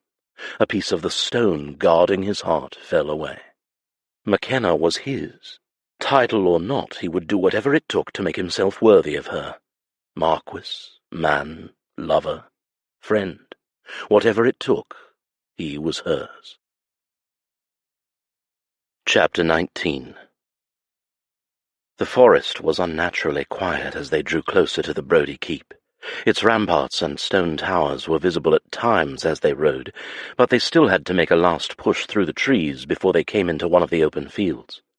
Makenna and Julien, along with several men who had been waiting for them at Duncraig upon their return from Gretna Green, had been within Colin's domain for the last handful of hours, and yet no guards had materialized out of the wood to capture them. The empty forest, and the easy passage through it, was unsettling. She didn't trust it. Makenna had been strung tight with an overload of emotions as they had set out from Julien's land, and the fast ride into Brodie lands had done nothing to alleviate them. Because of Julien and what he had done for her, she now held a glimmer of hope that such a rescue could be accomplished. She was Julien's wife, the Marchioness of Rivoli. Colin could not touch her. But that did not mean he could be forced to release Tildy or Malcolm. They were both Brodie by blood, Malcolm more so than anyone, and if Colin found out, it would be next to impossible for Makenna and Julien to reclaim him. Still, they were going to try. Julien had accepted his grandfather's title, taken her to wife, all to make certain that Colin's attempts to manipulate her for her hand in marriage could not come to fruition, and to press him with the full force of Julien's new power, to allow Tildy and Malcolm to choose whether or not they wished to stay or go. They would choose Makenna, she was certain of it, and she only prayed that Colin and his men had not mistreated them in any way. She'd been allaying those fears with the common reasoning that Colin would not risk damaging that which he wanted to barter with. However, there were more ways to wound a person than the physical. Tildy must have been devastated over Douglas's death. Malcolm had to be scared and confused. Makenna would not feel an ounce of happiness or relief until she saw them to safety. Even the barest trace of wonder over marrying Julien, of actually being his wife, felt selfish, and so she forced herself to think of it as a means to an end. Had Colin not plucked Tildy and Malcolm from Duncraig for the intended use of ransom, Julien never would have proposed they wed. He never would have backed down from his staunch position against taking his grandfather's title. He'd gone against every firm resolution for her. So much had changed within a handful of days, but she was under no illusions that he had wanted to marry her or accept the Riverley title. He'd only taken the most effective course of action to protect them. He'd assessed the situation, weighed the benefits and consequences, the potential risks and gains, and had moved forward, as he would have with any new investment or business proposition. Though it wasn't as unfeeling as all that, Makenna knew. He did care for her somewhat. His obvious anguish over sending her away to France had turned him inside out, and their one night together, when he'd opened to her and so carefully, ardently opened her to him, had been genuine. Julien had made a difficult and selfless choice in accepting his grandfather's title, and he'd done it for her. But once this was all over, once they were safely away from Colin and his ruthless men, what then? Certainly being the new Marquis of Riverley would be advantageous for Julien in regards to his wealth and business holdings. Opportunities that might not have been available to him before would now stand wide open and welcoming. But would he regret it? Had he truly forgiven his grandfather, as he'd said to the old Marquis as he lay dying, or had it been a lie? A marriage built on a foundation of duress and lies would be no marriage at all. She should know. Would he eschew the title, and her with it? Julien kept pace beside her as their band of men rode in absolute silence.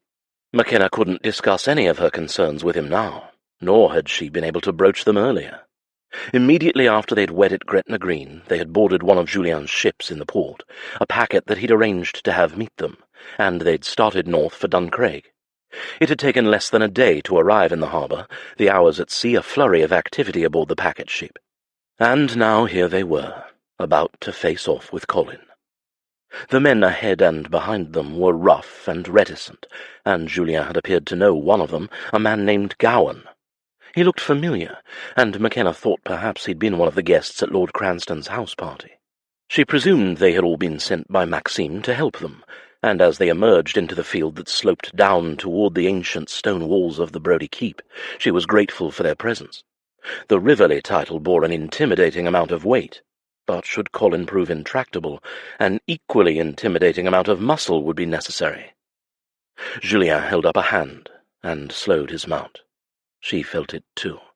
The empty forest had been foreboding, and now, the field, cleared of any farmers as far as she could see along the rolling land, confirmed her suspicion. "They ken we're here," she said. Her husband, Lord, it was odd thinking of him in that way, nodded. "We were likely spotted long ago," he said. The Brodie men had been instructed to let them pass unaccosted, of course. Colin had been expecting them for days now. Makenna wondered if he'd grown anxious, if he'd started to question whether or not she would come. Then again, Colin had never struck her as the anxious sort. He would have waited as long as it took for his prey to appear. "Won't do us any good to split up now," Gowan added. She agreed. It might have even done more harm. The only reason they had not been attacked was because Colin wanted Makenna delivered to him uninjured. "He'll be at the keep," Makenna said, and urged her horse forward. She was desperate to set eyes on Malcolm and Tildy, to see for herself if they had been mistreated, but she also knew any emotion like desperation would do her no good here. It would only weaken her, make her more susceptible to whatever tricks Colin planned to launch against them. As they closed in on the keep, she kept their only advantage in the forefront of her mind, their position, her husband's old and venerated title, his vast networks of power that led straight to the King of England. The courtyard came into view, and Makenna's heart nearly guttered to a stop. Armed clansmen crowded the inner yard, and almost instantly archers appeared on the ramparts. Every last man waiting for them held a sword, a pike, or a bow. Her sweeping assessment landed on Gregor, who stood just in front of the keep's main doors. He grinned at her, the malice fairly dripping from the corners of his mouth. The man was an animal, and he'd been the one to capture Tildy and Malcolm, to kill Douglas. Makenna gripped her reins as she and Julien came to a stop, their horses side by side, so close her knee grazed his. Gawain and his men fanned out behind him, ostensibly to prevent their being surrounded on all sides, if it was at all possible. She forced her stare away from Gregor's scarred face, and kept searching for the man she had been dreading for months. Not that she'd let any of them know. She hitched her chin. "Where is Colin?" she asked, her voice ringing out loud and firm in the collective silence. "Is that any way for you to summon your laird?" Gregor asked. She refused to look at him. "He is not my laird, and I shall summon him any way I please. Colin, show yourself!" Movement near the entrance drew her attention. She sat taller as he exited the keep and sauntered into the courtyard. He held out his arms, as if in warm welcome, all while Makenna's bravado trembled and threatened to collapse. But she felt the barest touch of Julien's knee against hers, and it shored her up. "The murderess returns," Colin drawled, his own malicious grin trumping Gregor's. He radiated arrogance and self-importance, as he always had, but there was something else there now, too. Unchecked power and confidence. The mantle he'd always coveted was finally his. He could do and say whatever he wished, and so long as the men surrounding him were either in support or too afraid to challenge him, he would continue to succeed. "Where are they?" Makenna asked. "Tildy and Malcolm. I want to see them." "You're in no position to make demands, wench," Colin replied. "Not when you murdered your husband as he slept." "On the contrary," Julien said, cutting off Makenna before she could deny that she had killed Graham. It would have been a waste of time anyhow. These men would not believe her, and even if they did know Colin was the true murderer, there was no guarantee they would care. "She is in an excellent position to make demands. You should be aware that as we speak, a letter is being delivered to King George regarding the Brodies' vicious behaviour toward the new Marchioness of Riverley. If I were you, I would anticipate His Majesty's intense displeasure." Colin's heavy black eyebrows slammed together, his lip curling as he took account of Julien. "Who in Hades is the damn Marchioness of Riverley?" "I am," Makenna replied. Colin speared her with a daggering glare, and she felt the cold fury of it. "And if anything should happen to me or to my husband," she carried on, indicating Julien with a nod of her head, "the king will learn of it." "Liar," Colin seethed, exposing the crooked set of his bottom teeth as he sneered at her, then at Julien. "You're a Frenchman, a bloody frog. You're not an English lord." "I assure you I am," Julien replied. "French, yes, but with English roots, and those roots have granted me the power to destroy everything you think you possess up here in your little corner of Scotland. Now answer my wife's question. Where are Tildy and Malcolm?" The crowd surrounding them shifted, their weapons clanking hollowly.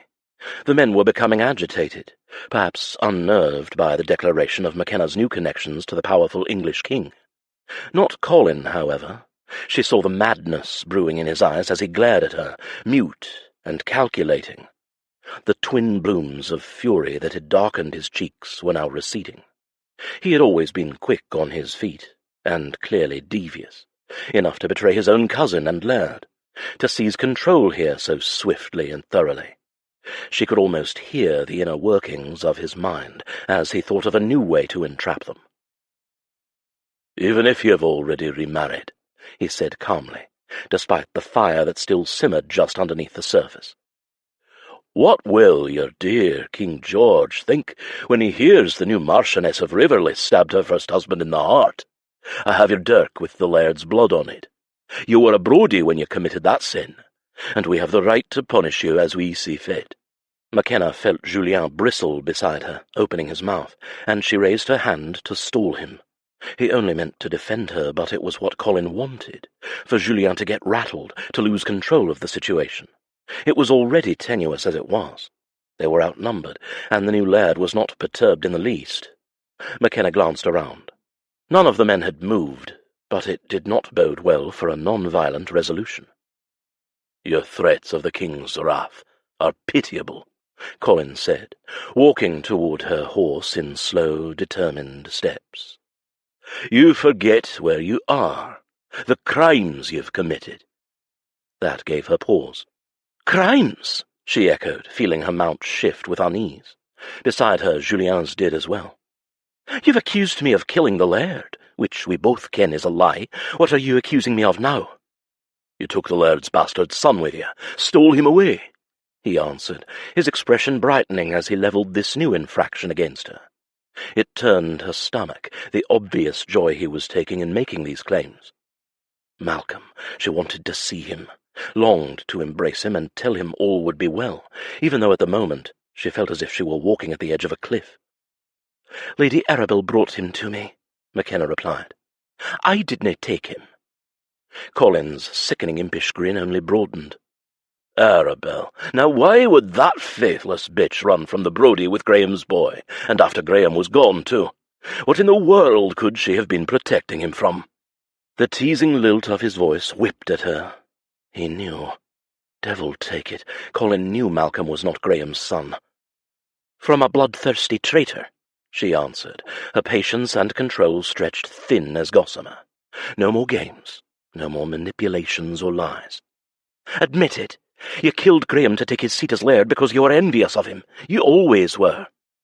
There was no rustle of movement or surprise throughout the courtyard. What did that mean? That the clansmen were aware of the truth and did not mind? She'd wondered if there were some who knew, like Gregor, but all of them? "Graham took whatever he wanted whenever he wanted it." Colin's taunting tone was gone. "The lairdship is now mine just as you are mine, and like my dear cousin before me, I shall take what I want." "And what is that?" "You." Julien edged his horse forward, causing a wave of alarm throughout the courtyard. Men raised their weapons, alert. Above, Makenna heard the strings of the bows going taut. Her own heart stuttered. She'd been a fool to bring him here, a pure Amadan to believe Colin would fear the threat of retaliation ordered by the king, all the way in London. At the moment, it felt so far away it might have been on the other side of the world. "I am already married," she said, her breathing shallower than before. "I will never belong to you." "You could be a widow again easily enough," Colin said, taking a glance at one of the archers on the ramparts, then crossing a look with Gregor. Makenna didn't dare move a muscle, but sudden fear leached her of all warmth and reason. "Stay focused," she demanded of herself. "You for your precious maid and the lad," Colin continued. "That is my offer, and 'tis a generous one."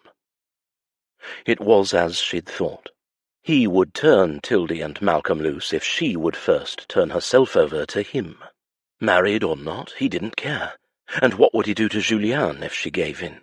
Direct an archer to put an arrow through his heart? Colin was insane, his mind so warped and irrational that he truly did not fear reprisal from England. He could very well refuse his end of the bargain, too, keeping Tildy and Malcolm if he so chose.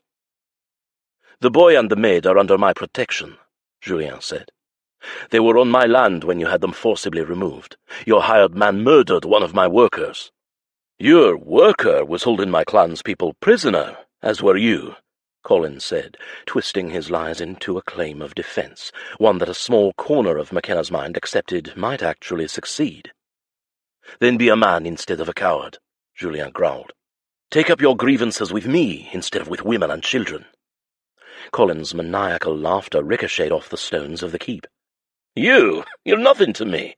Not you or your useless English title. Choose your words carefully, Colin Brodie, Julien replied, his voice tight. Makenna would not turn her attention from Colin or the clansman to look at her husband, but she imagined what she would see.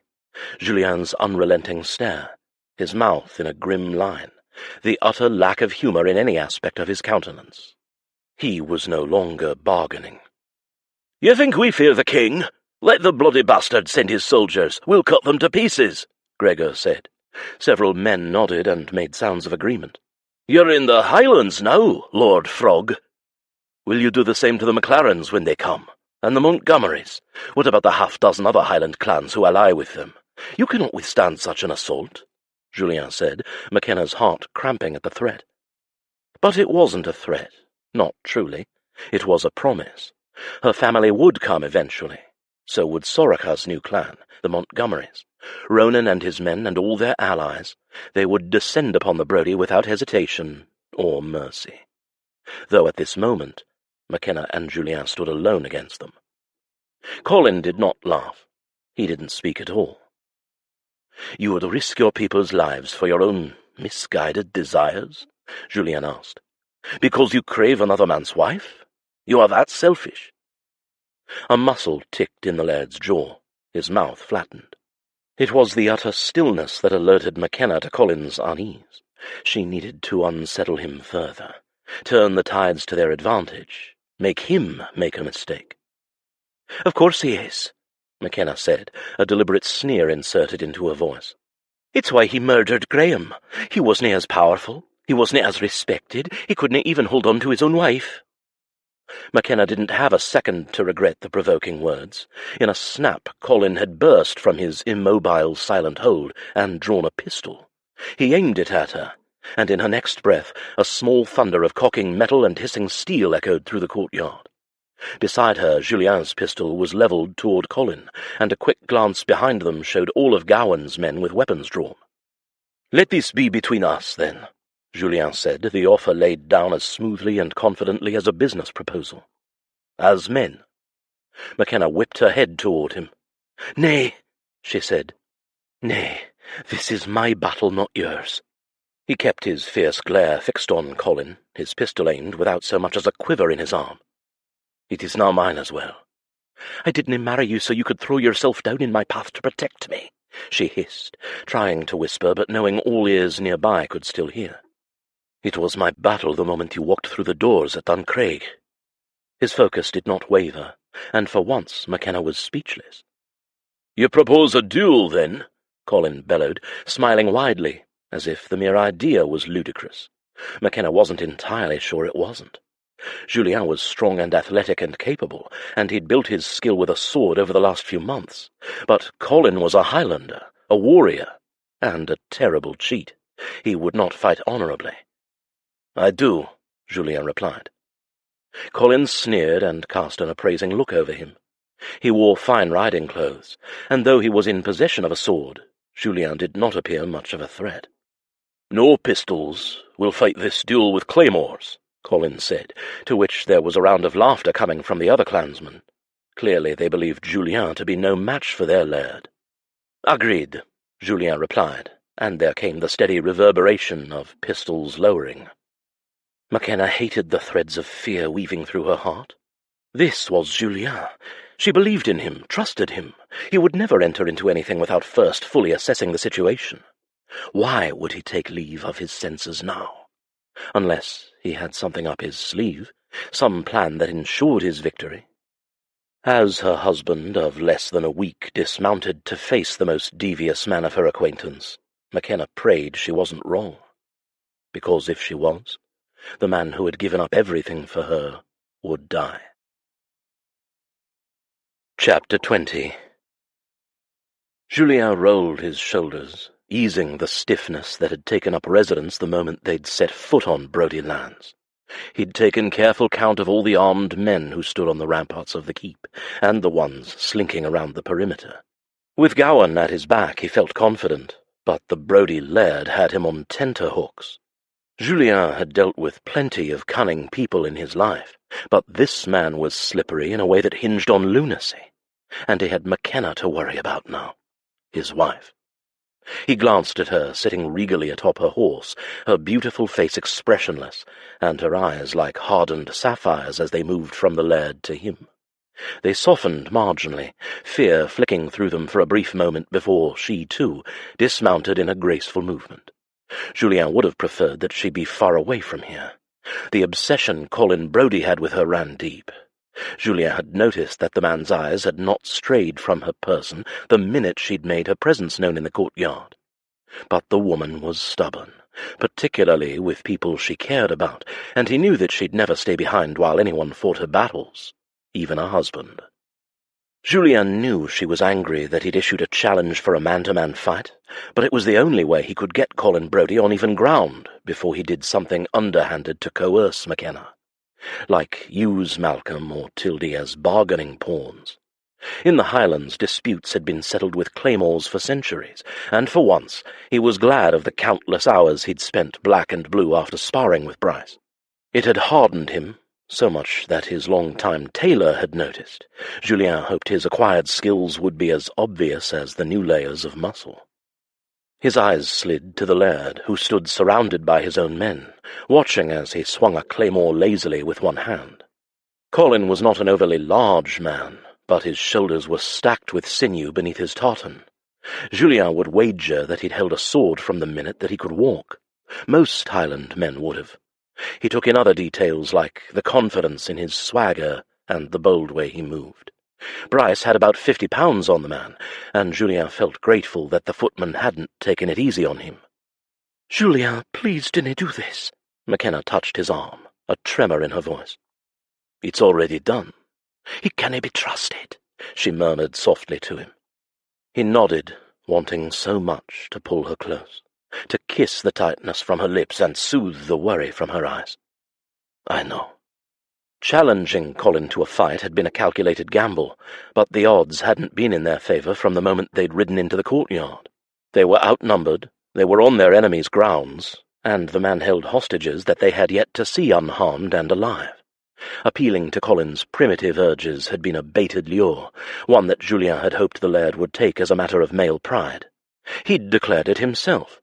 They were in the Highlands now, and it was evident that the men here held no respect for England or her king, or his recent title, which meant that there had only been one avenue of action: a Highland brawl.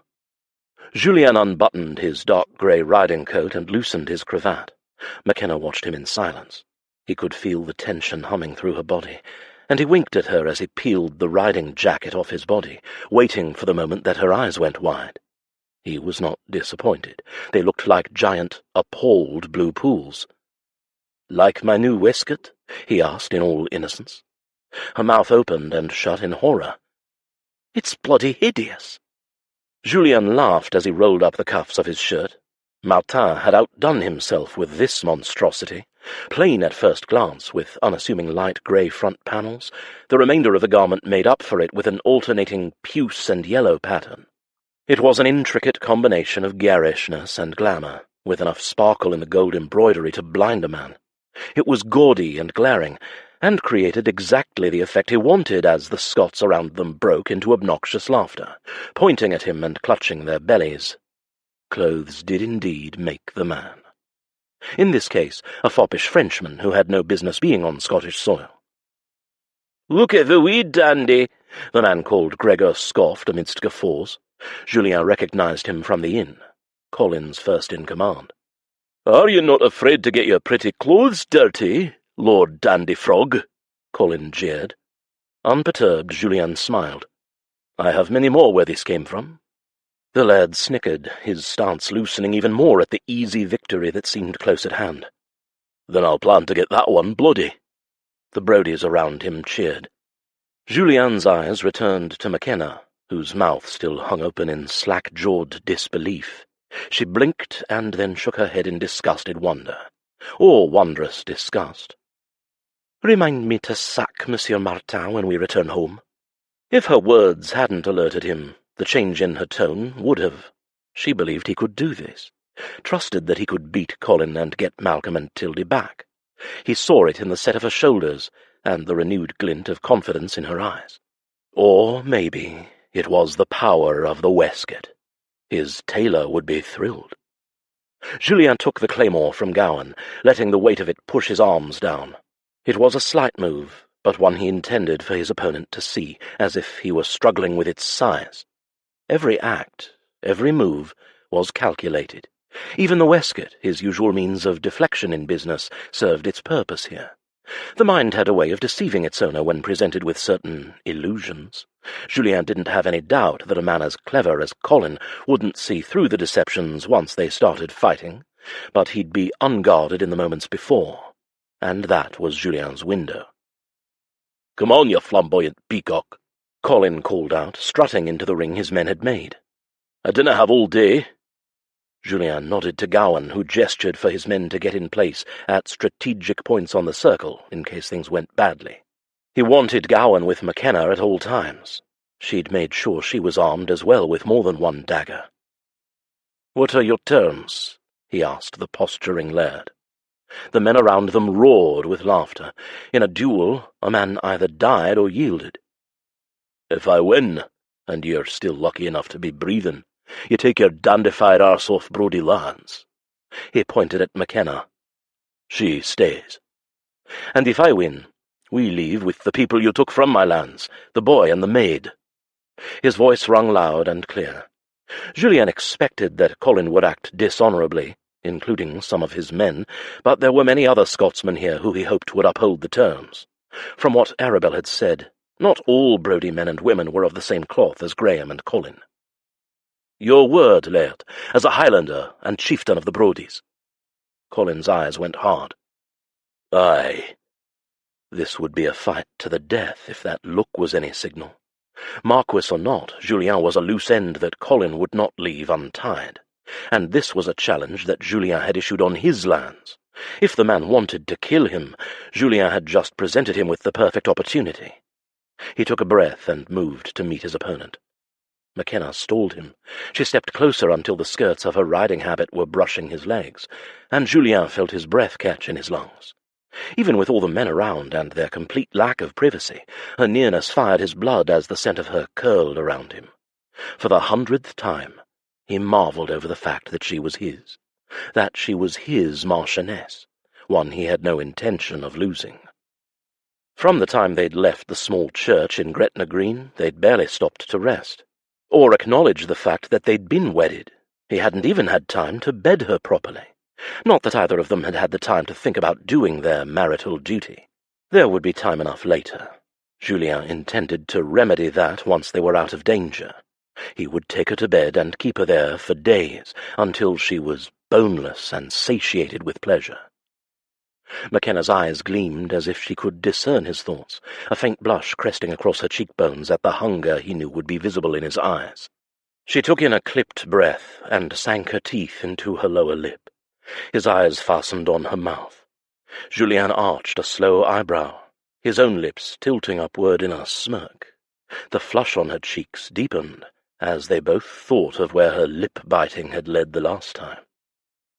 "That's my job," he reminded her, whispering, "You'll face the consequences." Her eyes flared blue fire. "I plan to hold you to that." "You're a temptress, Lady Riverley. Good thing you're mine and mine alone." Makenna loosed a puff of breath at the sound of her new name. He saw the moment she understood the intent of his declaration, that even though she stood on Brodie lands, she was no longer bound to them. Not any more. She was Lady Makenna Leclerc, Marchioness of Riverley. She cleared her throat and lowered her voice even more. "I've seen Colin fight Graham in the past, and beat him on occasion. He's quick on his feet and doesn't hesitate. He goes for the win early. If you can hold him off, he makes mistakes when he's tired or angry." "Angry?" Julien asked. Makenna stepped closer until her thighs were practically lodged in between his. Despite their surroundings, he felt his veins surge with lust. His fist clenched over the pommel of the claymore, whose business end was stuck in the dirt at his side. As the blood rushed from his limbs to other regions, he was glad for the support. "Graham would goad him," she said, "taunt him with what he couldna have." Her arms reached up to twine around his neck. "Like this." And then in front of everyone, she kissed him. The sounds around them drifted away at the feel of her parted lips moving on his. It was not a delicate kiss.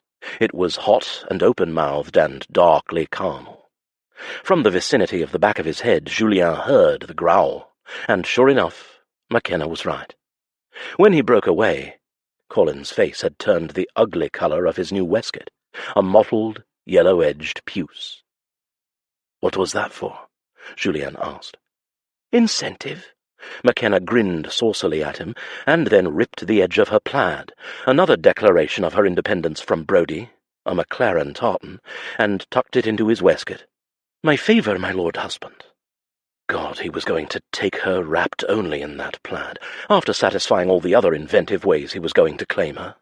His fierce Highland hellion. Julien couldn't wait for this to be over, for her to be his in every way. "Makenna." "Aye?"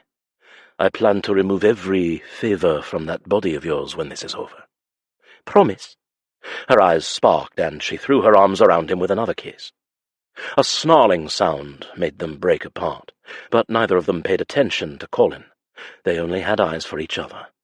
His fierce wife grinned at him. "Kick his bloody arse." "With pleasure." As confident as he was in his skills, Julien knew he could not control fate. A part of him did not want to go into the fight without Makenna knowing how much she'd changed him, or that he'd fight for her every time, as many times as it took. But he couldn't find the words, and time, once more, was his enemy. Instead, he turned into the ring and met his enraged, waiting adversary head-on. Colin was inflamed. If he hadn't been out for blood before, he was now. Steel crashed upon steel in a shower of sparks, and Julien felt the reverberation down the length of both arms. He pushed Makenna from his mind, knowing she was safe beside the burly Gowan. He'd instructed the man to get her out by any means necessary if things went badly. He had to focus on Colin, whose strikes hammered with the force of a ferocious, feral bear. "Are you ready to be a widow?" Colin snarled in Makenna's direction. "Because when I'm finished with him you will be. You'll pay for shaming me. You're mine by right."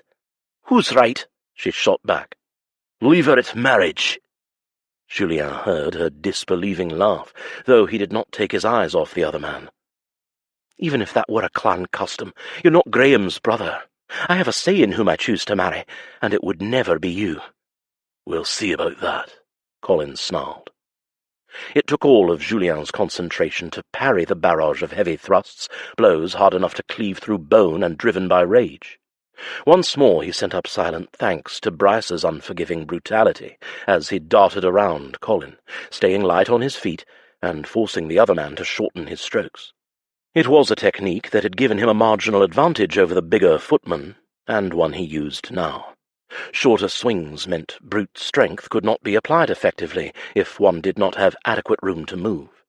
His opponent was already angry from Makenna's earlier display, and as she had predicted, he was already tiring from his initial effort. The laird was sweating, his mouth open in a snarl as he lunged forward, the edge of his sword narrowly missing Julien's left side. He dodged out of the way, but not quickly enough to miss the spinning downstroke that swept a trail of fire across his right. Dimly, he heard Makenna's muffled scream. A scarlet line ballooned on the ivory linen sleeve of his right arm. "Had enough, fop?" Colin crowed. Julien's answer was to switch the position of his hands on the hilt of the heavy sword. Though his right arm was dominant, he'd always trained with both. He danced in and swung lithely, giving the unsuspecting Colin a matching slice across his muscled forearm. The man howled, gnashing his teeth. The tip of his sword drooped as his injured arm fought to hold its weight. With a few more well-placed strikes, Julien had Colin backing away, barely able to fend off his advances until his sword fell from his blood-slicked fingers. Weaponless, Colin bared his teeth, foul oaths falling from his lips. He was beaten, and he knew it. "A sword is only as good as its wielder," Julien said, his own sword pointing at Colin's chest. "Do you yield?" Colin's eyes flashed with hate. "Aye," he hissed. Julien did not intend to kill the man. He intended to make use of his newfound title and get the man thrown into prison if he was responsible for murdering the former laird. He was Malcolm's father, after all. Perhaps some time in a jail cell would serve to make him change his path. Prison had reformed many a man. He suspected it would not be the case with someone like Colin, but he would not be the man's executioner. With a sigh, Julien dropped his claymore away from the man's chest, his eyes darting through the shocked and now silent group of men to find Makenna. Everyone was silent. None of Colin's clansmen had expected this outcome, that an outsider would defeat their laird. They watched him as though he were some mystical creature. Julien found Makenna in place beside Gowan, relief written all over her. Grateful that she was safe, he half turned. Makenna's eyes widened as they lifted to a flicker of movement behind him. He lifted his sword to defend against whatever was coming, but it was too late.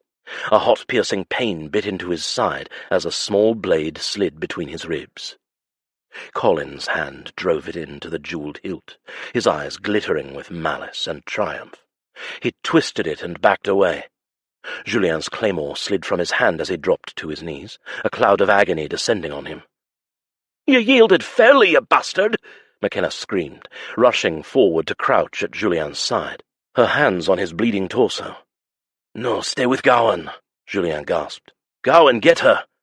The other man moved, but was immediately stalled by a hard-faced Gregor and another of Colin's men. A whistle broke through the noise. "No one move," Colin said, "or the boy dies."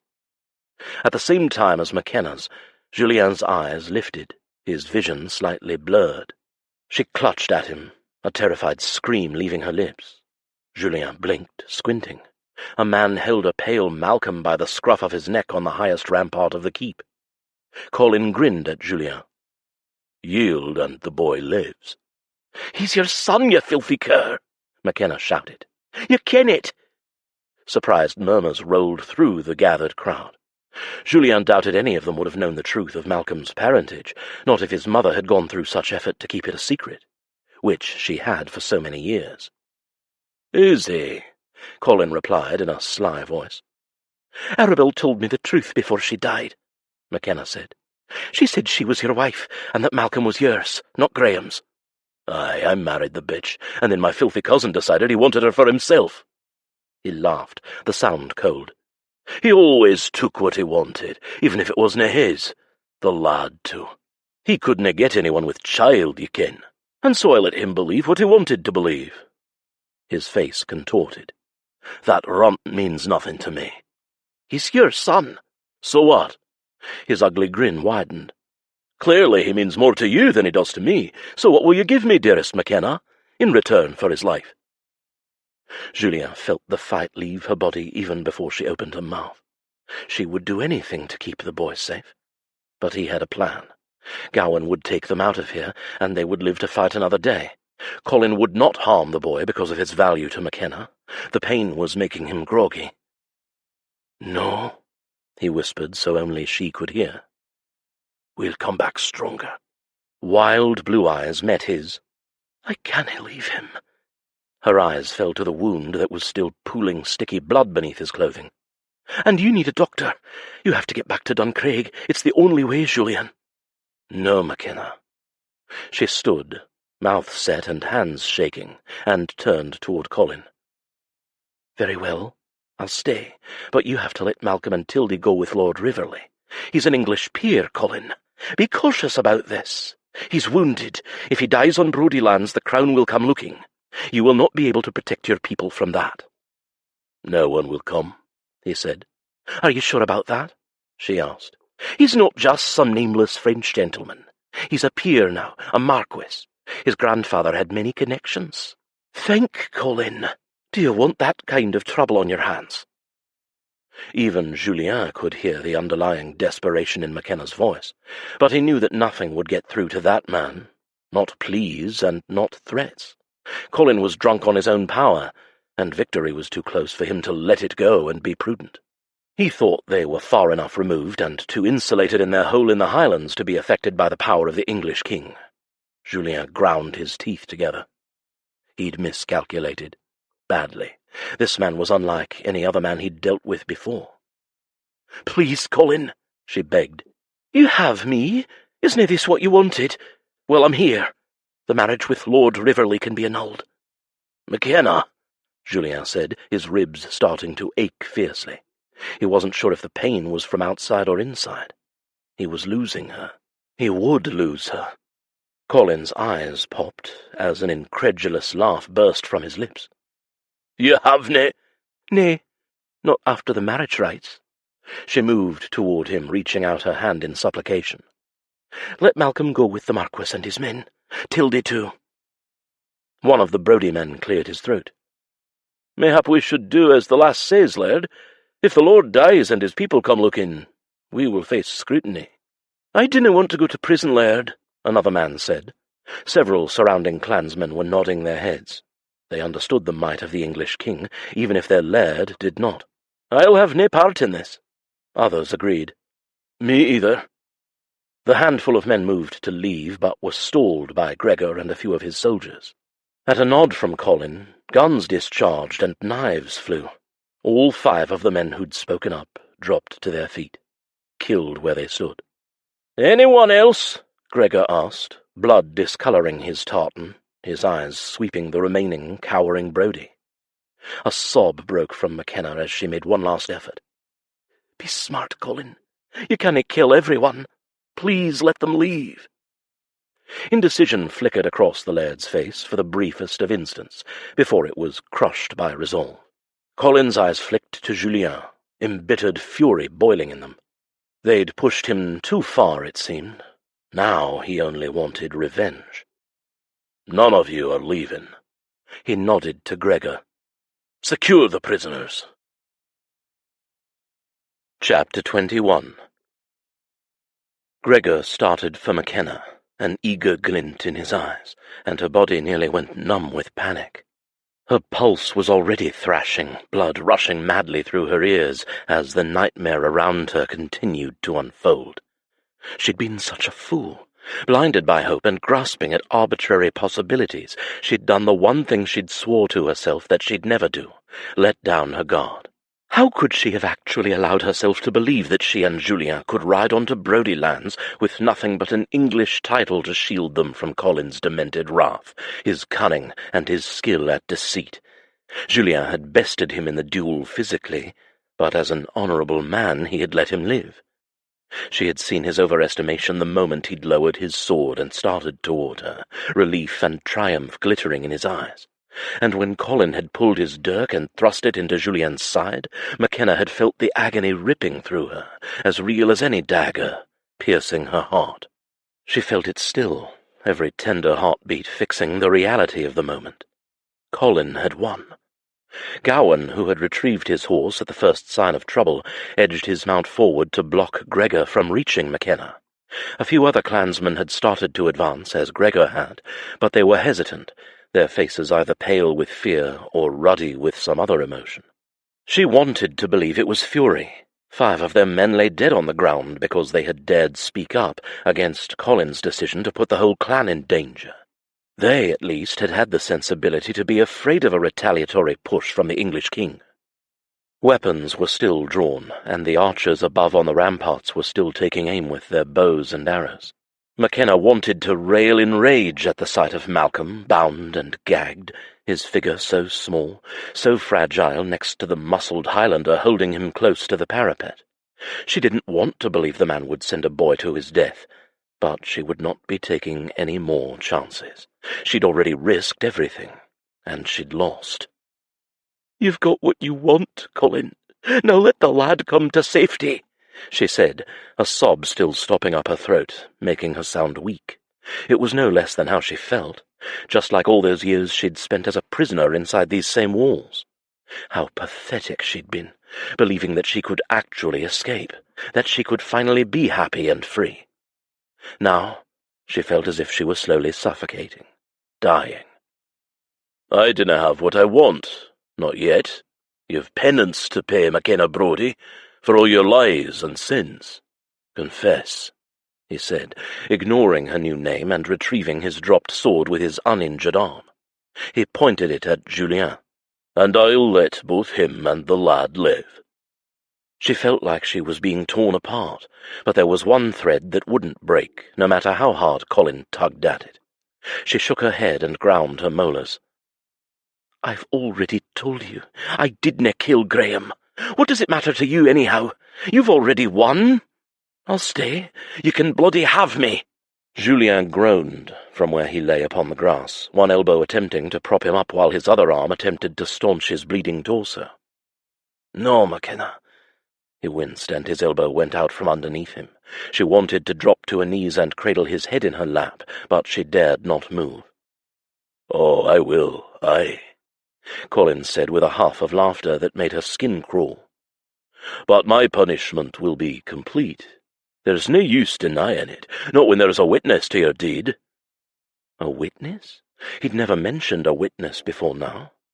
Makenna blinked in confusion. Was she to stand trial now? Colin turned his head and whistled. If possible, the courtyard fell even more silent. She could hear Julien's laboured breathing beside her, and then came motion at one of the arched entrances, the corner of the keep reserved for servants. Makenna's eyes widened as Tildy walked into the courtyard, moving swiftly between armed clansmen and toward Colin. Her expression was grim, her eyes troubled, and as Makenna inspected her maid for any visible injuries, she noted the stern set of her chin and shoulders. Her hands were clenched into white-knuckled fists, and she held Makenna's gaze without blinking. Tildy? Aye. Do as the laird says. You dinna need to keep lying. I've already told them everything. How I saw you washing your bloody hands and burning your bloody night rail after you killed Laird Graham. Makenna gaped in shock as Tildy stopped just beside Colin, struck by the sudden, cold ferocity of the maid's glare. She had never before looked at Makenna this way, resolute and hard. It was as though a different woman stood there staring at her, the lies falling from her lips convincing and sure. Her stomach sinking, Makenna took a fast glance toward the ramparts where Malcolm was still being held. Her maid had to have been forced to say these things, perhaps to help protect the boy's life. Colin could have manipulated her into an agreement of some sort, though Makenna struggled to see how saying she had killed Graham would protect Malcolm. She frowned at the maid. What do you mean? Tildy, stop! What you're saying is madness. You're the mad one! Tildy shouted, her shrill voice echoing off the keep's walls and scratching at Makenna's ears. Gawain's horse, still acting as a barrier between her and Gregor, shifted uneasily. Tildy, stop and think. I dinna ken what Colin's convinced you to do or say, but he didn't need to convince me of anything. You're a spoilt, selfish brat, and I'm done pretending. Pretending? What felt like a slab of rock landed in the pit of Makenna's stomach. It weighed her down and nearly made her knees buckle. She gaped at Tildy, the same woman who'd taken such care of Makenna for years, who'd helped her hide from her husband's abuse, stood by her all these months at Duncraig, and by Malcolm as well, and yet she was entirely different now.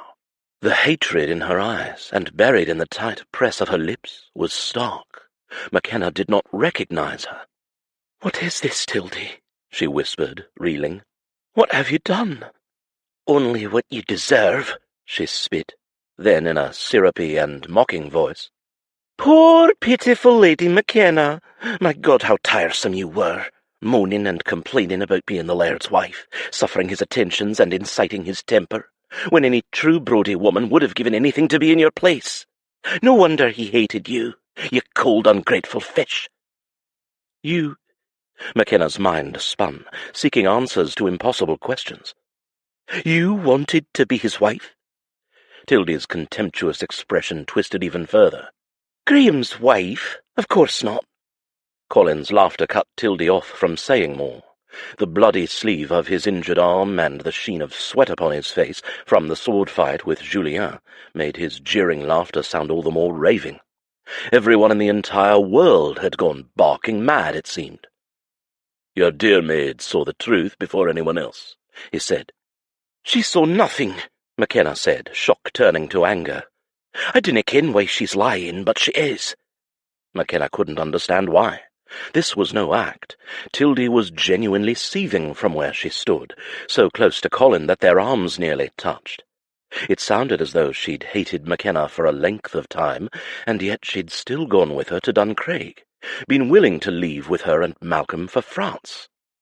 Hadn't she? Then again, they'd both been kidnapped just before they were to board the ship. Conveniently so. But Makenna couldn't understand why. If Tildy despised her so much, why remain her lady's maid? How could she have been so convincing? How could she, Makenna, have fallen for such an intricate ruse so completely? It would take an extraordinary actress to have pulled that off, and yet Tildy had. Tildy. It was then that Makenna saw it.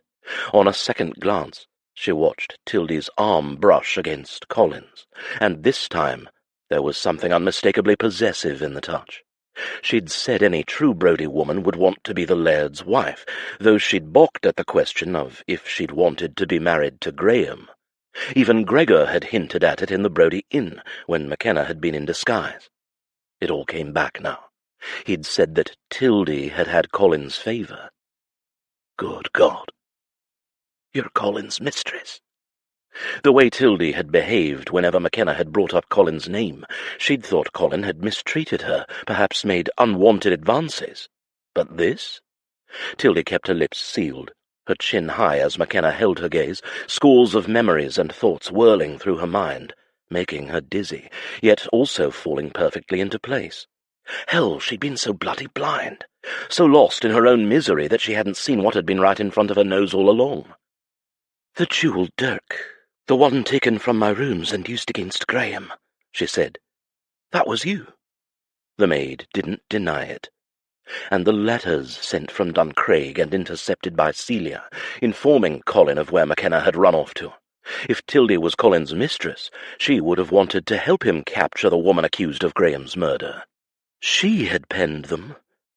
Dear Lord, Tildy, you're the spy. Makenna blinked back stunned tears, her cheeks hot with bewilderment. The memories kept unravelling, the coiled adder under her bed-sheets, the errant stone falling from the peaks of Duncraig Castle, the severed saddle-strap. If Tildy was the spy, did that mean she had also been behind the attempts to harm Makenna? No, not just to harm, but to kill.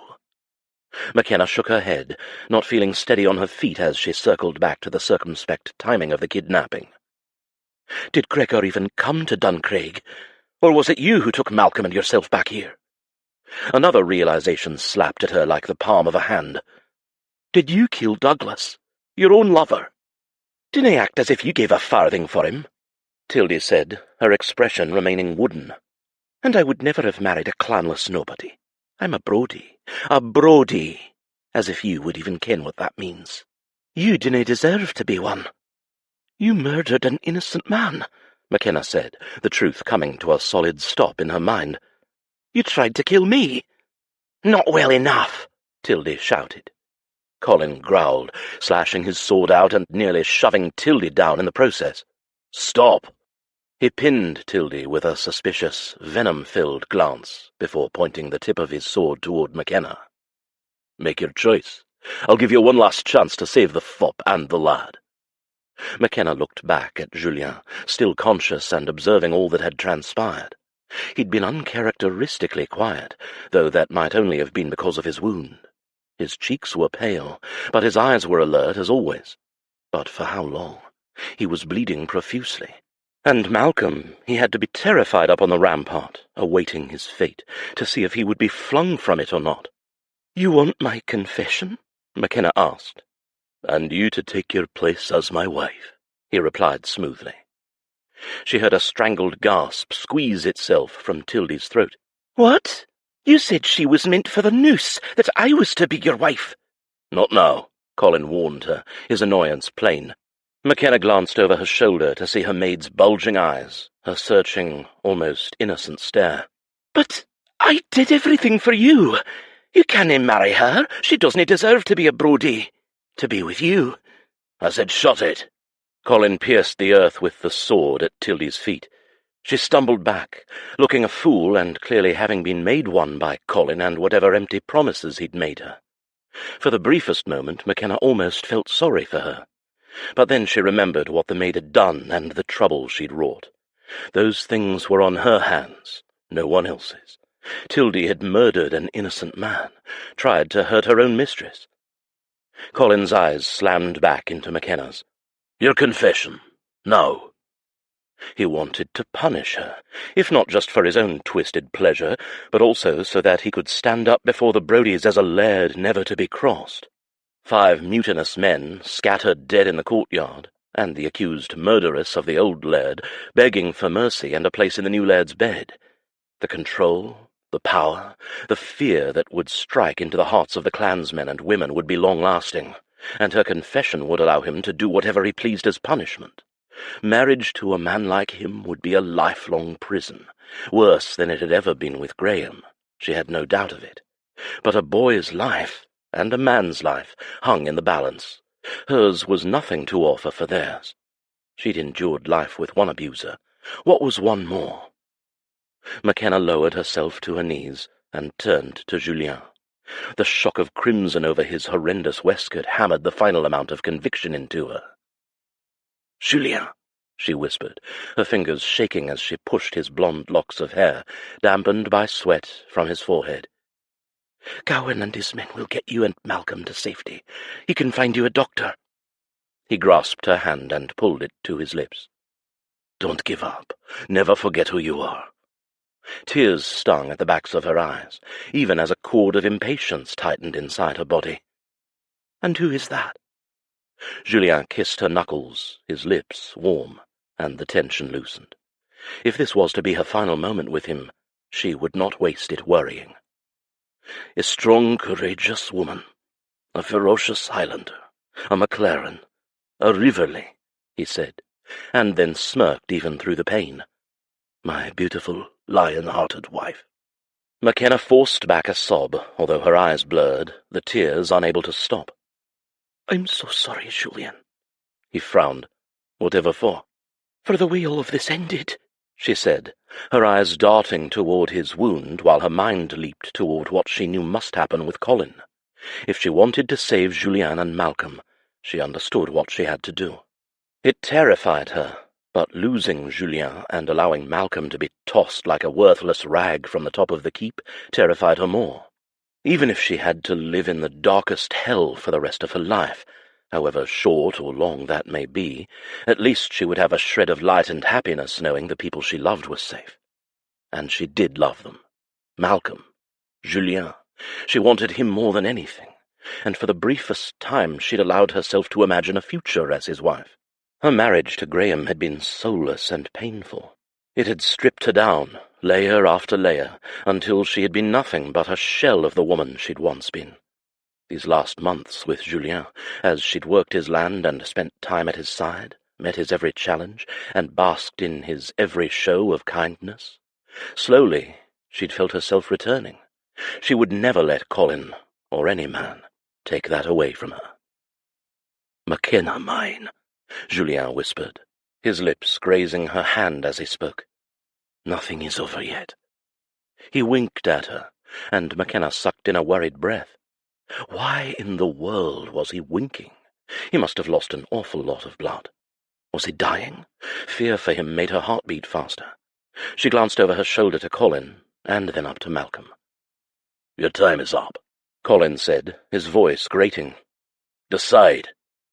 Makenna didn't want to live with any regrets, not where Julien was concerned. She bit her lips and bent to brush them over Julien's, a hot tear running loose down her cheek. "I love you," she whispered. Those were the only 3 words that mattered. Her surrender, her confession, would only be hollow. Meaningless, empty words.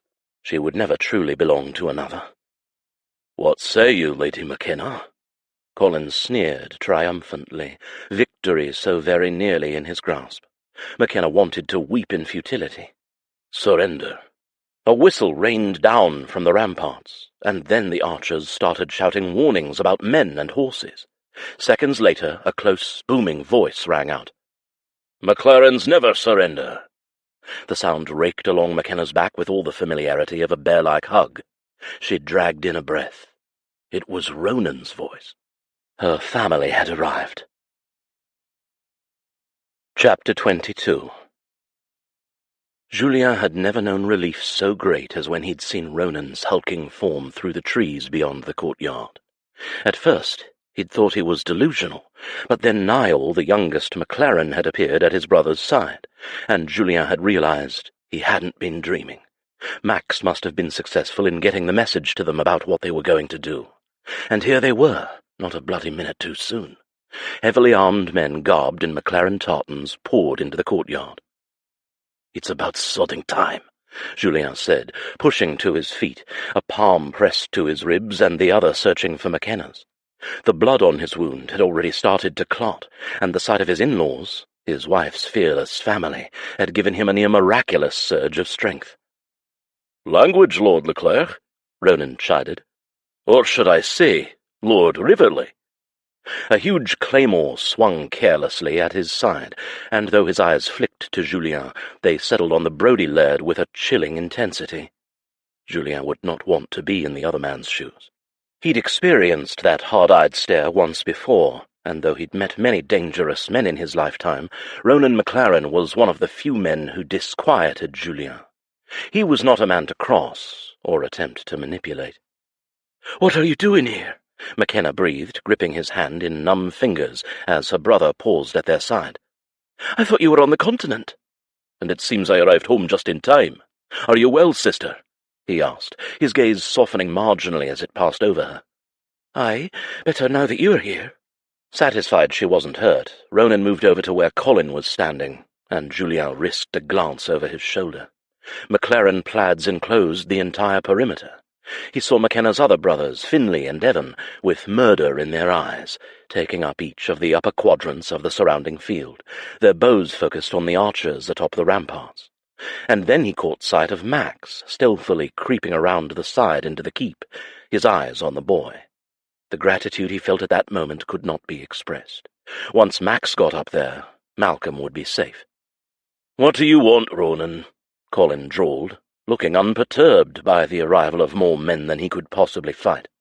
Things were about to get ugly, and still he stood like a king addressing his peasants, an utterly demented king. Ronan's lips curled in anger. "Lord Maclaren to you, runt.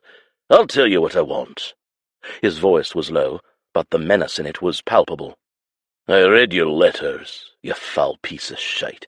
The ones saying my sister was in mourning for her husband and wanted to remain at Brodie in peace. Then I get a visit from a man with a letter penned in my sister's hand, telling quite a different story. One of murder, false accusations, and deceit. That's why I'm here." "Well, you're in time, Lord Maclaren," Colin said. "I was about to sentence your sister for her crimes against her former husband. She's the one who murdered him. We have a witness, the lady's own maid." "I didna," Makenna said. "Tildy did it, you ken it." "Aye, you stupid bitch!" a woman screamed, a blur rushing toward them, weapon in hand. Julien's heart fell to his feet as he looked around for his fallen claymore. It was a few feet away. Releasing Makenna, he dove for it, uncaring of his wound or the pain barreling through his ribs. In the next breath, the sound of hissing steel filled the courtyard, and then the clamour of unimaginable hell broke loose. Gowan charged toward Gregor, his horse whinnying in pain from a blow to its flanks, rearing upward and nearly missing Julien's head by scant inches.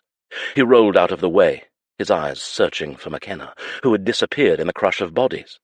He couldn't tell who was who as tartans spun and collided.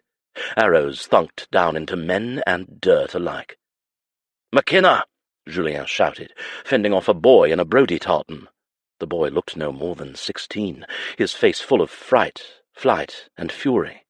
Julien shoved the pommel of his claymore into the boy's face and watched him slump unconscious to the ground. Not all of them were bad, he knew. They lived in fear of their crazed laird. He caught sight of Makenna's copper-haired head through the throng of bodies, a sword raised and ready to defend against Tildy, who came at her full speed with a claymore of her own. His breath caught, but his wife's skill was easily apparent in the way she deflected the smaller woman's strike and continued attack. Julien almost smiled. She'd boasted that she could best him, and she probably could.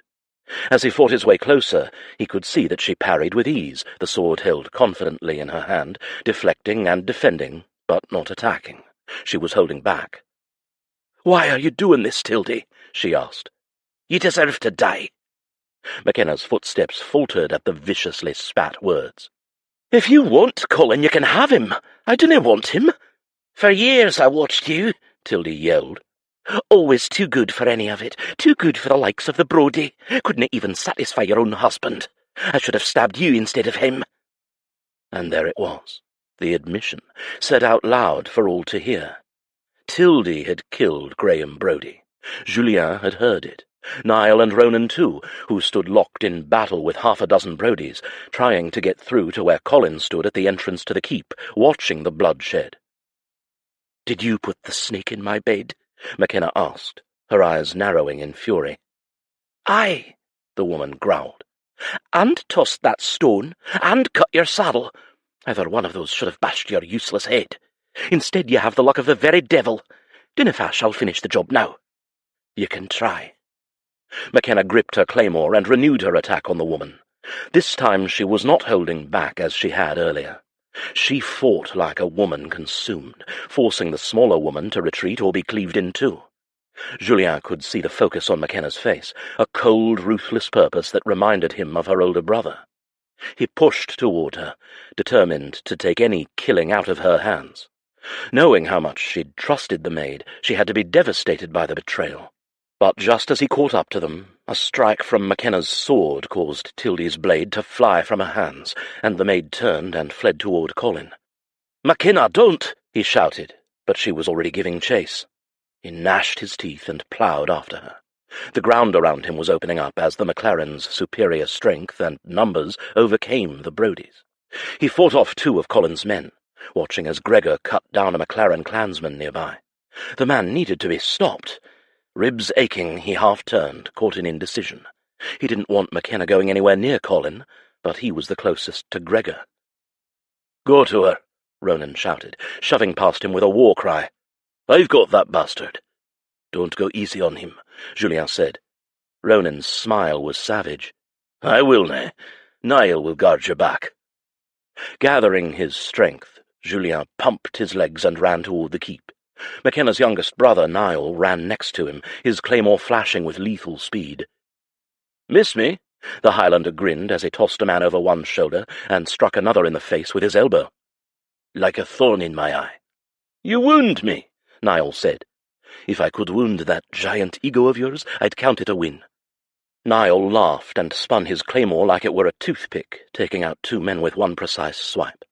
Julien couldn't fathom that the man only had one hand, he was so incredibly skilled. He'd seen Niall fight before, and had been duly impressed. Julien was glad to have him at his side, considering his injury. Julien knew he was on his last legs, but he didn't care. Nothing but death would stop him from keeping Makenna safe. The 4 men guarding Colin at the keep's entrance rushed toward him, and Niall's grin grew wider. "Go. I've always wanted to teach these fools a lesson." 4 on 1? Julien asked, panting. Niall winked. "Like a Sunday afternoon stroll to the loch." A female scream drew Julien's eyes, and his blood turned to ice in his veins. But it was only to see Tildy impaled on the end of Colin's sword, whom she'd run to for protection. Julien despised the maid for her treachery, but the brutal callousness of her killer shook him. The man had used and discarded her in the worst way. He saw Makenna's shocked face turn red as she charged him, her claymore held high. Colin kicked the maid off his blade and laughed in Makenna's face. "I'll kill you," she shouted.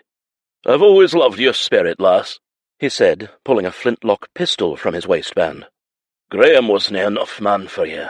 Now drop that sword, or I'll shoot it from you." "Go ahead," Makenna snarled. "Shoot, it will nae stop me." In that moment, Julien wanted to remember her forever, like the fierce Valkyrie she was. It didn't make any logical sense for him to be half aroused while another man pointed a gun at his wife. But he was. She was utterly fearless. Colin turned and pointed the pistol at Julien, perched at the bottom of the steps. "Nay, He's a much better target. He fired the weapon. Nay! Makenna's scream rose above the concussion of the powder blast as Julien dove to the side, both sounds explosive in the courtyard. If he'd moved a moment later, the lead ball would have caught him square in the face. Instead, it narrowly missed nicking his ear. The moment of fear and distraction, however, had caught Makenna off guard. Julien rolled, crouching to his knees as Colin tossed the pistol aside and leaped for her, knocking her claymore loose before dragging her by her hair into the keep. She thrashed against him, fighting like a wildcat, her defiant blue eyes meeting Julien's for one heart-stopping instant. "I'm coming for you," his told her. "Save Malcolm!" she yelled, not a lick of fear in her voice. Julien glanced up at the ramparts. The boy was no longer there, which meant that Max had been successful. As if on cue, a body came sailing over the stones, crashing to the ground below. It was the man who'd been guarding the boy. Max appeared at the ledge soon after and gave him a short nod. Julien clenched his jaw. It was time to finish this. Ronan and Niall both caught up to him, and Julien met their eyes before climbing the steps. "That piece of maid is mine." "Aye," they both said. "We're right behind you," Ronan added. The man was covered in blood, but he didn't even seem winded. Julien had expected him to protest, shove him aside, and rush in after his sister. The Maclarens were a protective family. But Max must have told them that he'd married her, that she was now under his protection. There was no other reason they would acquiesce to him so easily. Either way, he was grateful. Julien crept slowly into the shadowy keep, staying alert and knowing that Colin could have men hiding. But no one jumped out to attack them as they made their way to the main hall. Colin stood there, standing behind Makenna, his blade across her neck. Fury filled him, but he tempered his reaction. The man was unhinged, and the wrong move could cost Julien badly. He'd already miscalculated in the courtyard. He could not put Makenna at risk any more than she already was. "Ready for a second round?" he asked. Colin bared his teeth. "Come any closer and I'll slit her pretty throat." "I thought you wanted to keep her," Julien said in a mild voice. "Isn't that what all of this is about? Your exhaustive search? Your concocted allegations about your cousin's murder? You want her for yourself." "Aye, but if I canna have her, then no one else will have her either. Least of all you. Now tell your Maclaren henchmen to back off, or she swallows steel." He meant it, too. Julien could see it burning like a mad flame in his eyes. The obsession he held for Makenna eclipsed everything and anything, and Julien knew he'd kill her in a heartbeat if he felt there was no way out. Glancing over his shoulder, he nodded at Niall and Ronan. Both were loath to leave, but for now Colin held all the cards. "Dinna let my sister come to harm," Ronan gritted through his teeth, his eyes fierce. Julien heard the threat in his words, but he nodded. "I'd sooner cut my own throat." The moment they left, Julien put his claymore to the ground and kicked it aside. He needed to make sure that Colin felt he had all the power.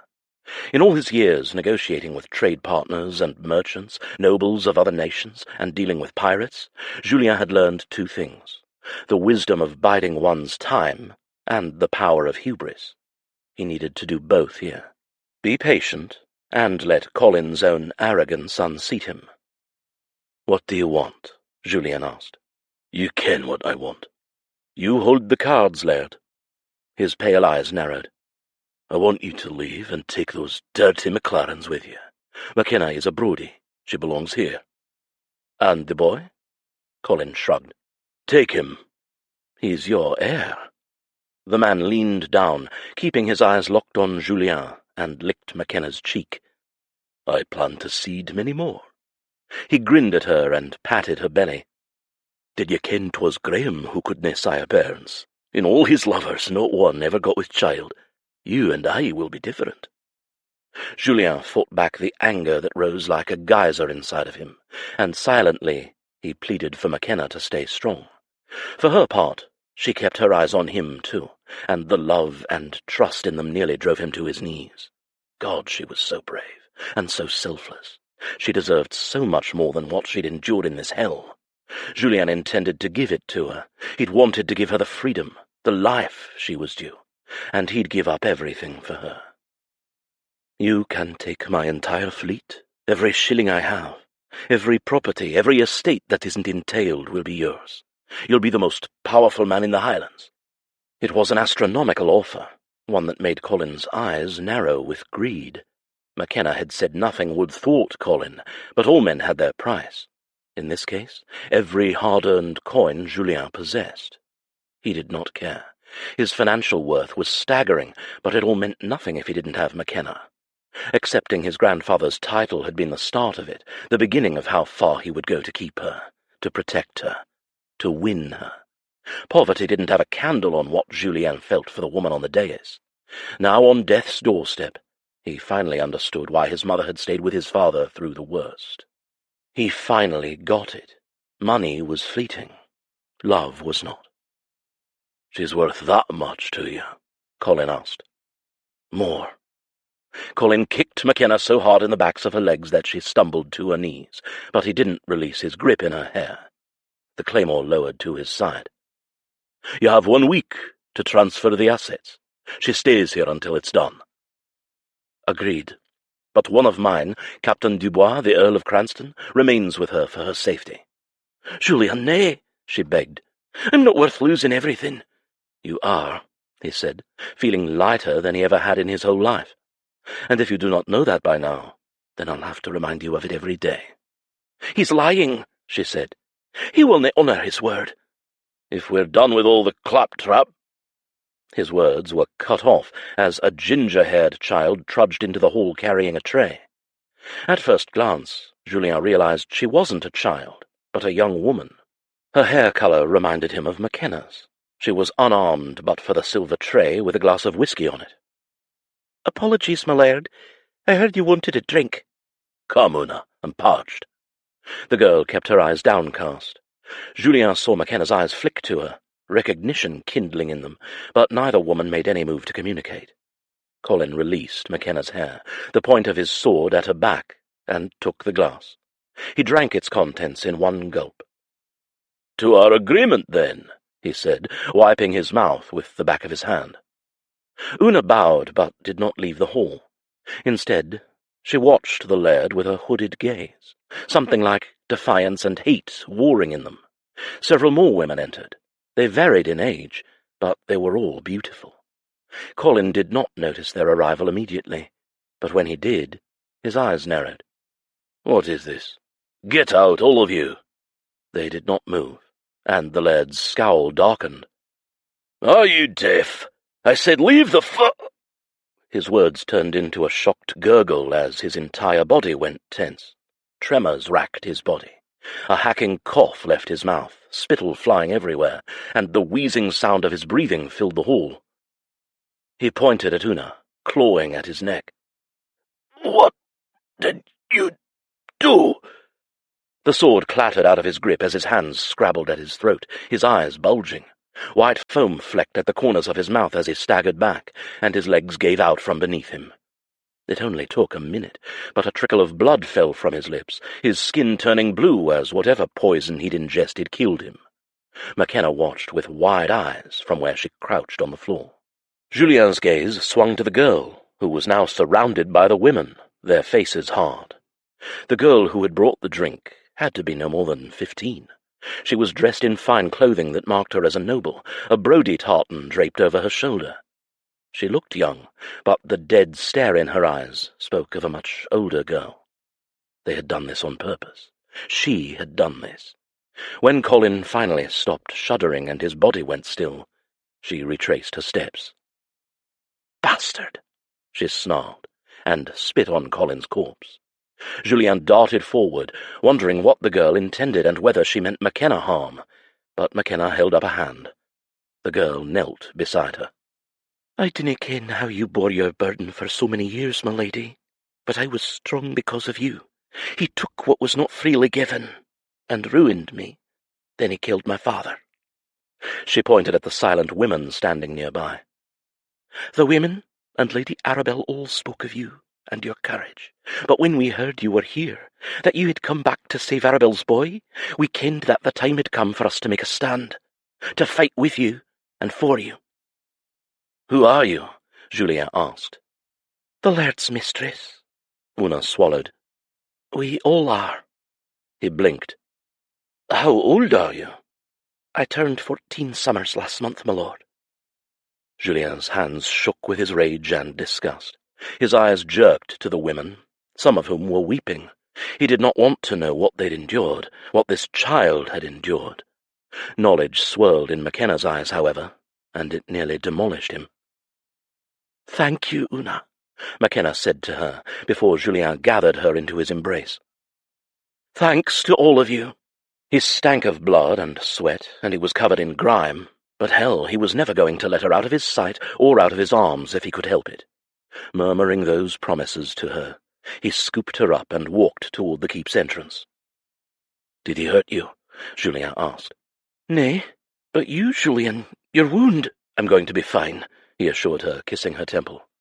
"In fact, I don't know if I've ever felt better." Ronan and Niall met them at the front, the relief in their eyes great as they took in the scene of the dead man behind Makenna and Julien. Niall's eyes flicked to the silent group of women who followed in their footsteps, with Una close behind. "Who had the pleasure of killing him?" "The lass," Makenna said, glancing back at the Brodie women gathered behind her, the pride evident in her voice. "But they planned it together. It's because of them that he's dead, that we're free." "Thank you all," Niall said to them, squeezing his sister's hand, and then nodded to Julien. "The rest of his men have surrendered." Makenna frowned up at her older brother. "Ronan, how did you come to be here with an army? Did Lord Cranston reach you in time?" "Cranston?" "Max," she said. Ronan laughed. "The pirate, Dubois. He was lucky he didna get his head removed. But it already become suspicious that we hadna heard from you. We'd heard the news of the laird's death. It's why I returned early. We received letters that you wanted to stay, but Isla wouldna believe a word of it. She wrote you a dozen letters and never received a response. And, well, you ken how stubborn Niall's wife is." Niall nodded. "Isla kept insisting that we check on you ourselves, and wouldna rest until we sent a man to Brodie. Lo and behold, he returned with news that the new laird was searching for you. Imagine our surprise to learn that our sweet older sister was on the run, and in hiding from her own clan for murder." "It wasn't as bad as all that," Makenna said, hiding her face in Julien's neck. "And I didna kill Graham." "Ronan, the hothead, wanted to go to war, but I convinced him that a few dozen men would be enough and faster," Niall explained. "Then the Earl of Cranston arrived, with confirmation of what we'd heard, and so here we are." He patted Julien on the shoulder. "Though we didn't expect to hear of your marriage." Julien tensed, waiting for the challenge to come, now that the real danger had passed. Niall had made his position more than clear about how he felt where Julien was concerned. "It was the only way I could think of to keep her safe," he said, "as a marquis." "Aye, Isla explained the significance of what you did to protect Makenna," Ronan said. "We are in your debt." Julien blinked at the unspoken offer of acceptance. "I think we are even." "Where's Malcolm?" Makenna blurted. "Is he safe?" At that moment the doors to the hall crashed open, and a small streak of a boy rushed toward them. Malcolm flung himself against Julien's legs, and he had to let Makenna down to drag the lad into her arms. Julien's heart had never felt more full, as he gathered the two of them close. More bodies crowded the entrance. Julien recognized Sorcha Montgomery, the scarred Maclaren sister, who was married to the Duke of Glenross. The stablemaster-turned-duke followed behind his fierce duchess, a morose expression on his face, as he turned to survey the courtyard behind him, and the dead laird inside the hall. "What's the matter, Brant?" Sorcha asked, glancing up at him. Brant shook his head. "Why do we always seem to miss all the fun?" Julien couldn't help it. He laughed until tears poured down his cheeks, and his injured side began to ache. He laughed until his in-laws stared at him strangely. But Makenna watched him with empathy in her eyes, as if she understood. Good Lord, but his life had taken an ironic twist. He'd chosen poverty over his own security, agreed to give away every franc of his fortune for a woman, saddled with an English title he'd sworn never to accept, vowed to live alone. And now here he was, surrounded by a bunch of bloodthirsty Highlanders he'd had the fortune, or misfortune, to marry into.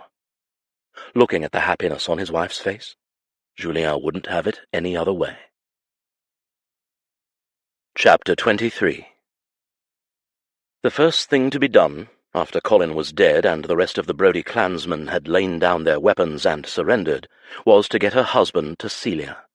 The older woman in the village had, on occasion, tended to Makenna's ills, and as soon as the chaos at the keep had calmed to a simmer, she called for a two-wheeled cart to be brought for Julien.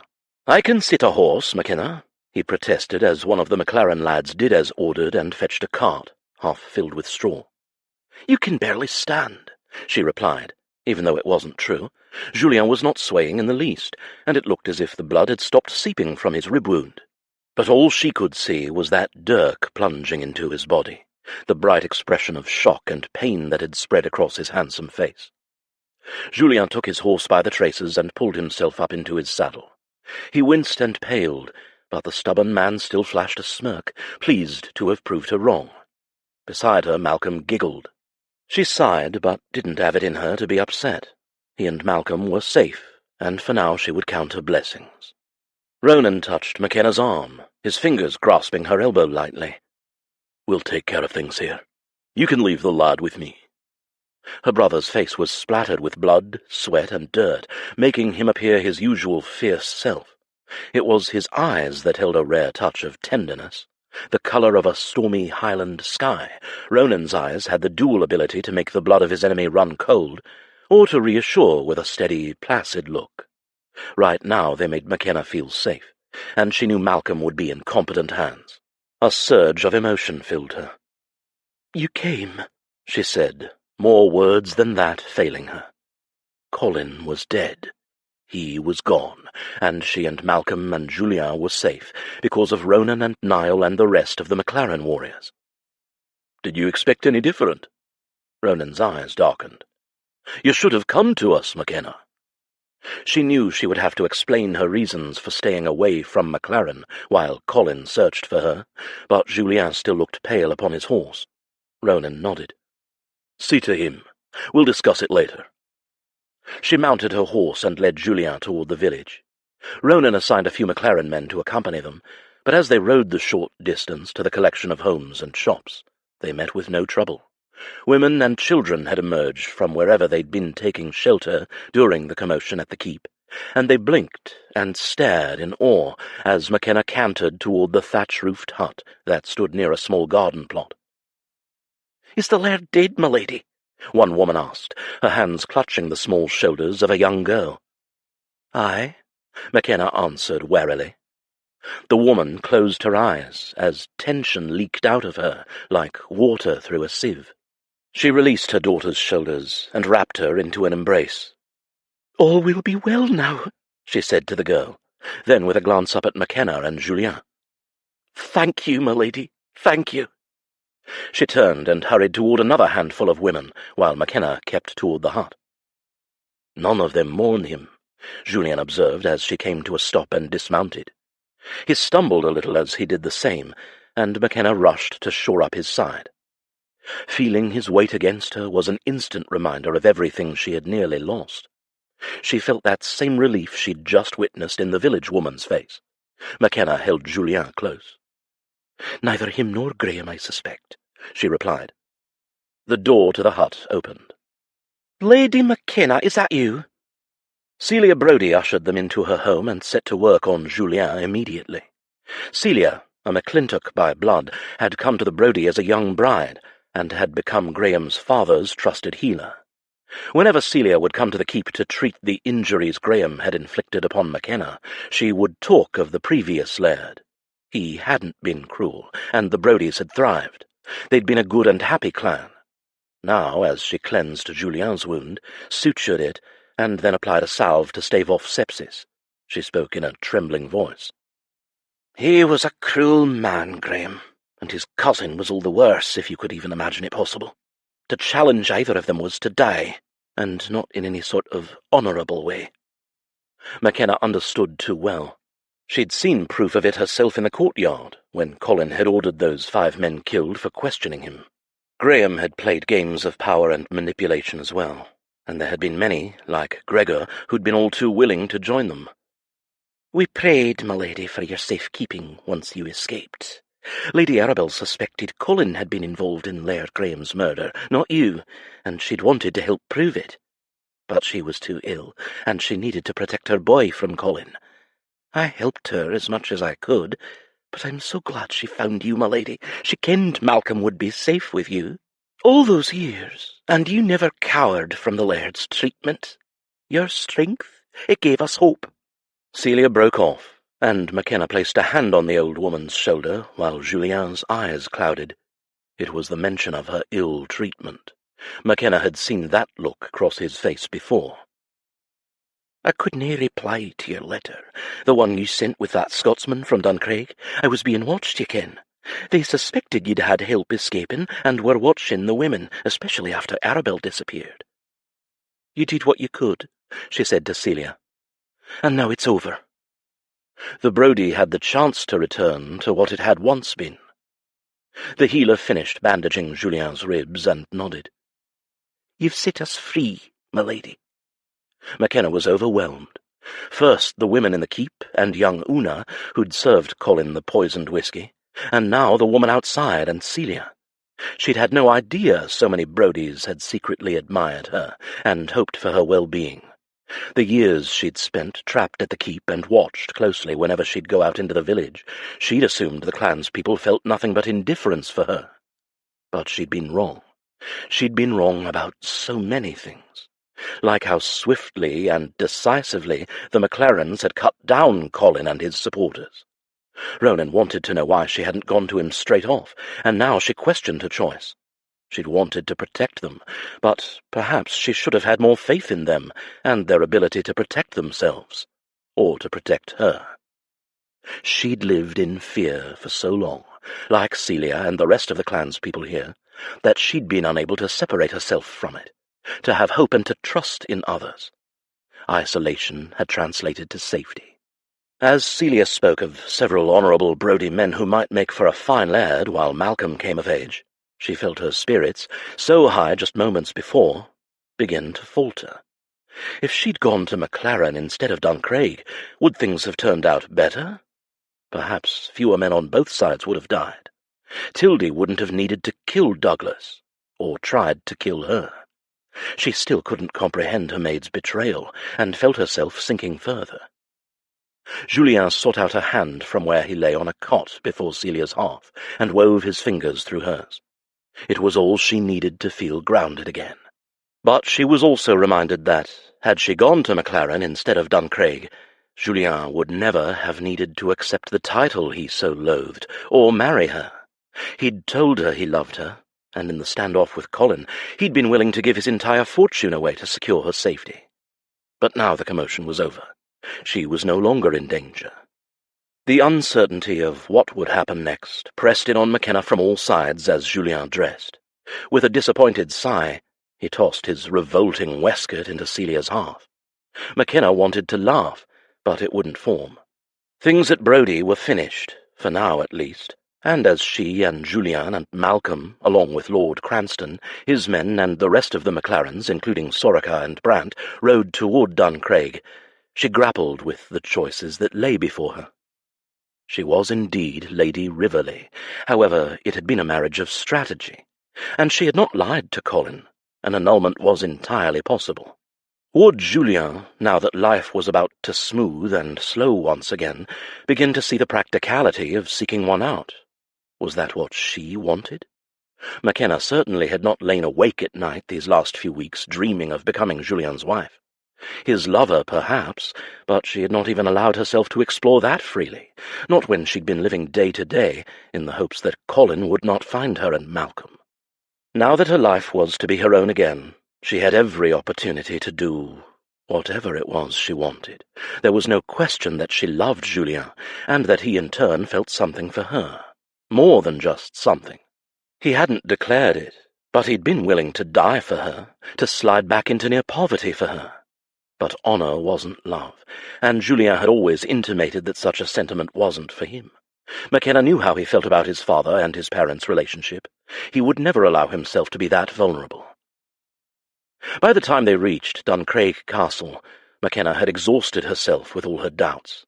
The sight of a sombrely dressed Lady Amalie rushing from the castle's front entrance to greet them was a balm, and Makenna's heart swelled that she had returned from Bramble Park. She would be in mourning for her father, but she'd still come.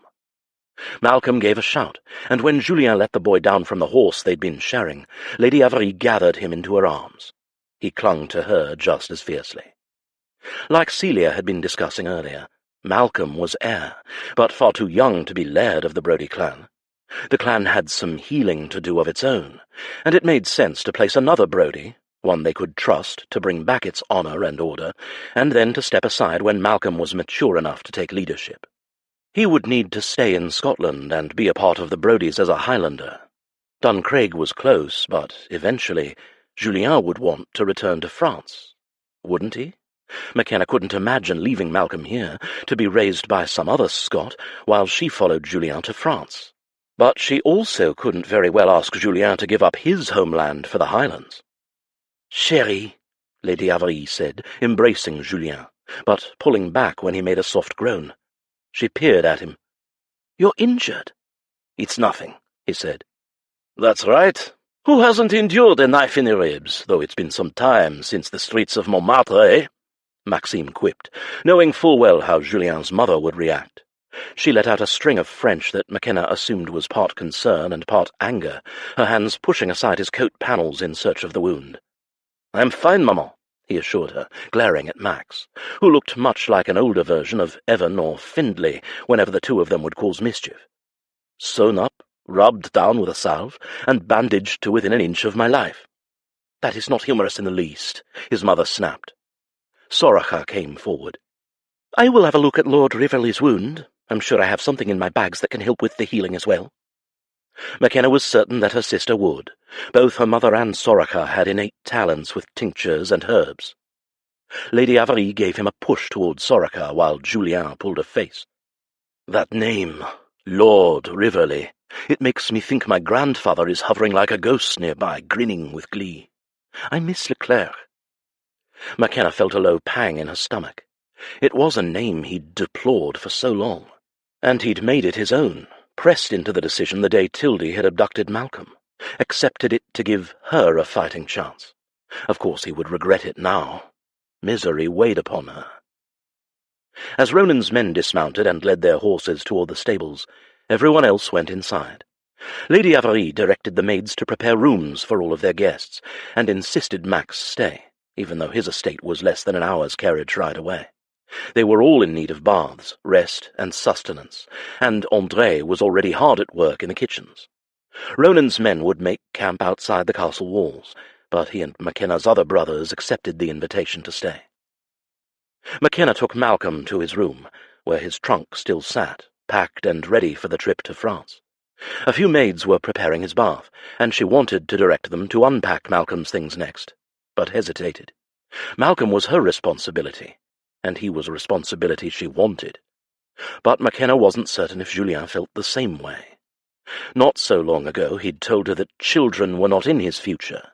He didn't want them, didn't want that liability, as he'd called it.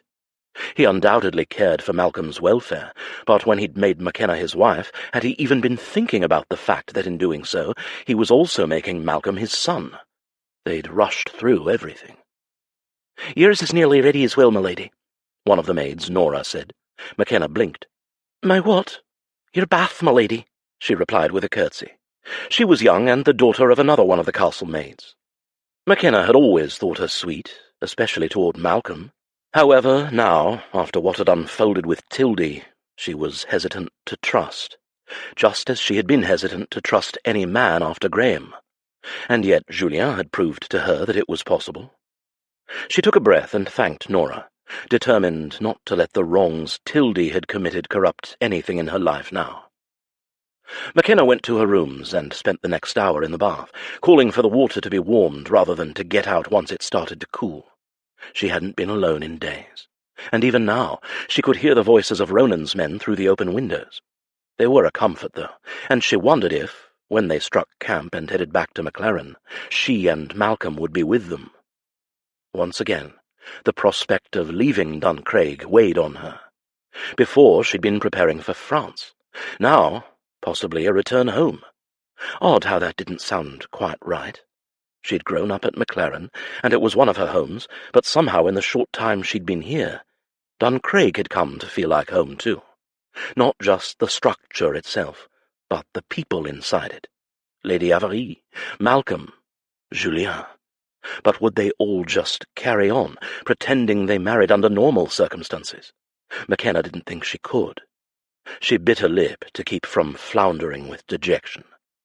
"I'd warn you that in biting your lip you'll face consequences," Julien said, his voice startling Makenna and making her splash the bathwater as she jolted. "But after dealing with that bastard of a laird, I'm afraid I can't even stomach a mere joke about punishing you." She craned her neck to see Julien entering her room, closing the door behind him. "I didna hear you enter," she said, unnerved to find herself alone with him, especially after all her questioning thoughts. They needed to speak, but she was afraid of what might be said out loud, and decided. He picked up the length of toweling Nora had left on a chair and unfolded it, holding it up to receive her. "Maman says the feast is nearly ready. She heard Highlanders ate their weight in food, so I hope you're famished." Makenna hesitated. The bath-water would not be much of a shield, but she felt odd about standing up so boldly in front of Julien. He was her husband, yes, but for how much longer? He sent her a wicked look. "Are you feeling shy, Lady Riverley?" She heard his inherent challenge, and predictable as the sun could not ignore it. She gripped the edge of the soaking tub and stood, water sluicing down her body as the rush of heat went on to pinken her neck and other lower parts of her. Why did he have to be so provoking, or so handsome? Even with the few scrapes and bruises he'd received in the duel with Colin, and the smudges of darkness under his eyes from lack of sleep and days of travel, he looked irresistible. Julien took a few moments to circle her with the toweling, first allowing his eyes to graze upon her breasts and stomach and legs. His slow, seductive grin caused the juncture of her thighs to throb. The memory of their night together came to her with unrestrained clarity. Each moment, every touch, all the ways he'd shown her what tender love-making could be like. It seemed so distant a memory, and yet also close enough to still feel the heat of it. Julien's hands lingered on her towel-wrapped body as she stepped from the water, her bare feet making small pools on the cold stones. He kissed her wet shoulder, his tongue licking the dampness. "I've missed you," he said, his breath prickling the fine hairs all over, from the backs of her thighs to the crown of her head. "Julien," she said, the sound nothing more than a sigh as his arms wound around her, his fingers pressing against her buttocks and slowly rucking up the towel linen. She wanted him. The need burned through her, and as he nipped at the skin of her shoulder, then neck, and then finally cupped the flesh of her backside and squeezed, she moaned. They were man and wife. There was no reason at all they should not be together. Nothing to stand in the way of their union, except the possibility of an annulment. She went rigid in his arms at the thought, and Julien felt the change. He pulled away and peered at her. His eyes searched her face, and he looked ready to ask what was the matter, but then at the last moment let out a breath and stepped fully away. Her body went cold. With relief? With rejection? His features were inscrutable, the teasing curve of his mouth gone. "It's been a long and difficult day," he said finally, raking his fingers through his hair. "Actually, it's been rather hellish, and I'm not being very solicitous, am I? Finish dressing, and I'll see you in the dining room." He took a bow and left her room, left her standing there, naked except for the toweling. Julien, the biggest rogue in all of France, had walked away from bedding her, because he wasn't being solicitous. For all the world it felt as if he'd caught himself from making a mistake, as if he hadn't wanted to consummate the marriage. Well then, she'd been drowning in questions all day, and there was her answer. Makenna's limbs shook as she dressed, without the help of a maid until Nora returned to help with her hair. She was grateful for the maid's presence. She would not cry in front of her, and so she forced back the threatening tears. Too soon it was time to go to the dining room. She entered to find all her brothers already present, though she'd known they were there by the booming of their voices, heard from all the way down the corridor. Sorcha and Brant were also seated at the table, along with the Earl of Cranston. The men stood upon her entry. I was so preoccupied earlier, I have not yet welcomed you home, Lady Amalie said, appearing at Makenna's side, arms outstretched. She embraced Julien's mother, feeling another strike of pain. She'd grown attached to the older woman, and like Malcolm had, Makenna clutched her a moment longer than necessary. "You're overwhelmed, I'm sure," she went on, showing Makenna to her chair. With a start, she realized it was the seat at the very end of the table, the one reserved for the lady of the house. "Oh, I can't sit there. This is your seat," she said, drawing up short. It was where Lady Amalie had sat during every dinner. "I am not Lady Rivoli," the woman replied with a wink, and gave her a nudge forward. Makenna sat, and met the direct gaze of her husband down the length of the table. His eyes were troubled and introspective, but he didn't speak. "How are Isla and your new bairn?" Sorcha asked Niall, who sat diagonally from her. "And little Lachie must be walking by now." "Walking?" Niall replied. "He's already working alongside me in the mines." Evan barked a laugh. "Aye, the tot's got more muscles than Finlay here." Sorcha rolled her eyes as Finlay scowled at his brother. Their boisterous conversation continued, discussing family and the Cairngorm mines that Niall ran at Tarbandale, the improved health of Makenna's father, Laird Maclaren, so much so that he'd gone on a hunt for the first time in years, and they even goaded Ronan about Lady Maclaren's renewed attempts to catch him a wife, now that he'd returned from the continent. This last was met with a silent glare from the warrior, and abruptly the subject was dropped. Makenna realized she had not spoken 2 words around the same time as everyone else. They looked down the table at her, to where she was pushing her thin slices of tender beef about her plate. It didn't matter that she was starving. She couldn't eat a bite. "Makenna," Ronan said. He too had not spoken until now. "Why did you not say anything about how Graham was treating you? We believed you were well cared for. If we had kenned the truth, we would have come for you." The entire table went silent. It was nothing she had not expected. Her brothers were bound to be upset, and to question why she'd kept the truth of her marriage secret. "Does it matter now?" she asked. "It's over." "Aye, it matters. Did you not trust we would fight for you?" Ronan pressed. "I did, aye, and I trusted that you'd likely die for me, and I couldn't let that happen. So I lived with it. Until she couldn't any longer." Ronan sighed, and crossed a dark look with Niall, who then asked, "Were you truly living, Makenna?" She set down her fork, finished pretending to eat. No, she hadn't been living. She'd been existing.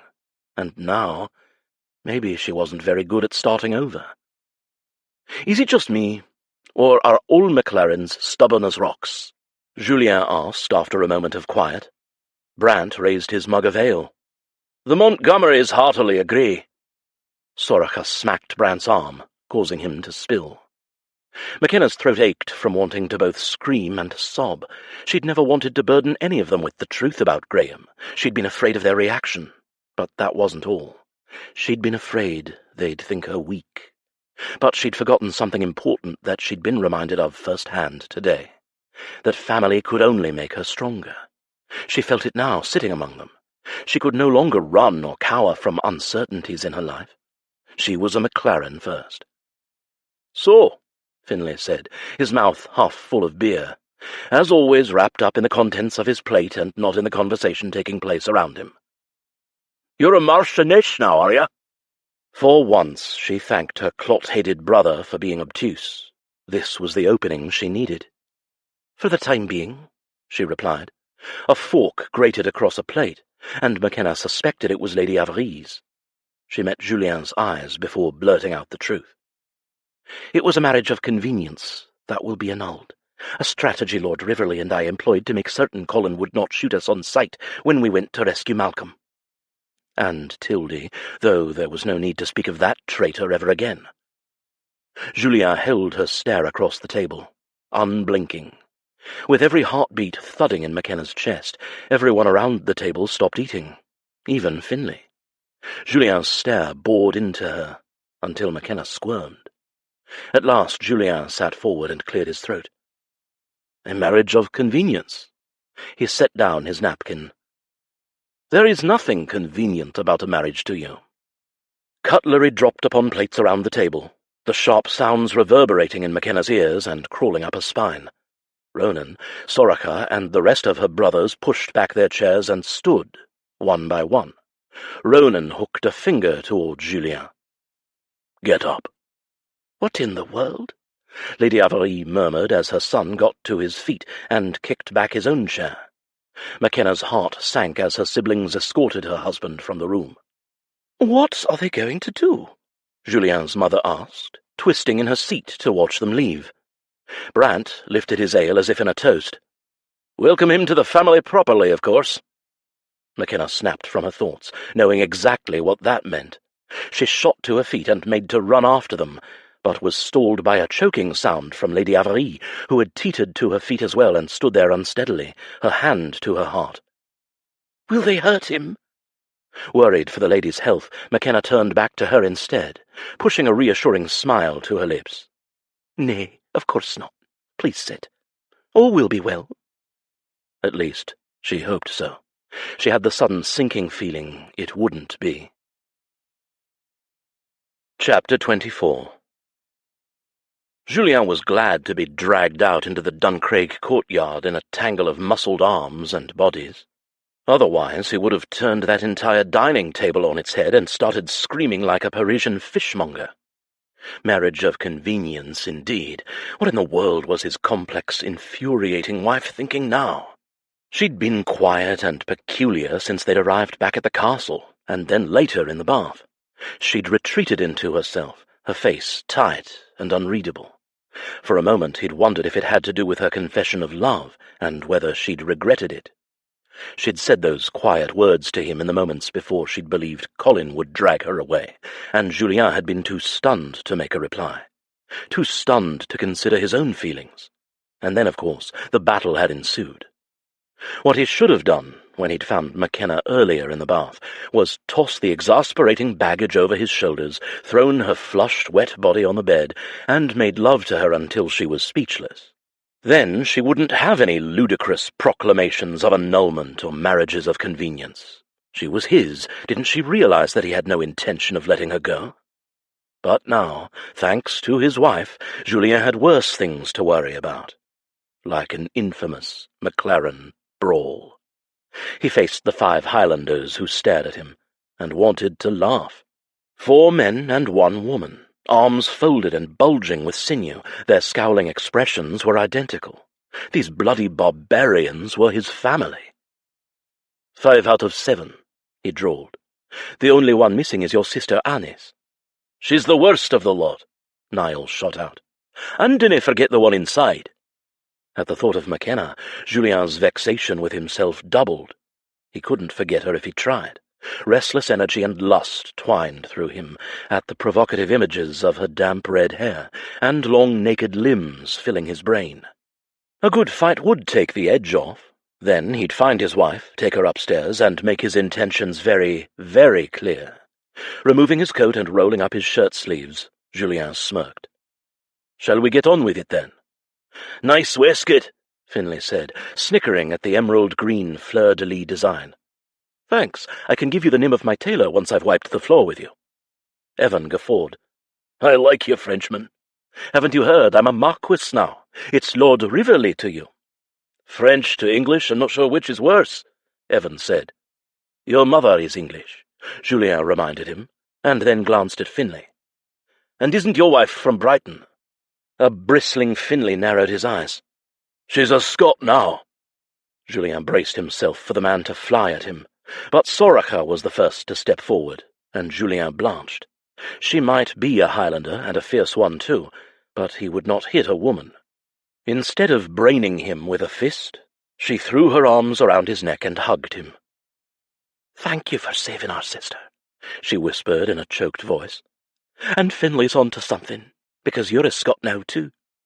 Shocked by the turnabout, Julien wasn't prepared for the 3 other bodies that crushed him into one clustered embrace, making his sore ribs ache, but he was glad that they weren't pummeling him. Evan and Finlay offered him their gratitude as well, and a grinning Niall chucked him in the shoulder with his good hand. "I'd fight by you any day," he said. "You saw what we couldna, even while you were at Maclaren, and she had the wherewithal to come to you. You saved her life. I dinna ken how we will ever be able to repay you." Julien laughed. "I think you just did, by not beating me bloody." "So I take it that for you it's not a marriage of convenience?" Niall asked. "No." The word was vehement, but his subsequent laughter was light.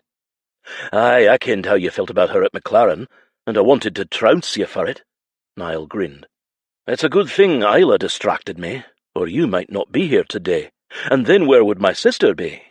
I'm glad she has you." His hand clamped Julien's shoulder, his expression solemn. "Thank you, Braher." Julien huffed a choked breath at the Gaelic word for brother. Ronan was the last to approach, his expression equally sombre. Julien knew that he took his family's safety seriously. He did not have the light-heartedness of the others. The man wouldn't admit it, but Julien guessed that he felt guilty at not having known about his sister's suffering, and he blamed himself. "It's not your fault," Julien told him in a low voice. "She's stubborn and strong. No one knew because she wanted it that way." "I ken it." His voice broke slightly, the pain in his eyes mirroring what Julien himself had felt. "God, what she must have endured." "She's a Maclaren," Julien said simply. Ronan shook his head. "She's a Leclerc now." For some reason, the fact that Ronan had used Leclerc instead of Rivoli made the constriction in Julien's chest loosen. Being Lord Rivoli didn't mean he lost being a Leclerc. He was both, Lord Julien Leclerc, Marquis of Rivoli. One was the man, and one was the title, but they were both him. The knowledge settled into place. "Why did you call her that?" He couldn't help asking.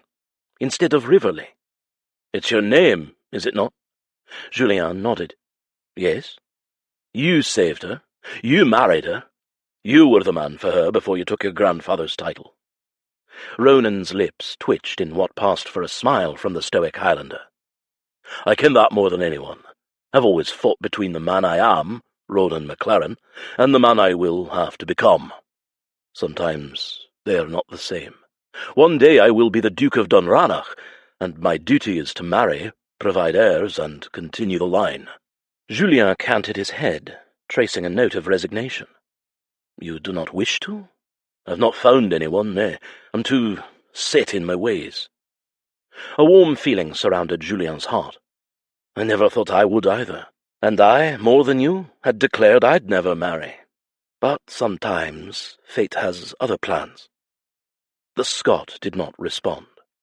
But then everyone turned to the red-headed hellion in a tartan flying from the doorway and down the steps. At the sight of Makenna, Julien's chest tightened with desire and love and longing. Dieu, his wife was beautiful. "Dinna touch him, Ronan!" she shrieked, and then came to a hurried stop as if realizing that there was no brawl, and Julien wasn't covered in dirt and blood. It didn't stop her completely, however. She threw her hands onto her hips, her eyes glaring daggers at each of her siblings surrounding him. "I'm a grown woman, and I can make my own decisions without the lot of you interfering, you ken." She stalked toward them and glowered. "And if any of you lay one finger on him, there'll be hell to pay." Julien pushed out of the group and swung her up into his arms. "My fearsome Marchioness come to rescue me." She slapped at his shoulders. "Put me down, you Amadan, or you'll reopen your wound." Fierce blue eyes turned to him, and in them Julien saw an answering desire edged with despair. He had no idea why she would think he would leave, but he wanted to assure her in so many ways that he never would. "And I'm not your Marchioness. It's over. You didn't have to pretend any more." "Pretend? You think this is a pretense?" He set her to her feet, but kept her close, his hands splaying wide over her small waist. "You are wrong, Makenna Leclerc." Her mouth opened and closed, her heart in her eyes. Julien wanted to kiss away her worry, but first he had something to say. He couldn't stop the words that bubbled to his lips. The emotions had been leaping around inside of him, battering against his rib cage and clamouring to get out. "I love you, Makenna mine," he said. "I think I fell in love with you the first time I saw you, and my heart has been yours ever since. This is for forever, and if you think to be free of me, you'll have to skewer me with your claymore yourself. If you don't want to be a marchioness, that's fine by me. But my name is yours. I am yours. Always." "You love me?" she asked, dazed. "What do you think this was all about, mon coeur?" She blinked, her throat working. "You didn't want children, and I have Malcolm now." "I didn't want a lot of things," he said gently, brushing a red tendril out of her face, his knuckles grazing her soft cheek.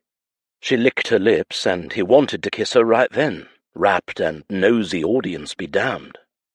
"But I hadn't met you yet." "And Malcolm," she whispered. "I love him like my own." She loosed a shaky breath. "He will be the Brodie laird one day, and he needs to be here in Scotland. I cannot leave him." "Then we will stay here." "But what about France and Bramble Park? Your life?" His hands cupped her cheeks and gazed into her expressive eyes. "Chérie, my life is with you, wherever you are. I can easily manage my assets from anywhere. I have an entire fleet of ships at my disposal. I have an army of solicitors. And as it stands, I have an excellent former steward, who will pick up the slack as I fulfill my marital duties." "Apparently, I already have a job," she said, her voice breaking on a sob. Julien smiled, holding her indecently close. "You do? Who is the rat bastard, so I can set my ferocious Highlander family on him?" She bit her lip. Julien didn't care who was watching. He kissed her. Hard. Oblivious to the mix of groans and raucous whoops, he prolonged the kiss until they were both gasping with need. "Yes, Lady Riverley, you do have a job, as do I. Mine is to make you happy." "You'll stay in Scotland?" she asked. "How can I not?" he said. "My mother has sent for the rest of her things, and has declared an affinity for all things Scottish. Malcolm has decided he wants to be a sea captain, and has started to call me Papa." Makenna's eyes watered at that, but Julien wasn't finished. "And my demure lady wife cannot seem to keep herself out of trouble. Who would I leave? Everything and everyone I love is here." This time she flung her arms about his neck and kissed him. Julien grinned as he scooped her up, offering a short bow to the watching Maclarens and Montgomerys, as well as his weeping mother, and the grinning little boy hiding behind her skirts, who should have been in bed. He cleared his throat, his voice ringing loudly through the moonlit courtyard. "In the matter of a marriage of convenience, I have it on good authority that my wife must have clocked herself in the head during the feud. As far as grounds for annulment, I will be retiring forthwith, with Lady Riverley, to disabuse her of this notion, now and any time in the future." "Julien!" she gasped, blushing and tucking her head into his shoulder. He glanced down at her and grinned, his voice lowering for her ears alone. "The only words I expect you to be saying for the next hour are more and don't stop." With that promise, he climbed the steps and went straight to their bedchamber. By the time her husband deposited her onto the bed, Makenna was a mass of nerves and want. Her entire body felt like liquid fire, particularly between her thighs, and he hadn't even touched her there yet. The thought of that made her skin burn, because she knew he would. The look in his eyes was feral, purposeful. "Julien," she began. He cut her off. "I told you, the only words you are permitted to speak are more and don't stop. Now get undressed." Good Lord, if her body heated up any more, she would combust. He was so forceful, so commanding. Her trembling fingers moved to obey, going to the pin on her tartan. She unclipped it before starting on the front laces to her bodice. He divested himself of his waistcoat and shirt, and then shucked his trousers and small clothes. Her hands failed her, as did her breath. Julien stood there in all his nude glory. The bandage around his ribs did not take away from the powerful beauty of him, from those broad shoulders tapering to lean hips and muscular limbs. Makenna wanted to drag her eyes away, but she couldn't. He'd said he was hers, and she looked her fill, devouring every hard inch of him as though she'd never seen him before. She blushed, recalling the last time she had seen him without clothing, and how thoroughly he had seduced her.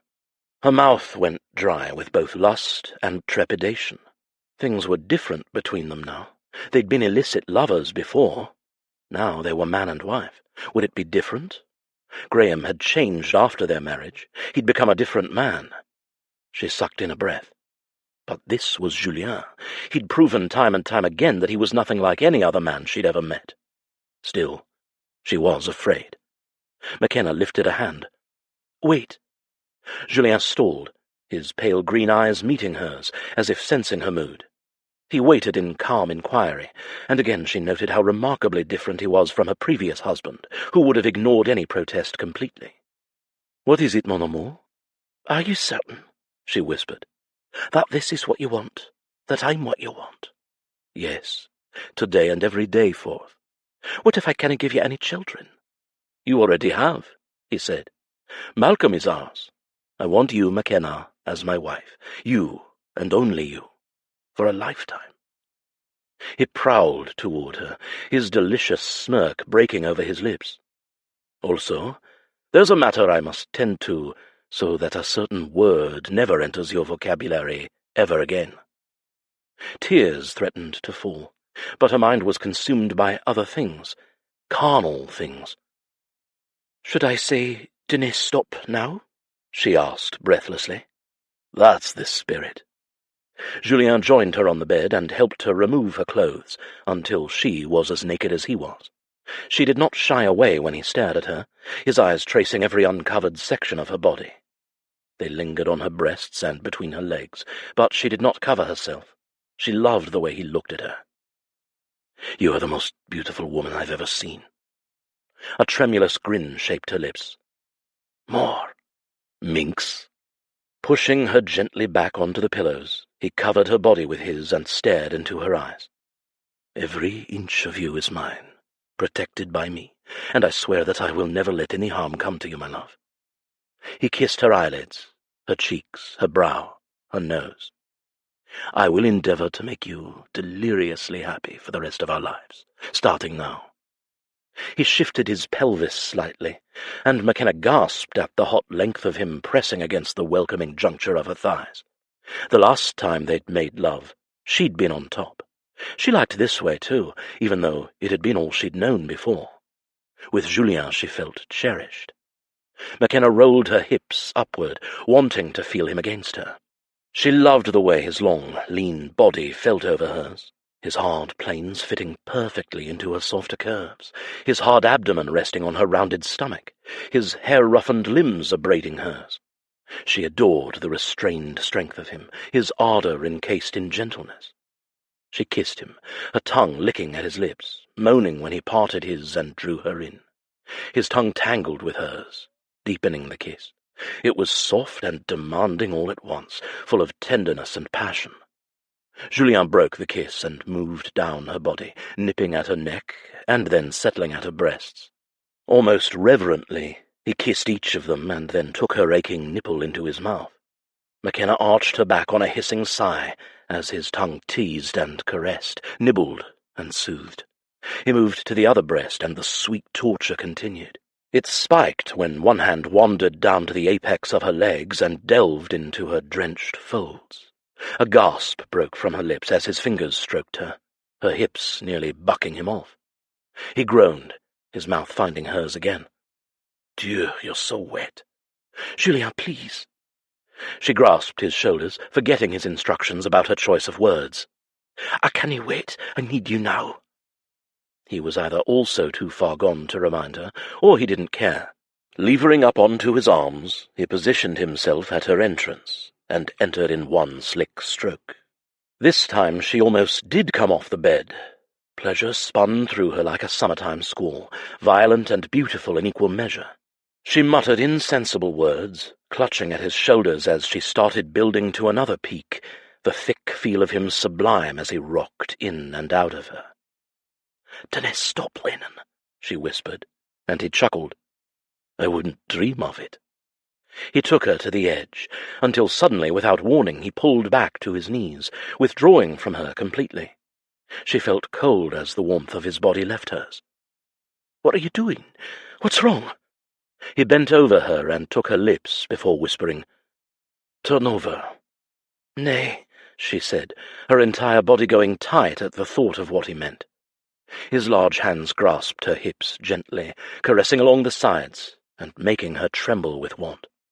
"Trust me, love. I would never hurt you. If you don't wish to, you don't have to do anything you do not want." Makenna hesitated. The arrangement terrified her, bringing back memories she didn't want, thoughts of pain and mockery, of being used like an animal. She'd never felt anything but degradation in that position. But she trusted Julien. He would never harm her, never demean her. She loved him, and a part of her wanted to please him as he was pleasing her. Slowly, she turned and lay on her stomach.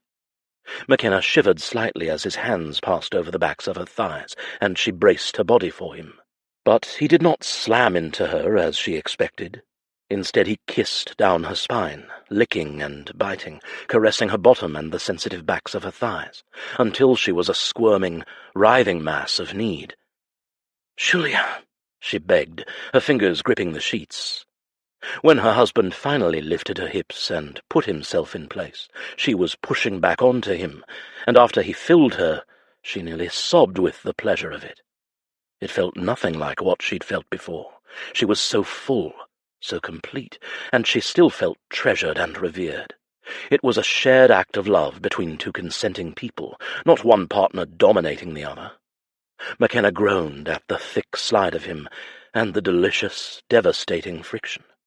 She wasn't far off from losing her hold on her sanity as the pleasure coiled indescribably tight within her body. Julien's fingers reached around to touch her, and she shattered into a million pieces. He stroked in and out as she shuddered around him, and then shouted his own release, collapsing over her. Gasping, he rolled off her body and shifted to the side. He looked flushed and sated, much like she looked, she imagined. "Are you well, love?" he asked. "That was different," she said, turning to face him. "I didn't expect it." "People can make love many different ways," he said with a grin, trailing a hot path down her damp shoulder, across her ribs, and over the curve of her hip. Makenna felt her body respond at the merest graze of his finger on her sensitive skin. "And I plan to teach you all of them, in great detail." She shot him a wicked, lazy smile. "Do you?" "Yes." His fingers crept back up, his index finger circling her dusky areola. Under his expert touch, her nipple tightened and budded. He'd pleasured her into oblivion, and still she wanted more. She wanted it all, every possible thing he could ever give her. Makenna reached over and covered her mouth with his. He tasted like satisfaction. He tasted like heaven. "Then you should ken that I plan to be a devoted student," she promised. "What's my next lesson, my lord?" Her husband smirked, and she leaned in to nibble the corner of those full, irreverent lips. "Tell me how much you love me." "I love you as much as you love those hideous waistcoats of yours."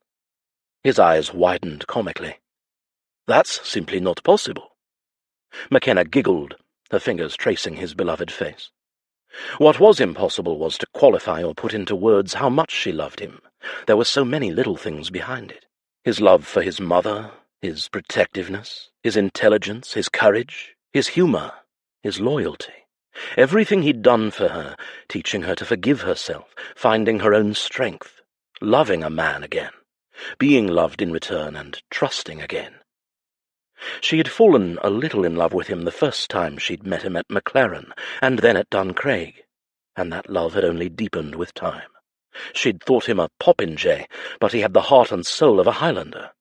She could open her arms wide and say this much, but it wouldn't even begin to encompass what she felt. Makenna met his gaze, not hiding anything in hers.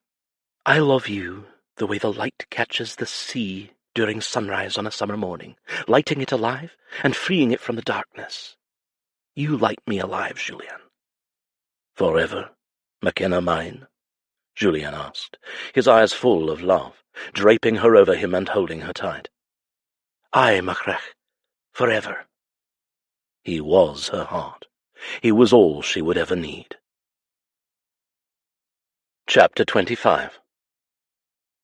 Makenna rolled her eyes for the 1,000th time as a very pregnant and very bossy Isla shoved a nearly finished gown beneath her nose. Do you like this colour? I dinna care, Isla, she said. It's a wedding reception, not a royal ball, and I've been married before. This is just for the family. That doesn't mean you don't have to look your best. Your brogue is back. The slip back into her Scottish brogue alerted Makenna to her sister-in-law's mounting vexation. Isla had spent 6 years in Paris, estranged from Niall, her husband and Makenna's brother, before they'd become reacquainted, and as such her brogue only appeared when she was highly agitated. Isla scowled. Your husband will love this colour. The thought of Julien had the effect of sun appearing after rain. Her irritation lessened, and then rose. She hadn't seen the man in a day that felt like a week. He'd been off with Niall and Ronan, helping with some new build in the Cairngorm mines on Niall's estate, Tarbondale, a few miles away from Maclaren. Are you daydreaming? Isla nearly battered her in the face with the claret-coloured cloth. Don't make me get your sisters. Just pick one for the love of tulle. Makenna paled at the threat and tried to focus on the choices before her. Sorcha was even worse than she was when it came to clothing. She'd wear men's clothes all day if it suited her. At least Makenna had only worn trews once. And Annis, well, she adored fashion, was the size of a doll and dressed like one. If it were up to her, Makenna would be dressed in frills and flounces, and layers of frothy tulle, like the gold dress next to the dark red one. Annis had returned from America with her husband just the week before, though not for the wedding ball specifically. She and her husband had been away from her family for long enough, and had arrived with their twin boys, 8 years old and far too similar to Evan and Finlay, for a visit. "How about that one?"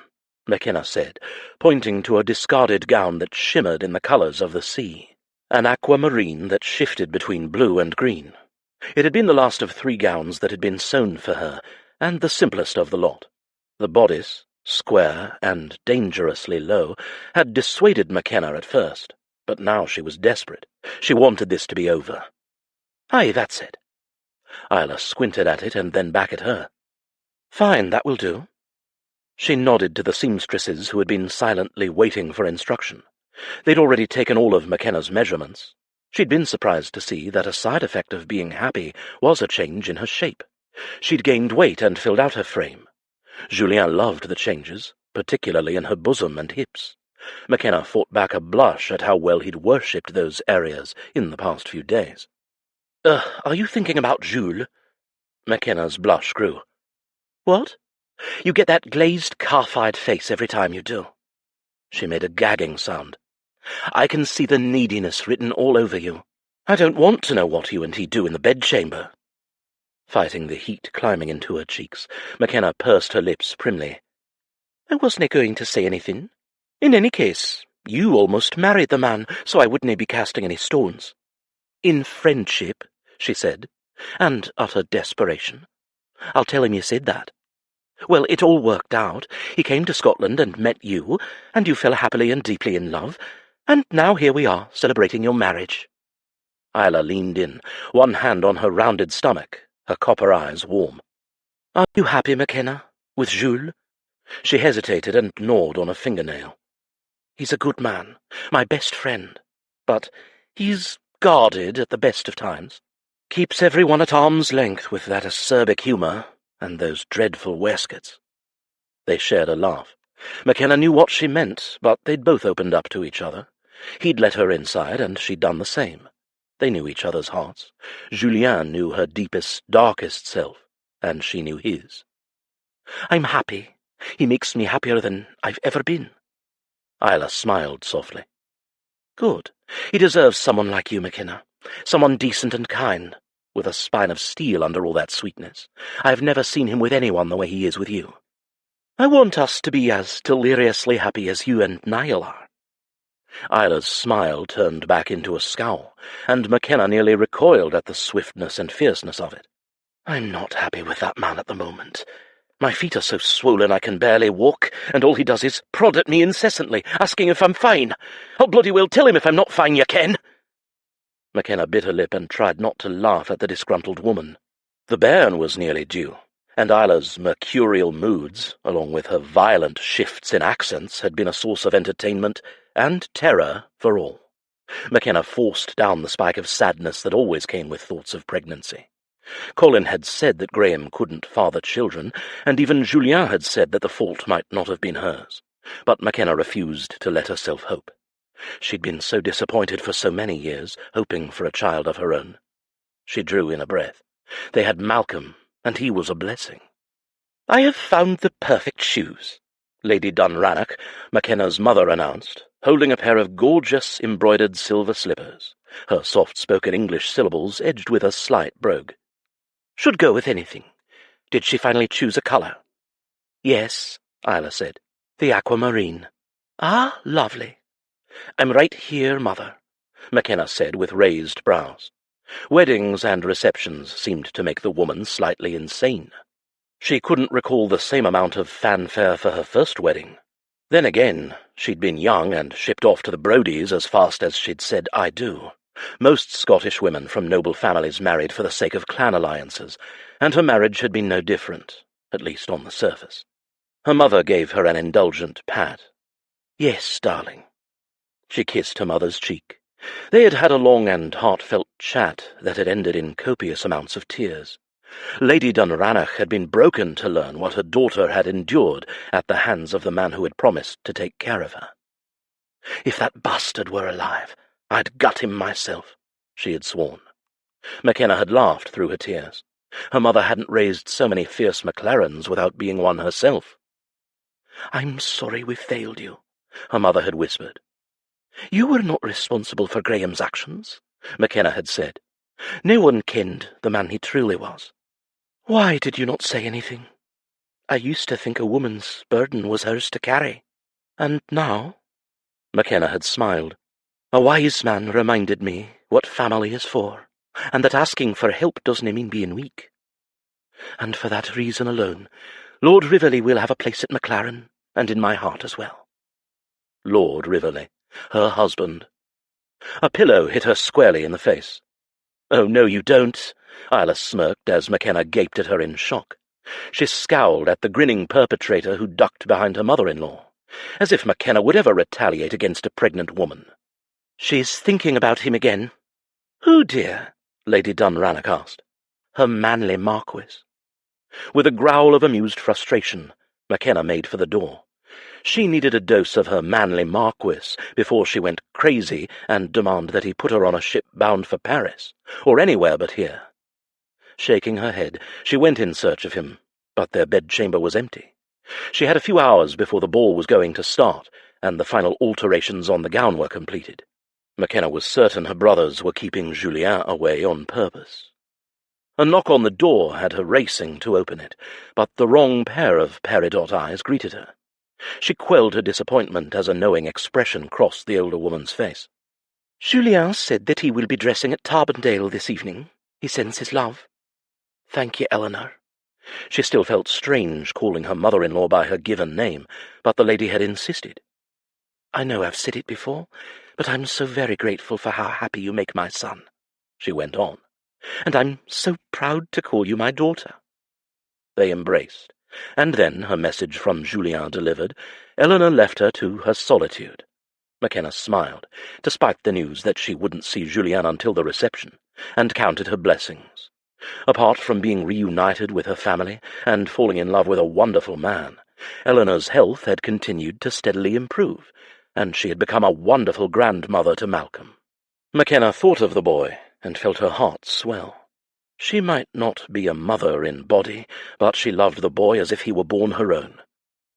When Nora arrived with several maids in tow for her bath, as well as the finished gown in hand, Makenna gave herself over to their care. As her skin was dried and oiled, her hair brushed and styled, and the gown secured over her body, she felt like a first-time bride. In a sense she was. She'd chosen Julien. He hadn't been chosen for her, and despite how they'd come together in a marriage of convenience, she had made the choice to stay. This was the only marriage that mattered. With some trepidation, she descended the staircase into the grand Maclaren ballroom. It had been polished and decorated to within an inch of its life, and though she had grown up here and attended many balls and parties within its walls, it felt different. It felt momentous, even more so when she saw the man waiting for her at the bottom of the stairs. A gorgeous, solemn, blonde man in a kilt. Her heart nearly stuttered to a stop as her eyes swept Julien's broad frame. A formal coat and pewter waistcoat with a snowy white cravat preceded a Maclaren tartan wrapped around those trim hips. Her chest felt tight. Her brothers would not have let him wear their colours if they didn't think of him as a Maclaren. His eyes sparkled with appreciation as she reached him. Makenna knew why. Her ample bosom was practically spilling out of the dress. But she was too busy ogling him in return to be self-conscious. The sight of a man in a tartan should not take a woman's breath away, but he did. God, he was handsome. "I want you," she whispered before he could say anything, and she wanted him even more when that devious smirk of his curled his full lips, a challenge sparking in his green gaze. She lifted her knuckles for his kiss. "Dinna do that, my lord, or I will scandalize everyone in this room." "A marchioness does as she pleases," he said, kissing her knuckles. "You look ravishing, my lady." "Thank you. And even so, my parents would disown us both if I dragged you out of here like a mad marchioness," she said dryly. "I like your kilt." "You like what's not under it even more." Did the sly rogue mean he wasn't wearing undergarments? Makenna was literally, unequivocally on fire as he turned her to the room, and the cheering ensued. She held on to her composure by a thread as she scanned the faces of her family and greeted the friends who had travelled far and wide to attend the festivities. As such, the ballroom was crowded, and after she and Julien had made the rounds, any desire had disappeared. She was hot and bothered for an entirely different reason. Finlay elbowed her in the ribs as she sought out a cold drink. "Evan and I still think your Frenchman needs a beating." "He's an English marquis," Makenna said, elbowing him back. "And you and Evan need to cool your heels and stop making trouble." He scowled. "I dinna ken why Ronan gave him the plaid. He's not a Scot." "I married a Scotsman the first time, and you ken what happened. And what does it matter? Julien is one of us at heart." "Aye, Finlay," Ronan said, hanging a beefy arm around her shoulders. "And he loves her, which is all that matters in the end. You sound like a sodden sap. Next you'll be spouting poetry or some such nonsense." Finlay replied in disgust. Makenna could clearly see that her brother was spoiling for a fight, because no ball was without a brawl where he and Evan were concerned. "No lass will want a weakling for a man." Makenna grinned and poked her eldest brother in the side. "Nay, Finn, it's whether he finds a lass who will put up with him." Her brother's face went dark, and he turned on his heel and walked away. "Never." "Never is a long time, brother," she whispered after him. Ronan deserved to find the perfect someone. After all, she had. Julien watched his stunning bride from across the ballroom floor. The moment he had seen her walking down those stairs, he had been transported to heaven.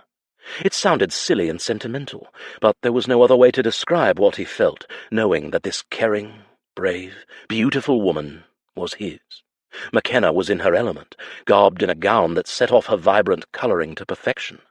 The shimmering blue-green colour made her eyes glow like gems, and her hair look like liquid flame. Julien wanted to demolish those tidy pins and let the mass spill down her bare, gorgeous back. His body reacted as it always did with carnal thoughts of his wife, and he adjusted himself discreetly beneath the tartan. Julien didn't mind the kilt, and was honoured when Ronan had presented it to him with little fanfare, just a muted, "You deserve this." He'd seen Makenna's eyes light up when she'd realised his choice of dress, and it had been worth it.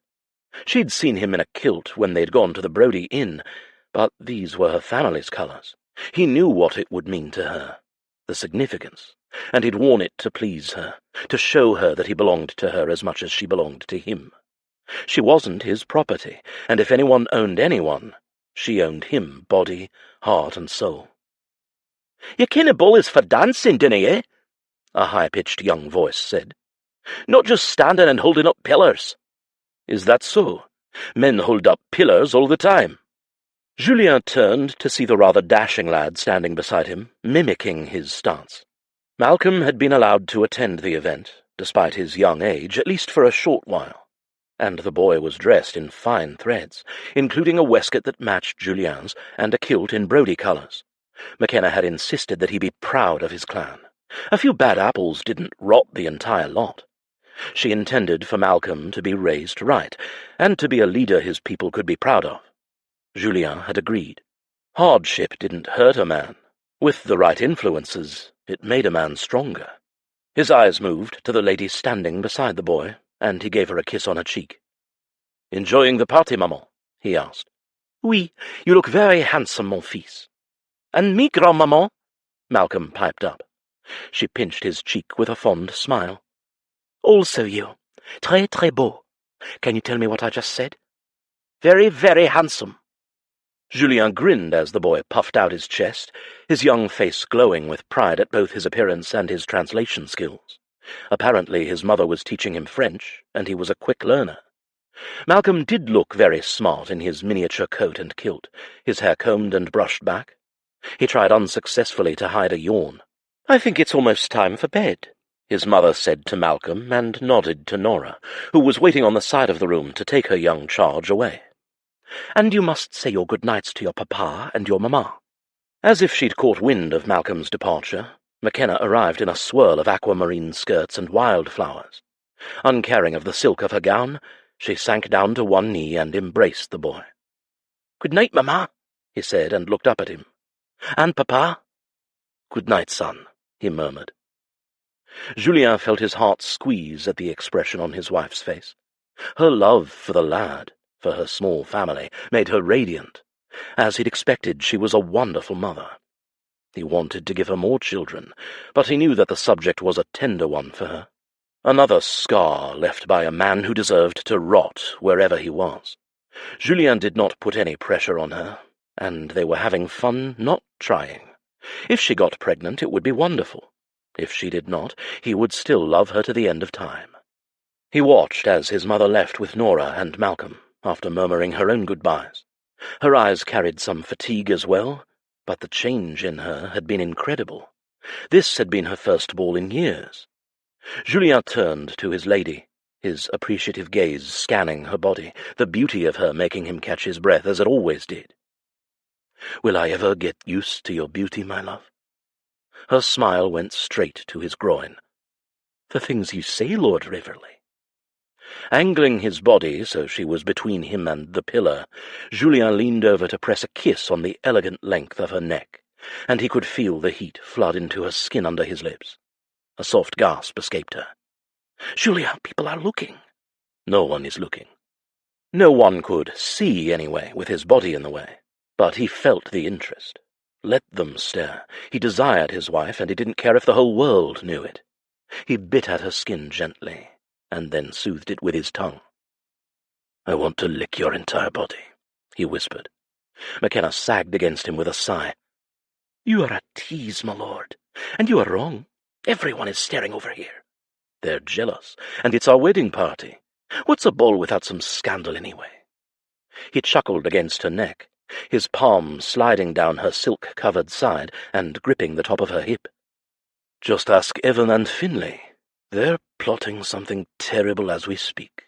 If I recall correctly, they bare-assed Niall's wedding. I think we shouldn't let them steal our thunder." With a laugh she looped her arms over his shoulders, a pair of mischievous blue eyes meeting his. "My Lord Riverley, are you suggesting what I think you're suggesting?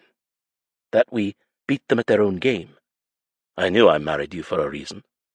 Her grin was wicked. "What is your plan, then? You want to kick up that kilt a bit?" "You would love that, wouldn't you?" He laughed. "But it's no fun when only one of us is scandalized. We're in this marriage together, and we create scandal together." "I agree. What do you have in mind?" "Do you love me?" he asked, kissing her brow. "Aye," she said. "Do you love me, my lord?" "More than life itself." With that, Julien crushed his mouth to hers, taking her lips in a kiss that was as carnal as it was sweet. He dragged her to him, leaving no space between them, and kissing her as he'd wanted to the minute she'd sauntered down those stairs, like a descending goddess. She tasted of wine and woman, of light and love, of seduction and sweetness, and she made him drunk. Dimly, He heard the gasps and the cat calls, and then he broke the kiss. "Ready for round 2? She panted against his mouth. "There's a round 2? "We should never do anything by halves, my love." His hand tightened on her waist, and without missing a beat, he whirled her into the throng of dancers, swinging her high and twirling her about. The music of the bagpipes shifted into something she recognized. She laughed gaily, the sound like bells. It was a traditional Scottish country dance, a shemit reel, and she squealed as Julien lifted her again and spun her effortlessly to the middle, skipping and hopping halfway across the floor. "Where did you learn that?" she half gasped, half shouted, when her brother Niall joined in with Sorcha as his partner, a pregnant Isla clapping from the side. "Ronan and Niall taught me." Julien grinned when they crossed paths again. "When we were supposed to be working in the mines, he was teaching me this six-some reel. You're much more fun to spin about, I'll tell you, not to mention several stones lighter." Her laughter lit his heart. They were both breathing hard when the dance came to an end. "Now for round 3? "There's a round 3? She pressed a hand to her chest, but her eyes were filled with merriment and love. "You'll kill me." Julien drew her close in the middle, the cheering around them growing louder by the minute. He kissed her nose, and then tossed her over his shoulder like she was a piece of baggage. "Put me down this instant," she screeched. "Julien, this is unseemly." Julien patted her on the bottom to the tune of another screech as he hastened from the room, up the stairs, and straight into their bedchamber, hearing the laughter, gasps, and cheers fading behind them. Kicking the door shut behind him with one foot, he shifted her position so she was gathered in his arms. "Scandal for the ages," he crowed. Makenna smoothed the curls from her face and giggled. Her pins had fallen out somewhere between the ballroom and the bedchamber. Good riddance. She looked tousled and delicious, and he was going to consume her the minute he could get her out of those clothes. Shaking her head, she blushed. "They all ken what you're going to do, what we're going to do." Julien deposited her slowly on the ground, letting her down inch by inch so that her body clung to his, letting her know exactly what she did to him. He was grateful for the privacy of the room. Taming an erection in a room full of people was a challenge, but now he gave it full free rein, as if the tent in the folds of his kilt weren't signal enough. "Chérie, it's a well-known secret that everyone knows what happens between a bride and groom at weddings. They make love until they're ragged." He grinned at her. "Now sit and enjoy the show." "The show?" she asked weakly, collapsing onto the bed in a heap of aquamarine silk. "Round 4. Makenna looked around the room and blinked, taking in the details of the rose petals on the floor and scattered on the bedsheets. A bottle of brandy with 2 glasses stood on the mantel, and a low fire burned in the grate. "You planned all this?" "Yes." "For me?" "Always for you." Julien removed his coat with excruciating slowness, watching as her eyes darted to him. They stayed there as he divested himself of every piece of clothing, and his boots, until he stood there clad only in a Maclaren tartan. "I am yours, Makenna Leclerc," he said, his voice husky. "Yours, to do with as you wish, for as long as you want me." His wife licked her lips. "Is eternity long enough?" Eternity was exactly what he hoped for. Epilogue. 3 years later. Makenna sat within the small embrasure of the window in her bedchamber, staring down at the gardens below, where Julien's mother, now Lady Cranston, she and Maxime had finally taken the leap a year ago, watched over her grandchildren. The spiralled design of Makenna's newest garden at Duncraig, one of 4, all designed in a formal and symmetrical French style, looked like a nautilus shell from above. The white and pink roses, purple harebells, and yellow gorse all in full bloom. In the centre of the garden was a half-moon stone bench and small fountain, where presently Malcolm was playing with his little sister, Innis. The 2-year-old's pudgy arms were up to the elbow in water, dunking her older brother's beloved carved wooden soldiers into the basin of the fountain. She was splashing enthusiastically, and thoroughly soaking both herself and Malcolm. She could hear Innis's shrieks of mischief, mixed with Malcolm's patient pleas for her to stop drowning the soldiers, and Eleanor's soft trills of laughter from where she sat on the bench, an open-laced parasol blocking Julien's mother from view. Makenna wanted to capture the moment and preserve it forever, the sights and sounds so lovely and perfect and serene. From time to time, like now, she still caught herself reflecting with wonder on how her life had changed over the last few years. She leaned her head against the frame of the window, gazing down at her loves. Then, with a glance toward the large bed, grinned at the man who had given her all of them. With his dark blonde lashes fanned against his golden skin, Julien somehow looked as sinful and luscious in sleep as he did awake. The bare expanse of his brawny chest, the familiar white scar along his ribs from the fight at the Brodie so long ago, made Makenna's fingers itch to reach for him. Again. They had made off to their chamber shortly after breaking their fast, ever grateful that Eleanor reserved Saturday mornings for the children to play and read in the gardens. Even after 3 years of marriage, they still had not developed enough patience or fortitude to wait until night-time to slip away and make love. And their fervour had not diminished in the least when Makenna had started to round and plump with child shortly after their wedding ball. It had been a miracle, something she hadn't allowed herself to dream or hope for until even the 2nd month of her missed menses. And then Innes had arrived, the wee thing squalling with lungs as hale as steel. Seeing Julien holding their bairn for the first time, her tiny fists above her head as she'd squirmed, Makenna had wept. So had Julien. He'd pressed his lips to her little wrinkled forehead and whispered a simple declaration. "Now I understand." As if the new small life inside her was listening to her thoughts, Makenna felt a nudge of pressure at her ribs. She placed a hand over the swelling of her abdomen. "All in good time, my love," she whispered. On the bed her husband stirred, his strong, muscled legs moving and stretching under the thin draping of linens. Julien reached toward the spot where Makenna had lain, languid and completely satisfied after their love-making, and when he grasped nothing but pillow, opened his eyes. "What are you doing all the way over there?" he drawled, his voice husky from the mid-morning nap. "Watching you," she replied. "That's slightly disconcerting." "You love it, you arrogant man."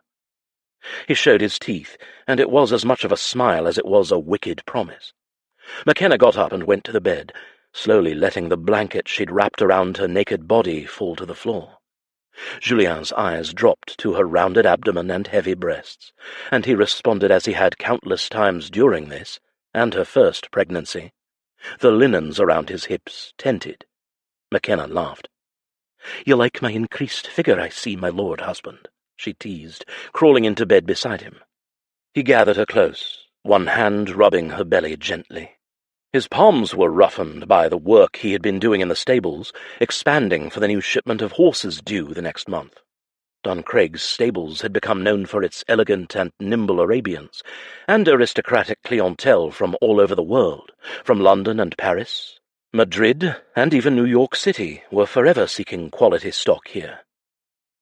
"I like your figure in any state or form, so long as I am permitted to hold it against mine," he replied, nipping at her neck and cupping a breast.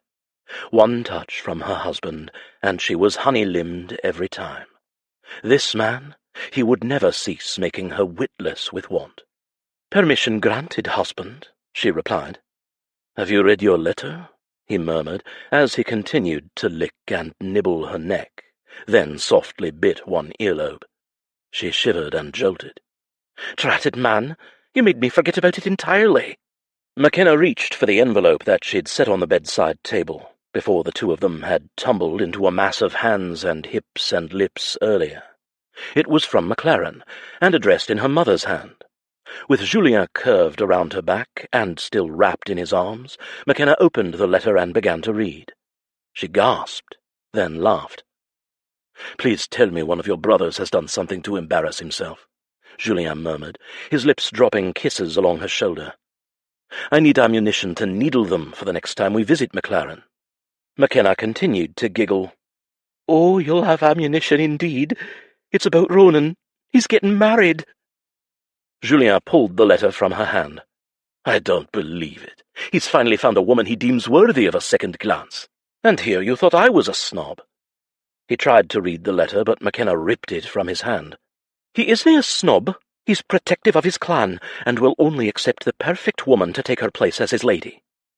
Very well, he isn't a snob. He's a starry-eyed idealist. Makenna jabbed her elbow into her husband's stomach, but she could not quit laughing. Oh, Ronan was going to be furious. "And nay, he hasna found a woman. Mother has done the finding for him, put a new codicil in father's will. Only he doesna ken it yet." An arranged marriage, then? You'd think your parents would have learned their lesson in that regard. She rolled over and looked up into her husband's serious expression. He hardly ever brought up Graham or her previous life with the Brodies, but when on rare occasion he did, she could still see the tempered anger that made his pale green eyes sooty. Though Makenna never felt uneasy or sad, or even angry any more. There was no need. She was in the safest and most loving of hands, and their life together was only moving forward. "I dinna think you need to worry about Ronan. He'll never stand for it, though it will be entertaining to see it all unfold," she replied. "And you never ken. He could end up accepting our mother's match. Sometimes men just need a little shove in the right direction." Julien's legs scooped over hers, locking her into place beside him. He kept his hand against the swell of the babe inside of her. He always loved to feel the bairn kick and wriggle. "I pity the person who dares shove your brother in any direction at all." "He's in need of a good shove, and I'm rooting for her, whoever she is." Makenna smiled and kissed her husband's perfect lips. She leaned into him, marvelling at how well they fit together. "My mother only wants him to be happy. I hope he is too one day. As happy as I am right now, here with you, with Malcolm and Innes, and whoever this wee little one turns out to be." "He or she will be the third most perfect thing I've ever laid eyes on, after you, Malcolm, and sweet Innes," he said, kissing her brow. "My God, I'm truly the luckiest man in this world, aren't I?" Makenna snuggled closer to him, breathing in his manly scent. "I will not deny it." Julien shook with laughter, and pinched her buttocks playfully. "And I will never stop believing it. Come here, my fierce and radiant wife. I'm not finished with you just yet." Makenna opened herself to him and took his lips in an ardent kiss. "I hope you never are." This concludes A Lord for